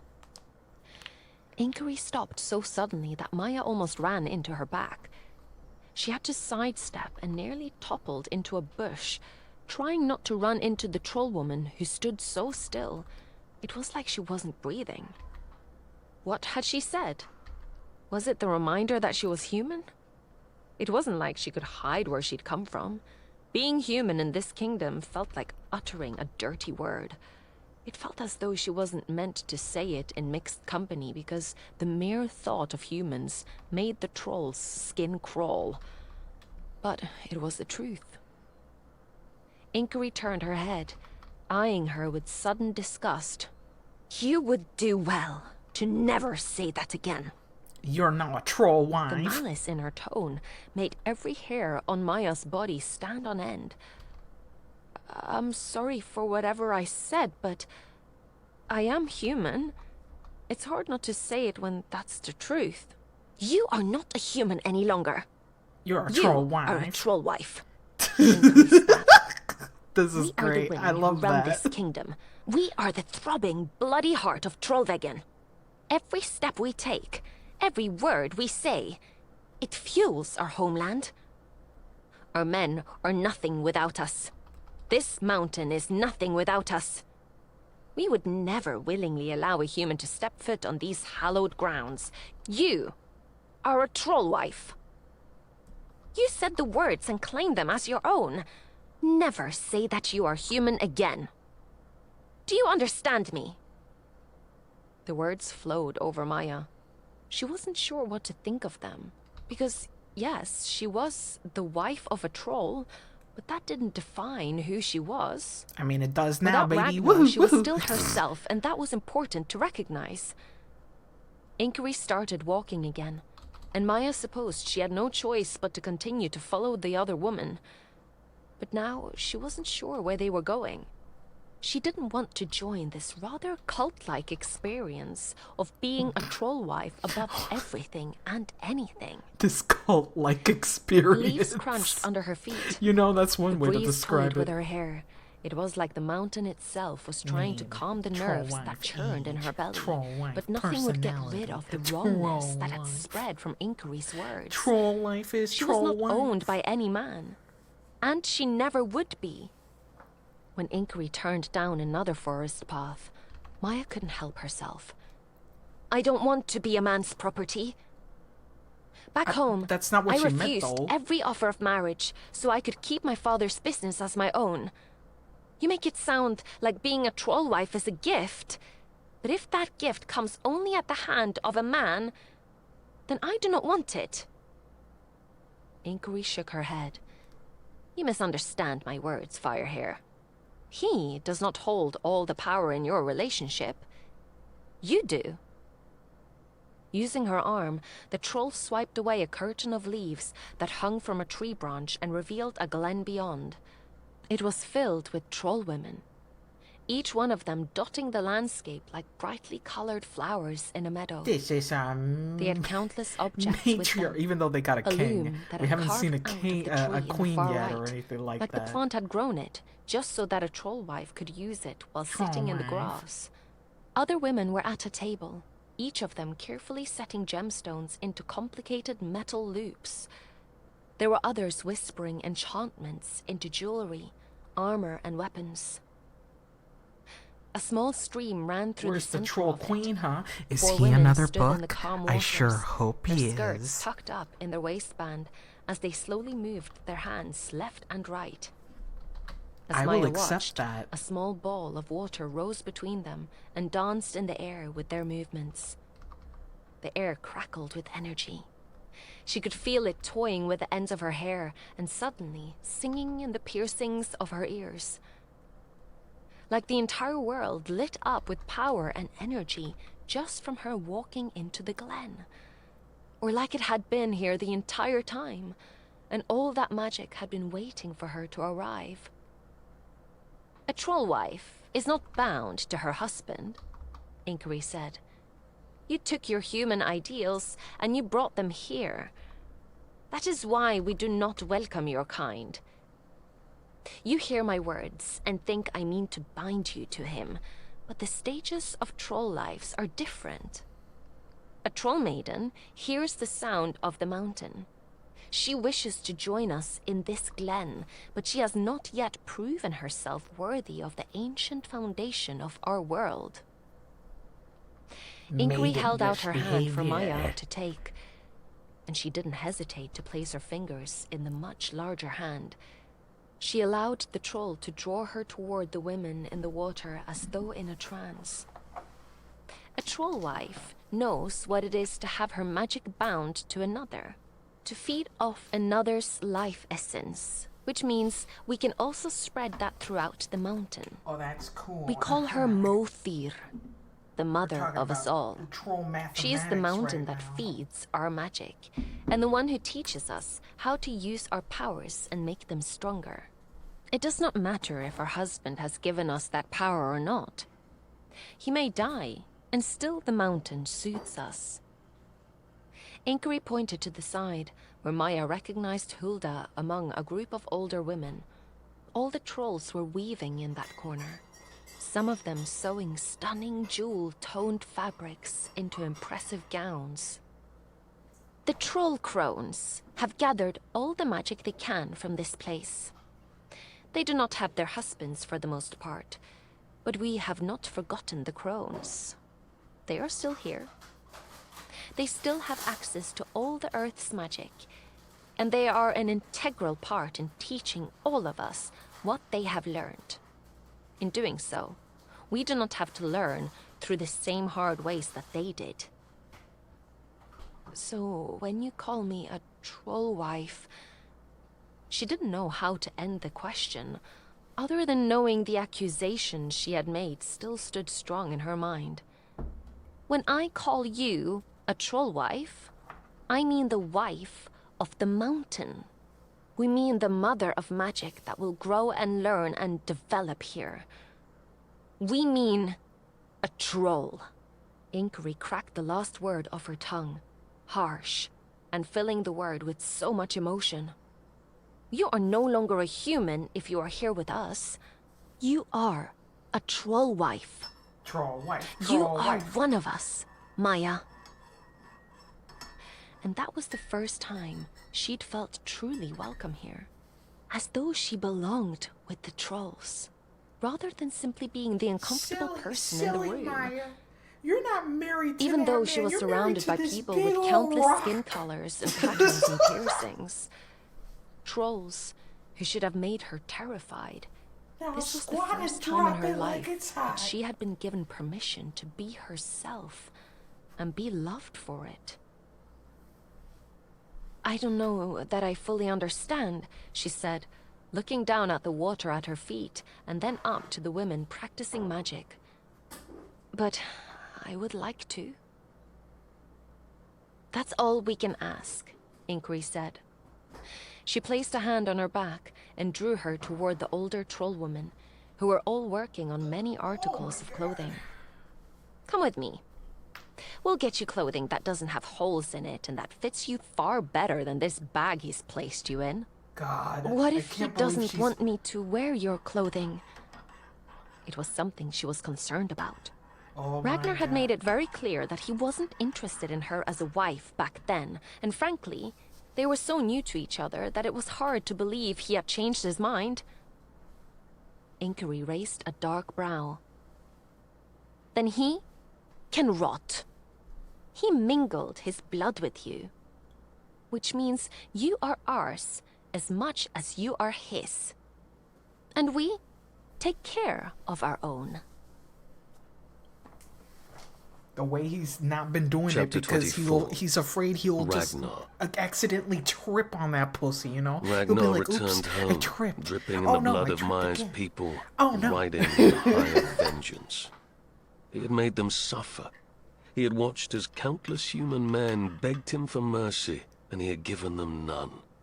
He'd made sure to cut them in ways that they would never heal from, ways that would take days or weeks to die before they finally had suffered enough for what they had done to his people. Got some cookies. And still, it didn't feel like it was enough. He wanted to wipe the stain of them from the entire face of his kingdom. The trolls deserved to live in the sun without fear, if that was what they wished. They deserved so much more than being trapped inside a mountain, knowing that the humans had figured out a way inside. The warband stood before their king, all kneeling as they reported what they had seen. And at the end of it, their king bid them all Listen, to rise. He's too afraid that he'll look He at was her all tired. sexy dressed Ragnar and could shit, feel and the he'll be like, exhaustion in the "Oh, old oh troll no, long oh before he no, even here I looked and come, saw the oh bags underneath his eyes. At some point in their reports, You King know, he'll Egil just had removed his fucking- crown. It dangled from his fingers, the truest symbol of defeat that he had he'll ever get seen. so dizzy." So, the humans know how to find our paths now. The king heaved a long, regretful sigh. That complicates things. Gunnar was the first to stand, pounding a fist against his chest. I would gladly set up the first watch, my king. My warriors will ensure that no human succeeds in destroying more of our roads into this sacred home. It is an honorable thing you asked to do, but there are not enough trolls to watch every entrance, and certainly not enough of us to stop the humans if they try more. They really do just sound like the Godfather. They all just sound like Marlon Brando. I will give him a gift. I'll give him an offer. He cannot decline. They'll just all... But not Sopranos. Godfather. he can't not have it. Give him something that you'll say not no, but yes. No, Kali girl. No, you gotta say the thing wrong to piss people off. You gotta rage bait. You gotta rage bait. Strain every word. To be fair, Marlon Brando has always talked like that. I'll give him a promise, and then you'll be so hard pressed to not say yes.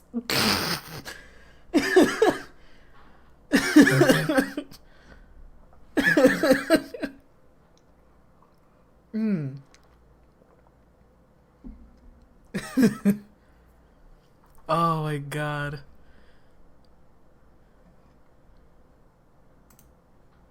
Let me pull this back here. I've been just drawing and coloring the same girl this whole time. Trying to take the biggest shit but can't. Oh Marlon Brando. Oh. Poor guy. He was all like,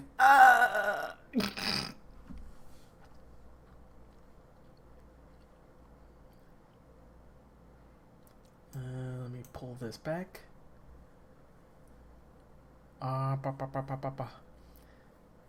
He does not want to give this tricky prize. He'll like it so much.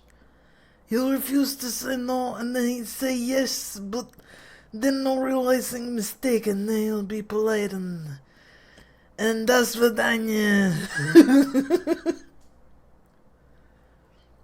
Annie.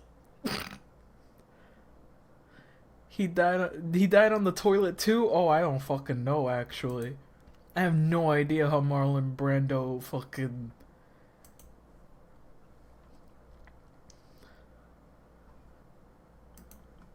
Now I need to listen to Vinny Guato. Sorry. I need to listen to it.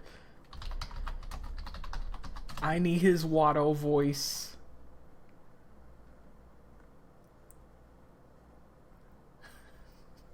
I need it right now.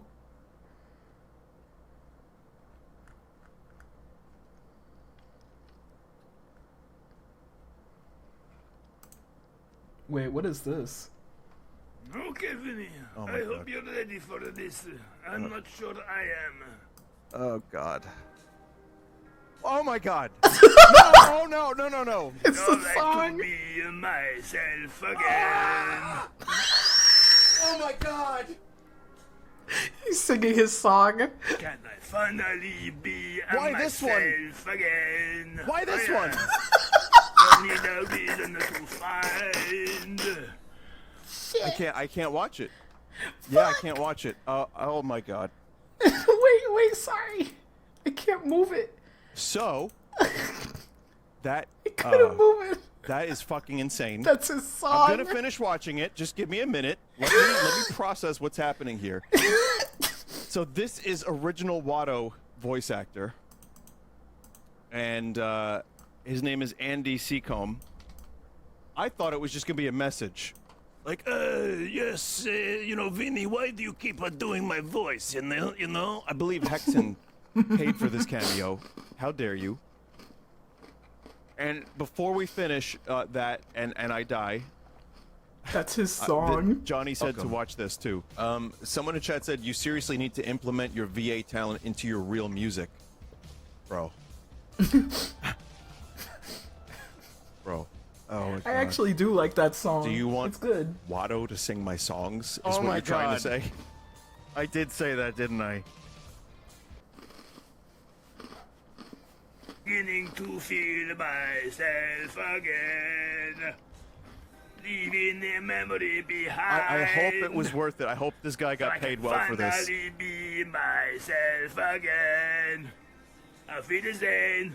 See you there some better day. Bye bye. Could you not have picked a more up-tempo song for this guy?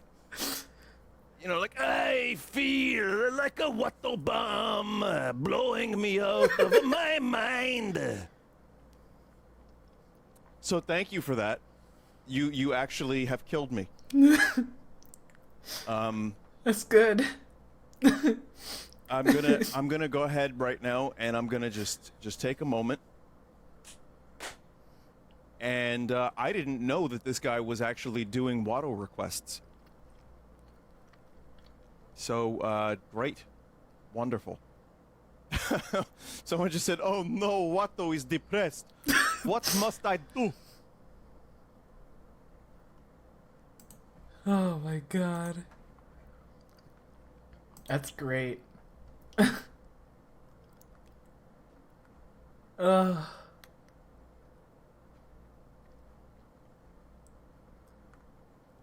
Too bad. Like I want so many Watto sounds, but I guess we won't have a lot of Watto sounds.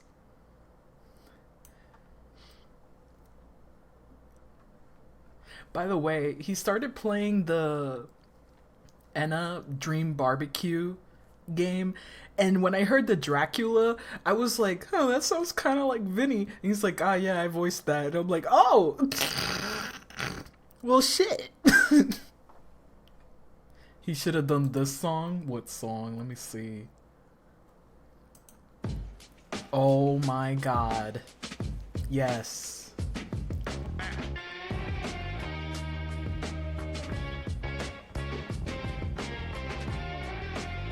It's a very good song. Scurry through the streets looking for an old bagel. They don't need an invite. Yeah, this is a good song. Oh. Oh. Give me a second.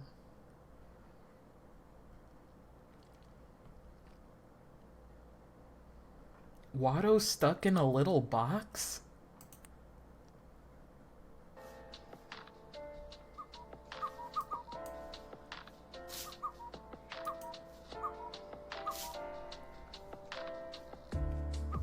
You know, nobody knows you.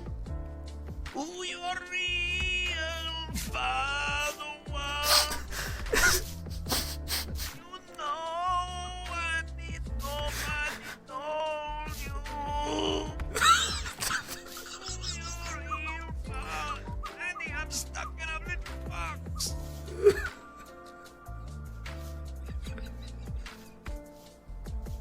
It's so I can't believe we have a stupid. new meme, Watto stuck in a little box.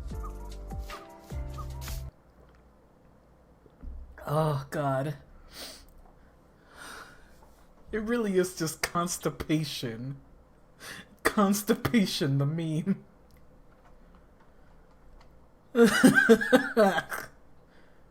I'm okay, I'm okay, I'm okay. Oh, this is really good art. I'm looking at good art now. Wow, good art.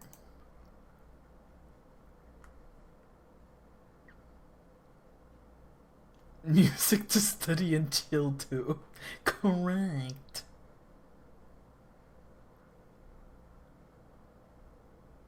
Look at that penis! I am not looking at penis.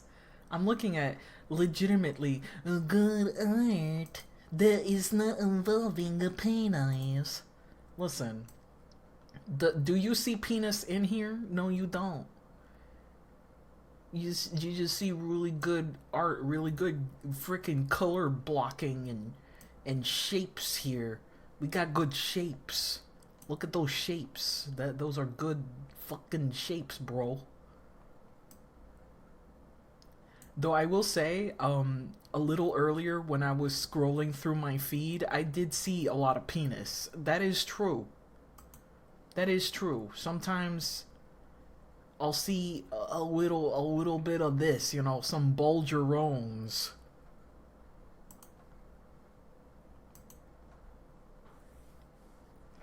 Let me do this for like another half hour and call it a night so I don't go to sleep so late. We will set up scouts so we know which of the entrances they are targeting. I forgot about the voice, and that's why I fucking did The that words tangent. weren't enough to satisfy the Shit. war band. They were all dripping in blood. Ragnar could see the crusted, dried flakes settling on the stone floor where all of them His stood. normal voice is They had hot. I destroyed don't get everyone who this. had dared, but there would always be more. But then the king continued, and Ragnar realized the wisdom in this choice. We will hide the entrances better. But first, I must know which the humans are aware of. Those are the ones we will allow them to destroy. Let them cave in the entrances. Or even better, we will do it ourselves so that it is controlled and no one else gets hurt. I do not want Did even you a tell single human Babushka knowing how you're to not enter coming Trollvik. back? Oh. Gunnar nodded. I can send out scouts to listen in on the human conversations. It shouldn't take long for us to be in the basements of the barracks yet again. Last time it took them 2 weeks to realize we had tunneled our way in. Be careful. Clearly, their king has plans. After the betrayal with his daughter, I am inclined to believe their king wanted that entire wedding to be a message. King Egil's eyes darkened, and Ragnar's skin crawled with a sensation of magic that rolled off of the king's body and onto the floor like mist. He will learn how foolhardy that act was. All the trolls let out a synonymous growl that echoed throughout the room. But then they were dismissed. There was nothing Ragnar could do. He wanted to destroy the damn world because of what the humans had done. And he knew the other trolls in the warband felt the same. Unfortunately, they had to wait. He headed toward his home, pausing only when Gunnar called out to him. Brother? Ragnar turned and waited for his brother to catch up with him. "Be gentle with her," Gunnar said, and there was worry in his eyes. Ragnar hadn't recognized it at first, but now he could see the fear, as though his brother feared he would take these emotions out on his wife. "I'm always gentle with her," he replied with a quiet sigh. "It's hard not to be when she is so delicate." She's not It hadn't human, even crossed his Robert. mind She's to purge some of troll this life. anger on her. Maya had proven herself worthy of him, but it was worrisome that his brother feared what he would do to the delicate creature. Clearly, she had made an impression on Gunnar, but somewhere along the way, Ragnar had given his brother reason to worry. Perhaps that was partly because of the wedding. Perhaps it was that the first thing he had said to his bride was that he would never be her husband, and now he was returning to her dripping in the blood of his enemies who were her people. He had a lot of explaining to do, and perhaps some healing of his own. He trudged back toward his home, knowing without a doubt that he would need to tell her what Sorry. had happened. If he didn't, someone else eventually would. Maya, That was up actually until this quite point, had only disgusting. seen him as a healer. He feared that some part of her thought that was all he was. Dealing with someone who wasn't active in the fight was likely easier for her when she was trying to reconcile what the trolls were going to do. War was brewing, and he wasn't so much of a fool to think this wouldn't affect her. He stopped by the public baths before he got home. At the very least, he could arrive at their doorstep not covered in blood. While he scrubbed the deaths of They her got people from public his skin, baths. he tried to figure out what to tell her. Perhaps he should lead with something along the lines that he didn't want to hurt her. It might be good to state that he had no interest in making her life harder, or taking out these feelings on her as Gunnar feared. Then she would know that he was serious. He still saw her as a human, but not like... No, that wasn't right. He couldn't even say she wasn't like the others, because she was. He knew she was. There were both good and bad people in every species, from the elves to the trolls to the humans. He'd have to be a fool not to recognize that, and so would she. He couldn't say he didn't even see her as a human. She was. And it wasn't that she was different from anyone else. He knew there were countless good humans. There had to be. So what would he say? He was embarrassed at how long it took to clean the blood from his skin as he tried to figure out the correct words. But by the time he stood in front of his own house, he was still tongue-tied. No path made what he had done right, but no path said he was wrong either. Blowing out a breath, he just opened the door and walked in. The least he could do was get inside and say what was on his mind. He would tell her the truth, and then see what she said about that. If she wanted to yell at him, throw things, scream and rage, then beg to go back home, he would endure it all.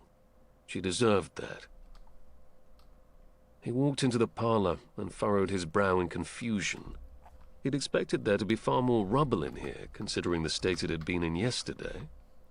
But where he had seen small rocks in the corner and broken furniture, now the parlor was nearly put back in order. The broken pieces of his couch were gone, and the stones had been removed. Even the rug had been beaten free from dust and shards that had clung to the thick weaves.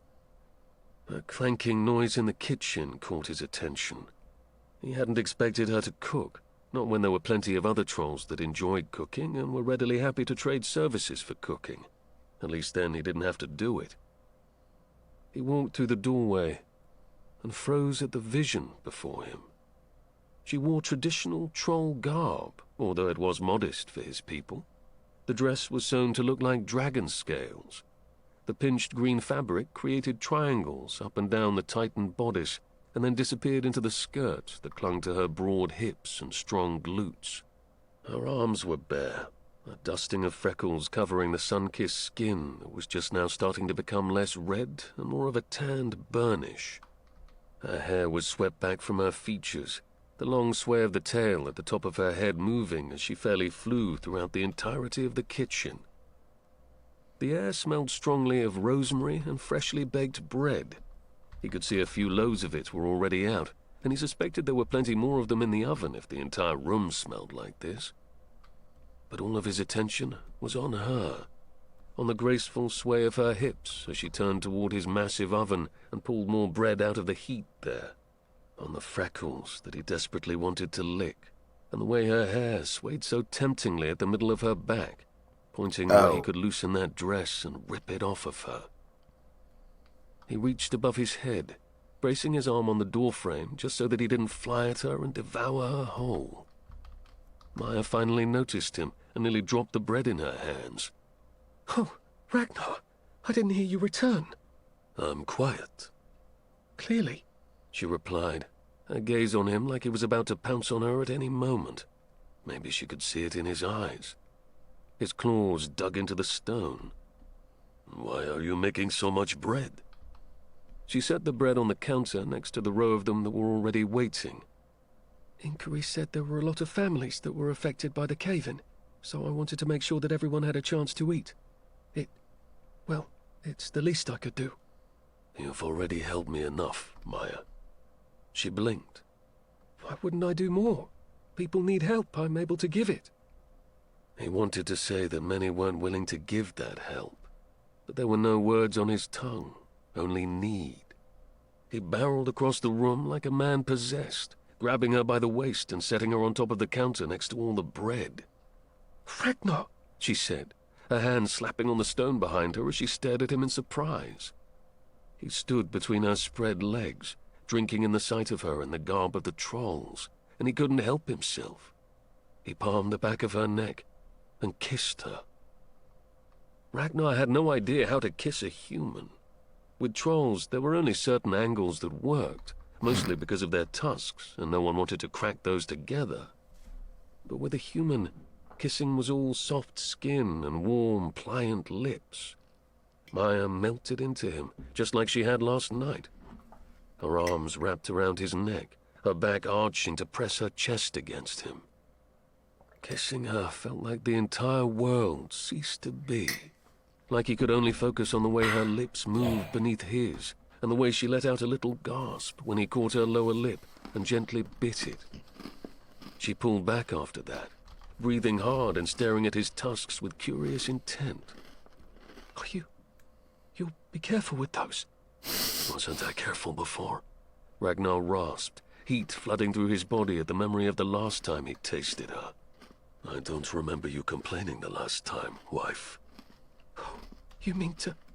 Her face turned bright red, and he thought that was his new favorite color.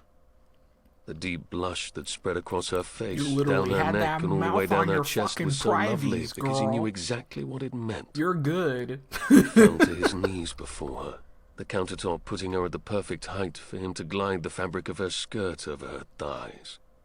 He took his time feeling the warm skin, drawing his claws up her inner thighs, and watched the bumps raise wherever he touched.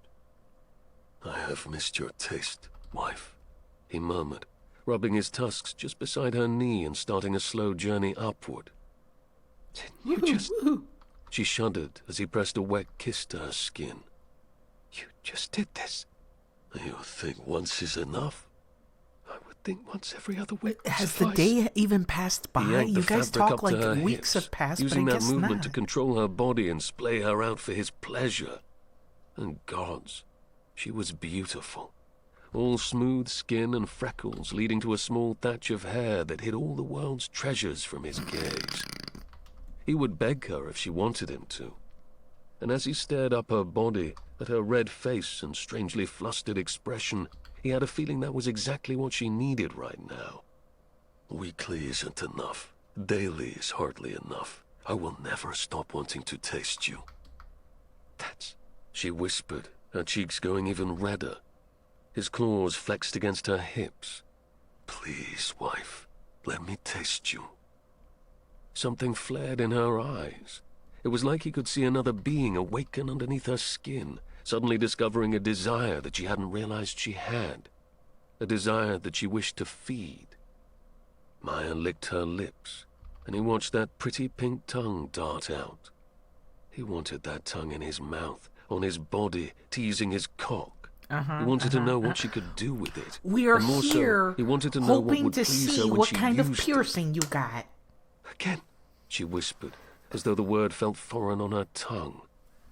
I am begging you, he said, dragging his tusks so close to where she needed him, where he could see the faintest shine of her desire. I've had a very long day, wife. I would love nothing more than to lick you here, to feed you my fingers until you beg for my cock. I want you writhing underneath me, all that pretty skin turning bright pink as it always does. I want to hear your moans again. Let me fill this room with the sound of your pleasure. That flush spread even further. She was panting now, her chest rising and falling with need. All he desired was for her to let go. He wanted her to give him the single word that would allow him to devour her whole. If I say no? She asked. Then I will go to the tavern with my brother. I will leave you here to bake in this room, to fill it with more of your bread. He blew out a long breath, knowing it would make her shiver. But I'm praying you do not say no. His muscles were so tight he felt like he was shaking. It's so fucked up that but then she met his like gaze that. and said, It's fine now. Husband.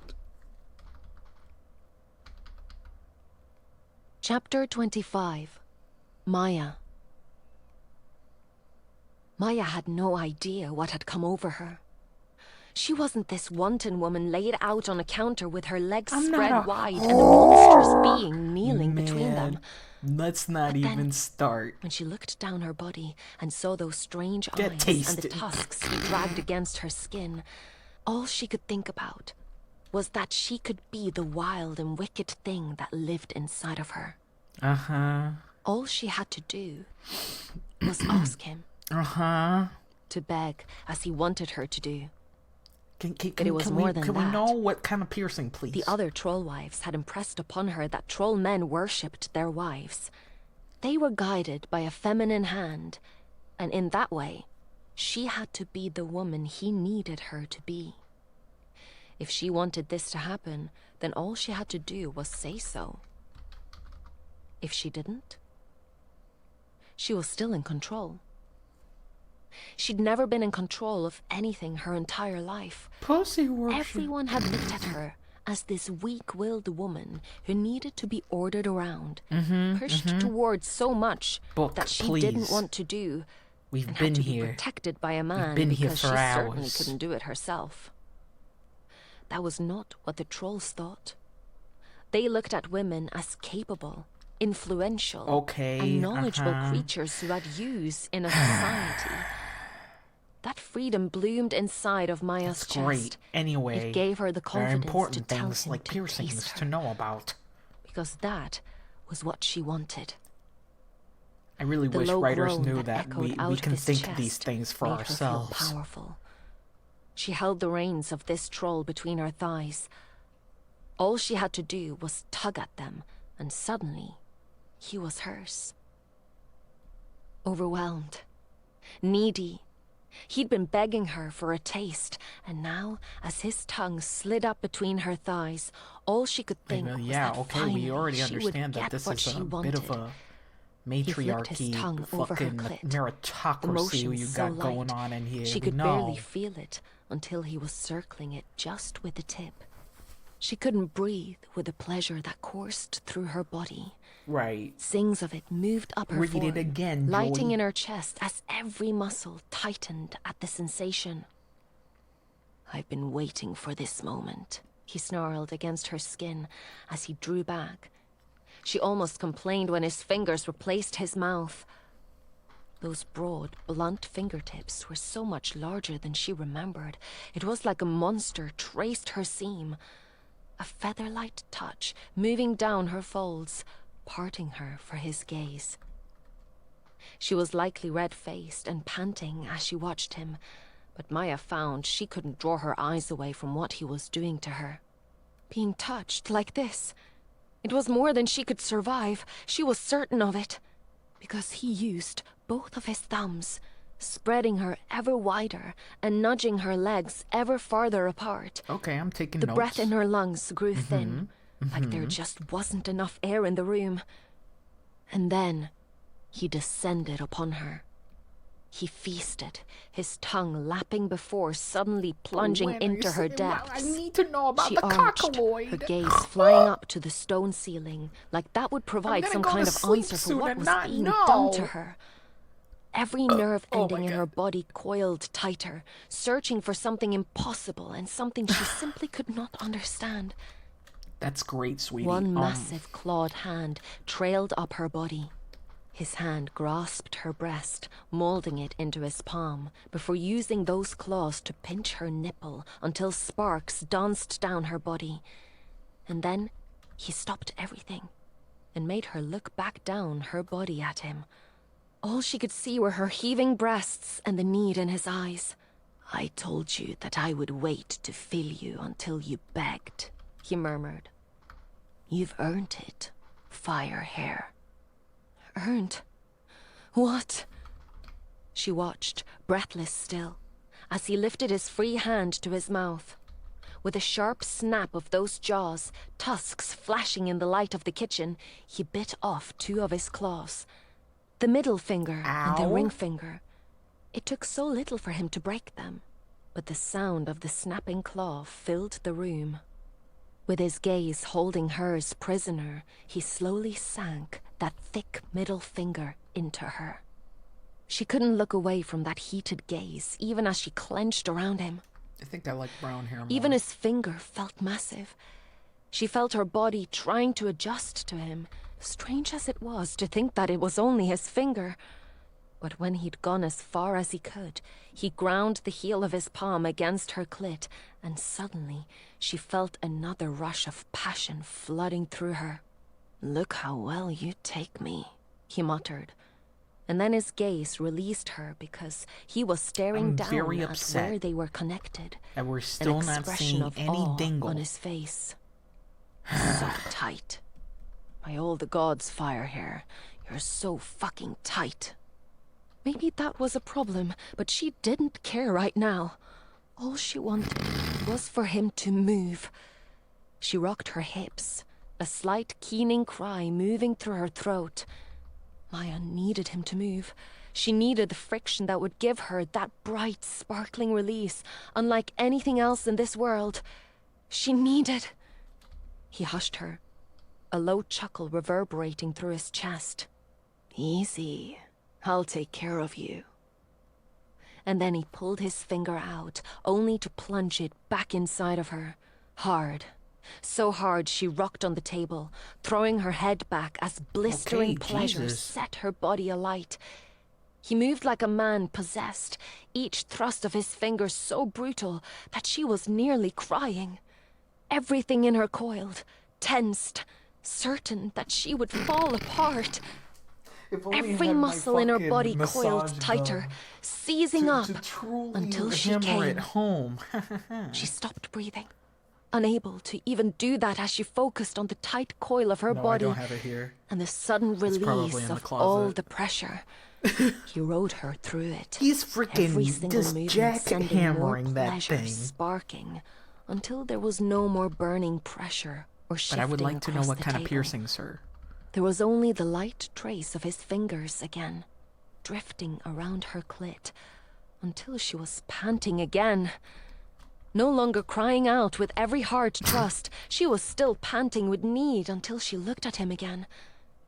Maya swore there was a slight look of pity on his expression. "You're very small, fire hair." She shook her head, nearly delirious now. So And we'll have to take our time with this. I would also be Cock like, mine yeah, would break and you." a baby She can let come her out of that eyes thing. trail Put it in, down put the it in, length of put it her, in. her gaze lingering on the shape of A that whole bar ass in his baby can pants come that out was of there. I think I can impressively take larger it, than dude. she'd even thought. She knew he was huge. Maya would have to be blind to think that trolls weren't huge everywhere, considering how tall they were, how broad. Every inch of them was bunched with muscle, and that wasn't the only reason their kind was huge. Even if he lost all the muscle that made him so bulky, he would still be a massive beast. His fingers started moving again, and she jerked. She was so sensitive that even the smallest movement made her entire body react. "What are you doing?" she asked, as he slid his finger back inside of her, curling it up in a way that had her gasping. "Taking it slowly," he replied, Ragnar licked his lips, staring down at her body, and then back up to her eyes. It is a pleasure to serve you, troll wife. Let me make you scream again. Scream? Oh, But yeah. then she couldn't talk. He'd brought his tongue back to her clit while his fingers worked inside her. This was different. The first time she'd been so caught up in the pleasure that it was hard to think, but now she was riding the high of an orgasm while he fought to bring her to another, and she wasn't sure she would survive it. Her heart thundered. She could feel it banging against her ribs, but she couldn't focus on that right now. Not when his tongue was doing that thing against her clit that made her stomach clench so hard it almost hurt.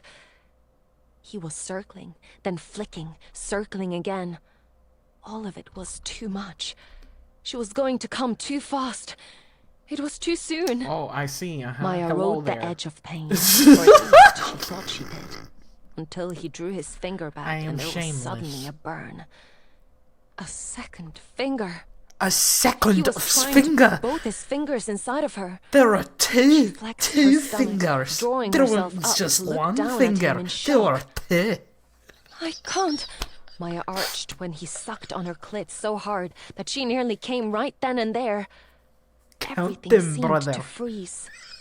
He drew back The from her, second finger is looking at up the with tower. pleasure smeared across his face. Laurie, so much please. desire in his gaze that she burned.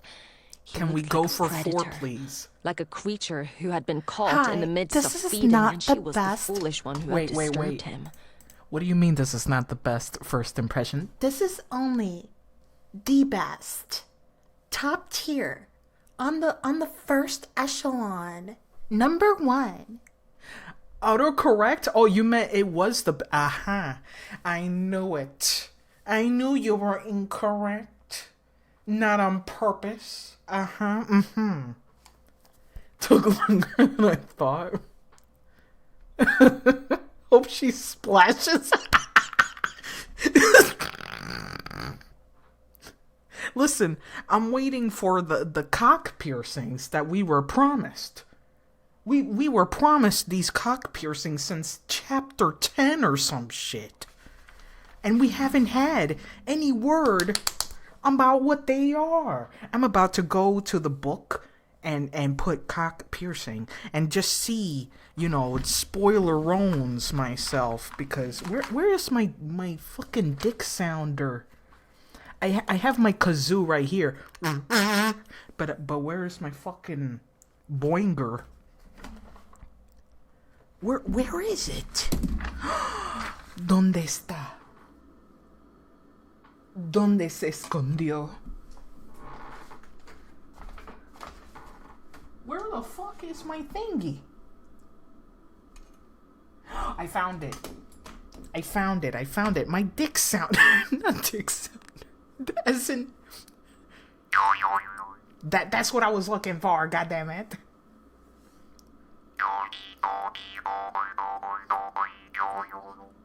This is what I wanted. I want it to come. You said dick sounder, yeah, but I meant like as a sound of the dick showing up. You unzip it. You freaking, you know, you take it out of its cocoon. What am I like this? You know, you rip it out. You rip that thing out, and then it just springs like, and hits your face. That's how my porn usually goes. It just gives you a wet slap.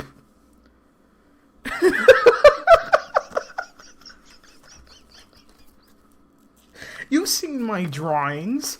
That's exactly how they go. You think they're all like loving, sensual pieces of carnal desires. But no, they're just stupid little... And then fucking... You know? That's how they are. If only my face could be seen.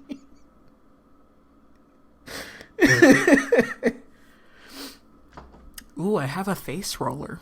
Ooh, nice. It feels nice to have a little face roller when you're smiling too much. Most of them are softy pics of them looking at each other and grinding against each other and then fucking. Yeah, unfortunately, I am not a freak. I can never draw the shit that I think about, you know? I really do think about this and I go, wow, that'd be so hot. That'd be so hot if I could draw that. And instead, it's like two fucking dudes just... And they're just looking at each other and they're just... And I'm like, why? Why am I a softie like that? Why am I a softie? Why are they breathing on each other like they're fucking humidifiers? Huh?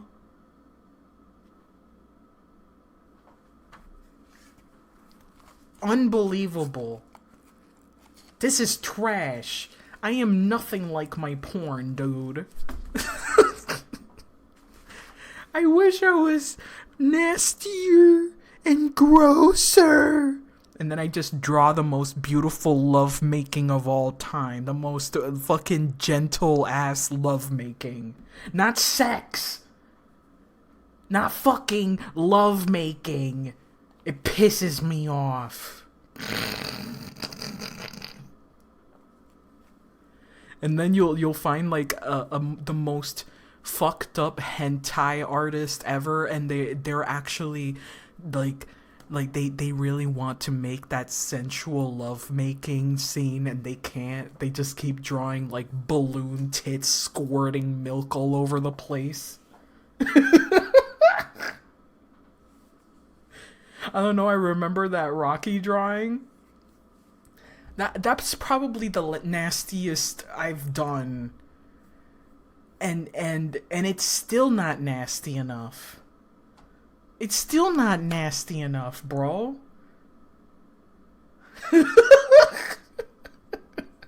Drawing some PG-13 Disney cutaway lovemaking. Like there's flowers and roses and bubble sparkles all over that shit. I'm so sad. I'm so disappointed. I'm just sitting in the corner like, why can't I be nasty? Why can't it be gross? So gross that people stop talking to me. And I'll be like, finally, alone, at peace. Smoldering is not the same as Pee-Pee's characters calling each other's pookums. Shut up. Leave me alone. I'm upset. I'm upset that you said that to me. I'm upset that you wrote that down and sent it. You put it on an envelope and you wrapped it around in a bow. It looks all nice and you sent it to me and I'm like, what the fuck? I just read it? Like, why? Why would you do that to me? It punched me in the face.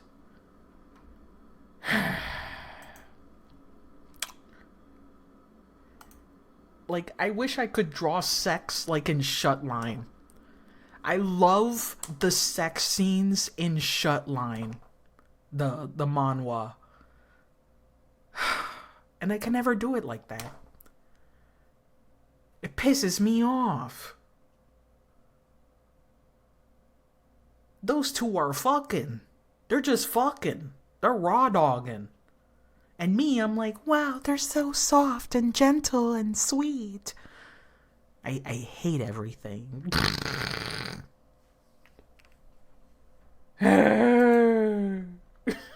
I'm so upset right now.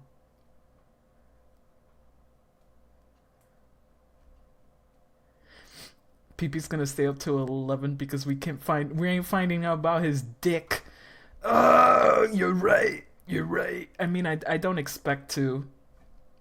I don't expect to. Where's the audiobook actually? Now I need to find it. Give me a second. Okay, there it is. But then his fingers were pressing against her again. We're just and finger there was the slow blasting glide right of now. them. Ooh. It burned. She was fuller than she'd ever been in her life. Yeah. With that came the feeling of pressure. Like she was meant to do this. Like Oh she my had been born to God. take this much, and that her body needed it. Her Pain body. wasn't all that bad. Her body With that needed pain it. came the pride that she It had done begged it. for it. Even though she'd been afraid of it, his blunt fingers were now sliding easily inside of her. He pressed his hand to her chest, lying her back down silently before feasting again. His lips and tongue and fingers plunged inside of her, licked her, soothed her, spun her entire body into a tight little ball. Bopped it. She was a Twisted writhing it. creature made of pleasure Pull and it. pain, laid out for him to do what he wished. Maya barely recognized her own voice as the room filled with Fancy little cries and feast. whimpers. His hand came up to her breast again, yanking the fabric of her dress down so that he could touch the heat of her flesh. His fingers were on her nipple as well, pulling and tugging on it until she was blinded to the world. Bop it. There could have been another rock slide and she Pull wouldn't it. have even noticed as long as he didn't stop. She came harder than she ever had in her life. Twisted. Ew. So sensitive already. But then this one felt different. Oh, fuck. It was like her entire body tried to climb out of herself, reaching for some Girl, what strange kind of reset pussy you that made got? all the stress in her entire life melt out of her form. The cry that left her lips was She animalistic coomed. and wrong. She exploded. So right at the same time. I kind of like She it. held her breath This looks very and stayed in this Tetsuya moment of both Nomura-y. pleasure and pain until the crushing wave of it Very, left her. very 90s kind of look. Ragnar let out an answering long groan, Very Monster followed Drink by the slam looking. of his hand against the table beside her. He I don't know stood, if I like it. looming above her with his eyes closed. One massive arm shook as he braced himself Very over Xbox, her. His other correct. hand was pressed hard against the front of his pants, where a darkened stain had spread. Had he? Yeah, he coomed. Yeah, She but realized. look at it, please. Just the mere act Reveal. of bringing her pleasure had made him come in his pants like he was a young man, But and look- she was but the can you first look at it, woman he'd please? spread out like a banquet before him. Release the Kraken, please. For some reason, Maya had never felt more pride. She should have been embarrassed. Puta, All she could think was put that her his pleasure pant had down. made him so excited that he couldn't Yeah, you're contain happy, himself. but you would make me Breathing happier. hard, they if both you, remained if you frozen looked at in it place and until went he like, opened his damn, eyes and let's met her clean you gaze. up, sonny boy. They stared at each other for a few moments. She And then wasn't you went sure what to say to him. or some Did she shit tell on him him. he'd done a good job? He certainly had. There should be You some did kind the of praise for twister what on he'd that done. thing. But then he wiped his hand on his pants and cupped her cheek. You were pretending to The eat slightest the huff of a fattest chuckle. noodle in the He shook world. his head and gave her a wry grin. You are going to be the death of me, Firehair. Biting her lip, Maya tried to hide her own grin. Well, Piercing. I wasn't the one Now. who started all this. Inches. You absolutely Description did. of scrotum. You were standing in the middle of my kitchen making bread for my they people fuzzy? who needed your help. What is a man to We need do to but know. offer pleasure? No, that was just ridiculous. People needed help, and many of the trolls had been kind to her thus far. Certainly, there were a few who were still wary of her presence, but for the most part, they had at least tried to accept that she was here. She rolled her eyes at his antics. Ragnar, that is ridiculous. I'm happy to help where I can. You brought me here. I want to make this place a home if I can. And that is worth praising. He leaned down, pressed his lips against her forehead, and gave her the slightest kiss. It was strange to feel those smooth tusks pressed against her skin. Maybe she'd never get over the strangeness of it. But with his kiss, she felt like she'd done something right. Like she had proven herself worthy to be here. After all, she was a troll wife now. Yeah, you are. Not human and I certainly not suppose troll. you are. That's great, sweetie. But there had Yeah, to be a I mean, happy medium there are more somewhere important in the things. middle of both. Maya was a survivor, and someday she would prove to them all that she could live here. Ragnar pulled her bodice back up and then smoothed her skirts down her legs.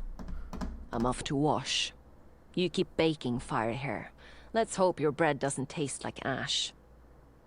Why would it? The scent of smoke hit her nose. Damn it!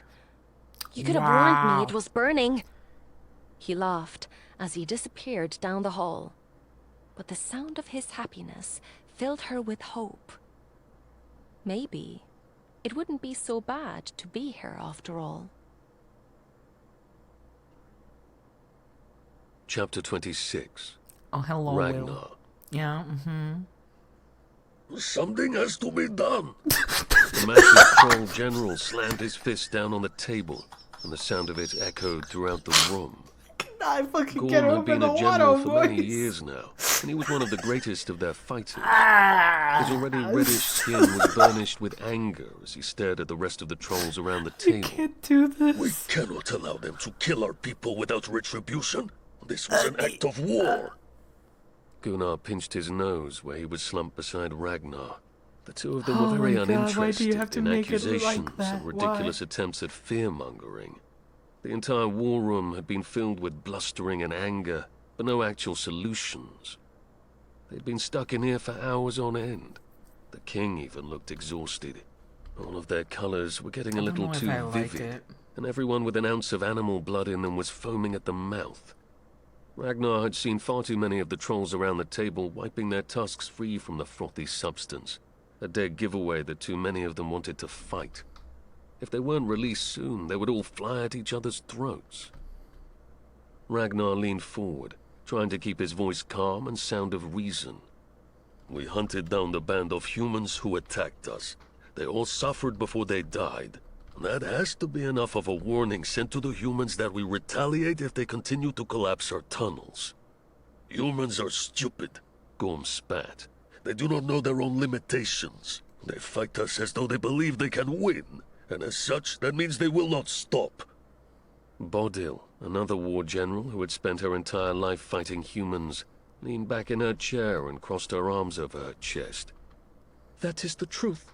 We've already heard rumblings that the humans are going to attack again. My scouts have seen them crawling like ants over our mountain. They seek a way in. His brother heaved a long sigh. And if they do manage to get in, they'll be lost in the dark. It would take them months to find a way into our city. And even if they did, there would be so few of them that we would pick them off one by one. Silence rang after that. They all knew it to be true. Their mountain was a labyrinth to anyone who didn't know their way around it. The trolls had built it that way on purpose, just in case the odd human found themselves wandering into their home. Ragnar had found many bodies in the dark, winding tunnels, usually as dried-out husks, because even the trolls hadn't noticed them until it was long past the time they'd first entered the mountain.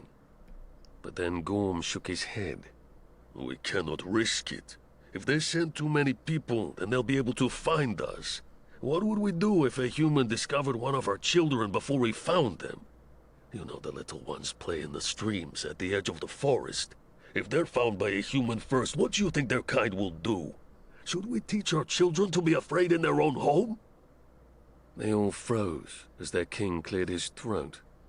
King Egil's claws scratched the table, leaving deep grooves as he thought. The others remained silent so they did not disturb the king's thoughts. After all, he had protected them all for many years now. We could easily set a rule for trolls to kill any human God damn on it, sight. they really just fucking king sound like the mused. Godfather. Ragnar reacted like he'd been struck by lightning. Marlon Brando. My wife is human. You cannot ask our trolls to do that. There are many who have yet to know her. Gunnar was quick to add, if we wish to continue strengthening our bloodline, we have to allow more human troll wives. They should be comfortable here, as we all know. Unwilling brides dilute the bloodline they carry. Magic is earned in childbirth and must be freely given. It was a sobering reminder of their follies. Humans with elven bloodlines had always been part of dragging the trolls out of the mud and filth they had once lived in. Their people had stolen women for Brother their bloodlines, Goon, and none no. of them had been willing. For the time being, his own wife wasn't kicking, screaming, or begging him to take her to her human home. He wished to keep her like that for as long as possible, because he wasn't certain his heart could take it. She was so sweet when she was trying to be happy. He could easily see how other women could do the same. Perhaps they'd just been taking the wrong human women. But then Bodil chuckled, her dark laugh filling the room with promise. Then keep your wife inside, Ragnar. Tell her to be a good little pet until this all blows over. That could be years. Yes, it could be. But she'll be fine in the dark for that long. And if she isn't? Bodil lifted her hands in the air. I heard she wasn't a good match anyway. I thought we were going to get the healer of the ages when you were paired with the princess. Wow. But instead, all we got was the same healer and a useless worm who makes plants grow if she asks nicely. A stunned silence followed her words. Thus far, most trolls had been accepting of his troll wife. There had been some pitying looks, of course, but none of them had been so blatant as to tell him that she wasn't good enough. But Bodil had always been a mouthy one. She'd always shared her thoughts a little too readily. Now, as he looked at the other trolls surrounding the table, he realized many of them shared the same thoughts.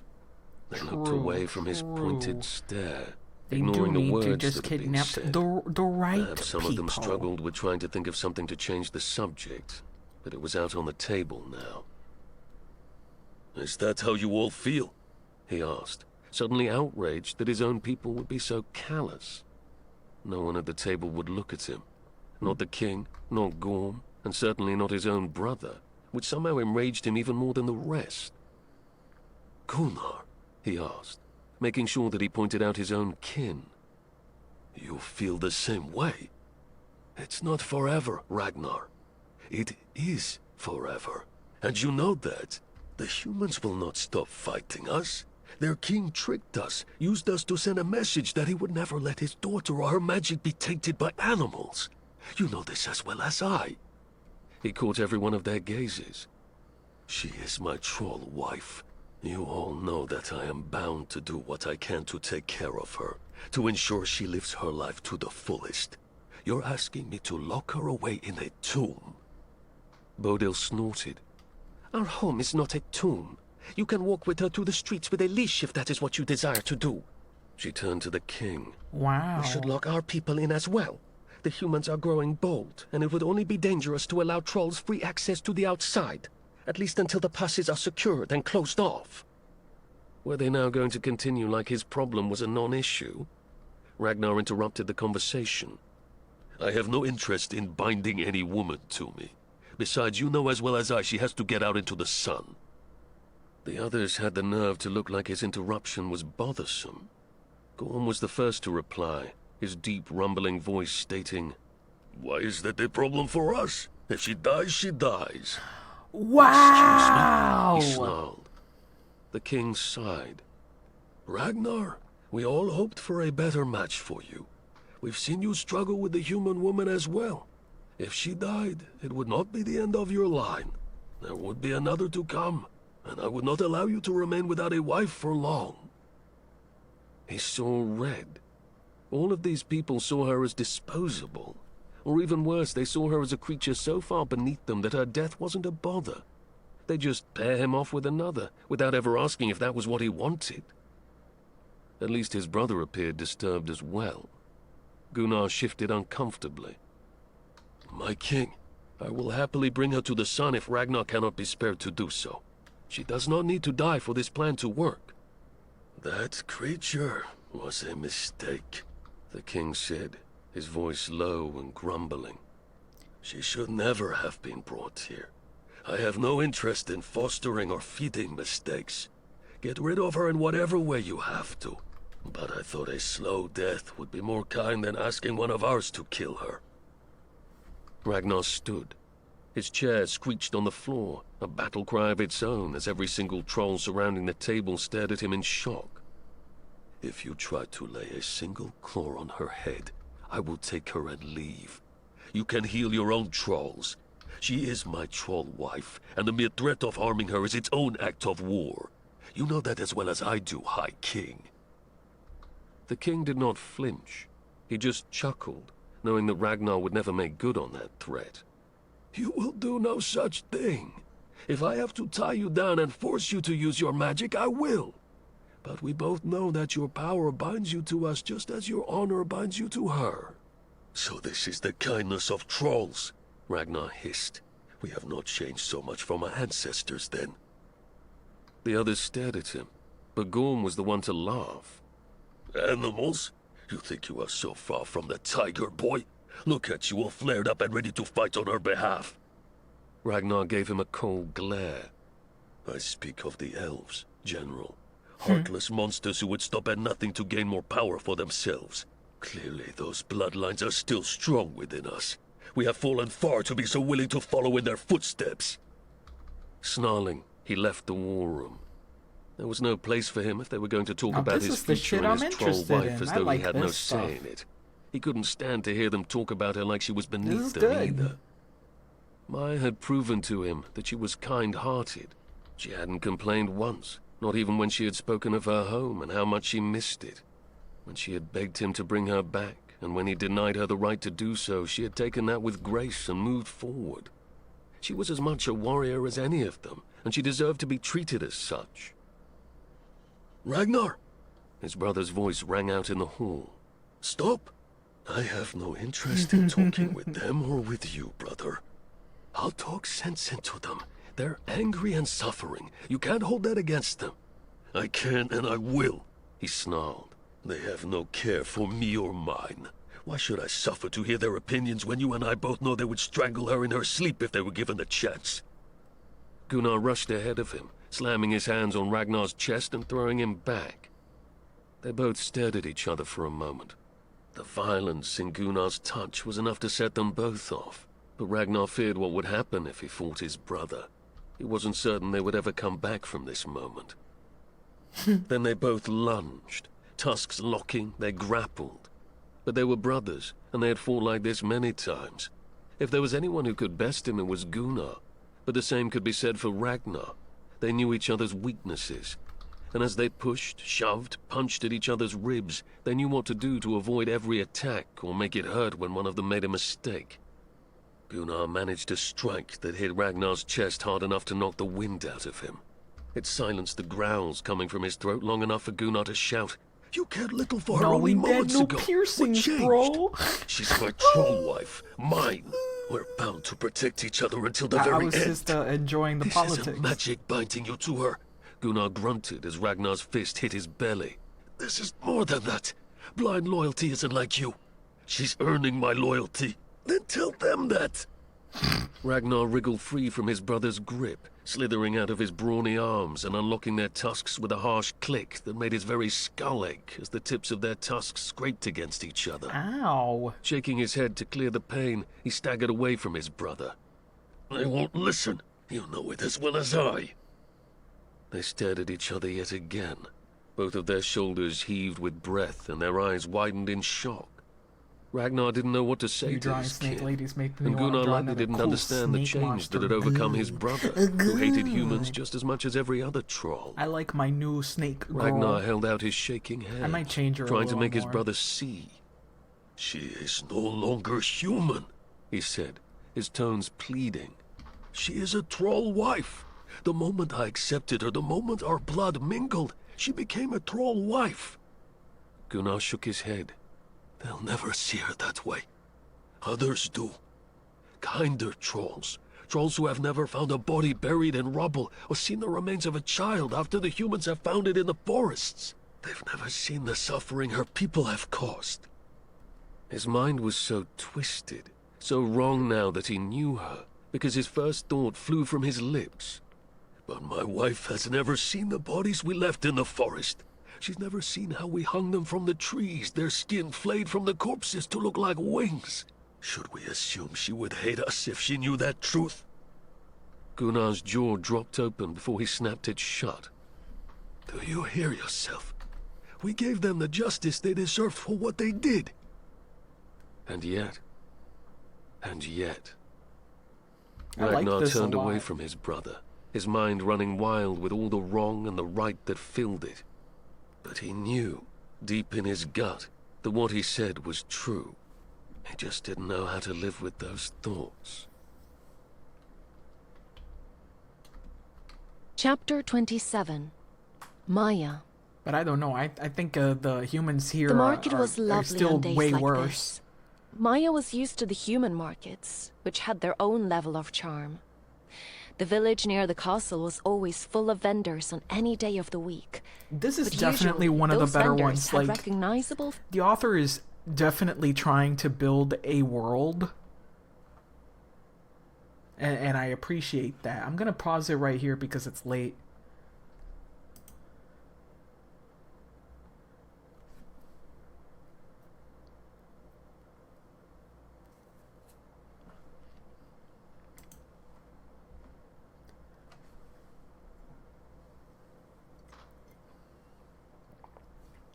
The repetition, yeah, there's a lot of monologuing repetition, unfortunately. A lot of monologuing where things that we already know are being repeated by the characters' thoughts, and I'm not interested in that part at all. But whenever they're like talking about like their kingdoms and shit, I'm invested. And I like the idea of these trolls being predecessors to dark elves. And that they were born from elves being very cruel and wanting slaves, magical golems. That's neat.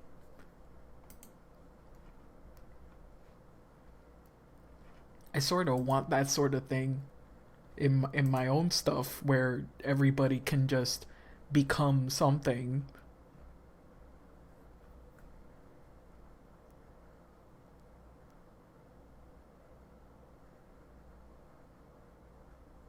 Let me pull this back here. Wow. See, I scroll down my feed and I immediately see Weenus. 2 Weenursers. Incredible. What a good day. This is a good day. Wow, those are humongous tatas. Look at this. Look at this. Wowie zowie. God bless. Biddies. I miss drawing buff men. I might draw buff men. Ready to roll dice that will decide if I'll draw buff men today. Nat 20. Humongous bungongaloos. Ginormous gangalabangangalos. God bless.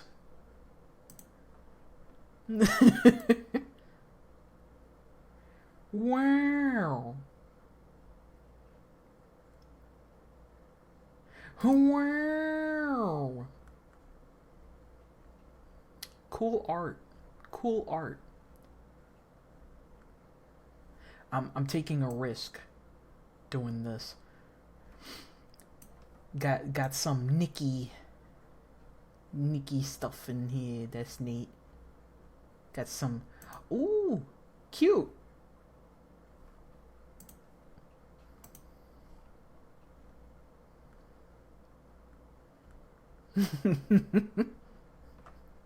Twitch is like, what are you doing, PP? Shut up. Infinity Nicholas! I love that. I love that. I would love an OC called Infinity Nicholas. I love that so much. Infinity Nicholas. Oh, jeez.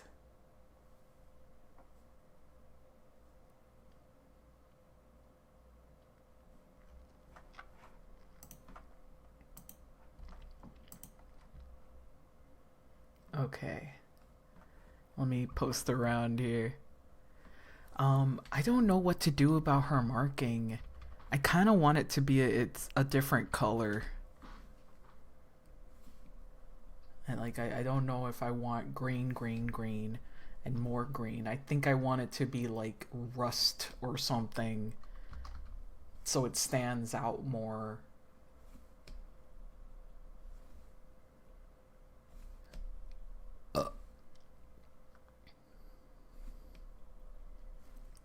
I can't get away from the color pink, apparently.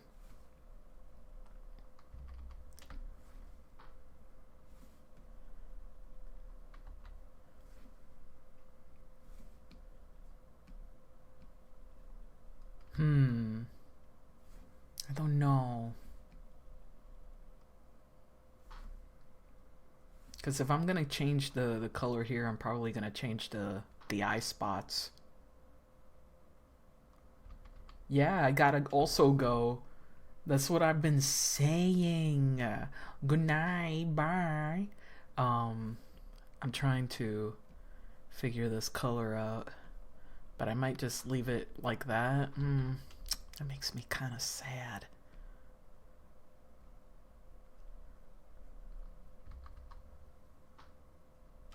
I guess it looks cooler that way, though.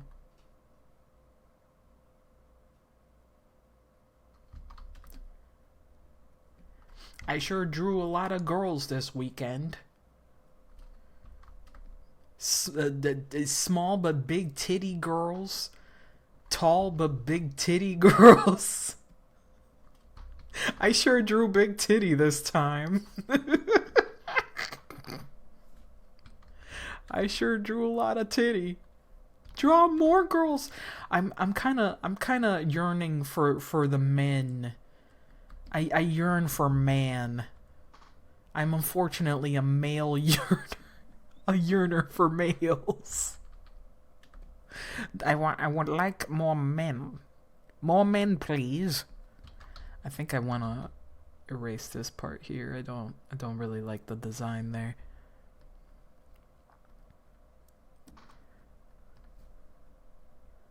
Let me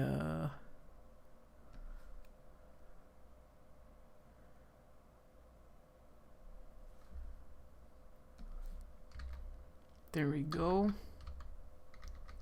Genshin players for the last 2 years. Oh my god.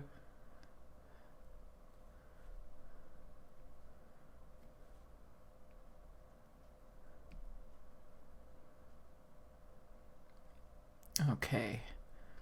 As a non-Genshin knower, I have no idea if you mean big titty women or if it's just been men. It's probably just been women, and you're saying that there has been no men for a very long time, which is wild to me. You're getting nothing but girls? Jeez.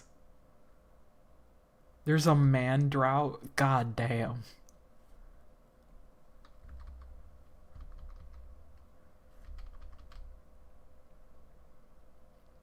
A lot of gachas are like that, unfortunately. 3 men released in the 2 years? Just 3? Get out of town.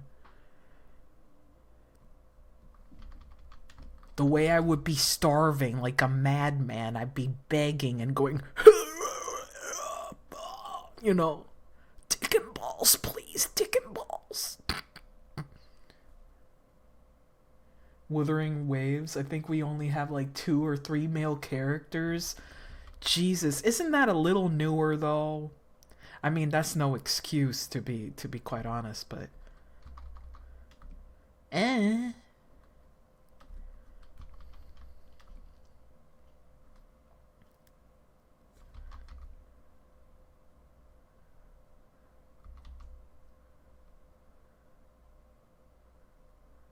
when you got a big forehead, you gotta paint something on it.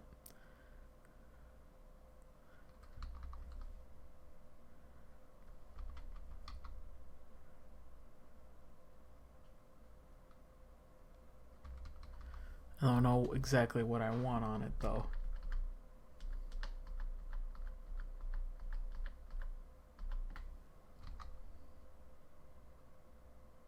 Put the cool S on her head. I'm thinking about it. The cool S. I don't know how to draw the cool S, but here you go. Here's one S.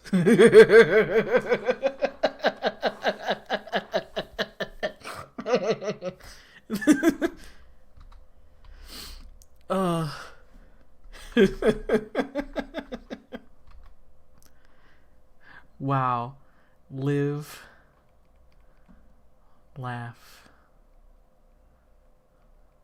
Love.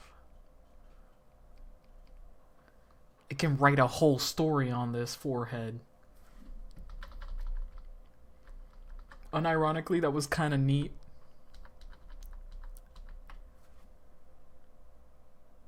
Oh my god.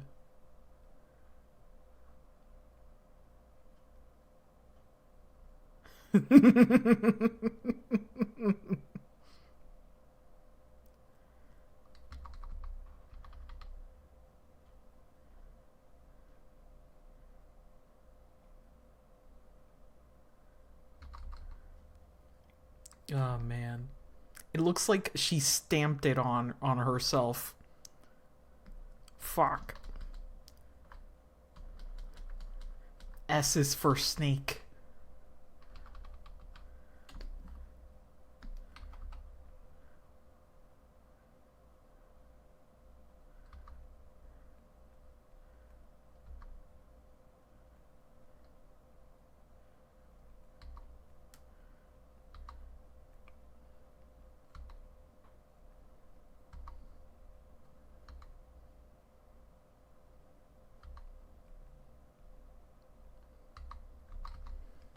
I'm trying to make it work.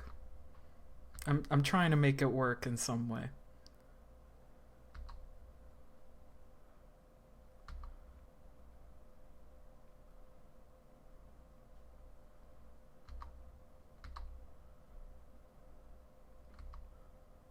Hmm.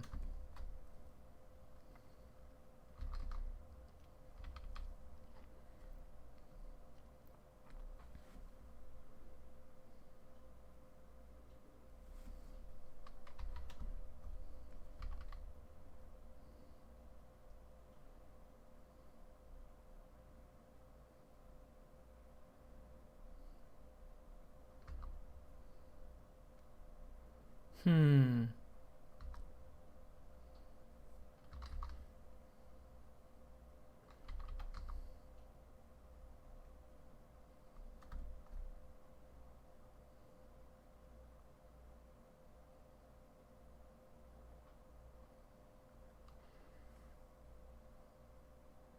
I think I know. You talking about the Tears of the Kingdom thing?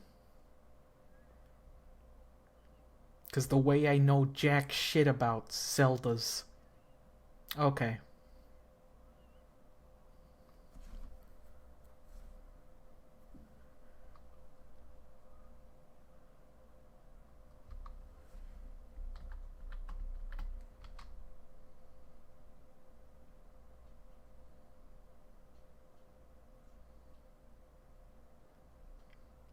Only the people here know about the lore of the Cool S.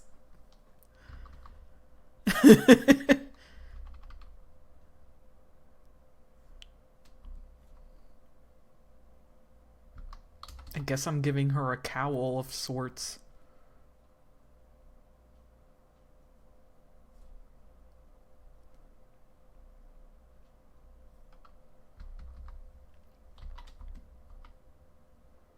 Hmm.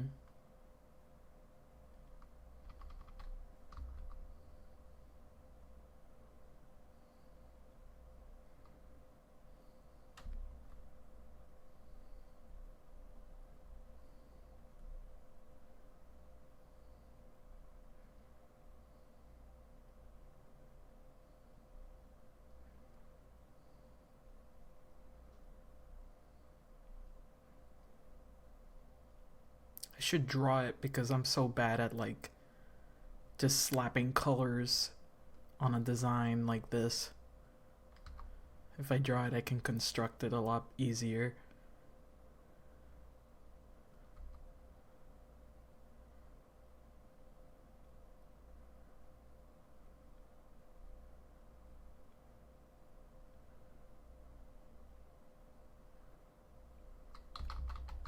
Yeah, I think I'll draw it.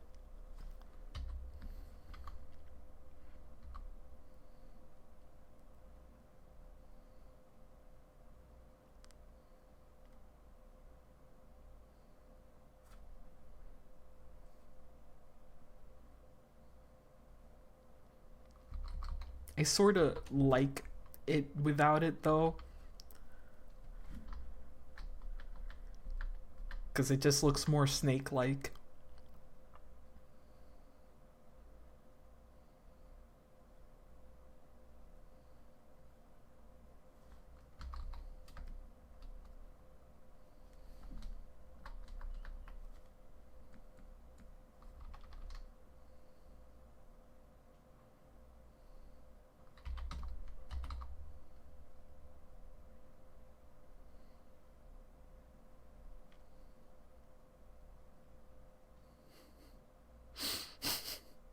God damn it.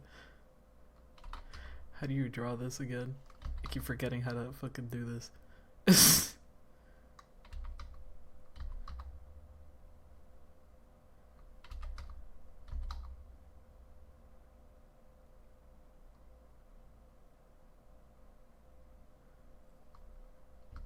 Mm-mm-mm.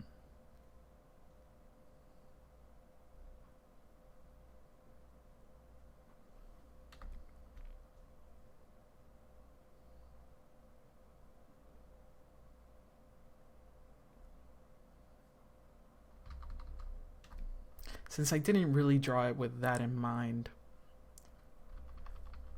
it kind of stands out a lot from the rest of this.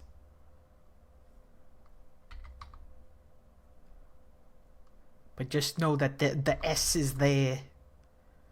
Because, you know, these are very organic shapes, and then suddenly geometric ones like that. Oh! Why is this picture so big? You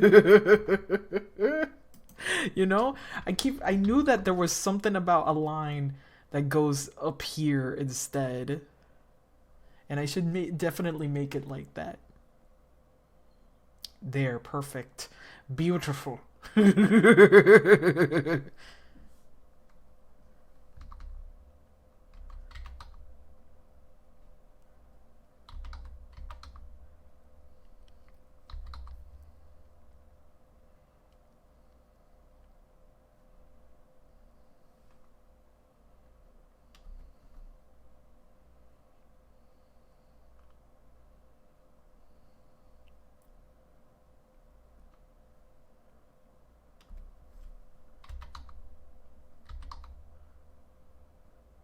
So cool, too big for Wiki.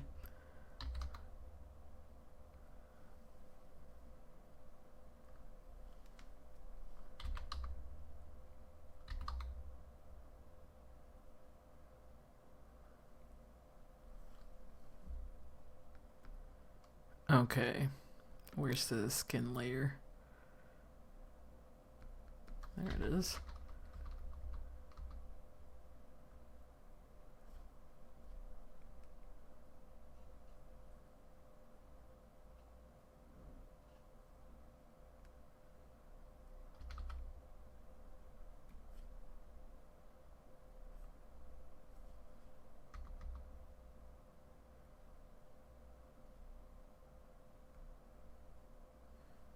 Ah, yes, the cool S.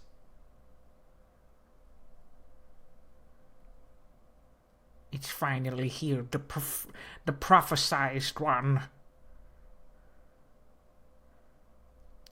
And it's like Harry Potter, you know. Show us the mark of the one who lived. It's a cool S.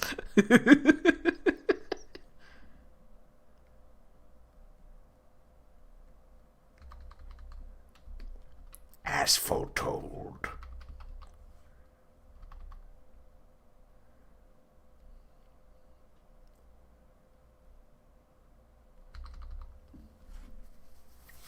Yeah, I like that. That's cool.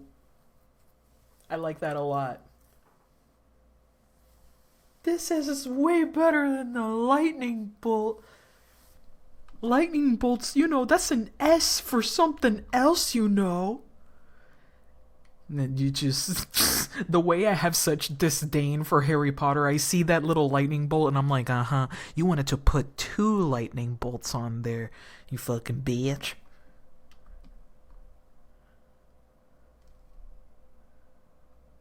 I'm reading the wiki page, and apparently in 2020 the S was trademarked by US states as the S thing by a man who had no involvement in its creation. However, he claimed that he does not intend to sue people for drawing it. Then what was the point in you fucking doing anything legal about it, you fucking dolt? Yeah, you know Harry Potter, Harry himself is a loser. That's true. We know this.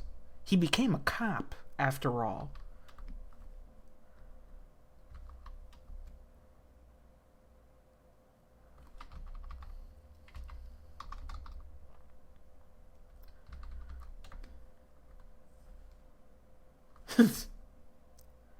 Now I kind of want to change a little bit of the rest of it, but I'll do that when I draw her again. I like brown hair so much, dude. I keep drawing brown hair like that. Sorry. I keep doing it. It's my favorite. Like freaking very dark blonde.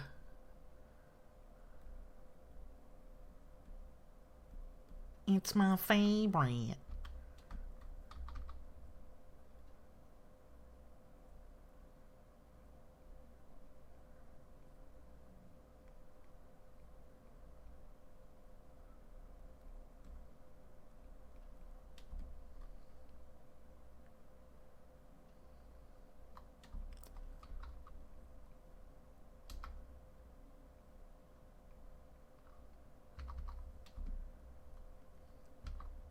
Like Sataniel has the same colored hair.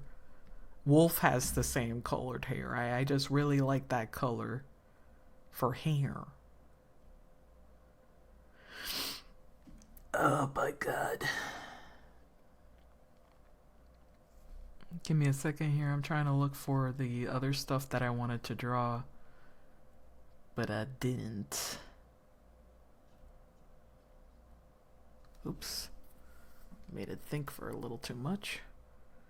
PS. Okay. That's for the yearly stuff that I'm going to do later. Alright.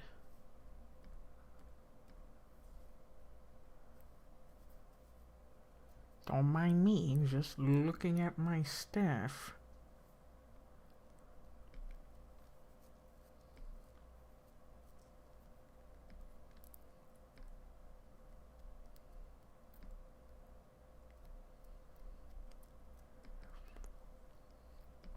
I should probably try selling these two at some point. I don't even know if they have owners. I'm really bad at this, bro. I really like this one. Hell, I might even keep this guy. I think he's cute.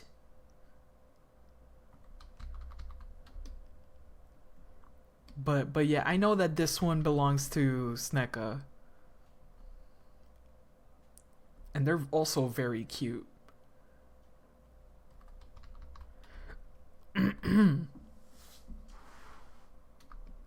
I have extremely poor adoption management. That's true. I don't even know if I sold this one. I feel like I sold this one. I feel like I did because I like them a lot. I mean, look at that tail. It's great. That tail is awesome.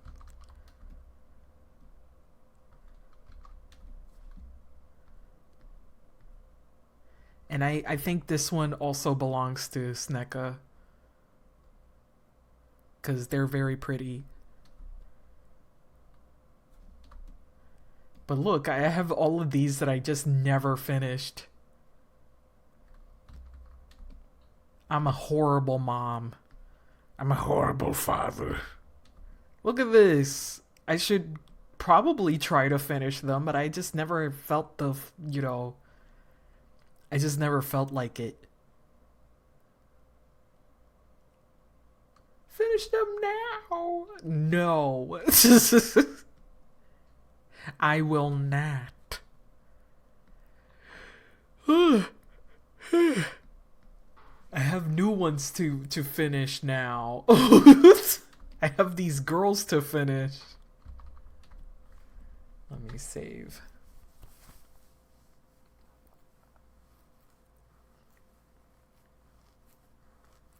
Ay, ay, ay.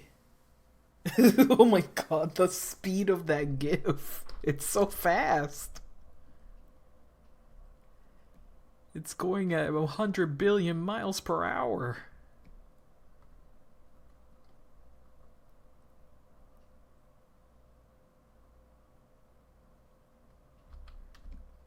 Yeah, I'm definitely needing the sleeps.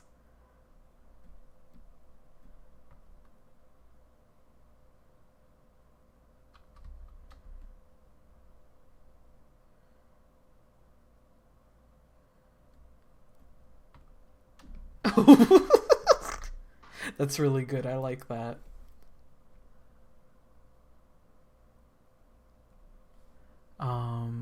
Let me look for something else here.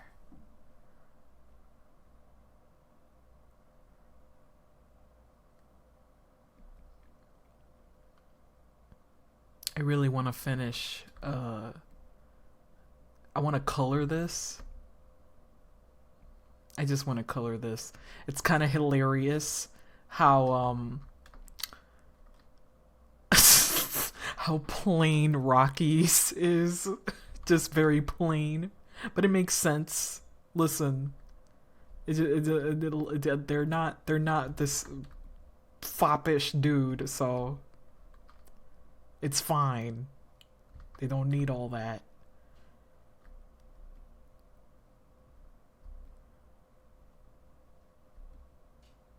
But yeah, that's a lot going on this side. I still have to clean some of those lines. Let me... Ugh. There's a lot of lines here that I did not clean up at all.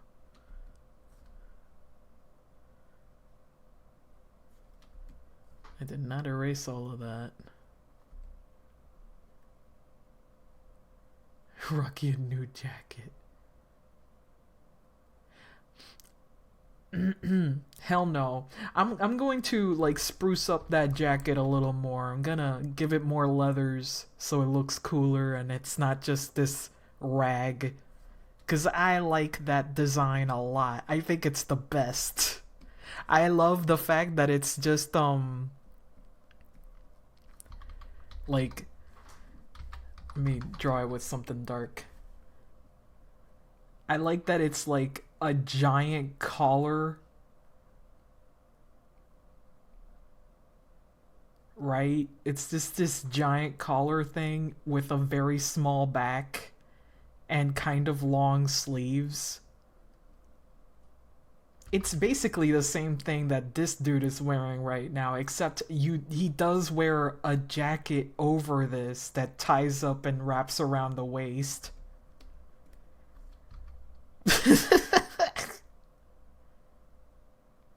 Listen, I think this is cool. It's my favorite. But I didn't draw it here because it would cover up those beefy arms. I wanted the arms to be there, so. You know what sucks? I keep forgetting how his ear looks. I keep forgetting that. Let me look at how his ear was supposed to be notched. Can't cover up all that meat. Oh, cancel. Why? I didn't want to do that.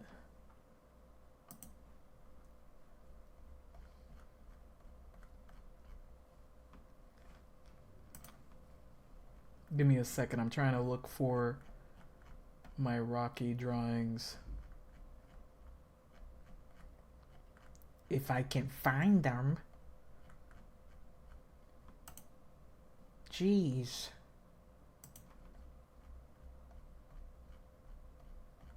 Wow, I never posted the full Rocky drawings in here. That's funny. I think they're in Blue Sky though. And Tumblr. They're probably there. Media, please.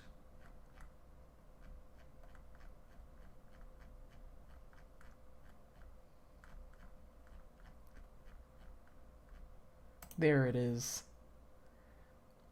Okay, I drew it correctly. It is on the bottom, not the top. I think I originally did it at the top, though. Where are the first drawings?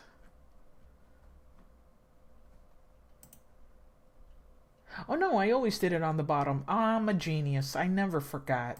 I never forgot. I'm good. Let's see here.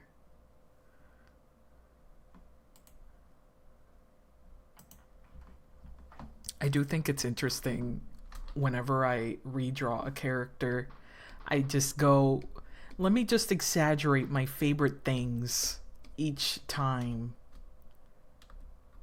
Like, if you notice, these little shape cutouts were added after the fact. That's why they're in a different color. Before, he was just, like, scrungly. And then I was like, no, add a shape. Add shape. Because I like shape.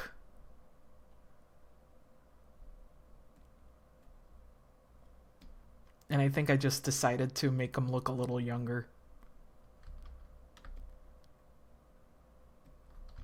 This is the best drawing I've ever done right here. Yeah, this is the best drawing I've ever done.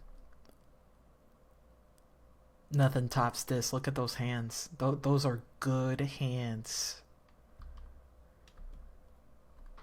Make him older, scrunglier. Look at those forearms. Best drawing I've ever done.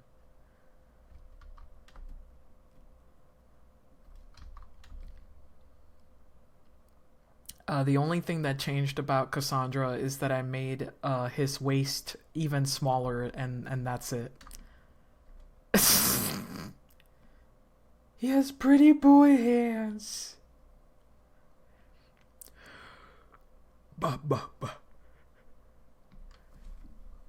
That's the only thing I changed. I was like, make this man's waist even smaller, please. Thank you.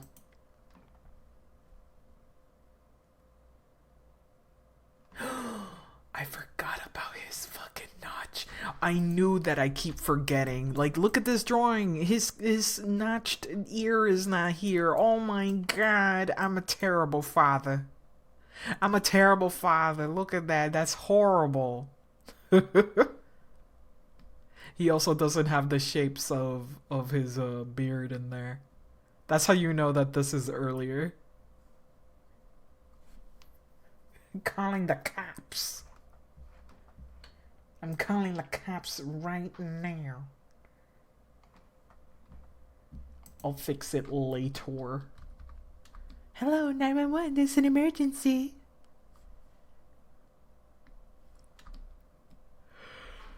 I'll definitely finish though. Some other time. Let me save. I'll first finish these lovely ladies. And then I'll do my OC stuff again.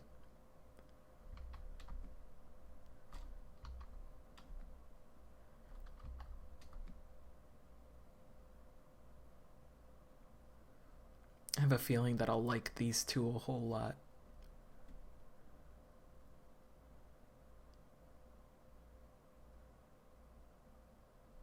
I know that this one's going to look like a rose, and her arms are like vines. I think that's a cool idea. I wish this had more of a shape to it.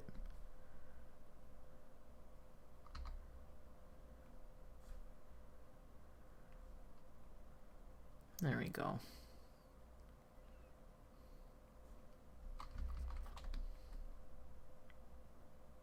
I think that's okay.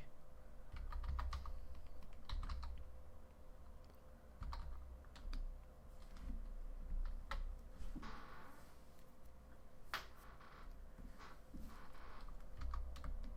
think we're good now. I'll just try to finish these either during the week or next weekend. We'll see. Anyway, thank you very much for hanging out. I will definitely do more. Try to stream a little more by sleeping more. I think that's all I needed, just more sleep.